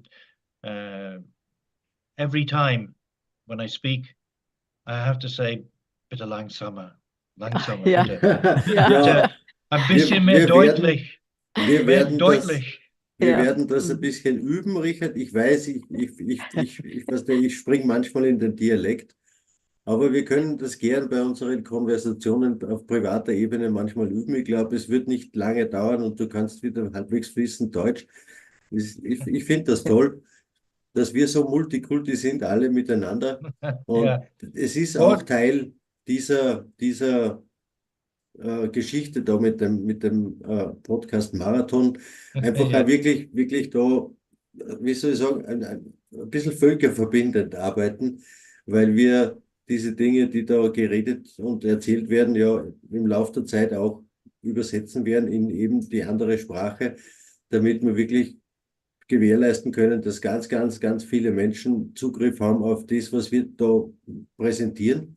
Und ich muss der Gabi recht geben, es war bisher ein super, super spannender Tag. es gibt noch ein bisschen Zeit jetzt für uns, um zu quatschen. Ich weiß nicht, Daniel, ist der Raswan jetzt nur im Warteraum oder wie schaut das aus? Nein, ist noch keiner im Warteraum. Ich habe gedacht, Okay. ich gebe mir erstmal eine Gabi-Zeit und so lange brauche ich ja nicht dabei sein. Ja, schauen wir mal ganz kurz. Naja, es ist jetzt 9:30.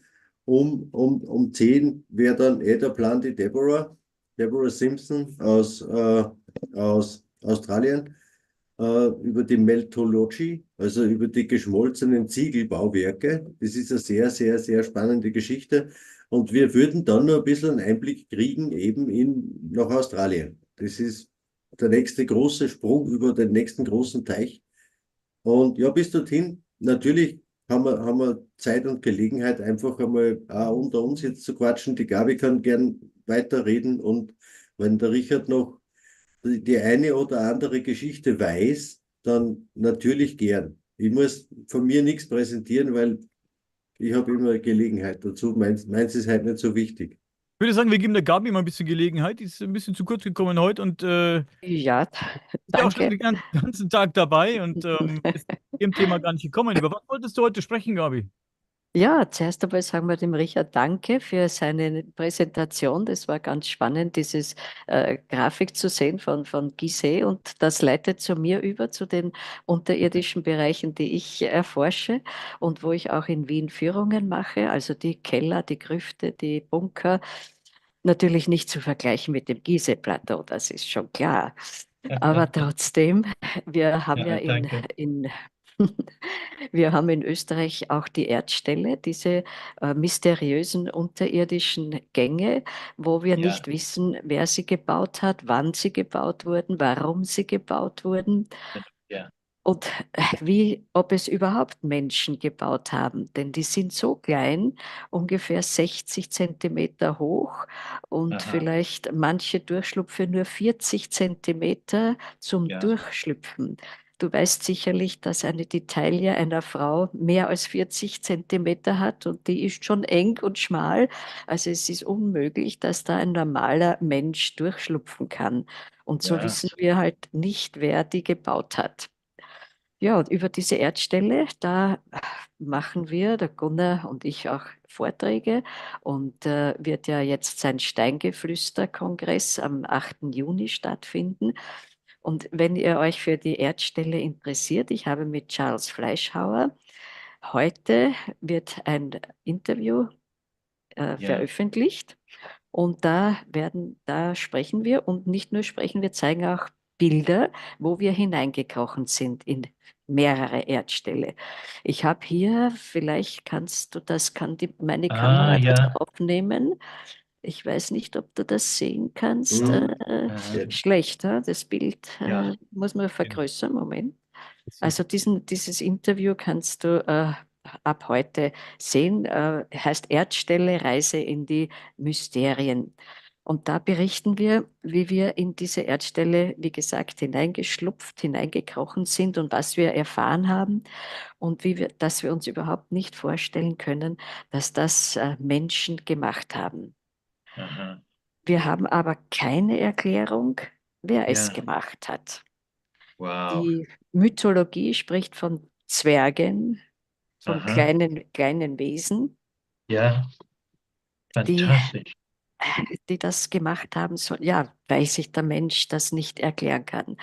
Tiere können es nicht gemacht haben, denn es ist ein intelligenter Bau.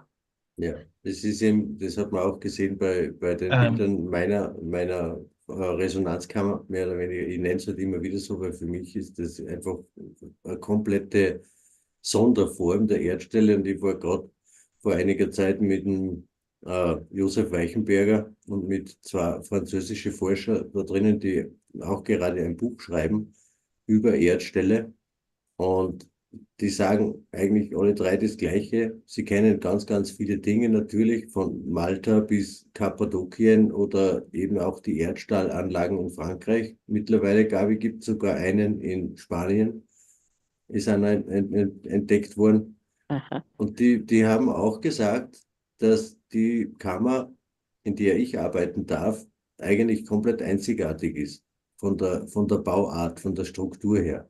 Und jeder, der nur die Bilder schon gesehen hat von dieser Kammer, der muss dem beipflichten, das kann nichts zu tun haben mit irgendeinem Versteck oder Lagerraum aus dem Mittelalter, weil niemand würde das so bauen. Ich meine, das ist eigentlich notwendig, dass du zumindest sehr fundiertes architektonisches Wissen hast, um diese Dinge zu bauen. Und ja, es ist nach wie vor ein Mysterium natürlich, weil wir haben geschichtlich überhaupt keine Überlieferungen zu diesen Dingen, aber eben auch nicht aus dem Mittelalter.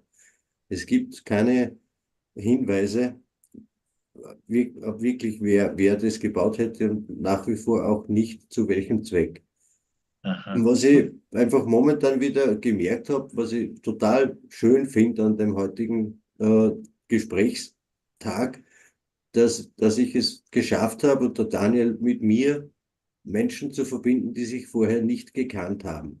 Und ihr könnt euch, auch ihr zwei könnt euch ganz einfach vernetzen über eben Facebook und Messenger, oder wir können E-Mail-Adressen austauschen, dass wir einfach in Kontakt bleiben und untereinander unser Wissen und unsere Eindrücke teilen, weil jeder kann zu diesem Puzzle immer einen Teil beitragen. Ich weiß das, für meine Arbeit schätze ich alle eure Arbeiten sehr, sehr, sehr hoch, und ich glaube das einfach. Ich glaube einfach, dass wir uns gegenseitig viel besser ergänzen, anstatt, wie es vielleicht zum Teil in den offiziellen Wissenschaften ist, dass wir uns dauernd konkurrieren. Wir haben diese Idee nicht mehr. Wir sind der andere Ort von Menschen. Deswegen sind wir vielleicht auch nicht jetzt alle miteinander studierte Archäologen. Okay, die Gabi hat sich das angetan, das Studium durchzuziehen. Sie ist studierte Historikerin. Sie hat irgendwo die Abzweigung richtig genommen und ist einfach offen geblieben in ihrem Geist, was man ja leider von manchen dieser Menschen, die das studiert haben, nicht 100% behaupten kann. Und ja, sie haben halt auch das Problem, dass in dem System ein bisschen gefangen sind, wenn sie in ihrer Profession offiziell arbeiten wollen. Das ist bei den Archäologen das Gleiche. Es ist bei den Geologen das Gleiche. Sie dürfen ja nichts anderes sagen. Und es war vom Beginn heute waren wir ein bisschen in dem Thema mit Geopolymerbeton, und ich zeige es einfach nur mal her. Ich habe es in Richard auch schon gezeigt und manche Seiten rauskopiert, glaube ich. Das Buch vom Joseph Davidowitz, Why the Pharaohs Built the Pyramids with Fake Stones.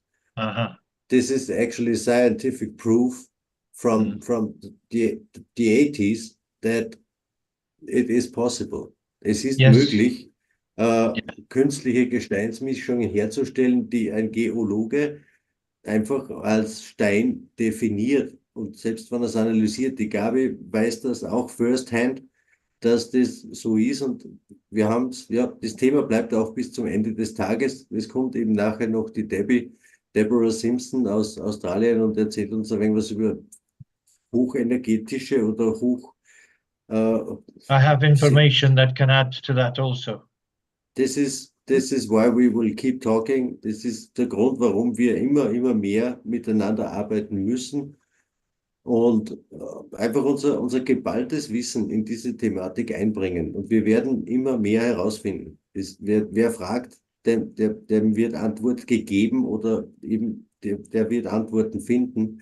Wer sucht, der findet. Und ich glaube, wir sind alle miteinander auf dem Weg. Die Gabi genauso. Wir sind mittlerweile schon langjährige Kollegen. Gabi ist eigentlich Gründungsmitglied des Tagu-experience Research Teams von damals. Du warst eine der ersten, die dabei war, genauso wie der Roman Polak und in Wirklichkeit auch der Richard. Ihr habt euch nur bis jetzt nicht kennengelernt. Und Richard ist lang schon dabei im Team. Und jetzt ist die Zeit, wo wir wirklich geballt miteinander in die Öffentlichkeit treten und unser Team einfach auch erweitern. Ja, und dank der Technik können wir uns vernetzen. Ja. Sowas wie heute, das ist ja noch nie da gewesen, was du heute auf die Beine gestellt hast. Also so eine Vernetzung, die weltweit, die ist sensationell und die wird sicher Geschichte schreiben, genau. die wird in Erinnerung bleiben. Danke noch einmal an alle, die da mitgemacht haben. Sehr Ja, gern und auch. es bleibt sicher nicht das letzte Mal. Es wird mehrere solche Sessions geben, vielleicht nicht 10 Stunden lang. Vielleicht werden wir es ein bisschen anders einfädeln, dass man Zeit. ja, längere Gespräche und vielleicht wirklich Blogs in Deutsch und dann Blogs in Englisch, weil sonst natürlich ist mir schon ganz klar, für die Zuhörer schwierig ist, wenn man immer wieder switcht und dann geht was schief bei uns, dann, so wie es mit dem Roger Spur war, da musst du mit hineinnehmen, der eigentlich nicht Deutsch spricht, aber im deutschen Blog dann ist. Wir lernen, es ist das erste Mal und es hat bisher sehr, sehr gut funktioniert. Ich habe auch keine Zweifel, dass bis zum Ende noch gut weitergeht. Ganz zum Ende wird es dann relaxed, weil das Interview mit der Kathleen Ann Ball, das habe ich im Vorhinein aufgenommen, das ist pre-recorded, weil die Kathleen jetzt auf dem Weg ist von Amerika nach Portugal. Vielleicht ist sie mittlerweile I gotta hier. say to you, Gunnar, you know, I'm sorry to break in on you, but just to say to you that for as much time as tonight so far has delivered, on that list, I've got a page in front of me here with 17 corresponding numbers to the numbers on that picture. And each one of them, you could do a complete show on that one item. And that's just to give a flavor of it. It isn't one night, it isn't one 10-hour session. It needs 100 10-hour sessions. Perhaps it would come close to discussing each thing. But you didn't count on the things we will discover on the way while we are doing this 100 hours. Yeah, exactly. Yeah, that's true. Ich finde es auch sehr, sehr gelungen heute, unsere Mischung mit Deutsch und Englisch. Ich bin das ja gewohnt zu Hause. Meine Frau, die Tanja, ist ja aus Kroatien und wir haben immer so eine Hybridsprache. Unsere Tochter, die Katea, die wächst auch dreisprachig auf. Die kann mit dem auch umgehen. Ich finde es toll und es hat bisher sehr, sehr, sehr cool geklappt. Aber nochmal wirklich herzlichen Dank an Daniel, der da mit dabei ist als zweites Zugpferd, dass das Ding überhaupt funktioniert hat. Und ja, wir sind noch nicht fertig. We're far from over yet. Und absolutely, yes. Ja, I'm sure that there will be another session. Und ich habe gerade gesagt, weiß nicht, Daniel, ob du das gehört hast, dass wir einfach beim nächsten Mal vielleicht besser aufpassen, das wirklich blockweise zu gestalten oder einfach einen eigenen Podcast für Deutsch und dann einen eigenen für Englisch. Das ist irgendwas, fällt uns ein, dass das ein bisschen besser, ein bisschen reibungsloser noch abläuft. Es ist schnell vergangen. Ich meine, wir sitzen jetzt seit fast 7 Stunden und es fühlt sich eigentlich gar nicht so an. Es ist anstrengend, ja, in einer gewissen Weise, aber es ist nicht so, dass ich sage, ja, ich bin schon komplett müde. Ja, wir haben ein bisschen, was haben wir noch vor uns? Daniel, wie lang halten wir es noch aus? Wenn sich noch jemand zusätzlich anmelden will, sagt es einfach, eure Forscherfreunde. Meldet euch, schreibt den Daniel oder mir eine E-Mail oder auf WhatsApp oder im Messenger. Wir haben noch offene Türen. Ja, wenn ihr jemand von den Zuhörern, vielleicht möchte jemand von den Zuhörern irgendwas zu den Themen, die er da heute gehört hat, beitragen, dann schreibt eine E-Mail an sagenhaft-podcast@web.de und dann schicke ich euch den Link und vielleicht könnt ihr euch auch hier einklinken. Geben wir euch einen Slot, ein paar Minuten können wir ein bisschen quatschen. Es ist Wochenende, vielleicht habt ihr ein bisschen Zeit und wollt uns eure Meinung mitteilen. Ansonsten fand ich es bisher auch ganz cool. Der eine oder andere ist ein bisschen zu kurz gekommen. Das aber, ja, wie gesagt, ist jetzt das erste Mal. Das nächste Mal gestalten wir das wahrscheinlich ein bisschen anders, wie du schon gesagt hast. Dann gucken wir mal, ob wir vielleicht das rein Deutsch oder rein Englisch machen. Das ist halt, ja, man muss es halt ausprobieren, ne? Und ich fand das heute auch gar nicht so dramatisch. Natürlich sind Leute dabei, die dann ausgestiegen sind, die haben gesagt, da ist mir zu viel Englisch. Ich habe jetzt vorhin gesagt, ich habe es auch gelesen. Ist mir zu viel Englisch, ich bin raus. Hat der ein oder andere geschrieben. Das ist, und jetzt hier in dem Gespräch sind wir oft zwischen Englisch und Deutsch hin und her geswitcht. Das wird dem anderen ein bisschen sauer aufgestoßen sein. Da müssen wir ein bisschen drauf achten beim nächsten Mal. Natürlich, aber an und für sich fand ich es bisher ganz gut. Es war sehr interessant. Wir hatten auch lange Blöcke nur Deutsch und am Anfang lange Blöcke nur Englisch. Und ja, jetzt am Schluss war es halt ein bisschen durcheinander. Aber wie gesagt, das nächste Mal strukturieren wir das besser. Und es ist ja auch so, der Livestream bleibt live, der bleibt online. Also wer Lust hat, kann sich da durchzeppen, bis wir fertig sind. Wir werden wirklich die Gespräche aufsplitten und Einzelgespräche, Einzelvideos daraus machen, die dann einfach ja zwischen 30 und 60 Minuten dauern, je nachdem. Manches war etwas länger, manches werden wir kombinieren. Und diese Dinge dann eben auch übersetzen. Seid geduldig mit uns, gebt uns ein bisschen Zeit. Es ist sehr, sehr, sehr viel Arbeit, das alles dann zu machen. Wir werden auf jeden Fall dafür sorgen, dass im Laufe der Zeit diese Dinge verfügbar sind. Und ja, beim nächsten Mal, wie gesagt, wir haben dazugelernt. Es kann nur besser werden. Es hat bis jetzt gut funktioniert und wir haben jetzt noch in etwa 10 Minuten. Du kannst dann immer wieder den Warteraum im Auge behalten, dann ja, switchen wir nur nach Australien. Keiner da bis jetzt. Keiner Ja, da. it's Ja. still too early. Wie gesagt, für meinen Geschmack ist die Gabi heute ein bisschen zu kurz gekommen. In Anbetracht dessen, dass sie den ganzen Tag hier auf jeden Fall eingeloggt war und am Ja. Start war. Ihr Leute habt das gar nicht gesehen, aber die Gabi war die ganze Die Zeit war die online ganze hier. Zeit bei uns, ja. Naja, da muss man ja, freilich. Aber es ist kein Problem für mich, weil wir machen ja noch Kongresse dieses Jahr, beziehungsweise die Saison beginnt ja eigentlich erst jetzt, die Kongresssaison. Ne? Und du bist im Juni mit deinem Steingeflüster in Oberösterreich. Da werden wir dann über oberösterreichische Geheimnisse, Mysterien und Rätsel sprechen. Unter anderem natürlich wirst du deine Erdstahlresonanzforschungen vorstellen und ich werde über einiges anderes, was in Oberösterreich noch so rätselhaft ist und vor allem Artefakte, die man gefunden hat, die so in den Museen schlummern, erratische Artefakte, wie man sie nennt, also solche, die nicht in die Zeit hineinpassen, wie zum Beispiel ein Eisenstück in einem Millionen alten Kohlenflöz, das in einem Museum liegt. Also wir werden ganz viel noch präsentieren und da sind die Kongresse ja dafür da, dass man dann wirklich einen ganzen Tag hat, wo man nur mit ein paar Referenten sich austauschen kann. Ja. Und dann ist ja unser Freund, der Ralf, aus Deutschland, der macht ja in Bad Soden im August, am 30. 31. August wieder einen Kongress, den zweiten auch schon. Letztes Jahr war der erste Kongress über Mysterien der Vergangenheit. Ich glaube, der Kanal ist bekannt in unserer Szene, wo Ralf Ruppert über die Mysterien in Deutschland berichtet, wo er wirklich live hinfährt und eben viel über Megalithbauten und viel auch über Unterirdisches, über Gänge, Stollen und Höhlen berichtet. Und wir waren letzten Sommer unterwegs, Ralf und seine Partnerin und ich, und haben da einige Mysterien erkundet, unter anderem auch ein Langschädel-Baby, eine Mumie natürlich, kein lebendes, in einem Museum, in einem deutschen Museum, was bis dahin, würde ich sagen, fast unbekannt war.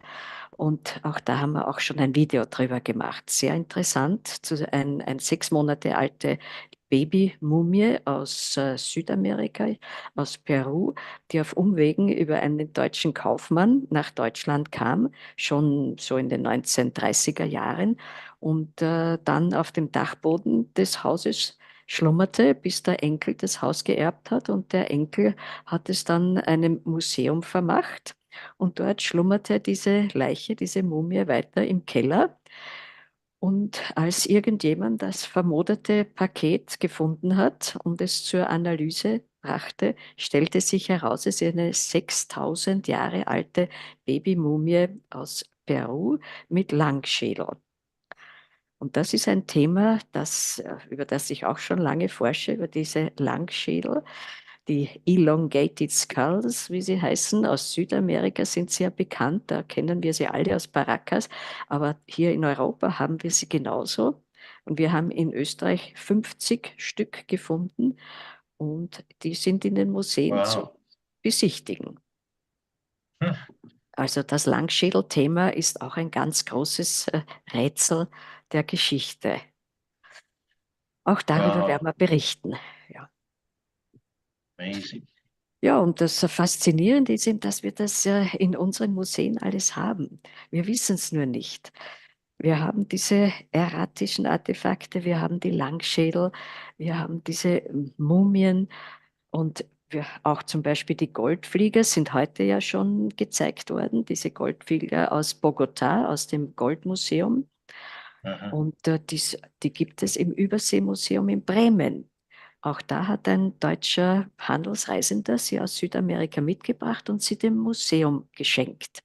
Und dort kann man ebenfalls Goldflieger anschauen. Ihr müsst nicht nach Bogotá fliegen, man kann sie auch dort sehen. Und die Theorie, die ja da, wo man nicht weiß, was war es? War es ein Vogel, war es ein Fisch oder sollen es Flugzeuge sein? Mein Autorenkollege Reinhard Habeck aus Wien, sicher bekannt aus vielen Büchern, er hat darüber geschrieben und er hat auch ein Modell anfertigen lassen und das ist flugtauglich. Also diese Goldflieger, sie sind ja nur wenige Zentimeter groß, die hat er in Modellflugzeuggröße fliegen lassen und konnte zeigen, dass die wirklich flugtauglich sind. Also die Flugzeugtheorie ist sehr plausibel, sagen wir mal so. Ja, ja, und es ist ja auch in Vorbereitung für das Forschertreffen, dass ein Freund vom Reinhard mitkommt. Das ist jetzt habe ich es vergessen, egal, Herbert Fuchs aus Gmunden, der diese Glühbirnen, die man auf manchen Reliefen sieht in Ägypten, zum Leuchten bringen kann. Also zumindest als mögliche Funktion dieser, ja, man kann es nur Glühbirnen nennen aus unserer Sicht. Vielleicht ist es wieder nicht richtig, was wir daraus machen in unserer Prägung, aber der Reinhard Habeck wird uns das ermöglichen, dass wir auch das sehen, dass zumindest möglich ist, dass das einmal Beleuchtungsmittel waren. Das finde ich auch sehr, sehr spannend. Das ist spannend. Grüße gehen raus an Reinhard Habeck auf jeden Fall. Eigentlich war der Plan, dass heute auch dabei ist. Es hat leider nicht geklappt, was sehr schade ist. Aber wir hatten ja letztens erst ein interessantes Gespräch mit ihm. Das ist hier auf dem Kanal verfügbar. Aber ja, diese Glühbirne, das finde ich ganz spannend. Da haben wir auch letztens drüber gesprochen. Spannende Sache. So viel Fantastisches auf der Welt, Leute. Ja, und interessant ist eben diese Experimentalarchäologie. Das ist ja auch das, was Dr. Görlitz macht. Der ist auch Experimentalarchäologe. Also der bringt das wirklich auf den Boden und zeigt, ja, es ist möglich. Und genauso ist das mit der Glühbirne, die der Herr Fuchs hier zum Leuchten bringt, oder eben die Goldflieger, die man zum Fliegen bringt. Ja. Das ist ganz wichtig, dass wir das sehen können, das mit eigenen Augen sehen können. Ja. Und dass man das angreifen kann. Ja. Richtig. Fantastisch. Ganz spannend das Ganze auf jeden Fall. Vielen Dank an die Leute, die im Chat hier schreiben, dass sie schon von Anfang an dabei sind übrigens, Leute. Das ist ja Wahnsinn. Also ich musste hier schon mittlerweile, bin schon zweimal aufgestanden, ein bisschen hier die Hanteln geschwungen, habe irgendwie ein paar Übungen auch gemacht, weil nicht, dass ich hier noch ihr Thrombosestrümpfe tragen muss vom vielen Sitzen. Also vielen Dank, dass ihr von Anfang an dabei seid. Jemand hat geschrieben, er ist seit 14:30 Uhr dabei. Kevin Keil hat das geschrieben. Das ist wirklich krass. Wir sind jetzt schon, ich glaube, in ein paar Minuten sind wir 8 Stunden online. Das ist ja schon echt heftig. Und wir haben noch, Deborah Simpson kommt noch. Das ist noch eine halbe Stunde. Dann kommt Dwayne Sealer. Dann kommt noch Kathleen N. Ball. Ja, mit Dwayne, das ist noch nicht ganz fix. Ah, okay. Beim Dwayne weiß ich nicht genau, ob er ist in Alaska und er hat außer seinem Handy eigentlich kein technisches Gerät mit. Ah ja, das hast du gesagt. Kann sein, dass es nichts wird. Er hat keinen wirklichen Empfang da draußen. Es ist sehr, sehr, sehr schade, dass der Dwayne nicht dabei ist, weil der super, super spannende Forschung macht in Bezug auf antike Energieverbindungslinien und Leylines, die zurückgehen bis vor den letzten Polsprung. Aber ja, wir werden sehen. Sonst wird das auf jeden Fall auch eine Session, die wir einfach in einem Einzelmeeting einmal besprechen werden mit dem Dwayne. Das ist schon mit dem Dwayne fixiert. Es wird diese Möglichkeit geben, weil ich das für ganz, ganz wichtig halte, dass seine Forschung auch in das einfließt, was wir machen, weil es ganz, ganz, ganz interessant ist, wo die Energielinien waren vor der letzten Polumkehr. Und ja, wir stehen ja irgendwie wieder kurz vor so einem Ereignis anscheinend.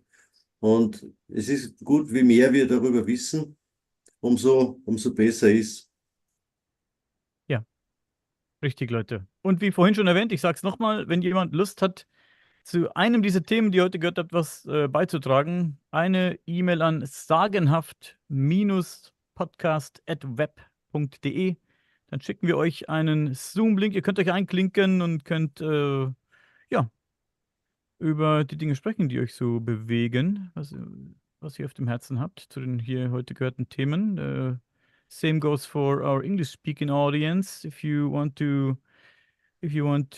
have opinion on something you've heard today, on some of the topics you heard today, and you want to add something to the conversation, please send an email to sagenhaft-podcast@web.de. We will Yeah, send you a especially Zoom link. after this session now with Deborah about melted bricks and stuff, there would be another gap since Dwayne doesn't really have a good functioning connection from Alaska this time. The last part on my list, Kathleen and Ball. This would be actually a topic we can talk about with Gabi. I could just try to find some of my pictures short, since we have time until Debbie steps into the waiting room to show you what the ja, topic Dr. is going to Catherine be Ball about. forscht über die Dr. Templer. Kathleen and Ne? Ball. Ja. Da schauen wir schnell, ob ich das noch irgendwo finde. Schnell, warte, ich tue das schnell weg und suche das, ohne dass ihr dabei sein müsst. Weil wir haben ja, das ist jetzt schwierig, I'm switching from German to English constantly. We have found a Templar sword in an old ruin in Austria. It's not that we have found it, it was found 1896 and it's laying in a museum in Upper Austria. Darf man das jetzt auf Deutsch übersetzen erst? Das kann ich auf Deutsch auch nochmal übersetzen, Ja? dass wir in der Ruine in Falkenstein ein Templerschwert gefunden haben, und die Gabi war im Landesmuseum mit der Forschergruppe aus Salzburg und hat sich dieses Schwert angesehen. Darum lasse ich die Gabi jetzt kurz was dazu sagen und ich schaue schnell, ob ich die Bilder finde. Ja, also es geht um Folgendes. Gunnar restauriert in seiner spärlichen Freizeit mit einem Verein die Ruine Falkenstein in Oberösterreich. Und diese Ruine besteht also wirklich nur mehr aus einem Turm und wenigen Mauern und viel, viel Schutt. Und man hat 1939 hat ein oberösterreichischer Forscher einen Steinsarg dort entdeckt, und da war ein Schwert drinnen. Und dieses hat er dokumentiert, und Gunnar hat das irgendwo gelesen, hat irgendwo die Literatur darüber gefunden und hat mich darüber informiert. Und nachdem ich in Wien auch die Templerführungen mache, habe ich mich dafür interessiert und gesagt, nun gut, also wenn das Schwert dort war, 1860 ist die Ruine abgerissen worden und bis 1939 war es noch unter den Ruinen, unterm Schutt, und dann hat es wer gefunden, das muss doch noch wo sein. Und so habe ich mich auf die Spur gemacht dieses Schwertes und war fündig geworden, und zwar im Landesmuseum in Linz. Dort liegt es. Und mit der Templerforschergruppe aus Salzburg rund um einen Professor Mattiangeli, da konnten wir dieses Schwert wirklich ansehen. Wir konnten es in unsere Hände nehmen und wir konnten darauf wirklich einen Stempel mit einem Templerkreuz, also mit diesem geschweiften, gleichschenkeligen Kreuz drauf finden. Wir konnten auch noch andere Stempel drauf finden und es damit als Kreuzritterschwert identifizieren. Und der italienische Professor meinte sogar, es wäre seiner Meinung nach das zweitschönste, zweitbest erhaltene Schwert aus dieser Zeit der Kreuzritter, also dem 13., 14. Jahrhundert, das er kennt. Das schönste läge im Vatikan und das zweitschönste in Linz im Museum. Ja, und jetzt sind wir also dabei, nachweisen zu wollen, dass es wirklich einem Templer gehörte. Denn Schwert finden in der Burg ist noch nicht das Ergebnis, das wir uns wünschen. Und so sind wir jetzt gerade dabei, die Urkunden zu erforschen. Denn der Besitzer dieser Burg zur damaligen Zeit, dem dieses Schwert gehörte, ein gewisser Kalhock, der war Templer. Und jetzt müssen wir die Verbindung finden. Ist er der Besitzer gewesen? War es seins? Das wissen wir noch nicht. Wir sind aber in der Literatur am Suchen und wir sind auch vor Ort im Stift Eigenschlögl, das er gegründet hat. Und zwar als Zisterzienserstift hat er das gegründet. Und die Zisterzienser haben ja dieses Nahverhältnis zu den Templern, sind sozusagen Gründerväter. Also wir sind schon auf der Spur und wir sind schon sehr, sehr nahe dran. Man kann sagen, es ist schon sehr warm. Und jetzt haben wir die Gelegenheit an der Technischen Uni Wien, dieses Schwert auch das Material prüfen zu lassen. Also ein Millimeter davon darf abgekratzt werden und darf ins Analyselabor. Und da wird man dann feststellen, wo das Schwert gemacht wurde. Wurde es in Oberösterreich gegossen? Ja, das ist das Schwert, das Besondere. Also wurde es in Oberösterreich gegossen oder in Bayern oder gar in Damaskus oder im Heiligen Land irgendwo, nachdem es so ein schönes Modell ist, meint man, ja, hier also auch diese Kreuzritzung drin, der Stempel, also weil es wirklich so gut erhalten ist. Und man sieht, es wurde wahrscheinlich kaum gekämpft damit in Wirklichkeit. Ja, hier also dieses Jerusalemkreuz mit den Querbalken drauf. Also es sind alle Zeichen, stehen dafür, dass es ein Templerschwert ist und vor allem sein fantastischer Erhaltungszustand nach über 700 Jahren. So, das ist die Geschichte und jetzt werde ich mich dann langsam ausklinken, denn ich sehe, die nächste Sprecherin ist schon online, wenn ich richtig sehe. Ja. Also dann danke vielmals, danke Daniel noch einmal, danke Gunnar. Es war fantastisch und ich wünsche euch noch einen schönen Abend. Ja, Gabi. Danke, Gabi. Vielen, vielen herzlichen Dank, dass du dabei warst. Ich bin da nur gerade, der Richard hat sich gerade bei mir verabschiedet. Er ist noch hier, dann brauche ich nicht schreiben. Richard, many, many, many thanks that it finally worked. We had some issues on the beginning and yeah, one is leaving, one is coming, it seems. Deborah is here with us and I'm totally happy to see you. And we will shortly switch to your topic. We just had this nice conversation now with Gabi with this Templar sword. I think you have seen my posts about this topic.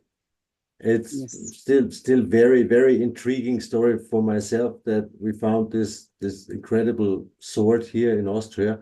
I will show these pictures a little later again when we will watch the interview with Kathleen and Paul. This is a pre-recorded interview. I will have to prepare some more pictures she sent me, and I will just put them on screen while the movie is running. But now, for real, wait a second. I will just stop this recording now and make a new one since I had now 3 hours recorded, I think. So Deborah, thank you for joining. It's awesome. Okay. Hello, Daniel. So now we finally meet all together here. Now you also know the face of Daniel, and who's the co-host. Somehow it's his stream channel today, but he's co-hosting a show where I'm co-hosting him and he's co-hosting me. That we survived this marathon. We've come a long way. We are here since 8 hours now, and we're still willing to go on. Incredible that you came. So great having you here. Oh, thank you so much for inviting me, Gunnar. I'm absolutely honored, and I'd love to share with you my research and also the research of my fellow meltologists. It's a very interesting subject. We've been researching it now for a number of years, and a lot of boots on the ground work from all over the realm that we've been sharing together and analyzing. So we found that a lot of it is very, very much the same realm-wide.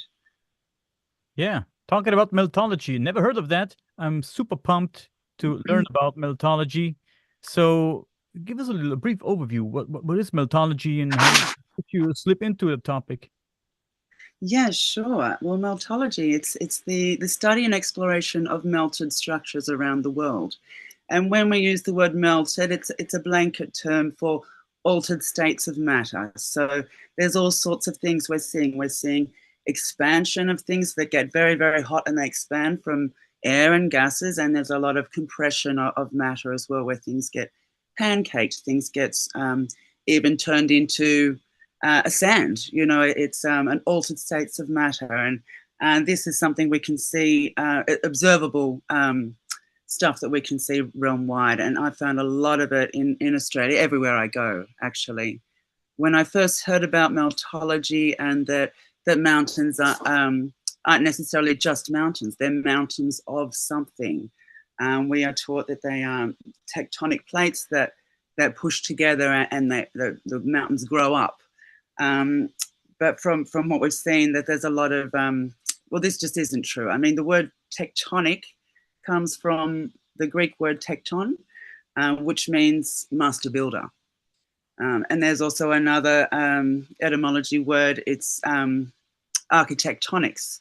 So they're saying architectonics, so architect, master builder. This realm was built, you know, not necessarily formed from a big bang. You know, there's a lot more of design that's gone into it. This is very funny because through my research, I stumbled over a picture of a Chinese god, where a Chinese story tells us that he was building the earth from stones which came from outer space. You know, it took him 2 million years, and he was like fabricating this reality. You know, it's just nice that all these things are so nicely connected again. And yeah, I'm totally happy for all the people who met today on this platform and what kind of real great connections we could make. And yeah, just continue. I will just interrupt you again. Yes, it is exciting, Gunnar. I love all this collaboration from people around the world and really connecting on common ground, you know, and that's what humanity needs. We need. There's a lot of confusion. You know, we live in the land of confusion, and we're not really sure what's real and what isn't, and what's been faked and what's manipulation.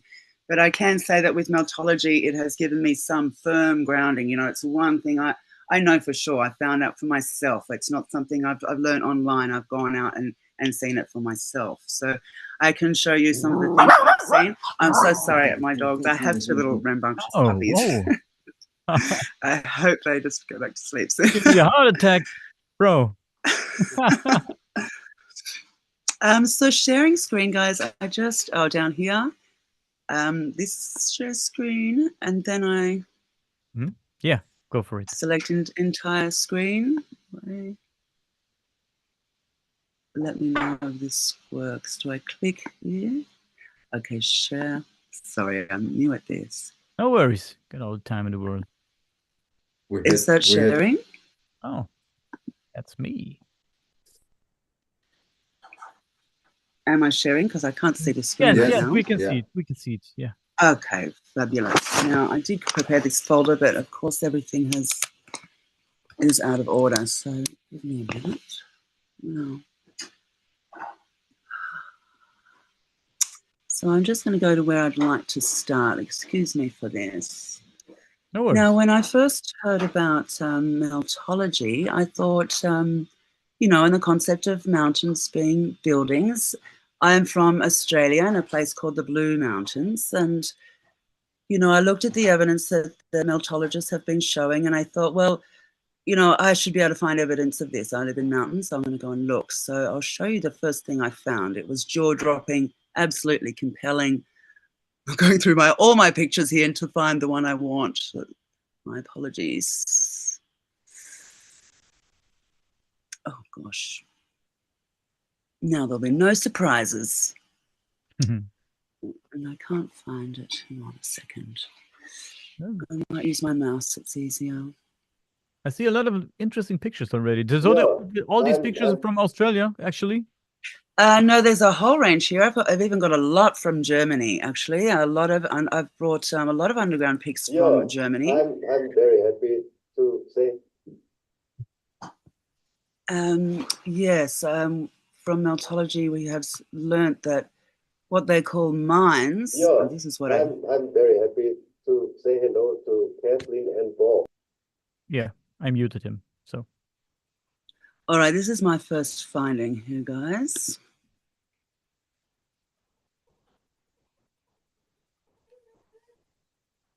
Okay, what do we see here? That's interesting. So the building. This is what I think is an old world building, founded. There's no construction pics of this. They say it was founded, which in our world we call that found dead. It was called the Hydro Majestic, and it powered. It had power before Sydney, Australia. It powered the town with water. But this brickwork, there's something happened to it. They had bricks. They used bricks in this building, yet the foundation, and we all know the importance of building a solid foundation. You can see here this rock is very flush with the wall. Yes. I don't know if you guys have the volume of the video, if you can hear the video or not. Unfortunately, not. You have to turn it on. When you share the screen, there's on the bottom left corner, there is an icon that says share audio, something like that. Right. Okay. Thanks for that, Daniel. Shh, puppy. Well, that doesn't matter. I can talk over this. I just hope my puppies don't bark. Yeah, I see. Your dog is doing the voiceover. Okay, all right. I'm just going to close the door and lock them out. 2 seconds. I'll be back in a second. No worries, no worries. Okay, Freunde, wir haben einen Hund. Podcast okkupiert. Wir werden hier mal den Hund jetzt aussperren, habe ich gehört, und dann geht's weiter. I'm so sorry. Yeah, no worries. It's all good. So this looks very much like a cave. It's got an arch shape. It's right up to the back door here.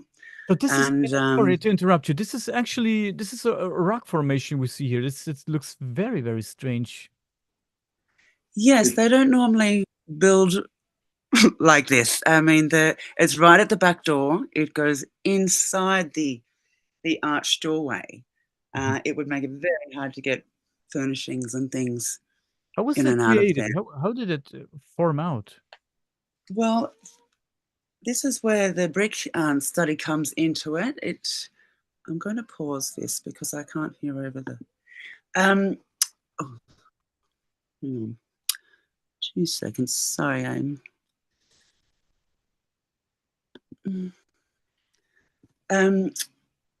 yes, this is the interesting thing about bricks. We found that bricks aren't just bricks. They have the capability of becoming single cell batteries. If you stack them, they become like a supercapacitor. So we see a lot of these thick brick walls, thick brick buildings, and if there are people with advanced knowledge, they would know that the bricks are single cell batteries, and if you stack them, they can store a lot of power and energy. I'll talk about that in a little while, but I'll just show you a little bit further around of this building because it's part of the building. They didn't build around this. So this is like it's been hit with an energy, a meltification, and then a solidification. It's part of the building. They're actually melted bricks. There's obviously a lot of iron in there. They call this iron ore. So a lot of the rocks that we're seeing have been transformed through like a piezoelectric energy. This is like a power plant. The energy seemed to come from the bottom up. Okay, we'll just Talking about piezoelectric energy. That's what you said, right?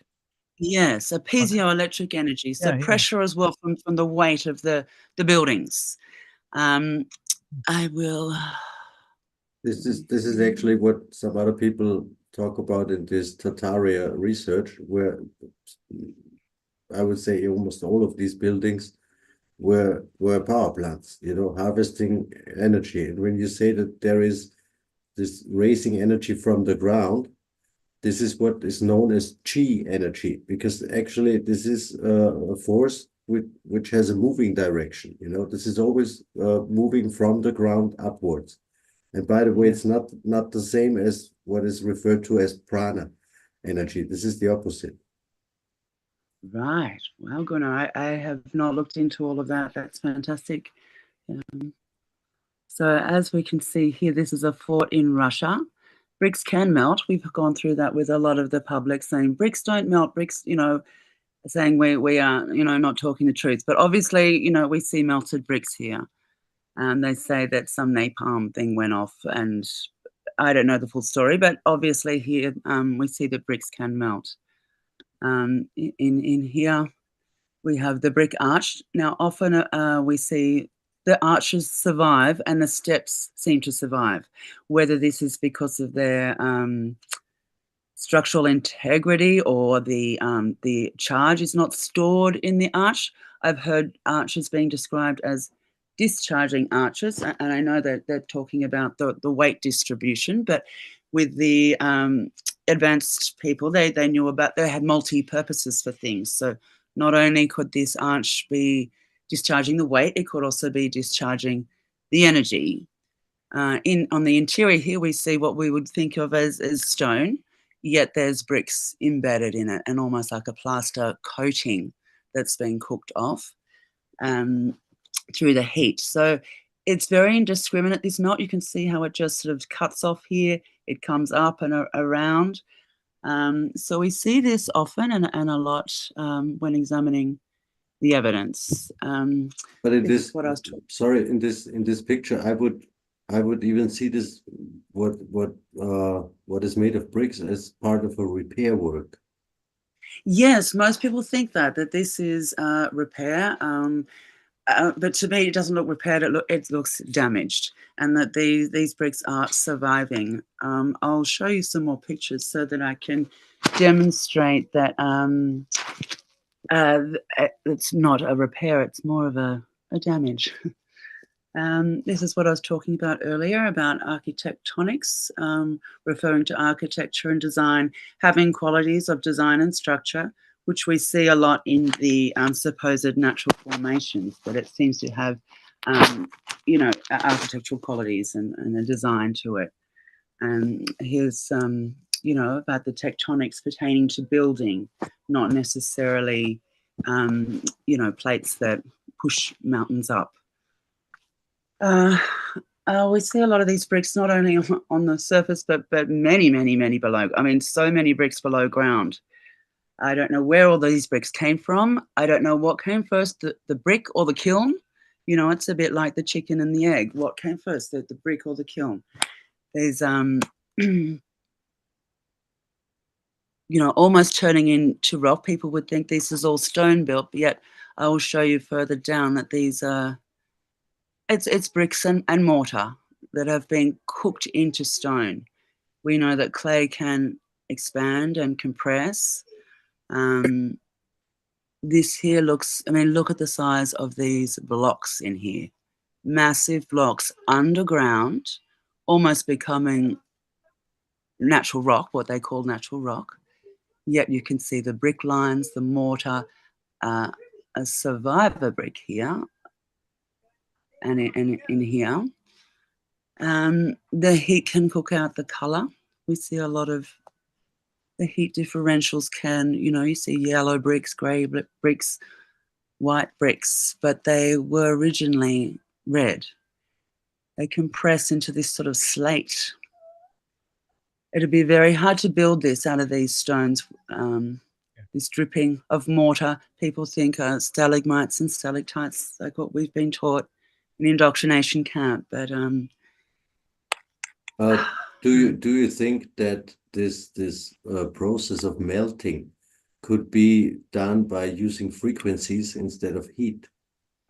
Definitely. I mean, heat is a frequency also, but it's definitely a frequency thing, and that's what generates the heat, and particle collision. These bricks they cook from the inside out, like a microwave. And we've done that one. This is in Australia. Supposedly, not very old yet. We see these.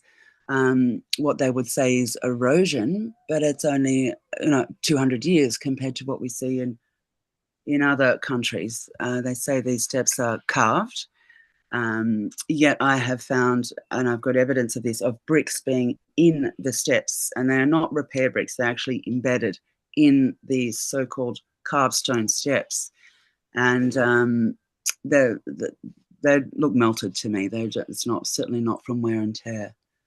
And we have seen pictures like this from Egypt and other places where the stairs look like, they actually look like some real hot substance was running down the stairs, like melted. Yes.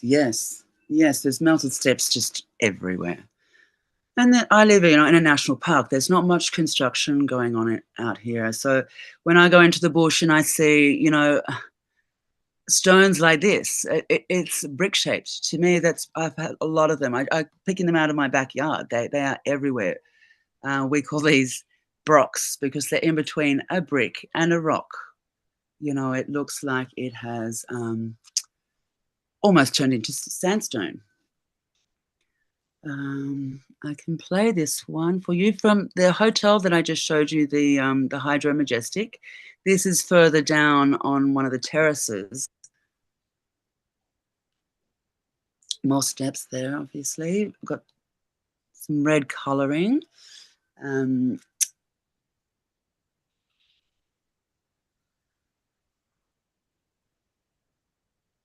you have any connections to the Aboriginal people in Australia, and what would they say about these Yes, structures? I have a few friends, Aboriginal friends, and they are also questioning the narrative. And there has been talk of yes, they knew about the buildings, they knew about the technology, but they didn't want anything to do with it. They separated themselves from it. Whether that's true or not, we know that the Aboriginal people have been, there's been genocide and reprogramming of their children. So to get to the truth there, I think they really came down hard on the Aboriginals because of their knowledge. Unfortunately, it's so tragic. But look at these straight lines. This looks like, any megalithic kind of ancient structure. Yeah, it's behind this hotel that has evidence of meltology. And this leads down to a place called the Colosseum, and there's more bricks down there. You have to climb a ladder to get to it, so I don't know how the bricks got down there.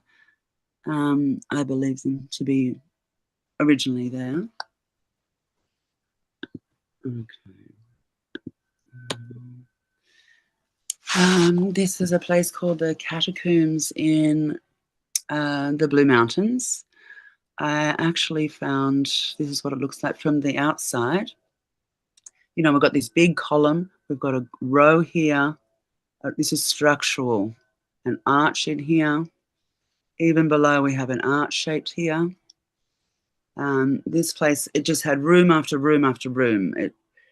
I found a brick with mortar on both sides, lying there. There's supposed to be no construction. This is supposed to be national park.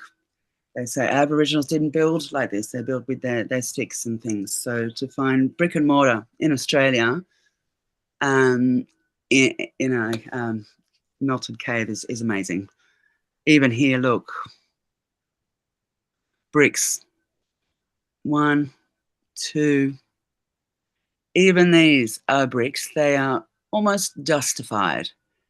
If I poke them with my finger, they would turn into sand. Oh. These ones are firmer. And this is almost like a sunken arch. It's sinking in. And this is all cooked out back into silica. It's sand, its original ingredient. So we get clay coming out of this. We get the sand. We believe this to be brick ash, basically. I've been finding this piping, old piping out in the bush. Yeah, obviously from a previous construction. Yeah, this one looks interesting. It's fascinating. That's fascinating. Yes. What was the thing? Interesting. There's a lot of these. Does this lead into a hill or a rock, or where does this lead to? It leads to a lookout. There's nothing there. It's no buildings. It's just a lookout overlooking a deep, deep valley. So when you're standing on these buildings and we hear that mountains are melted buildings and you see something like this, it's like, well, yes, that really does. It really is starting to seem like design and structure and architecture. This is not just a natural formation. This isn't just some anomaly. How big is this thing actually? Like a normal pipe. It's hard for me to describe it now. But like the normal pipes we see today. In length? In length, that would probably be over a meter and a half. A meter and a half. Okay, that's yeah. Fair enough. Yeah. So just the layering underground. Here we can see red from a red brick. That looks like a red brick to me. All of these look like red bricks. Yeah. These are seem to be cooked out and squishing together, pancaking down from the weight and the pressure. Altered states of matter below ground. There's some more. They're bricks. Bricks mixing with what they call a riverstone. A brick. This looks melted to me. Where is the structure? Oh, sorry. This one was probably is Italy. Oh, it could be Italy or France. I think it's Italy. Telling by the name of the copyright holder. The photographer, yeah. Italian. Italy, maybe. Yes, I think this is. It's Italy as well.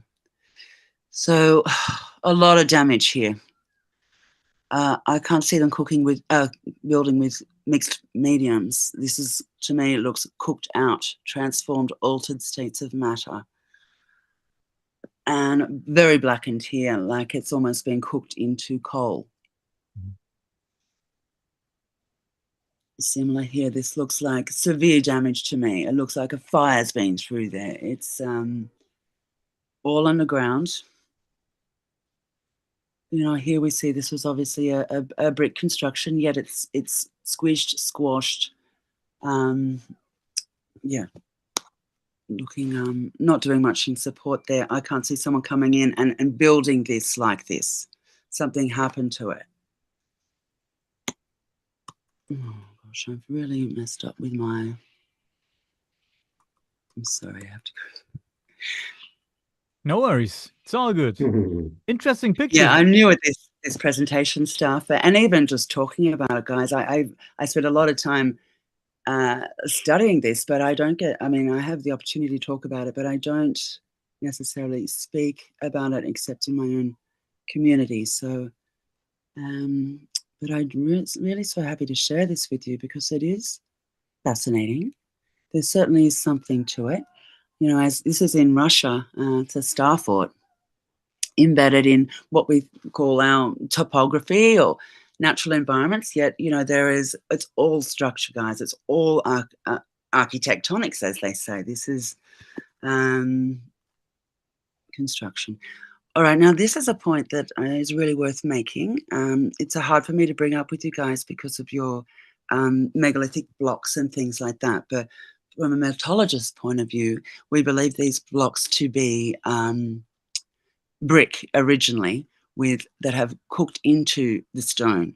They are bricks that have a casing around them, or like a rendering, a cement rendering, and they look like a cut block, but the internals of them are made from brick, and we've seen this a lot. This is that was in Australia. This is in Melbourne, Australia. These pics are by my friend Tom, who's does a lot of boots on the ground work in Melbourne, Australia. So we share a lot of these images together, from other countries and with each other, and I've been finding very much the same thing. This brick here looks very cooked out, churned, cooking into white stuff here now. Again, you look at this stone here and you wouldn't think, oh, that's brick. It looks like some other geopolymer or something like that. But when we get to the heart of the matter, the internals are bricks, which makes sense if these advanced civilizations want to store their energy, and red bricks have the capability of becoming single-cell batteries. And when you stack them, they become supercapacitors. They can store their energy. Now, from doing this, it could have been that this energy grid suffered an overload, and that's how this multiplication occurred. It could have kicked off some plasma event, an arcing, a looping of electrical charge that fried these buildings. It's like a frying, a cooking. Temperature dictates the state of matter. So when we see altered states of matter, we know that some sort of temperature was involved. Yes, here, there's just more evidence of these stones, which you would assume was a sandstone, is in fact bricks inside, which would make sense for these being storing their own energy. They are actually making brick batteries today. They've started, you can Google brick batteries. It is a thing. Yeah, this is a view I completely share, because this is how all the buildings in almost every European city are made. They are made of bricks, and it's the same. I think Gabi is also still here, and she knows the underground of Vienna and all these catacombs and many underground facilities are made of bricks, and it's incredible enough. Like, first you need to construct the whole underworld before you can place a city on top of it. And exactly, this is like the last picture you showed with this covering with a little layer of mortar to make it look, sometimes even almost like a stone. This is the same in cities like Vienna. This is all made, all these old buildings are made of bricks. And somehow we don't really know how old they are. We know that our history is a falsification. So we have no idea, because when nothing happens to these brick buildings, they can last a very long time. Yes, incredible, isn't it? These are from the White Cliffs in Dover, England. A brick column here, but you can see that something's happened to these bricks. They have been cooked out. They're blending into the rest of the construction. Massive arches, like we see, corridors, columns. This is technology. The columns are like similar to a DJ column, an Egyptian column. Arches, we know, like electromagnets. This is electromagnetic architecture. I've seen bricks that have cooked into chalk. So a meltologist would tell you that this whole thing was red brick. It's just been, the rest of this has been cooked. These are the surviving bricks, because the charge, depending on the way the bricks are bonded together, the amount of charge that's in them, it's quite indiscriminate. Electricity, we know, takes the path of least resistance. Again, this is more underground destruction, very reminiscent of caves and mines that we see. Now, I did some research on, I watched a documentary, actually. It was about the cradle of architecture. And this documentary was saying that architecture was inspired by these caves because of the columns and the arches and the domes and the corridors that they were finding in them. And that is what gave birth to architecture, the caveman in his cave with the arches. It is preposterous to me. I believe all these caves to be melted remnants of a previous civilization. It's been sunken and buried, and we see it now as these natural formations with stalagmites and stalactites. But it really is just melted structure. Here's an example, a specimen. This to me looks like it once was a red brick. You can see the carbon-14 still in it. It has crystallized like a quartz. So that all the quartz veins with the gold is part of the technology. All gold is melted. All the nuggets they're finding, it's melted. So I believe it to be part of the technology involved in the construction of these buildings and the bricks. That's how deep this brick study goes. It covers gemology, mineralogy, volcanism. All of these topics are pulled into question when studying bricks and the old world. Look at this foundation. We all know that when you're building something, you make a flat surface, a solid base, and you build up from that. So if they are such advanced civilizations, why are they building on this crumbly surface? That doesn't make sense. Here we have, art shapes, the columns, this, brick evidence inside, cooked, melted column. Here's a nice close-up of a cooked brick. You can see it certainly once was a brick, cooked into some sort of chalky type substance, scorching here, bubbling, a crystallization, transforms state of matter. Then Here again, we can welcome Razvan back with us, and he also touched this topic a little bit today in his presentation of whatever kind of huge destruction that happened. It seems all over the world.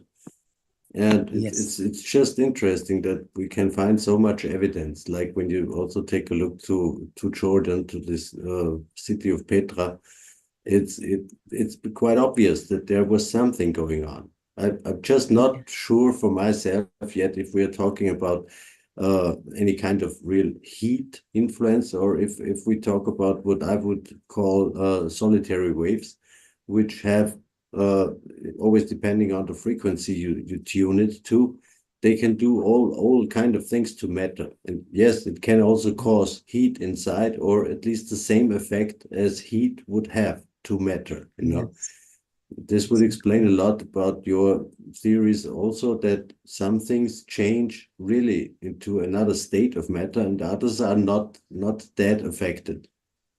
Yes, it's like an ionization, it's charged particles, and you could just everyone go out and have a look for themselves. You don't have to believe what I'm saying, but I know that you will find this sort of evidence too. It's very exciting. My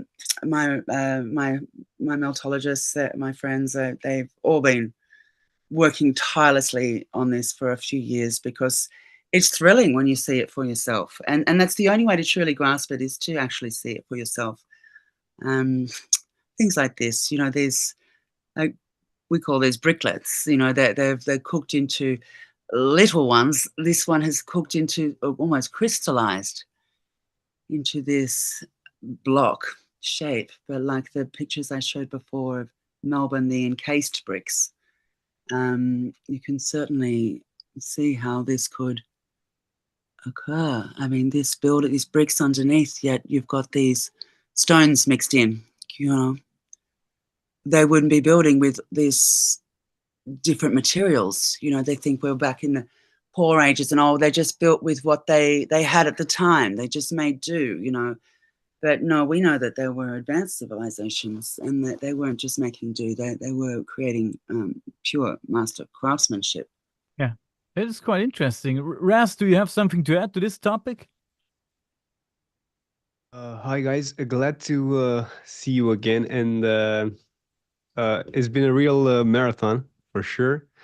At least for you two, you've been here the entire time. And it's been so long. How many hours have been already? And Gabi, you know, she's still with us. And Gabi, yeah, I can see. It's almost 9 hours now. Oh, nice. So you're trying for 12 hours, or was it? No, we just try to go through our schedule. As just said before, Dwayne maybe won't make it because he doesn't have a real internet connection in Alaska where he's right now, and the last part of our program, Kathleen and Ball, is what I pre-recorded. So, you know, it doesn't matter when. I can put this on screen anytime. So we can just continue. Matt, if you could step back again. Now we can't hear you. We can't hear you. Something happened to your microphone. No, you're muted. So, Ras, as long as yeah, I definitely have some things to add and I mean, ask Deborah. Nice to meet you, Deborah. I'm also studying meltology, but to a degree where I have some evidence to look at and to understand some things. But the narrative I'm following is what happened, in the past with the energy weapons, particularly those described in the Mahabharata, as well as sites throughout the globe that display traces of, meltology, if we are to put it in this way. So I would like to share some things with you, and would definitely appreciate your take on this. So the dog again. So if you don't mind me sharing the screen. Yeah, share the screen. Yeah, Pitbull is back at it again. I hope you're seeing this well. These are some of the examples I gathered in about 2 minutes. So there's a big pile of these, and I want to mention first of all that I've seen these in Saudi Arabia, in Jordan at Petra, at sites around Petra, in Japan. I've seen this in Russia, in Siberia. I've seen this in Romania, where I've researched. I've seen this in Sri Lanka, and we're looking at Sri Lanka right now, the Lion Rock in Sigeria. So you can see all this texture is what interests me. So besides a rock that seems a little bit melted, but there's always this tar-like, black stuff that intrigues me. So I guess here is oh wait. And just to let you know, I'm sorry, Ras. Gunnar, just to let you know, your microphone is still very, very silent. So something happened to your microphone. Maybe the cable, maybe just to let you know. Please go on, Ras. Sorry. No worries. So here at the Sigeria, you can see what I describe as a melted site. We can't see Ras. We only see you. Now I see me. We only see the Zoom meeting. Oh, my screen is loading. Oh, I think it's because someone else is sharing at the same time. Let me. Yeah, this is Deborah. Stop share. Do I press stop share? Oh yeah. Yeah, do this, please. So sorry. Yeah. Oh, I was sharing stuff. I thought you guys are seeing this, but it's all right. Deborah, you're still sharing. Daniel, geht mein Mikro wieder, sonst hört die andere sein. Geht wieder, ja, alles gut. Okay. Okay, now I think now you're cool to share, Ras. I still see somebody sharing, to be honest. No, I have no screen share. No, okay, let me go. Okay, screen sharing. Can you see my screen? It's still loading. Yes, now we see it. Now you can see it. Okay, amazing. So Those are basically some of the sites that I find. So this one, it's the Lion's Rock or Lion Gate in Sigiriya Fortress in Sri Lanka. So this is the stuff that I consider to be melted. Of course, this structure is all ruined, and it's covered in this black tar-like stuff. And let's see if I get some better pictures of.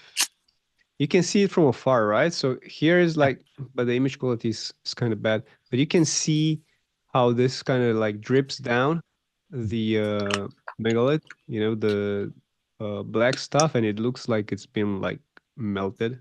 So this is a feature that we see at sites throughout the world. Let me just run you through. I think this one is the clearest one you can see. So here is the black pattern. So I'm trying to figure out if this is from erosion or not. I know people have taken samples of this. Some more people are more knowledgeable of this than me. So I definitely appreciate if anyone has additional feedback, whereas I investigated this. So as you can see, this pattern is repeating throughout the globe. You can see this in Turkey, right? Maybe this is just from erosion. Maybe this is just moss or lichen, or I don't know. But check out this side. Doesn't it look like melted? And then you can see the black stuff on top. I really want to know like what really happened here. You can see the texturing here. It looks like some energy weapon was detonated here at some point in time. At least some parts of the structures show this, and I'm gonna highlight them. Here has been a clear fire inside. But anyway, check this out at Madain Saleh in Saudi Arabia. Check out this texturing. This is sandstone. So you can see a little bit of the black stuff covering this and everything looking like it's been like dripping down, Here as well, you can see this pattern. So you can see it here as well. So I'm thinking like a thermal weapon would definitely cause something like this, would definitely cause sandstone to melt and look like this. This is how I imagine melted sandstone. Yeah, especially when you talk about sandstone, you have different ingredients which would melt with different temperatures. Yeah, so you can see here in the backdrop, you can see like the dripping effect.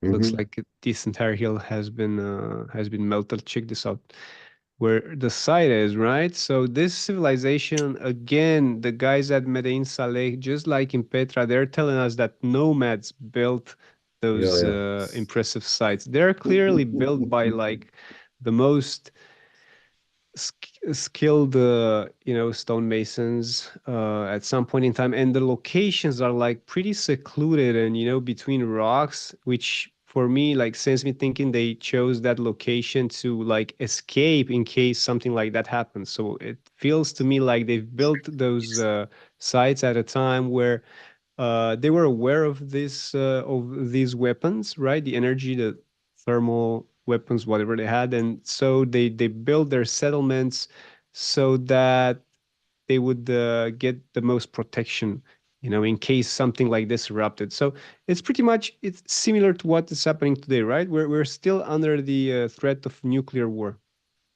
Okay, so this is in Sigiriya. This one again at Petra in Jordan, the stadium. Sorry, you can see the black dripping substance here, right? So I really want to know if this is caused by erosion or by something else. And check out this side, like it's really huge. You can notice the pattern, but not so good at like other sites because it's mostly because of the reddish color here. And then I found this in India, right? Like really ancient. It has this pattern, so it sends me thinking: was it, part of a complex that was affected by energy weapons, or is this like different than what I just showcased, or is this from erosion? I don't know. Like I really want to study this. So right now, it's like a side gig, but in the future, I definitely want to spend more time and intel on this. And of course, there are so many. Unfortunately, I don't have the library from Japan, but maybe if I scroll through this stuff. And while I do, I would like to ask Deborah her take on this, on the energy thermic weapons possibilities and about those sites that display these features as if they were melted. What do you think, Deborah? Yes, it's certainly a possibility. You know, we've seen a lot of pictorial evidence of that, whether it was something that happened after the cataclysm, you know, that sort of multiplication event, and then the flooding, like a cooling system, a fail-safe system. And then whoever took over, there could have been some sort of fight over territory, and that's when the laser weapons, the Jew weaponry came into play. There could have been survivors that fought back. I don't know. We weren't there. We can only speculate. But you know, the Jew weapons, I don't know if they could cause this mass destruction realm-wide. You know, it looks like this event happened in an instant, you know, like an instantaneous event. And then they could have possibly had weaponry that they used, you know, as in a fighting for territory, who's getting what at the end. That's my little take on it. Yeah, it's speculative, of course, but I wonder in what kind of scenario would a weapon like that come to its use? So it's crazy thought. Talking about weapons. In this case, I would suggest also to take a look into the Epic of Gilgamesh, because it's not like happening in a second, but somehow within at least I would say a few days, you know. And in this story of the Epic of Gilgamesh, it seems to me that this is it was orchestrated, you know, like maybe on the whole globe, on specific places. You know, I don't really support this idea so much that the whole world was like flooded with water. This is not what I really believe in. But there is this evidence which points that parts of this Epic of Gilgamesh could be true. Someone broke the dams. You know, we know that there are ancient dams all around the globe which don't exist anymore. And this is something you can orchestrate. Like Russ said, we would do similar things today. If there would be some superpower, and this superpower would like to destroy the entire world, they could do so. You know, they just need to time this. You know, zack, zack, zack. You position your whatever weapons, soldiers, airplanes, or whatever stuff all around the world, and then it's like, now we go. And then within a few hours, I don't think it's easy to do this so super quick, but within a few hours you can do this. And still, I'm in my thoughts, I'm always circling around this energy weapon as being a sound weapon in first place, you know, with the solitary waves. So it doesn't have to have such a huge amount of need of energy to put into this weapon. If you know the right frequencies, you can do fucking everything to matter. You can just use sound. Hey, Matt, did I bring you back from the dead now? Hello. We are still not finished here. I see that you guys are on a marathon. Congratulations for still being up. So Matt, you want to add something to the topic here, or what? I think he didn't get much. He just came back, you know. His son brought him back from, I don't know what he did. I can help him with a little bit of context because I already have some additional cases to share.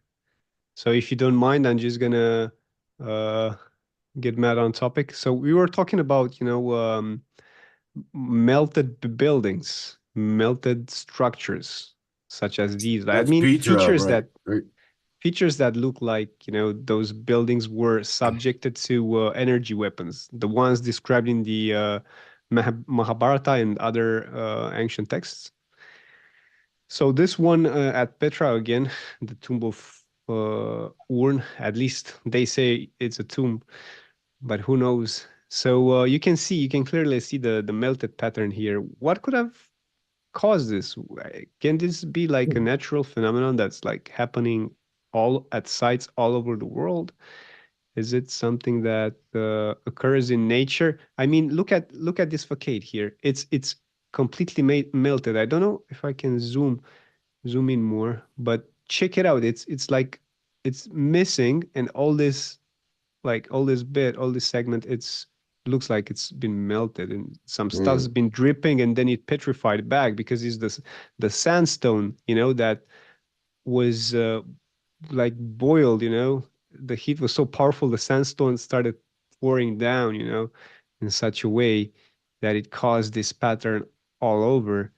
And then if we look at this one again at Petra in Jordan, you can see this unusual, formation here again with the black stuff all around. Sure looks like something blasted through here. And then, oh no, this one again is the tunnel of light at Petra. Again, you can see like the melted kind of features. Like here, it looks like the sandstone like drip down, pouring down the walls. And you can see the tunnel of light again. Fascinating stuff here. Here's some stuff from Turkey, from the Lycian coast. Again, I think this is a different. I might think this is a different case. The black thing maybe being caused by moss or some kind of, I don't know, something in nature. But then looking at this structure, it looks like something just like there was a huge explosion in close proximity, and it made it look like this.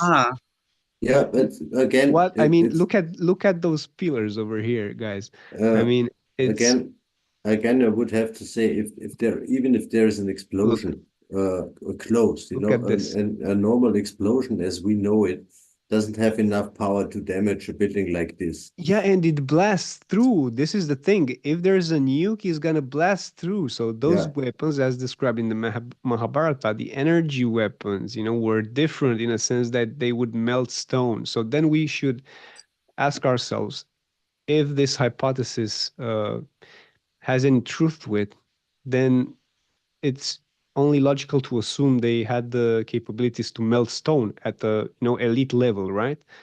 So then when we look at the geopolymer, and when we look at all the stones, the big stones in Peru that look like they were casted on top of like rough boulders, then it's only logical to assume they've had technology different than what we have today. Again, it was like maybe it was only the elites had access to it. It doesn't have to be like the atomic bomb. We can see it acted like differently.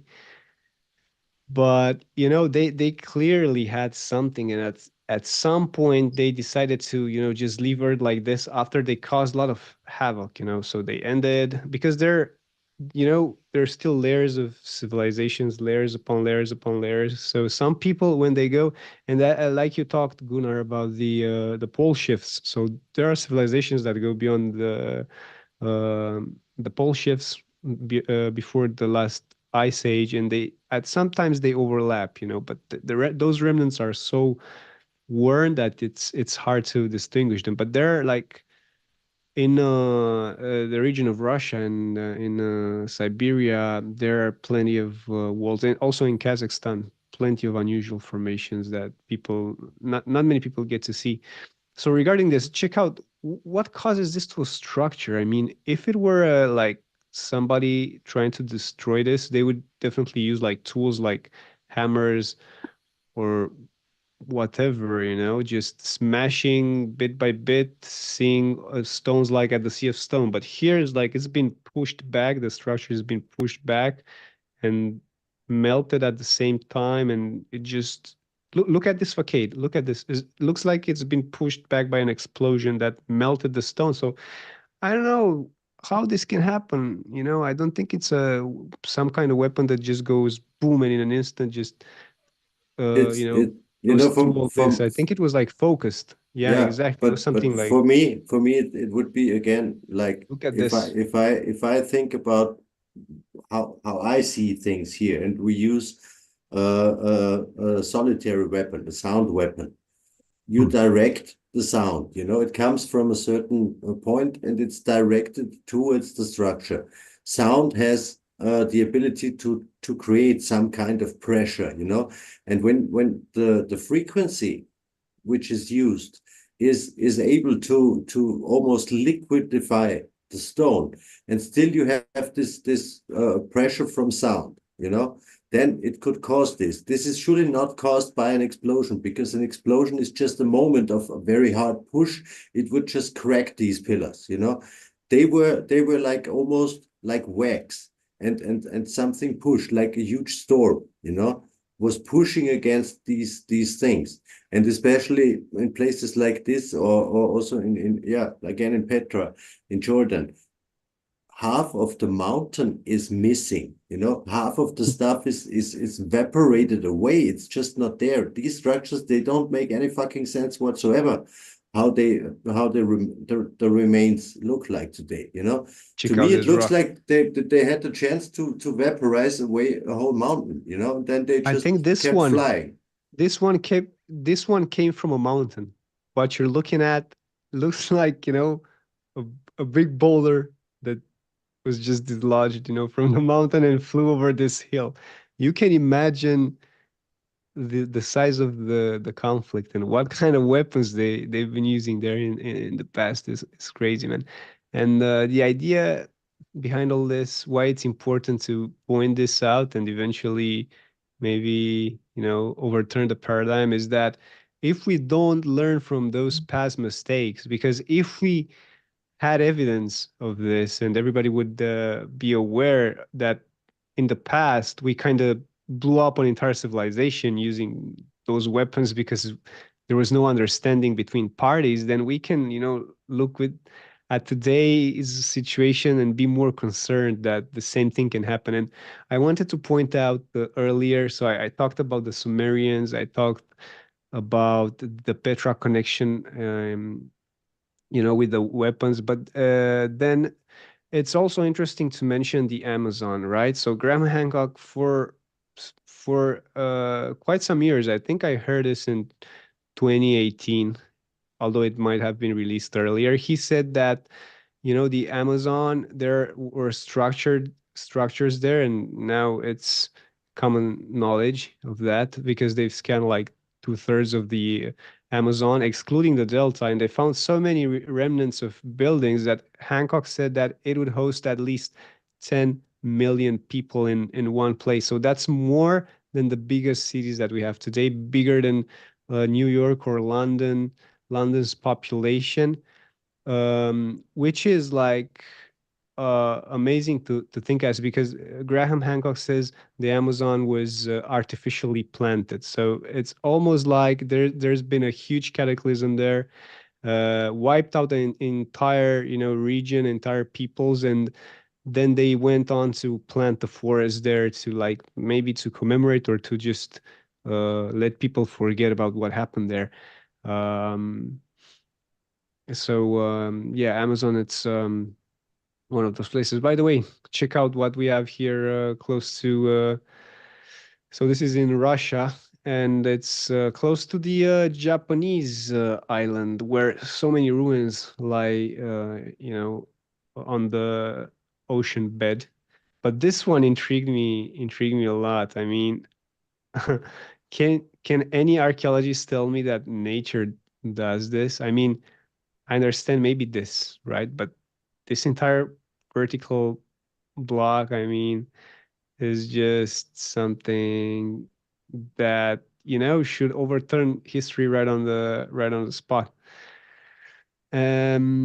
Yeah, so those are some of the examples. Of course, there are plenty such examples, and that's why I believe that, the Hindu epics were not just simple, myths and legends and all that kind of stuff. They might be grounded in reality. And I mean, for me, it's kind of obvious, I mean, and if someone would explain to me why I'm wrong and, make me understand that I'm wrong, I would be like really grateful. But, I can only think what my eyes and, my judgment gives me. And it's pretty, for me, it's pretty, straightforward what I'm seeing there. So what do you guys think? Yeah, to me, it's always the same, that there is some truth to these old stories and legends, And sometimes I think we just have, well, maybe we don't have the ability to look at it in the right way, because we only see it from our point of view, how we imagine things, like the story with bombs and stuff like this, what we use today.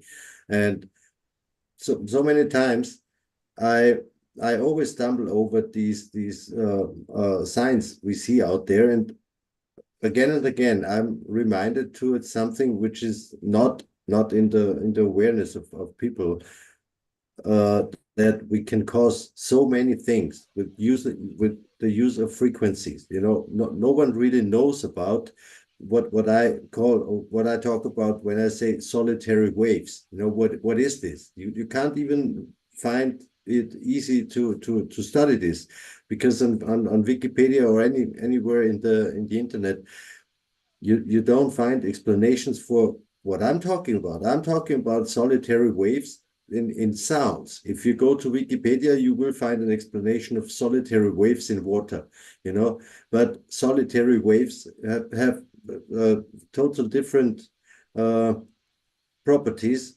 and they don't want us to know. And this is one of the things what makes me so curious about this topic, this sound frequencies. You need to combine three special tones with the right frequency to cause one effect. You can evaporate water or stone or anything. You can levitate things. You can cause quartz to release his grip, to destroy the crystalline structure, and all these things. There is a frequency which causes water flowing or running upwards, not downwards. All these things, we can do everything if we know the right frequency. And this is such a huge band of frequencies. Some of them are in the range where we could hear it. And again, there are also these stories like the trumpets of Jericho, bringing walls to the ground just by, like, they were circling woo, woo, woo, and playing whatever kind of sound. And we know that there are sound weapons. You can also Google this. You can see lots of videos on YouTube what these sound weapons can cause. This is not a joke anymore. They can be extremely intense. Still, they are not really working with solitary waves. They are using this force, this power. A solitary wave doesn't need this. A solitary wave can penetrate matter without loss, and things like this. Oh, sorry to interrupt you, Gunnar. Just you're talking about the water and altered states of matter. Scientists have there's a fifth state of water that they've been able to create with laser beams, and it turns this water, and they also make it's called superionic water, superionic ice, and this it's actually hot and it doesn't melt. I've never seen water. I know I would have thought water would have evaporated, but there is another state of water as well that I have never been aware of. I've only recently found out about that. There's it has something to do with the ionization through lasers and frequency, like you were saying. Yeah, and since basically everything we know as matter is still a frequency, it's a vibrational level. It's lower level, higher level, whatever level, So you can influence anything just by sound. And it can create heat, it can create cold, it can create light, it can create many things if you're just using sound. In fact, light itself is sound, basically. And so we can influence almost everything, even by using our voice. And there are these myths and legends telling us that even with our voice, we could levitate stones if you hit the right note. You just need to know the right frequency. If you're one pitch too high or too low, it doesn't work. And I also get some experiences now in using audible sounds in my resonance chamber because of the effects I see on myself or on other people, on a physical and on a mental level, and also going further, into the soul level even. And it can change your DNA. This is what I didn't publish anything yet because, you know, it's again a point where people might think that we're all going crazy. But this is not the case. This is my own experience, and I could tell you some things, you know, what this makes with me. But only the people who know that these things happen to you are the people who put the boots on the ground, you know, and go Well, there, make we their know in own the research. beginning it was sound, right? Exactly. That's what the Bible says. So it was the word, it was sound that created the world. It's very interesting. I got some things to add to this. I'm actually digging as you're talking. Let Matt add. What's Hi, Matt. Is that Matt? We came a long way, Matt. You were also here from the beginning somehow, and still you are with us. Gabi seems left the scene for today. She was very, very strong, going with us 9 hours. I didn't think you needed me again. It's not about needing. We just want you, Matt. I want you to want me. All right, look, you guys have been talking about the destruction, sound, etc. And I think Gunnar, you touched on direct energy weapons, right? Mm-hmm. I'm not sure if anyone covered this or not, but there is an area just a little due west of Egypt, and it is in the Libyan desert. It literally has got blown a yellow glass everywhere. Yeah. Okay, Rez, you are aware of this? Yeah, I'm aware. Those could be so there's glass all over the desert. I know there's a jewel on Tutankhamun's necklace made of glass. Glass was pretty rare back then.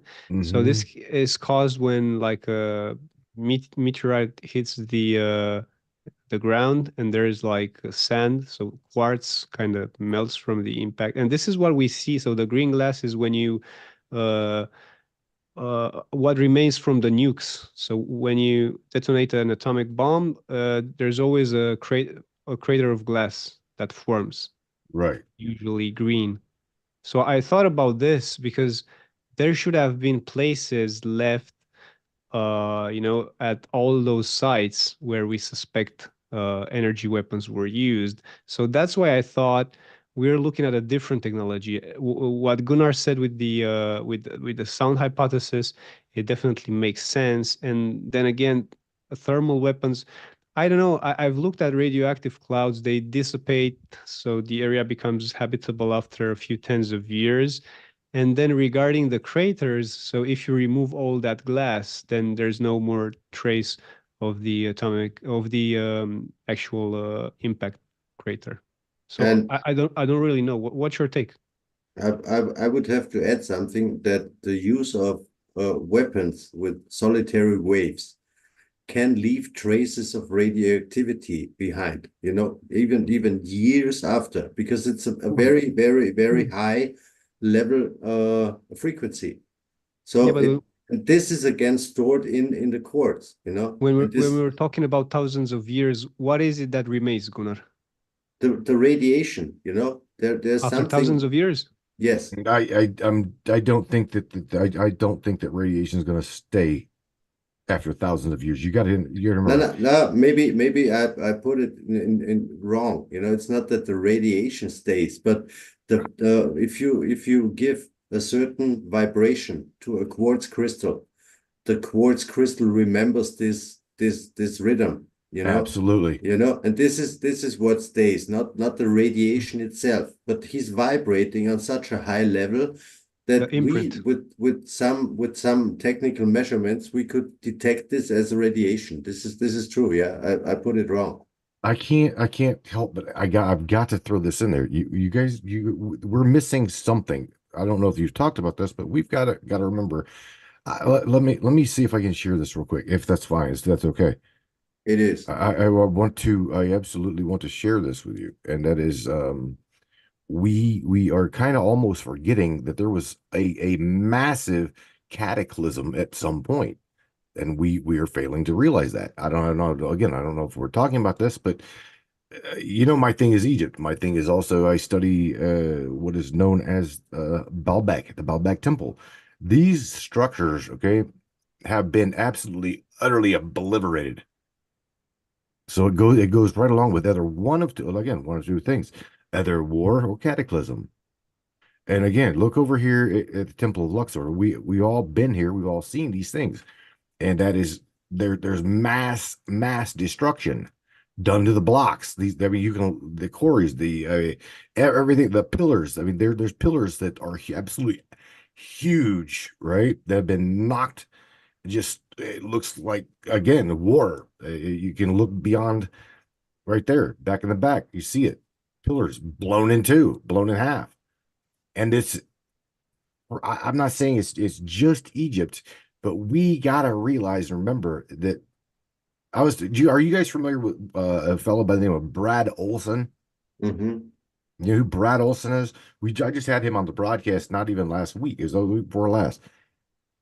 We were talking about like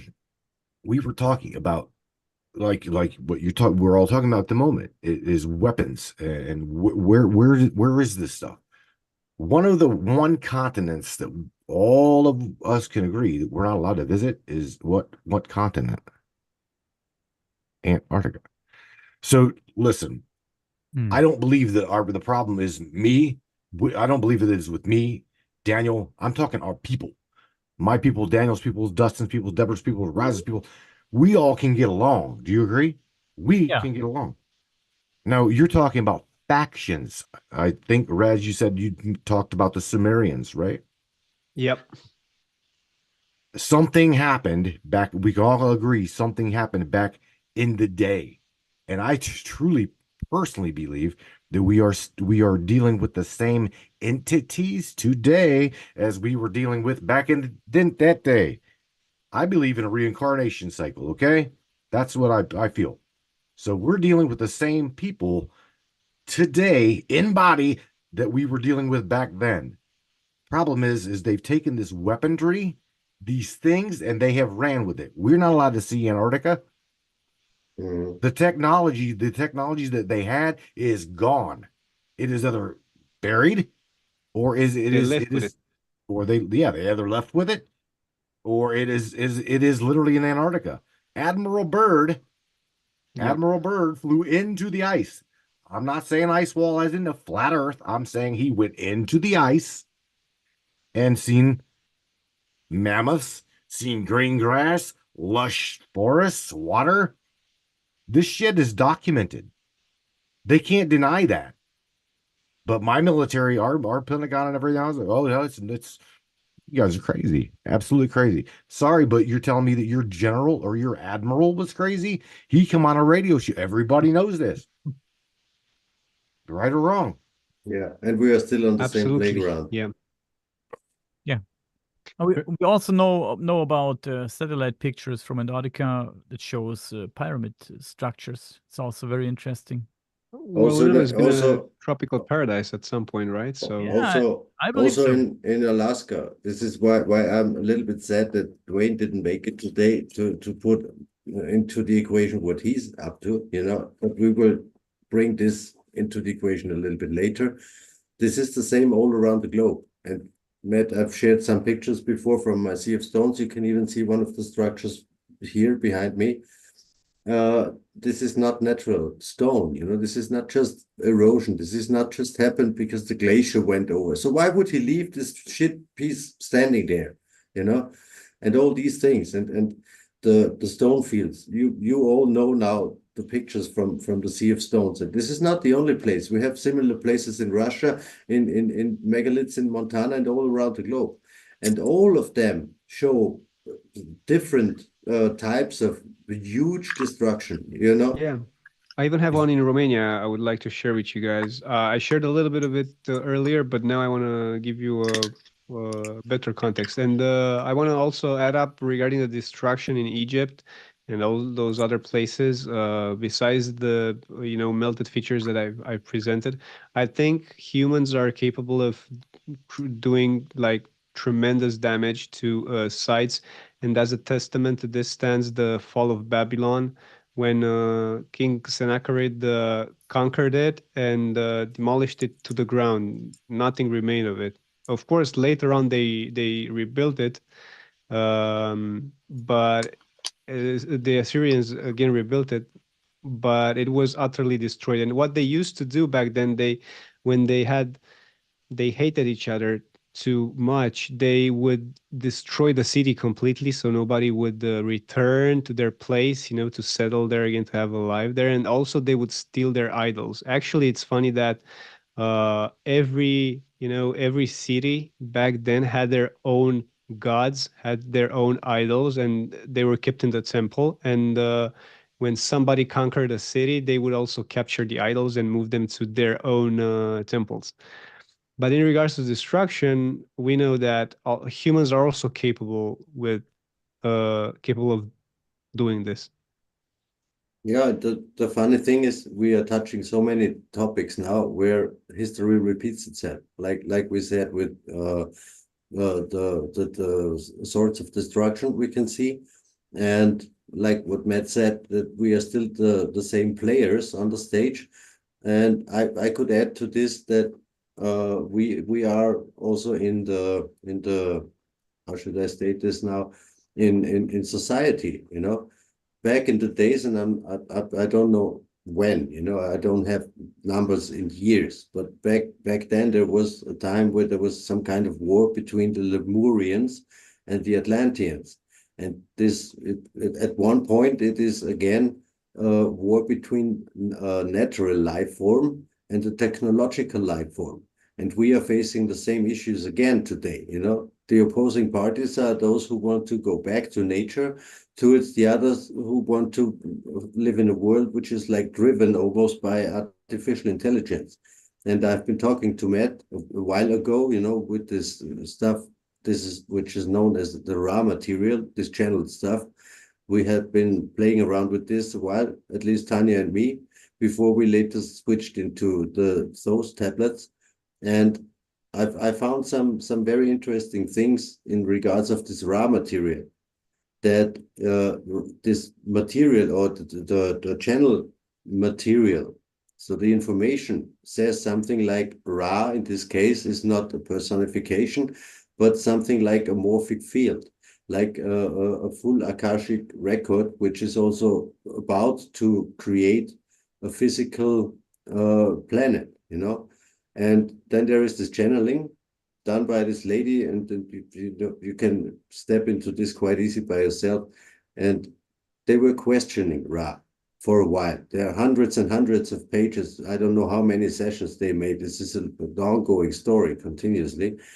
And it was just funny. I was into this for a while, and once there was this question from the questioner about the fall of Atlantis, like in regards of the timeline.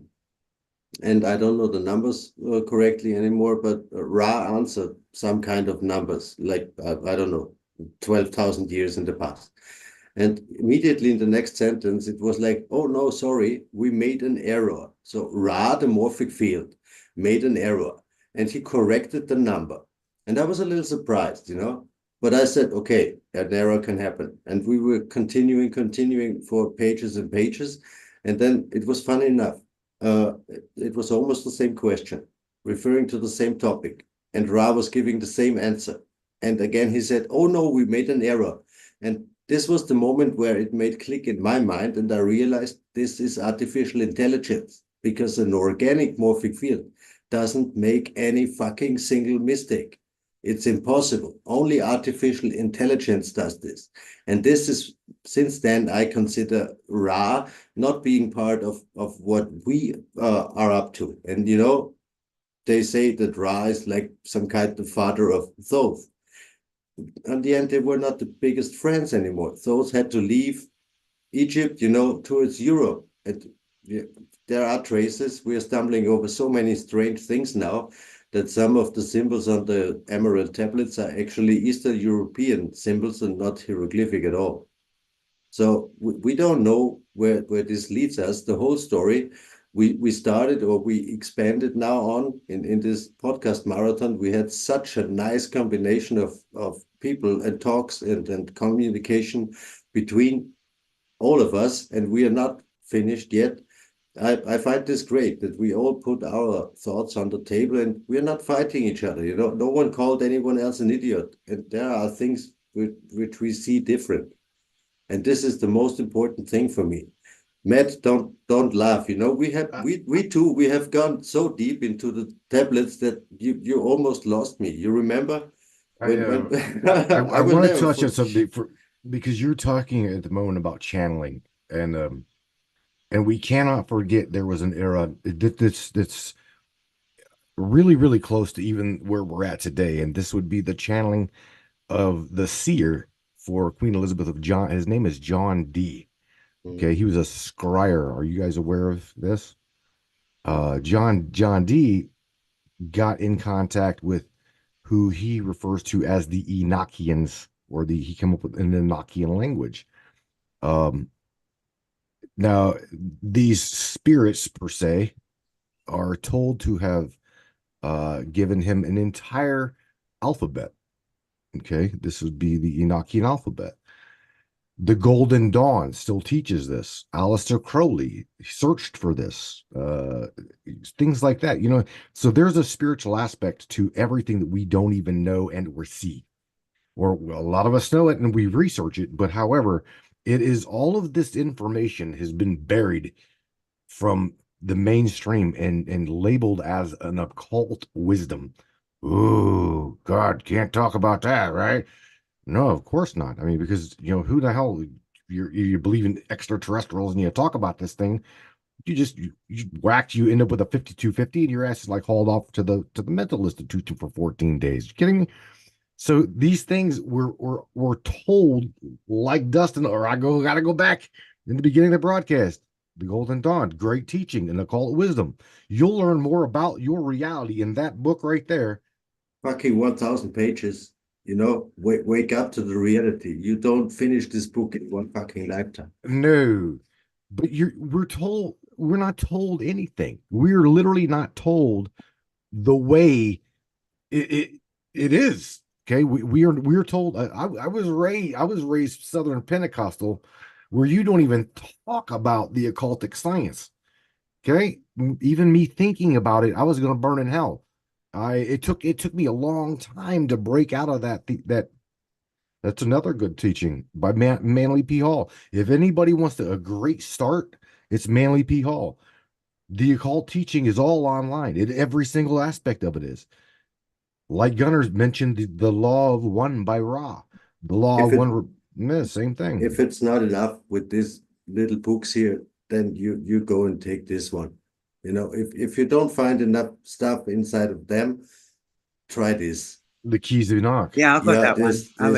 That's a great book. This is one of the most crazy things I ever held in my hands. You know, Is it that book that describes what happened during the time of Enoch? I love that shit. Yeah, this stuff is crazy. Jay Hertag is one of the most crazy people on this planet. Because I've read at some point one work about Enoch, and I've been looking for it for years because I couldn't find, where I saved it. And it was this guy describing what happened there. I mean, it was his projection of what happened in the times of Enoch, and described how Enoch went from one city to another, how the fallen angels had their people serving them, just like what's happening today with the rays of Satanism and all this kind of. And then he described it was like the entire story there, like he channeled it from the Akashic records. Is this the same book, or is it more esoteric? Because if it is, I'm gonna be more than grateful for you, Gunnar. I don't know if I don't really know if I can call this book esoteric. Really, okay. I can't. This is but this is just a little bit symbolism and some drawings. You need to get this book, Thank you for this. Try 5 pages for ages. Yeah. If you can withstand 5 pages, you can go further, but only step by step, because this is gonna blow your mind. This is gonna blow your mind in pieces. Yeah. This is Daniel. We were just talking about some literature, and you left. No, I've heard it. Just turned off my camera. This is Yeah. this is real crazy stuff. But also, you know, the what I really like is what I did with Matt for a while, reading those tablets. Because this is one of I really think that there is a very, very good English translation. And what's very special for me in this text, you need to find the flow and the rhythm, how you read this. Otherwise, it doesn't work, you know. And you can even find in the modern English translations that there are interruptions in this rhythm. And therefore, I know we don't get full access unless we get the version which you can go through in a flow. And it's polyrhythmic, you know. It's not like just zack zack. Nah, it's a polyrhythm. There's a rhythm to it. Yeah, it's a rhythm, and it's thought tells you in that book. I mean, whenever me and Gunnar were reading it together, you literally will come into almost a trance reading this, and he makes it very clear that just a casual read will give you a basic understanding. Make yourself familiar with these teachings. Again, am I right or wrong? I mean, Gunnar, am I right? Read it 1,000 times. He said, even if you read it 1,000 times, read it another 1,000 times. It's crazy shit. It really is. I will never forget this evening when you were reading out of this book, and I was just laying there and like being in this trance state, and without this support of Anna Syrian back then, I wouldn't find the way back. You know, I would be fucking lost. I needed to step out of this, you know, and that we didn't even talk for a while after this, Matt, no, because I needed a break. And then we stopped, you know. It's pure ecstasy. Yeah, right. Gunnar like DMT out. No, I'm just kidding. Yeah, he's like, shit, I'm out. What was this, 6 years ago or something, or no more? This is even more. This is probably longer than that. This was before Tanya came. This is almost 8 years ago, you know. Nice times. But these are the things that they don't want you to know. Again, like I was telling you before, there are those that know, and they think that we are not in the need to know. They want to keep us in that construct and that little esoteric cover to cover the Bible. I hate to say it, but they want you in a religion. They want you in that formality of belief that will not allow you to expand your mind and dig and research and talk about these things with, especially like there's 5 people up in here, right? 1, 2, 3, 4, 5. There's 6 people, 7. I'm people. So they don't want this. You know what I'm saying? They can't stand what we're doing. Daniel, Schadenfreude. Can you have We're almost like the maintenance crew, like Earth's maintenance crew. Can you have a look how many people are still in the live stream? 50 people. It's getting nice. More and more. I have something for the getting lesser and lesser. And for you as well. I still, because it's getting a bit late here, and I'm getting kind of tired. It's almost 1 a.m. So I really want to share some of the stuff I mentioned. But first of all, I would like to share, because I showed you some examples of what I think are melted buildings, right? So you're seeing the screen. So this is from the Neolithic age, right? This building here, but it's so clean. Look at it, because I thought, oh, maybe this black stuff that you see to the left, maybe it's at all ancient sites, but this one is archaic, and there are a lot of archaic sites that are just clean like this, right? There's no black stuff. Whereas here, I'm gonna play the video. Here you can see there's a lot of like black stuff, right? Here you can see there's a lot of weathering here, but you can see like the melted features, like something went on here. Here you can see on the walls as well, like dripping. Here you can see some of like 2 holes. Pretty interesting. Maybe they were for like vents or something. Because this place is so huge, and check out the pattern on this. It's black everywhere, right? And it's huge. And remember, here are only hills. This is the only stone present in the only megalith present in the area, and it's really strange. It's a soft rock, so again, something could have melted this and put this into place, because there's nothing like this on miles and miles and miles. And you can see here the black pattern, black dripping pattern all over this place. What is it? I mean, here they've built a church inside. There was clearly something inside here. There are, some ancient remnants. And this place is really huge. Here is where the petrified giant is. I think you can see part of it. And here is the head of a snake. I haven't showed you the snake because we were pretty limited with the time. But this place is actually huge, and I have more shots of it. That's amazing. Yeah. Kind of looks like a German Nazi base, Let me share some more. That's pretty crazy. That's pretty gnarly. So to make a better idea of this, check out this place. Here they're building a monastery, but here the place extends to this way, and there are only hills here. You won't see any stones, anything like that. So this is a huge complex. Wow. And I would say there's stairs here going to the top.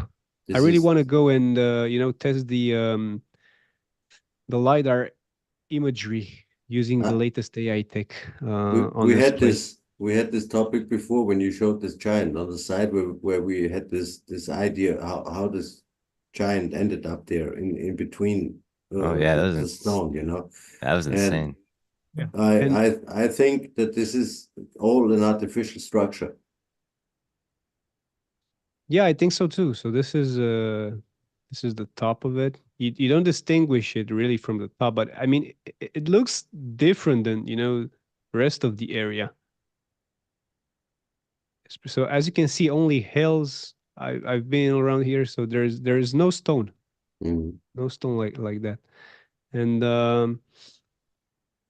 I want to share some videos of the comb and the trovents and the Tsutsurdu top, which looks like a pyramid.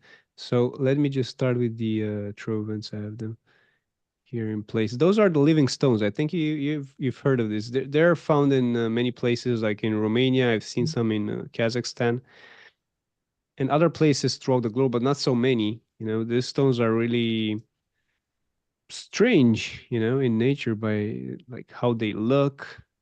And of course, the on-foot footage does more justice to this, but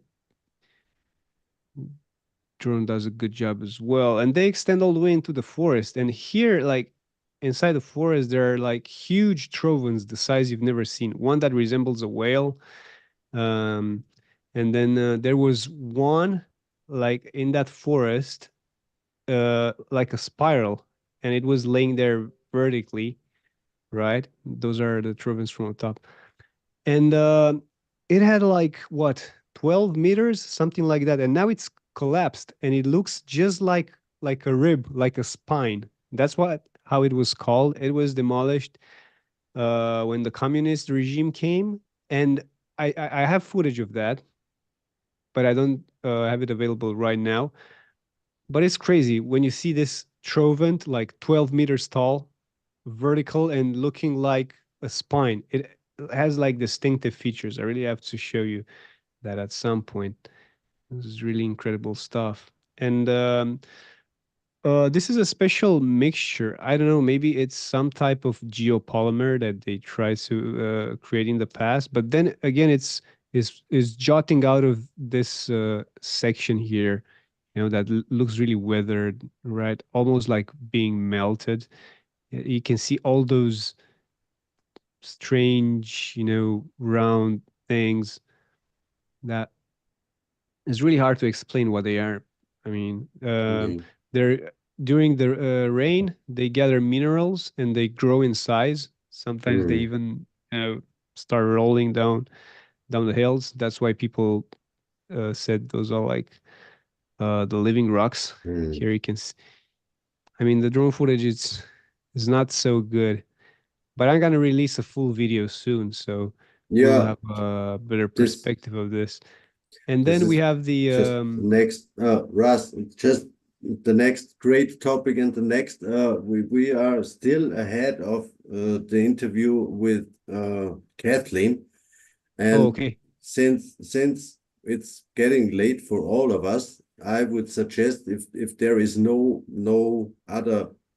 one else waiting to talk, since Kathleen is not going to be live here with us, and I made a pre-recording, and it also takes around 40 minutes with her presentation. It's going to be about the Knights Templars.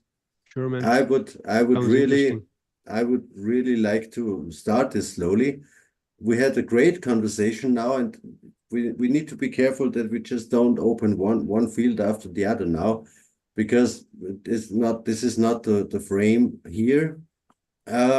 Like I said so many times, we will reconnect back, and we will make more of these videos, like on one-on-one sessions, or one with 2 people, 3 people, not much more, because then it's the same again. We will lose all boundaries. It was very, very, very nice up to this moment, and whoever stays with us with the video from Kathleen and Ball in regards of the Knights Templars, very great story. Kathleen is not with us because she's actually on the way. I think meanwhile she is already there from America to Portugal. She's going to meet the head of the existing Order of the Templars today, and she's going to come back with nice information again. The story of Kathleen goes like, she discovered a Templar cave in South America.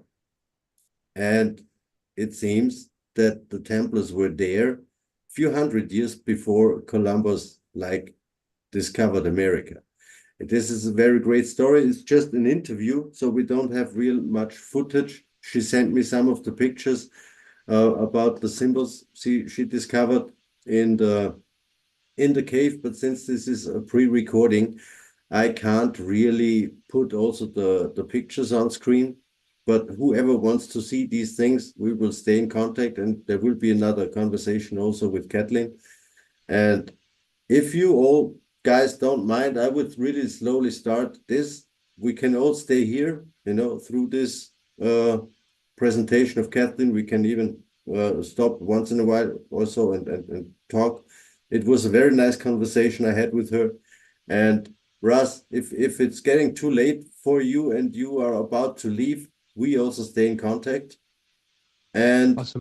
I'll be with you for 10 more minutes. I really love the opportunity to share some of the stuff on the podcast, and I would really love to connect with all of you guys. So I would suggest you or Daniel to have all our pages or contacts in the caption on YouTube, so we can connect easily with one another. And then, of course, I would love to get in touch for, working together on this and shedding as more light on those topics as possible. It was an absolute pleasure. This was the plan behind the show in first place, to connect us between the researchers. And I hope for all the viewers, some of them are still with us from the beginning, it seems. Many, many, many thanks that you came with us up to, it's almost midnight here. We did almost 10 hours now, and until Kathleen is finished, it might be even almost 11 hours of the first podcast marathon of independent research, international level. It's not just something. It was a real nice project, real nice day. And I'm so happy that you all have been with me and Danny going through this day. And we have a nice collection of videos. Like I said many times, we will put this into pieces. The live stream will stay on online on Danny's channel, and we will cut the whole stuff into pieces, make single videos, and even translate one language into the other. So German into English and the other way around once in a while, So give us a little bit time. We will take care of this. Deborah, do you still stay a little with us? Yes, I'm still here. Thank you so much for having me, Gunnar. It's my pleasure to be part of this, and hopefully, to connect with all you other people too. Raz, I'm so thrilled that you recognize the melt as well, and it's wonderful that we can all connect and share our findings. Yeah. Yeah. Daniel and Dustin, we are already in contact. You know, there's no way around that. We will continue this show, and we will have more of these kind of crazy ideas. I'm sure. Definitely. I will contact Raz in a few minutes, ask him for his next free date for a show. So yeah, I had fun. So what's the plan, Gunnar? You will start the video with Kathleen. I just share my screen. Yeah. And after that we're finished or what? I would say, yeah. I don't know what's gonna happen, but at least it's gonna be another 40 minutes now. And I think we did a great job, Daniel. Yeah, it was, like I said, it was, we should switch to German for a few seconds. Ja. Also, so Leute, wer es bis hierher geschafft hat, meinen allergrößten Respekt, denn ich bin echt am Sack. Ich bin echt müde, bin kaputt. Aber es war geil, hat Spaß gemacht. Großen Respekt, wie gesagt, an jeden, der es bis hierhin durchgehalten hat. Durch die englischen Folgen und durch die deutschen Folgen. Es war sehr viel Englisch dabei, das ist uns bewusst. Das nächste Mal werden wir es ein bisschen anders strukturieren. Es hat mir auch Spaß gemacht, großen Spaß gemacht. Das Gemischte hat mir Spaß gemacht. Wie gesagt, dass es für den einen oder anderen ein bisschen, ja, sagen wir mal, unangenehm vielleicht war, sich da durchzukämpfen mit diesem Gemischten. Das ist mir bewusst. Das werden wir das nächste Mal, wie gesagt, anders gestalten. Aber trotzdem vielen Dank an euch allen. Ich bin wirklich kaputt. Ich bin müde. Ich bin alt. Ich muss schlafen. Ich muss essen. Ich habe immer noch meine Arbeitshosen an von heute. Ich bin um 13:30 Uhr von Arbeit gekommen. Bin sofort am PC. Ich habe nur mein Hemd angezogen, mein Podcast-Hemd hier angezogen. Ich habe noch meine Arbeitsschuhe an, Arbeitshose, alles noch an. Bin noch nicht geduscht. Jetzt sitze ich hier fast 11 Stunden am PC. Und Gunnar genauso. Aber es war so geil, dass ich gar nicht großartig weggehen wollte. Ich muss nur ab und zu mal ein bisschen rumlaufen, mir die Beine vertreten. Ja. Danke, Leute. Danke. Gunnar wird jetzt das Video abspielen. Und wenn dieses Video zu Ende ist, werde ich auch diesen Stream beenden. Und dann wird es, wie Gunnar schon gesagt hat, nach und nach. Gebt uns da Zeit, Leute. Immer mal wieder ein Video geben, ins Deutsche übersetzt und ins Englische übersetzt. Wir werden das nach und nach hochladen. Entweder bei Gunnar oder hier oder bei mir und bei Gunnar oder zuerst bei Gunnar. Und dann hier. Wir werden sehen, wie wir das machen. Auf jeden Fall wird es die Videos geben. Ihr müsst uns da echt Zeit geben. Es sind 11 Stunden Material jetzt irgendwie auszuwerten und zu übersetzen und zu bearbeiten. Das wird natürlich nicht in 1, 2 Wochen passieren. Okay. Gunnar. Daniel, du kannst jetzt eigentlich auch das Recording ausschalten von der Session. Nicht den Livestream, aber die Aufnahme. Ja. Weil ich mache das auch, das Video von der Kathleen kann ich da so zukommen lassen, das brauchst du jetzt nicht mehr extra. Dann kann dein Computer mal konvertieren dann irgendwann und nur 2 Tage weiterarbeiten. Genau. So machen wir das. So machen wir das und wir haben dann Zeit, uns auszurasten. Okay, dann werde ich das jetzt einfach starten. Zack. Und ich hoffe, dass das noch auch zum Ende auch noch funktioniert, dass man das Video von der Kathleen, ich hoffe nur, dass ich da jetzt einen Sound habe. Ich muss den Sound nochmal einschalten, bevor du das Screensharing startest. Unten links steht irgendwo Ton einschalten. Ach, tu mal mit deinem unten links. Da habe ich nichts. Unten steht irgendwo Ton einschalten, Ton freigeben oder so. Wenn du Screensharing anklickst, geht dieser Bildschirm auf, wo du deinen Bildschirm auswählen kannst und dann steht Ton freigeben.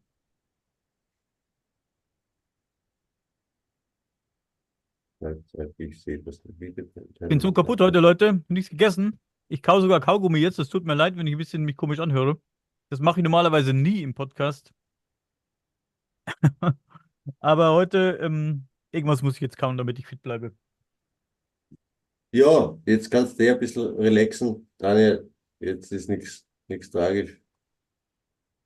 Wieso kann ich jetzt das Video nicht starten? Ich bin wirklich verrückt. Weil es zu weit.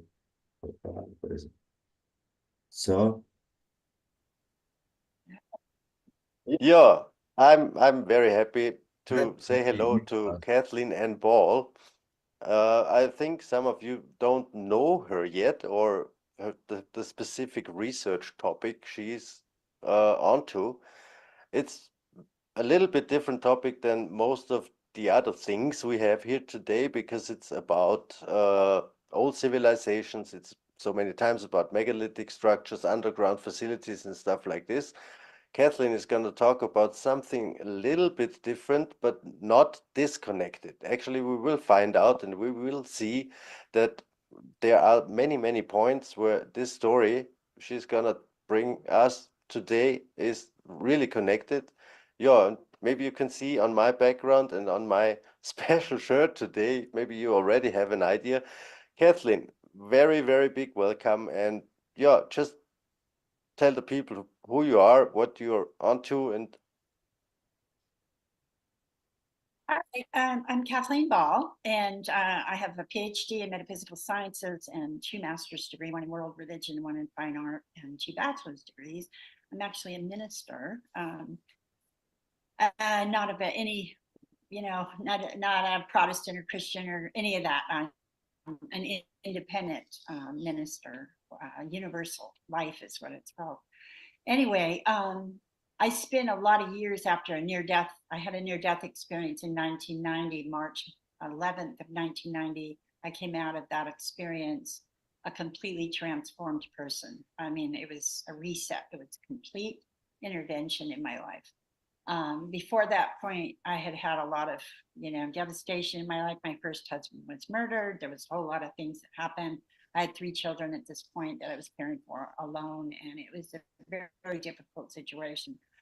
But after the near-death experience, I just became, well, first of all, I stopped smoking, I stopped drinking, I stopped doing any kind of recreational drugs of any kind, anything. I just purified my whole physical body, my temple, my body. And I started pursuing esoteric belief systems. I was studying Leonardo da Vinci, which of course led me to esoteric belief systems. I've recently come to find out that he was supporting the underground Templars in Italy and in France that had gone underground after 1314 when they were murdered, in France. So I just found that out recently. But anyway, which I had suspected because of his, some of his notes and things that were very esoteric. They were leaning towards the esoteric. So I started off with that research, and it eventually led me into the Templar secret societies. And, the more I dug, the more I was finding out. And I was finding out that, our churches of today are just a figment of the imagination of what the original spiritual belief systems throughout our planet really were. Our indigenous cultures that, we had our Druids, we had Cathars that came, our Gnostic belief systems were all pushed underground during the Inquisition. And the Templars were trying to protect this knowledge. And this is what I ended up finding out, that the core members of the Templars that were banded together and brought together by Bernard de Clairvaux, he started the Cistercian branch, I guess, of the Christian church, trying to cleanse and decorrupt the Catholic Church at that time. He was obviously not successful, but he did try. And he was the one that was sort of behind the Templars and assisted in that organization of the Templar, the Knights Templar. So here we have this band of men, this inner group of men and women. I found women in Austria and also in Italy. Anyway, so we have these people that are trying to bring back and to the people all of these esoteric belief systems from it's now Istanbul, but was Constantinople at the time, from Greece. They went into the Middle East, into Jerusalem, into Egypt, and they were bringing all this information forward the intent was to enlighten Europe because they could see what was happening at that time. Europe was going into was in a dark ages. They were in the dark ages, which was brought about by the Catholic Church, which was brought about by, you have to come to us, we will interpret God for you, and we will tell you how to live your life for a price. They monetized God. They did. And so the Templars saw this happening, and it was funny because they were also considered part of the Catholic Church. So they were working from within the Catholic Church to overturn the Catholic Church's, structure, basically, so it was really kind of an interesting situation. But the Catholic Church finally caught on, by the 1300s, they caught on. And with the assistance of Philip the Fair, they went after them, and they called them heretics too. And then they went after them and tried to annihilate the Templars, all their descendants and everything. And this went on all the way up into the 1600s. I found research that showed that the Catholic Church they had an arm of Jesuits that hunted down anyone that was a descendant of a Templar or a Mason, and they were literally murdering whole families over in South America. So they had a real interest in just completely oppressing and obliterating any memory of the Templars from the collective consciousness. They wanted to just get rid of it and get rid of them. And so, and this was what got my attention. It's like, well, wait a minute. Why are they trying so hard to suppress this? Why are they trying so hard to keep this from the populace, from the masses? And so that really got my interest going, and then of course, Dan Brown came up with that book, The Da Vinci Code. And then the movie came out in 2006. And I happened to have been in Rome in 2006 when that film came out. The Catholic Church was doing everything in their power to stop that film from coming out. So again, all the red flags went for me, and I said, there's something to these guys. There is something to these guys. There's truths here that have been buried, and I'm interested in finding out what they are. So, I basically dedicated myself to that discovery and, and bringing this forth to the minds of everyone. I wanted to share this information, share my research. So, I was a college professor. I worked I was in the art department, worked at Columbia College in Sonora in the foothills in California. And on my summer vacations and my winter breaks, I was traveling and going to ancient sites and, excavations, all sorts of stuff. I was taking people to other countries, Egypt, South America, India, Europe, on tours and seeing these ancient sites. And in 2015, I was on one of these trips, and I found a Knights Templar cave in Brazil. That opened up a huge area of research that nobody knew anything about. Nobody knew that the Templars were in South America. And so this was huge. This completely changed history, and it's changed the history books in Brazil. The historians in Brazil are now changing the books and with the new information. But anyway, so I discovered this cave in 2015, and 9 days later I came home, my house burned to the ground.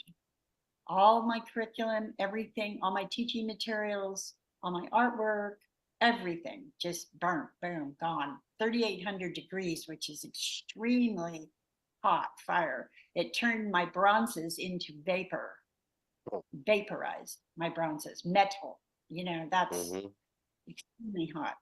So I had, and then 6.5 weeks later, I had a liver transplant. So I had a year after that. I gave myself a year to recover and decide what I was going to do with my life. And I decided that I wanted to dedicate my life 100% to this research and to doing lectures and writing books and doing documentaries and bringing this information. I wanted to bring the truth to people. our true history, our true collective history. And it's especially important in this time that we're going through right now. Collectively, the whole planet right now is being oppressed.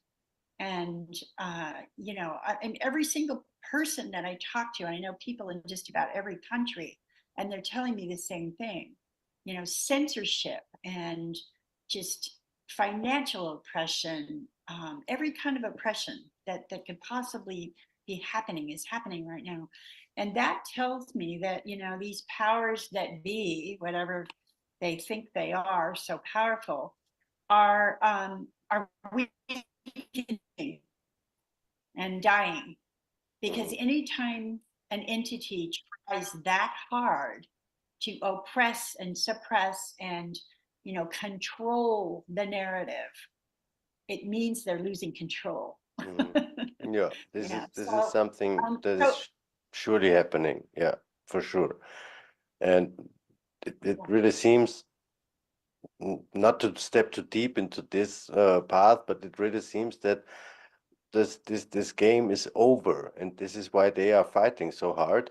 And yeah, but they did it for centuries. You know, this was a very, very fine plan actually to finish this oppression and lead the people, yeah, deeper and deeper into a kind of slavery system.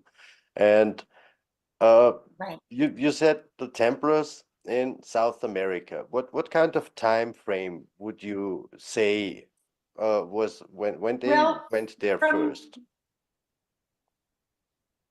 I originally discovered the cave in 2015. I went back in 2017 and they had a fire there, so I wasn't able to get back into the cave. But when I originally found the cave in 2015, I had gone inside the cave and I pulled out my flashlight and I realized I was covered with bats and flying all around and spiders crawling up my legs. So I had to get out of there.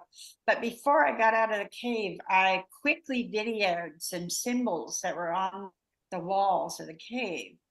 And it turns out they were Templar graffiti. And so when I got back in there in 2018, 19, and 21, I was able to really do a good examination of that graffiti that I found in there.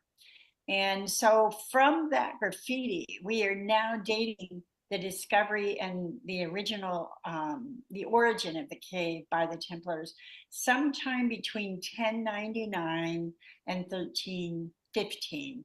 That's what we're looking at right now, that window.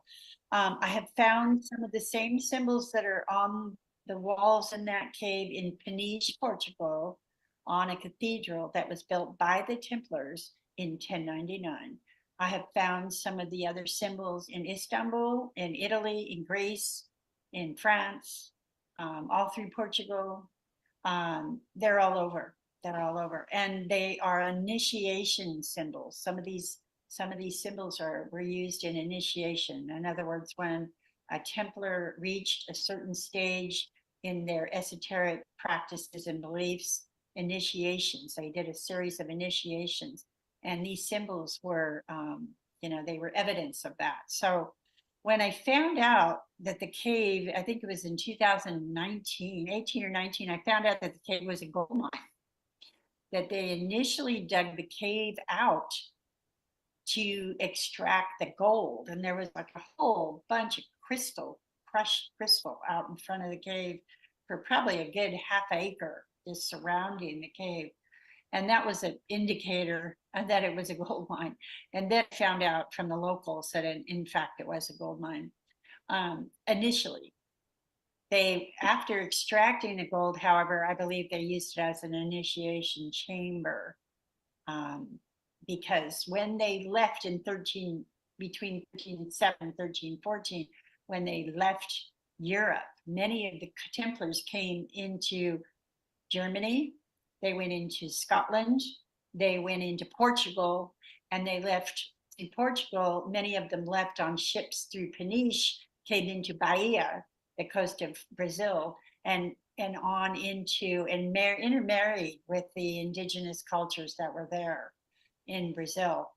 So, you know, this was fascinating history. I mean, this completely overturned anything that we had up to date at that point ever understood about the Templars.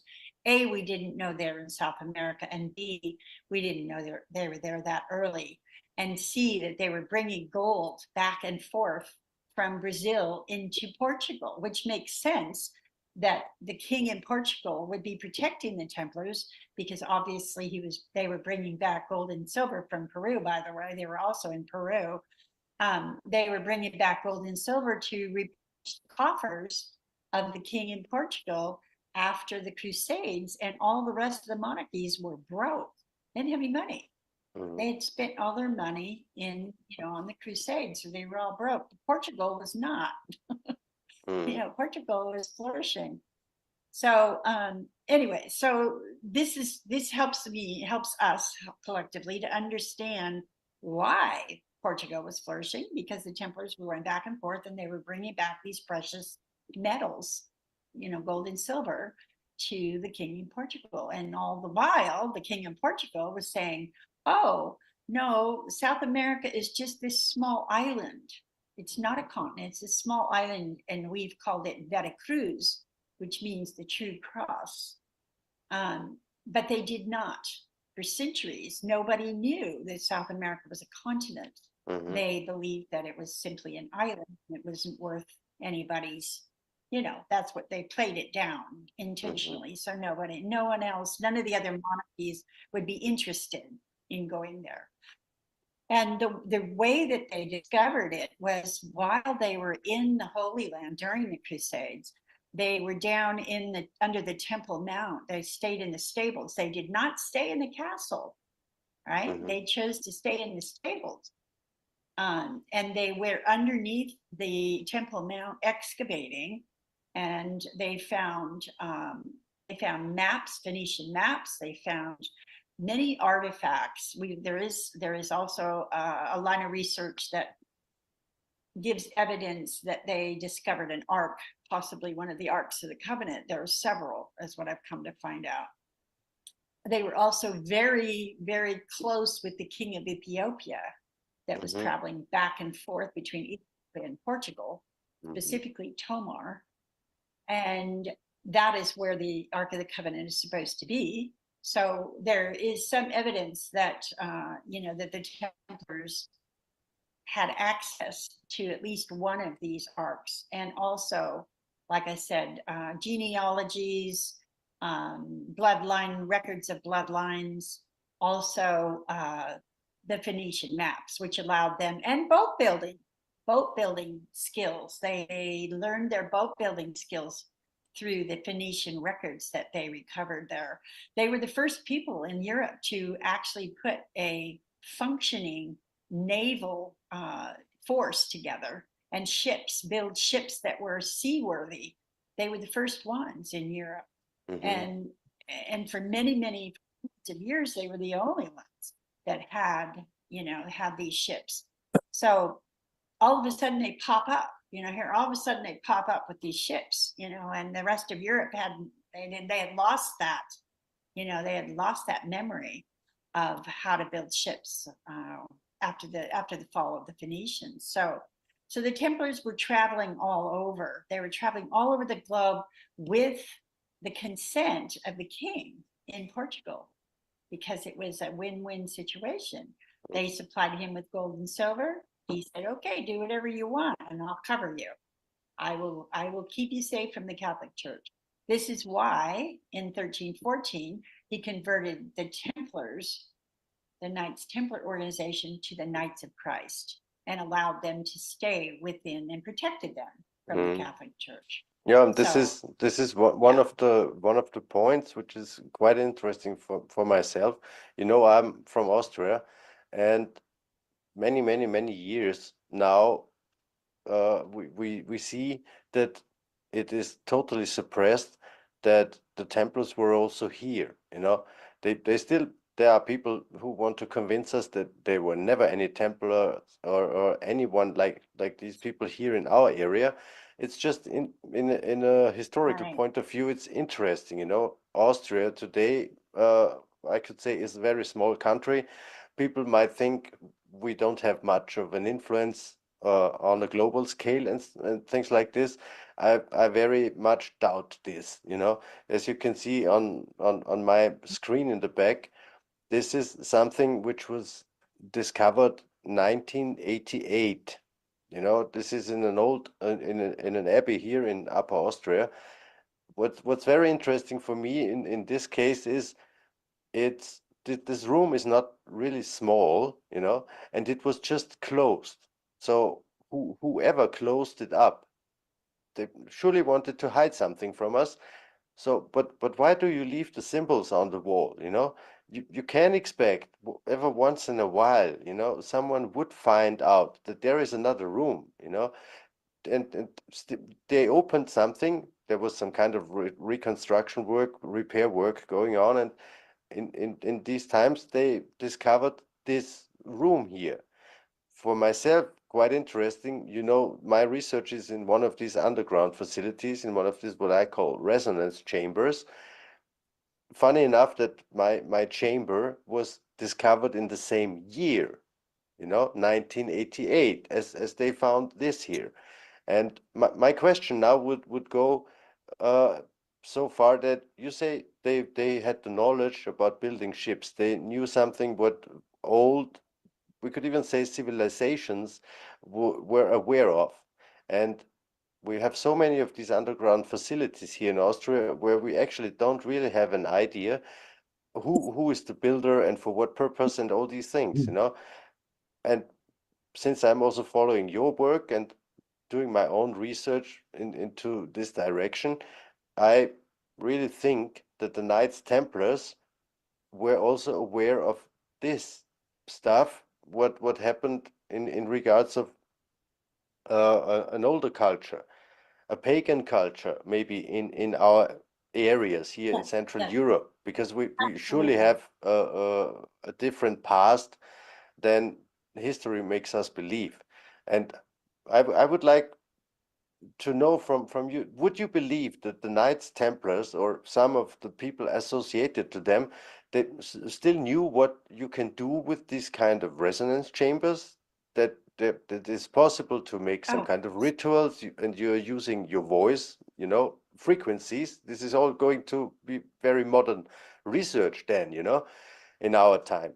But I think that these people knew, maybe also from tradition or any other historical records, what was going on in the past here in Central Europe, which, by the way, is you know, influencing the whole world, both Americas, North and South America, you know, in the centuries later. But the Templars were there before. So would you think they had also access to this kind of knowledge, that this is also part of what they saved and intend to bring back today? Yeah, absolutely, Gunnar. They most definitely were aware of the Viking, all the belief systems, esoteric and indigenous belief systems of the Vikings, the Celts, the Druids. They took in the remnants of the Vikings, became Celts and Druids, and after the Catholic Church went after them, right, you know, and tried to annihilate them, the Templars in Portugal literally created a country that took in all of these people, and they honored their belief systems. They took in the Druids, the Cathars, they even took in Muslims, Moors, and, you know, all these belief systems that were not Catholic. They were considered heretics by the Catholic Church. They took them in and protected them because they believed that, well, what they were doing was creating a sovereign nation of multiculture, of multi-religion, of multi-spiritual belief systems, economic systems, of people that were living and working in harmony, of different backgrounds and different beliefs. And this is what they did. And this is what I believe they were trying to do in North America when they came to North America. I believe that, you know, they were trying to recreate that on a larger scale in North America and in South America. And in Altaparizo, which is the little town where I found the cave, which is just, you know, a few kilometers from where I found the cave, you know, that's what that whole area is about.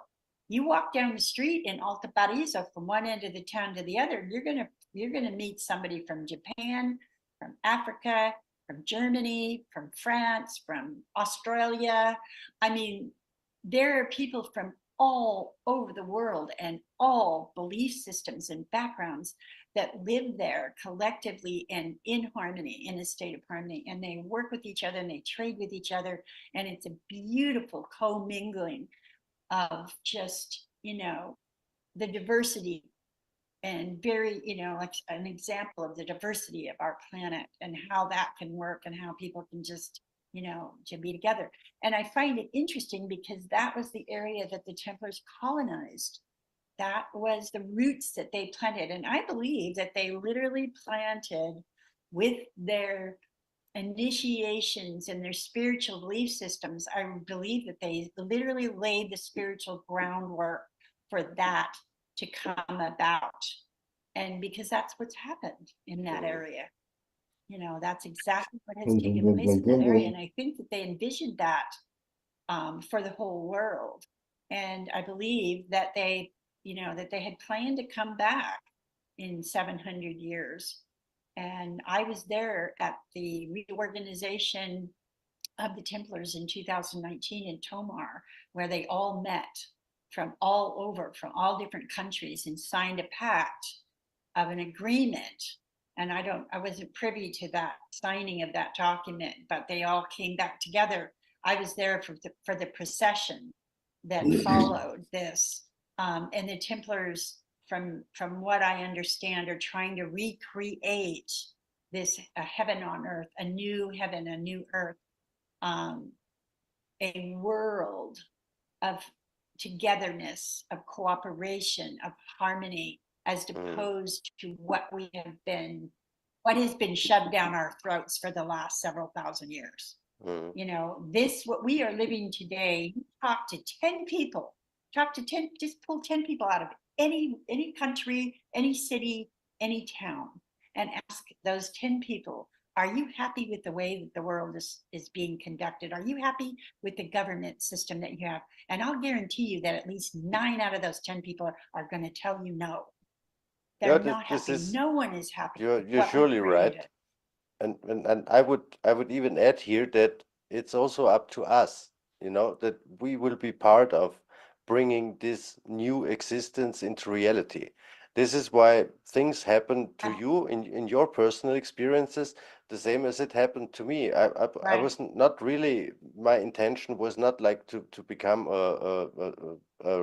researching the Knights Templars and stuff, but since I started working in this ruin here, and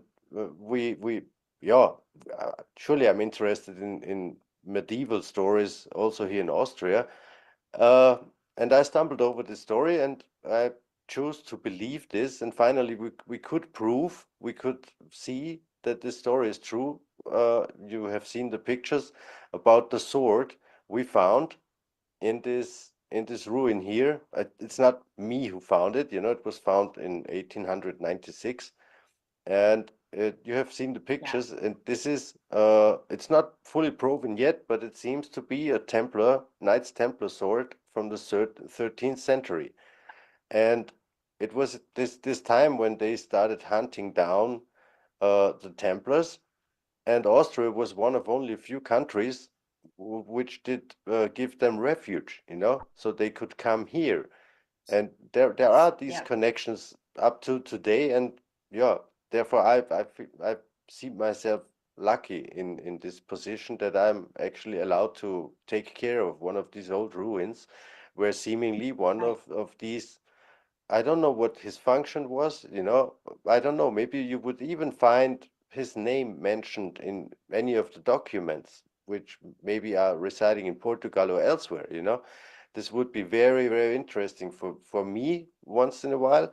And still, it's very interesting, very intriguing that from this castle, where I'm like helping to restore or to save what's there, the official history says from this castle on, our country, this part where I'm living, was inhabited I know today that this is not true because we have another story from before, but it's a very, very important now ruin. Back then, it was a very important castle in these times. You know, I really find these connections interesting, and also that through these years now we also met. You know, and you come up with this very interesting story about the Templar Cave in South America, and surely there are enough people who would say, "Nah, this is not true. You're making stuff up." Like some people said to me, you know, it can't be a Templar sword being found here in an old ruin in Austria because they were never here, you know, and now we know that history is a different one, and this is it, you know, it's just a story someone told us. It's not a chronological line of true events, and I really think it's also up to us to with the support from the Templars of today and vice versa to bring these things back. We have our intuitions. We have, like, I'm so happy that I stumbled over this little cave where I can do my research, and I get my intuition there. And it is also the time now where we can start talking about these things, and we need to bring this consciousness back here. We need to manifest what we actually always wanted inside of our hearts. Every single one of us, from normal people, humans who are having also heart and soul. You know, there's some others, it seems, on the planet. Yeah, I absolutely agree. And, you know, and one of the things you asked about, you know, did they protect these people, the Catharos and Druids and Celts? Not only did they protect them, but they helped preserve their culture and the symbols. And what you have to understand is that the Templars' core belief was not Christianity, it was what Jesus taught. And what Jesus taught was not what the Catholic Church taught. Yeah. And it wasn't necessarily what Jesus taught, it was what John the Baptist before him and the Egyptians before him. And this you know, is all true. the way back, we go take it all the way to Atlantis and Lemuria. And you know, they're the Grand Master right now, Timothy Hogan, the Grand Master of the Templars worldwide global organization, is stating on, and I love this, it's just fabulous. He is now admitting that the Templars are trying to bring back a neo-Atlantis Lemuria type world for everyone, where we live in a state of harmony, and this was always the agenda. And he's also divulging alchemical secrets, and he stated this is recent. He stated that the reason why the Templars were able to go into the South America and North America and interact with the natives that were there is because their belief systems were so much the same. And also that many of the handshakes and things were the same as very ancient brotherhoods of light practice that had already been given to the Native Americans in North America, or they, you know, when they escaped the cataclysms, they still had these memories. And so when the Templars came and were using these same, you know, handshakes and things and same symbols and talking the same language, and their hearts were the same, they connected from their heart and soul, they were taken in by these cultures. I found this in South America too. The Amazonian tribal members were the ones that brought the Templars from Bahia into central Brazil. They also helped them build a road that went from the Atlantic Ocean all the way out to the Pacific Ocean. So, you know, they were interacting with these indigenous cultures because they were of like mind and they were of like heart. And they were using a lot of the same symbols, and they understood each other on that level. So what they would preserve and bring back were these cultures that had been annihilated and oppressed by the Catholic Church, all the way from, you know, go all the way back to the beginning of our calendar that we understand today, you know, all the way back from then, the Catholic Church, well, first the Romans, of course, until the Catholic Church coagulated, I like to say, and turned into the tumor that it became, you know, in the 300s, when they, you know, cut out anything that they didn't want anybody to know. Everything that we have rediscovered in the Gnostic Gospels and the Dead Sea Scrolls and the Nag Hammadi Library, which thank God surfaced, you know. Otherwise, we wouldn't even have known that there were lost Gospels, you know. But anyway, so the Catholic Church was the tool that was used by monarchs and kings, priests, you know, they were used by all these governmental people to control the people.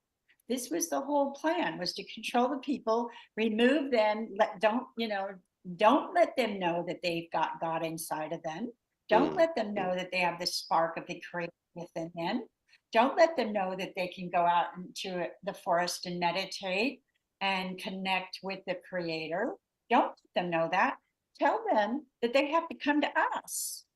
They can't get to God unless they come to us. We're going to interpret.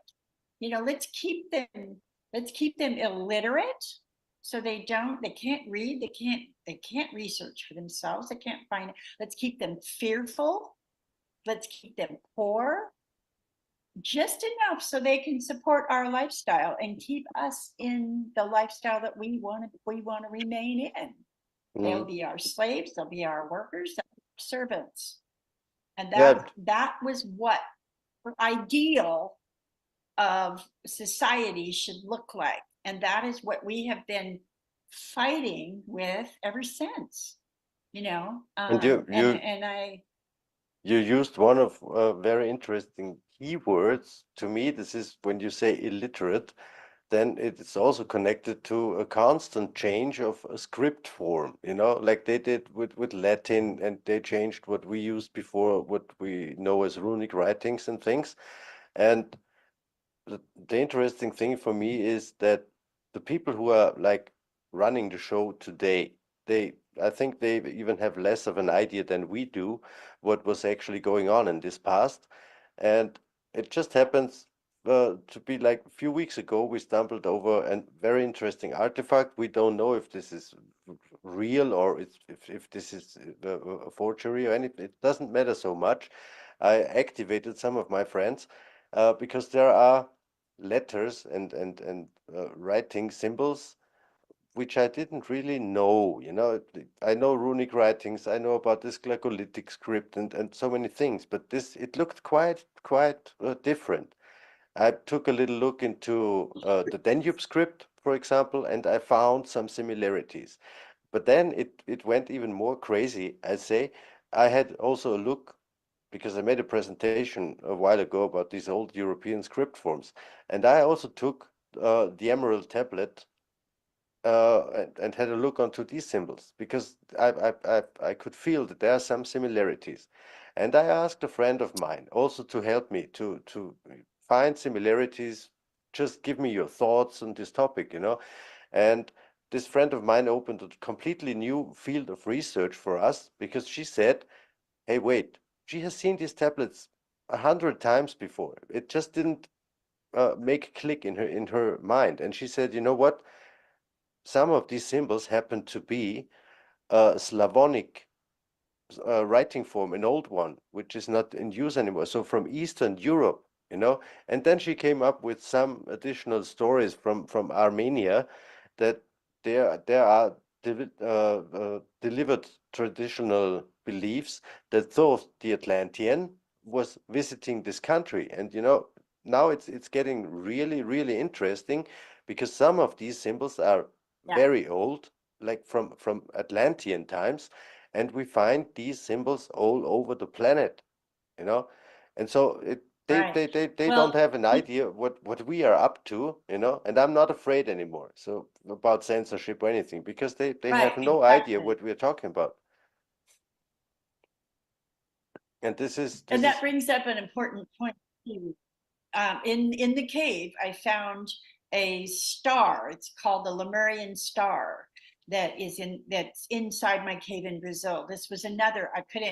I was having a really hard time trying to figure out what this was, and it's been finally identified for me as a Lemurian star. So that will tell you how far back their initiation symbols and the practices that they were involved in went, you know, all the way back to Lemurian practices, esoteric belief systems, Atlantean. I mean, they went way back.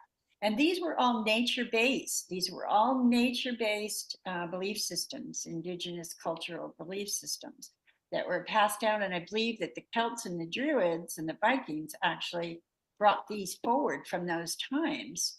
And that is why the Templars were so interested in preserving those cultures and those spiritual practices, because the pagan practices, what they were called pagan practices, because they were actually the remnants of Atlantis and Lemuria. And I find this in Tamil Nadu in India as well. Tamil Nadu has many of the same symbols. The boats even were used in California by the Chumash Native American people, who are rumored to have stemmed from Lemurian, you know, from the Lemurian culture. So, but you see the same symbol, you see the same style of ships, you see, you know, all these similarities to the coast of India or Tamil Nadu in India. It's powerful. It's actually evidence that points towards a what do you call that? A one continental globe. There's a word for it, Pangea. Pangea. Yes, yeah. It also points to that, you know, to a time, and we're talking 60,000, 70,000, 100,000 years ago, before the continents were split, you know, before the continents actually split apart. So, you know, which is what I believe was the time frame, the Lemurian time frame. Atlantis, I believe, began much later. They came much later, and that's where we started to have this, you know, this mental. That's where we started to have the shift, you know, the drift between the two, right brain, left brain, nature-based, technology-based civilizations. I believe at the end of Atlantis, because I think the beginning of Atlantis was just an extension of Lemuria. Yeah, this is the end of Atlantis. This is something that happens again. We many times we use the saying that history repeats itself, and we are coming to the same situation again. And Kathleen, since we are still a little limited in our time frame today, We'll have to get together again and do. We will. Especially when I get back from Portugal. I'm leaving for Portugal first you're coming over to Europe, and I would just have one, let's say, final question, because this would fit also to the topics of some other researchers of this podcast marathon. Do you think, or do you have any knowledge that the Knights Templars had a wisdom, or did they know about ancient geopolymer concrete mixes, so artificial mixes like we use with concrete today, for building or repairing, you know, in regards of what we know today, that many ancient sites were made of artificial stone and not of natural stone. Right. So this, I don't know specifically if the Templars were privy to that knowledge or not, but I have seen it in Bosnia, and I've also seen it in other Asian sites. It's a conglomerate, very similar to what we call cement today, but it's far superior because it obviously lasts a lot longer. I mean, we're talking hundreds of thousands of years. Well, 60, 70, who knows exactly? We have no way of dating it, so we don't know. I shouldn't say a date because I don't know a date. But I do know that when I was in Bosnia myself and examined the pyramids over there, we're talking about a material that was far superior to anything that we can create today. And so it wouldn't surprise me if the Templars were aware of that building material. However, I do know that in most of their castles and their temples that they built that have survived to today, that we they're left to us to examine. These structures are made of stone, and you know, I don't know what the binding material was. I'm not privy to that information. But again, it wouldn't surprise me at all if they weren't aware of this particular material. Yeah, I think we will step a little deeper into this topic once in a while, because it happens that we are doing lots of research in this direction, and there was a guy called Professor Joseph Davidowitz, and it happens to be this way. He translated some Egyptian tablets where he found actual recipes of these artificial mixes, and he started doing this since many years. Unfortunately, he's not alive anymore, but a very good friend of mine had known him, and we are today really coming closer and closer to this point that many structures we would define as made of stone are actually made of artificial concrete, you know. And this is one point now where I would connect this to the other topics of today, and I would really love to have you on again. For sure, it's not the last time that we make this kind of podcast marathon, you know, but on the other side, it would be very nice to have another conversation just with you once in a while, and we can take a little bit more time and go a little bit deeper. And yeah, we had to make this pre-recording since you're going to be on a plane to Europe while we are having this podcast. So our thoughts will be with you, that you have a nice and good trip. I'm happy that I had you here with me today, and we stay in contact. And yeah, good. I wish you all the best for your investigations, and really I'm looking forward for more to come. So the last well, if anyone wants to check out, if anyone wants further information about how to get a hold of me, they can go to my website, which is www.templarsinbrazil.com, or they can find me on Facebook, Kathleen Ann, ANNE Ball, or the Templars in Brazil. I have 2 Facebook pages. I'm on TikTok, I'm on Instagram, and I'm on LinkedIn under both those same names. So you can get a hold of me. If anyone wants a copy of my book, you can PM me on Facebook, on Messenger, and I will send you a signed copy, an author's copy of the book. So, and then there's the film, The Brazilian Templars Mystery, which is out on Gaia. You can also stream it, and I believe it's Amazon Prime or something that you can stream it. And the second episode is going to be coming out the end of this year, so you can look forward to that.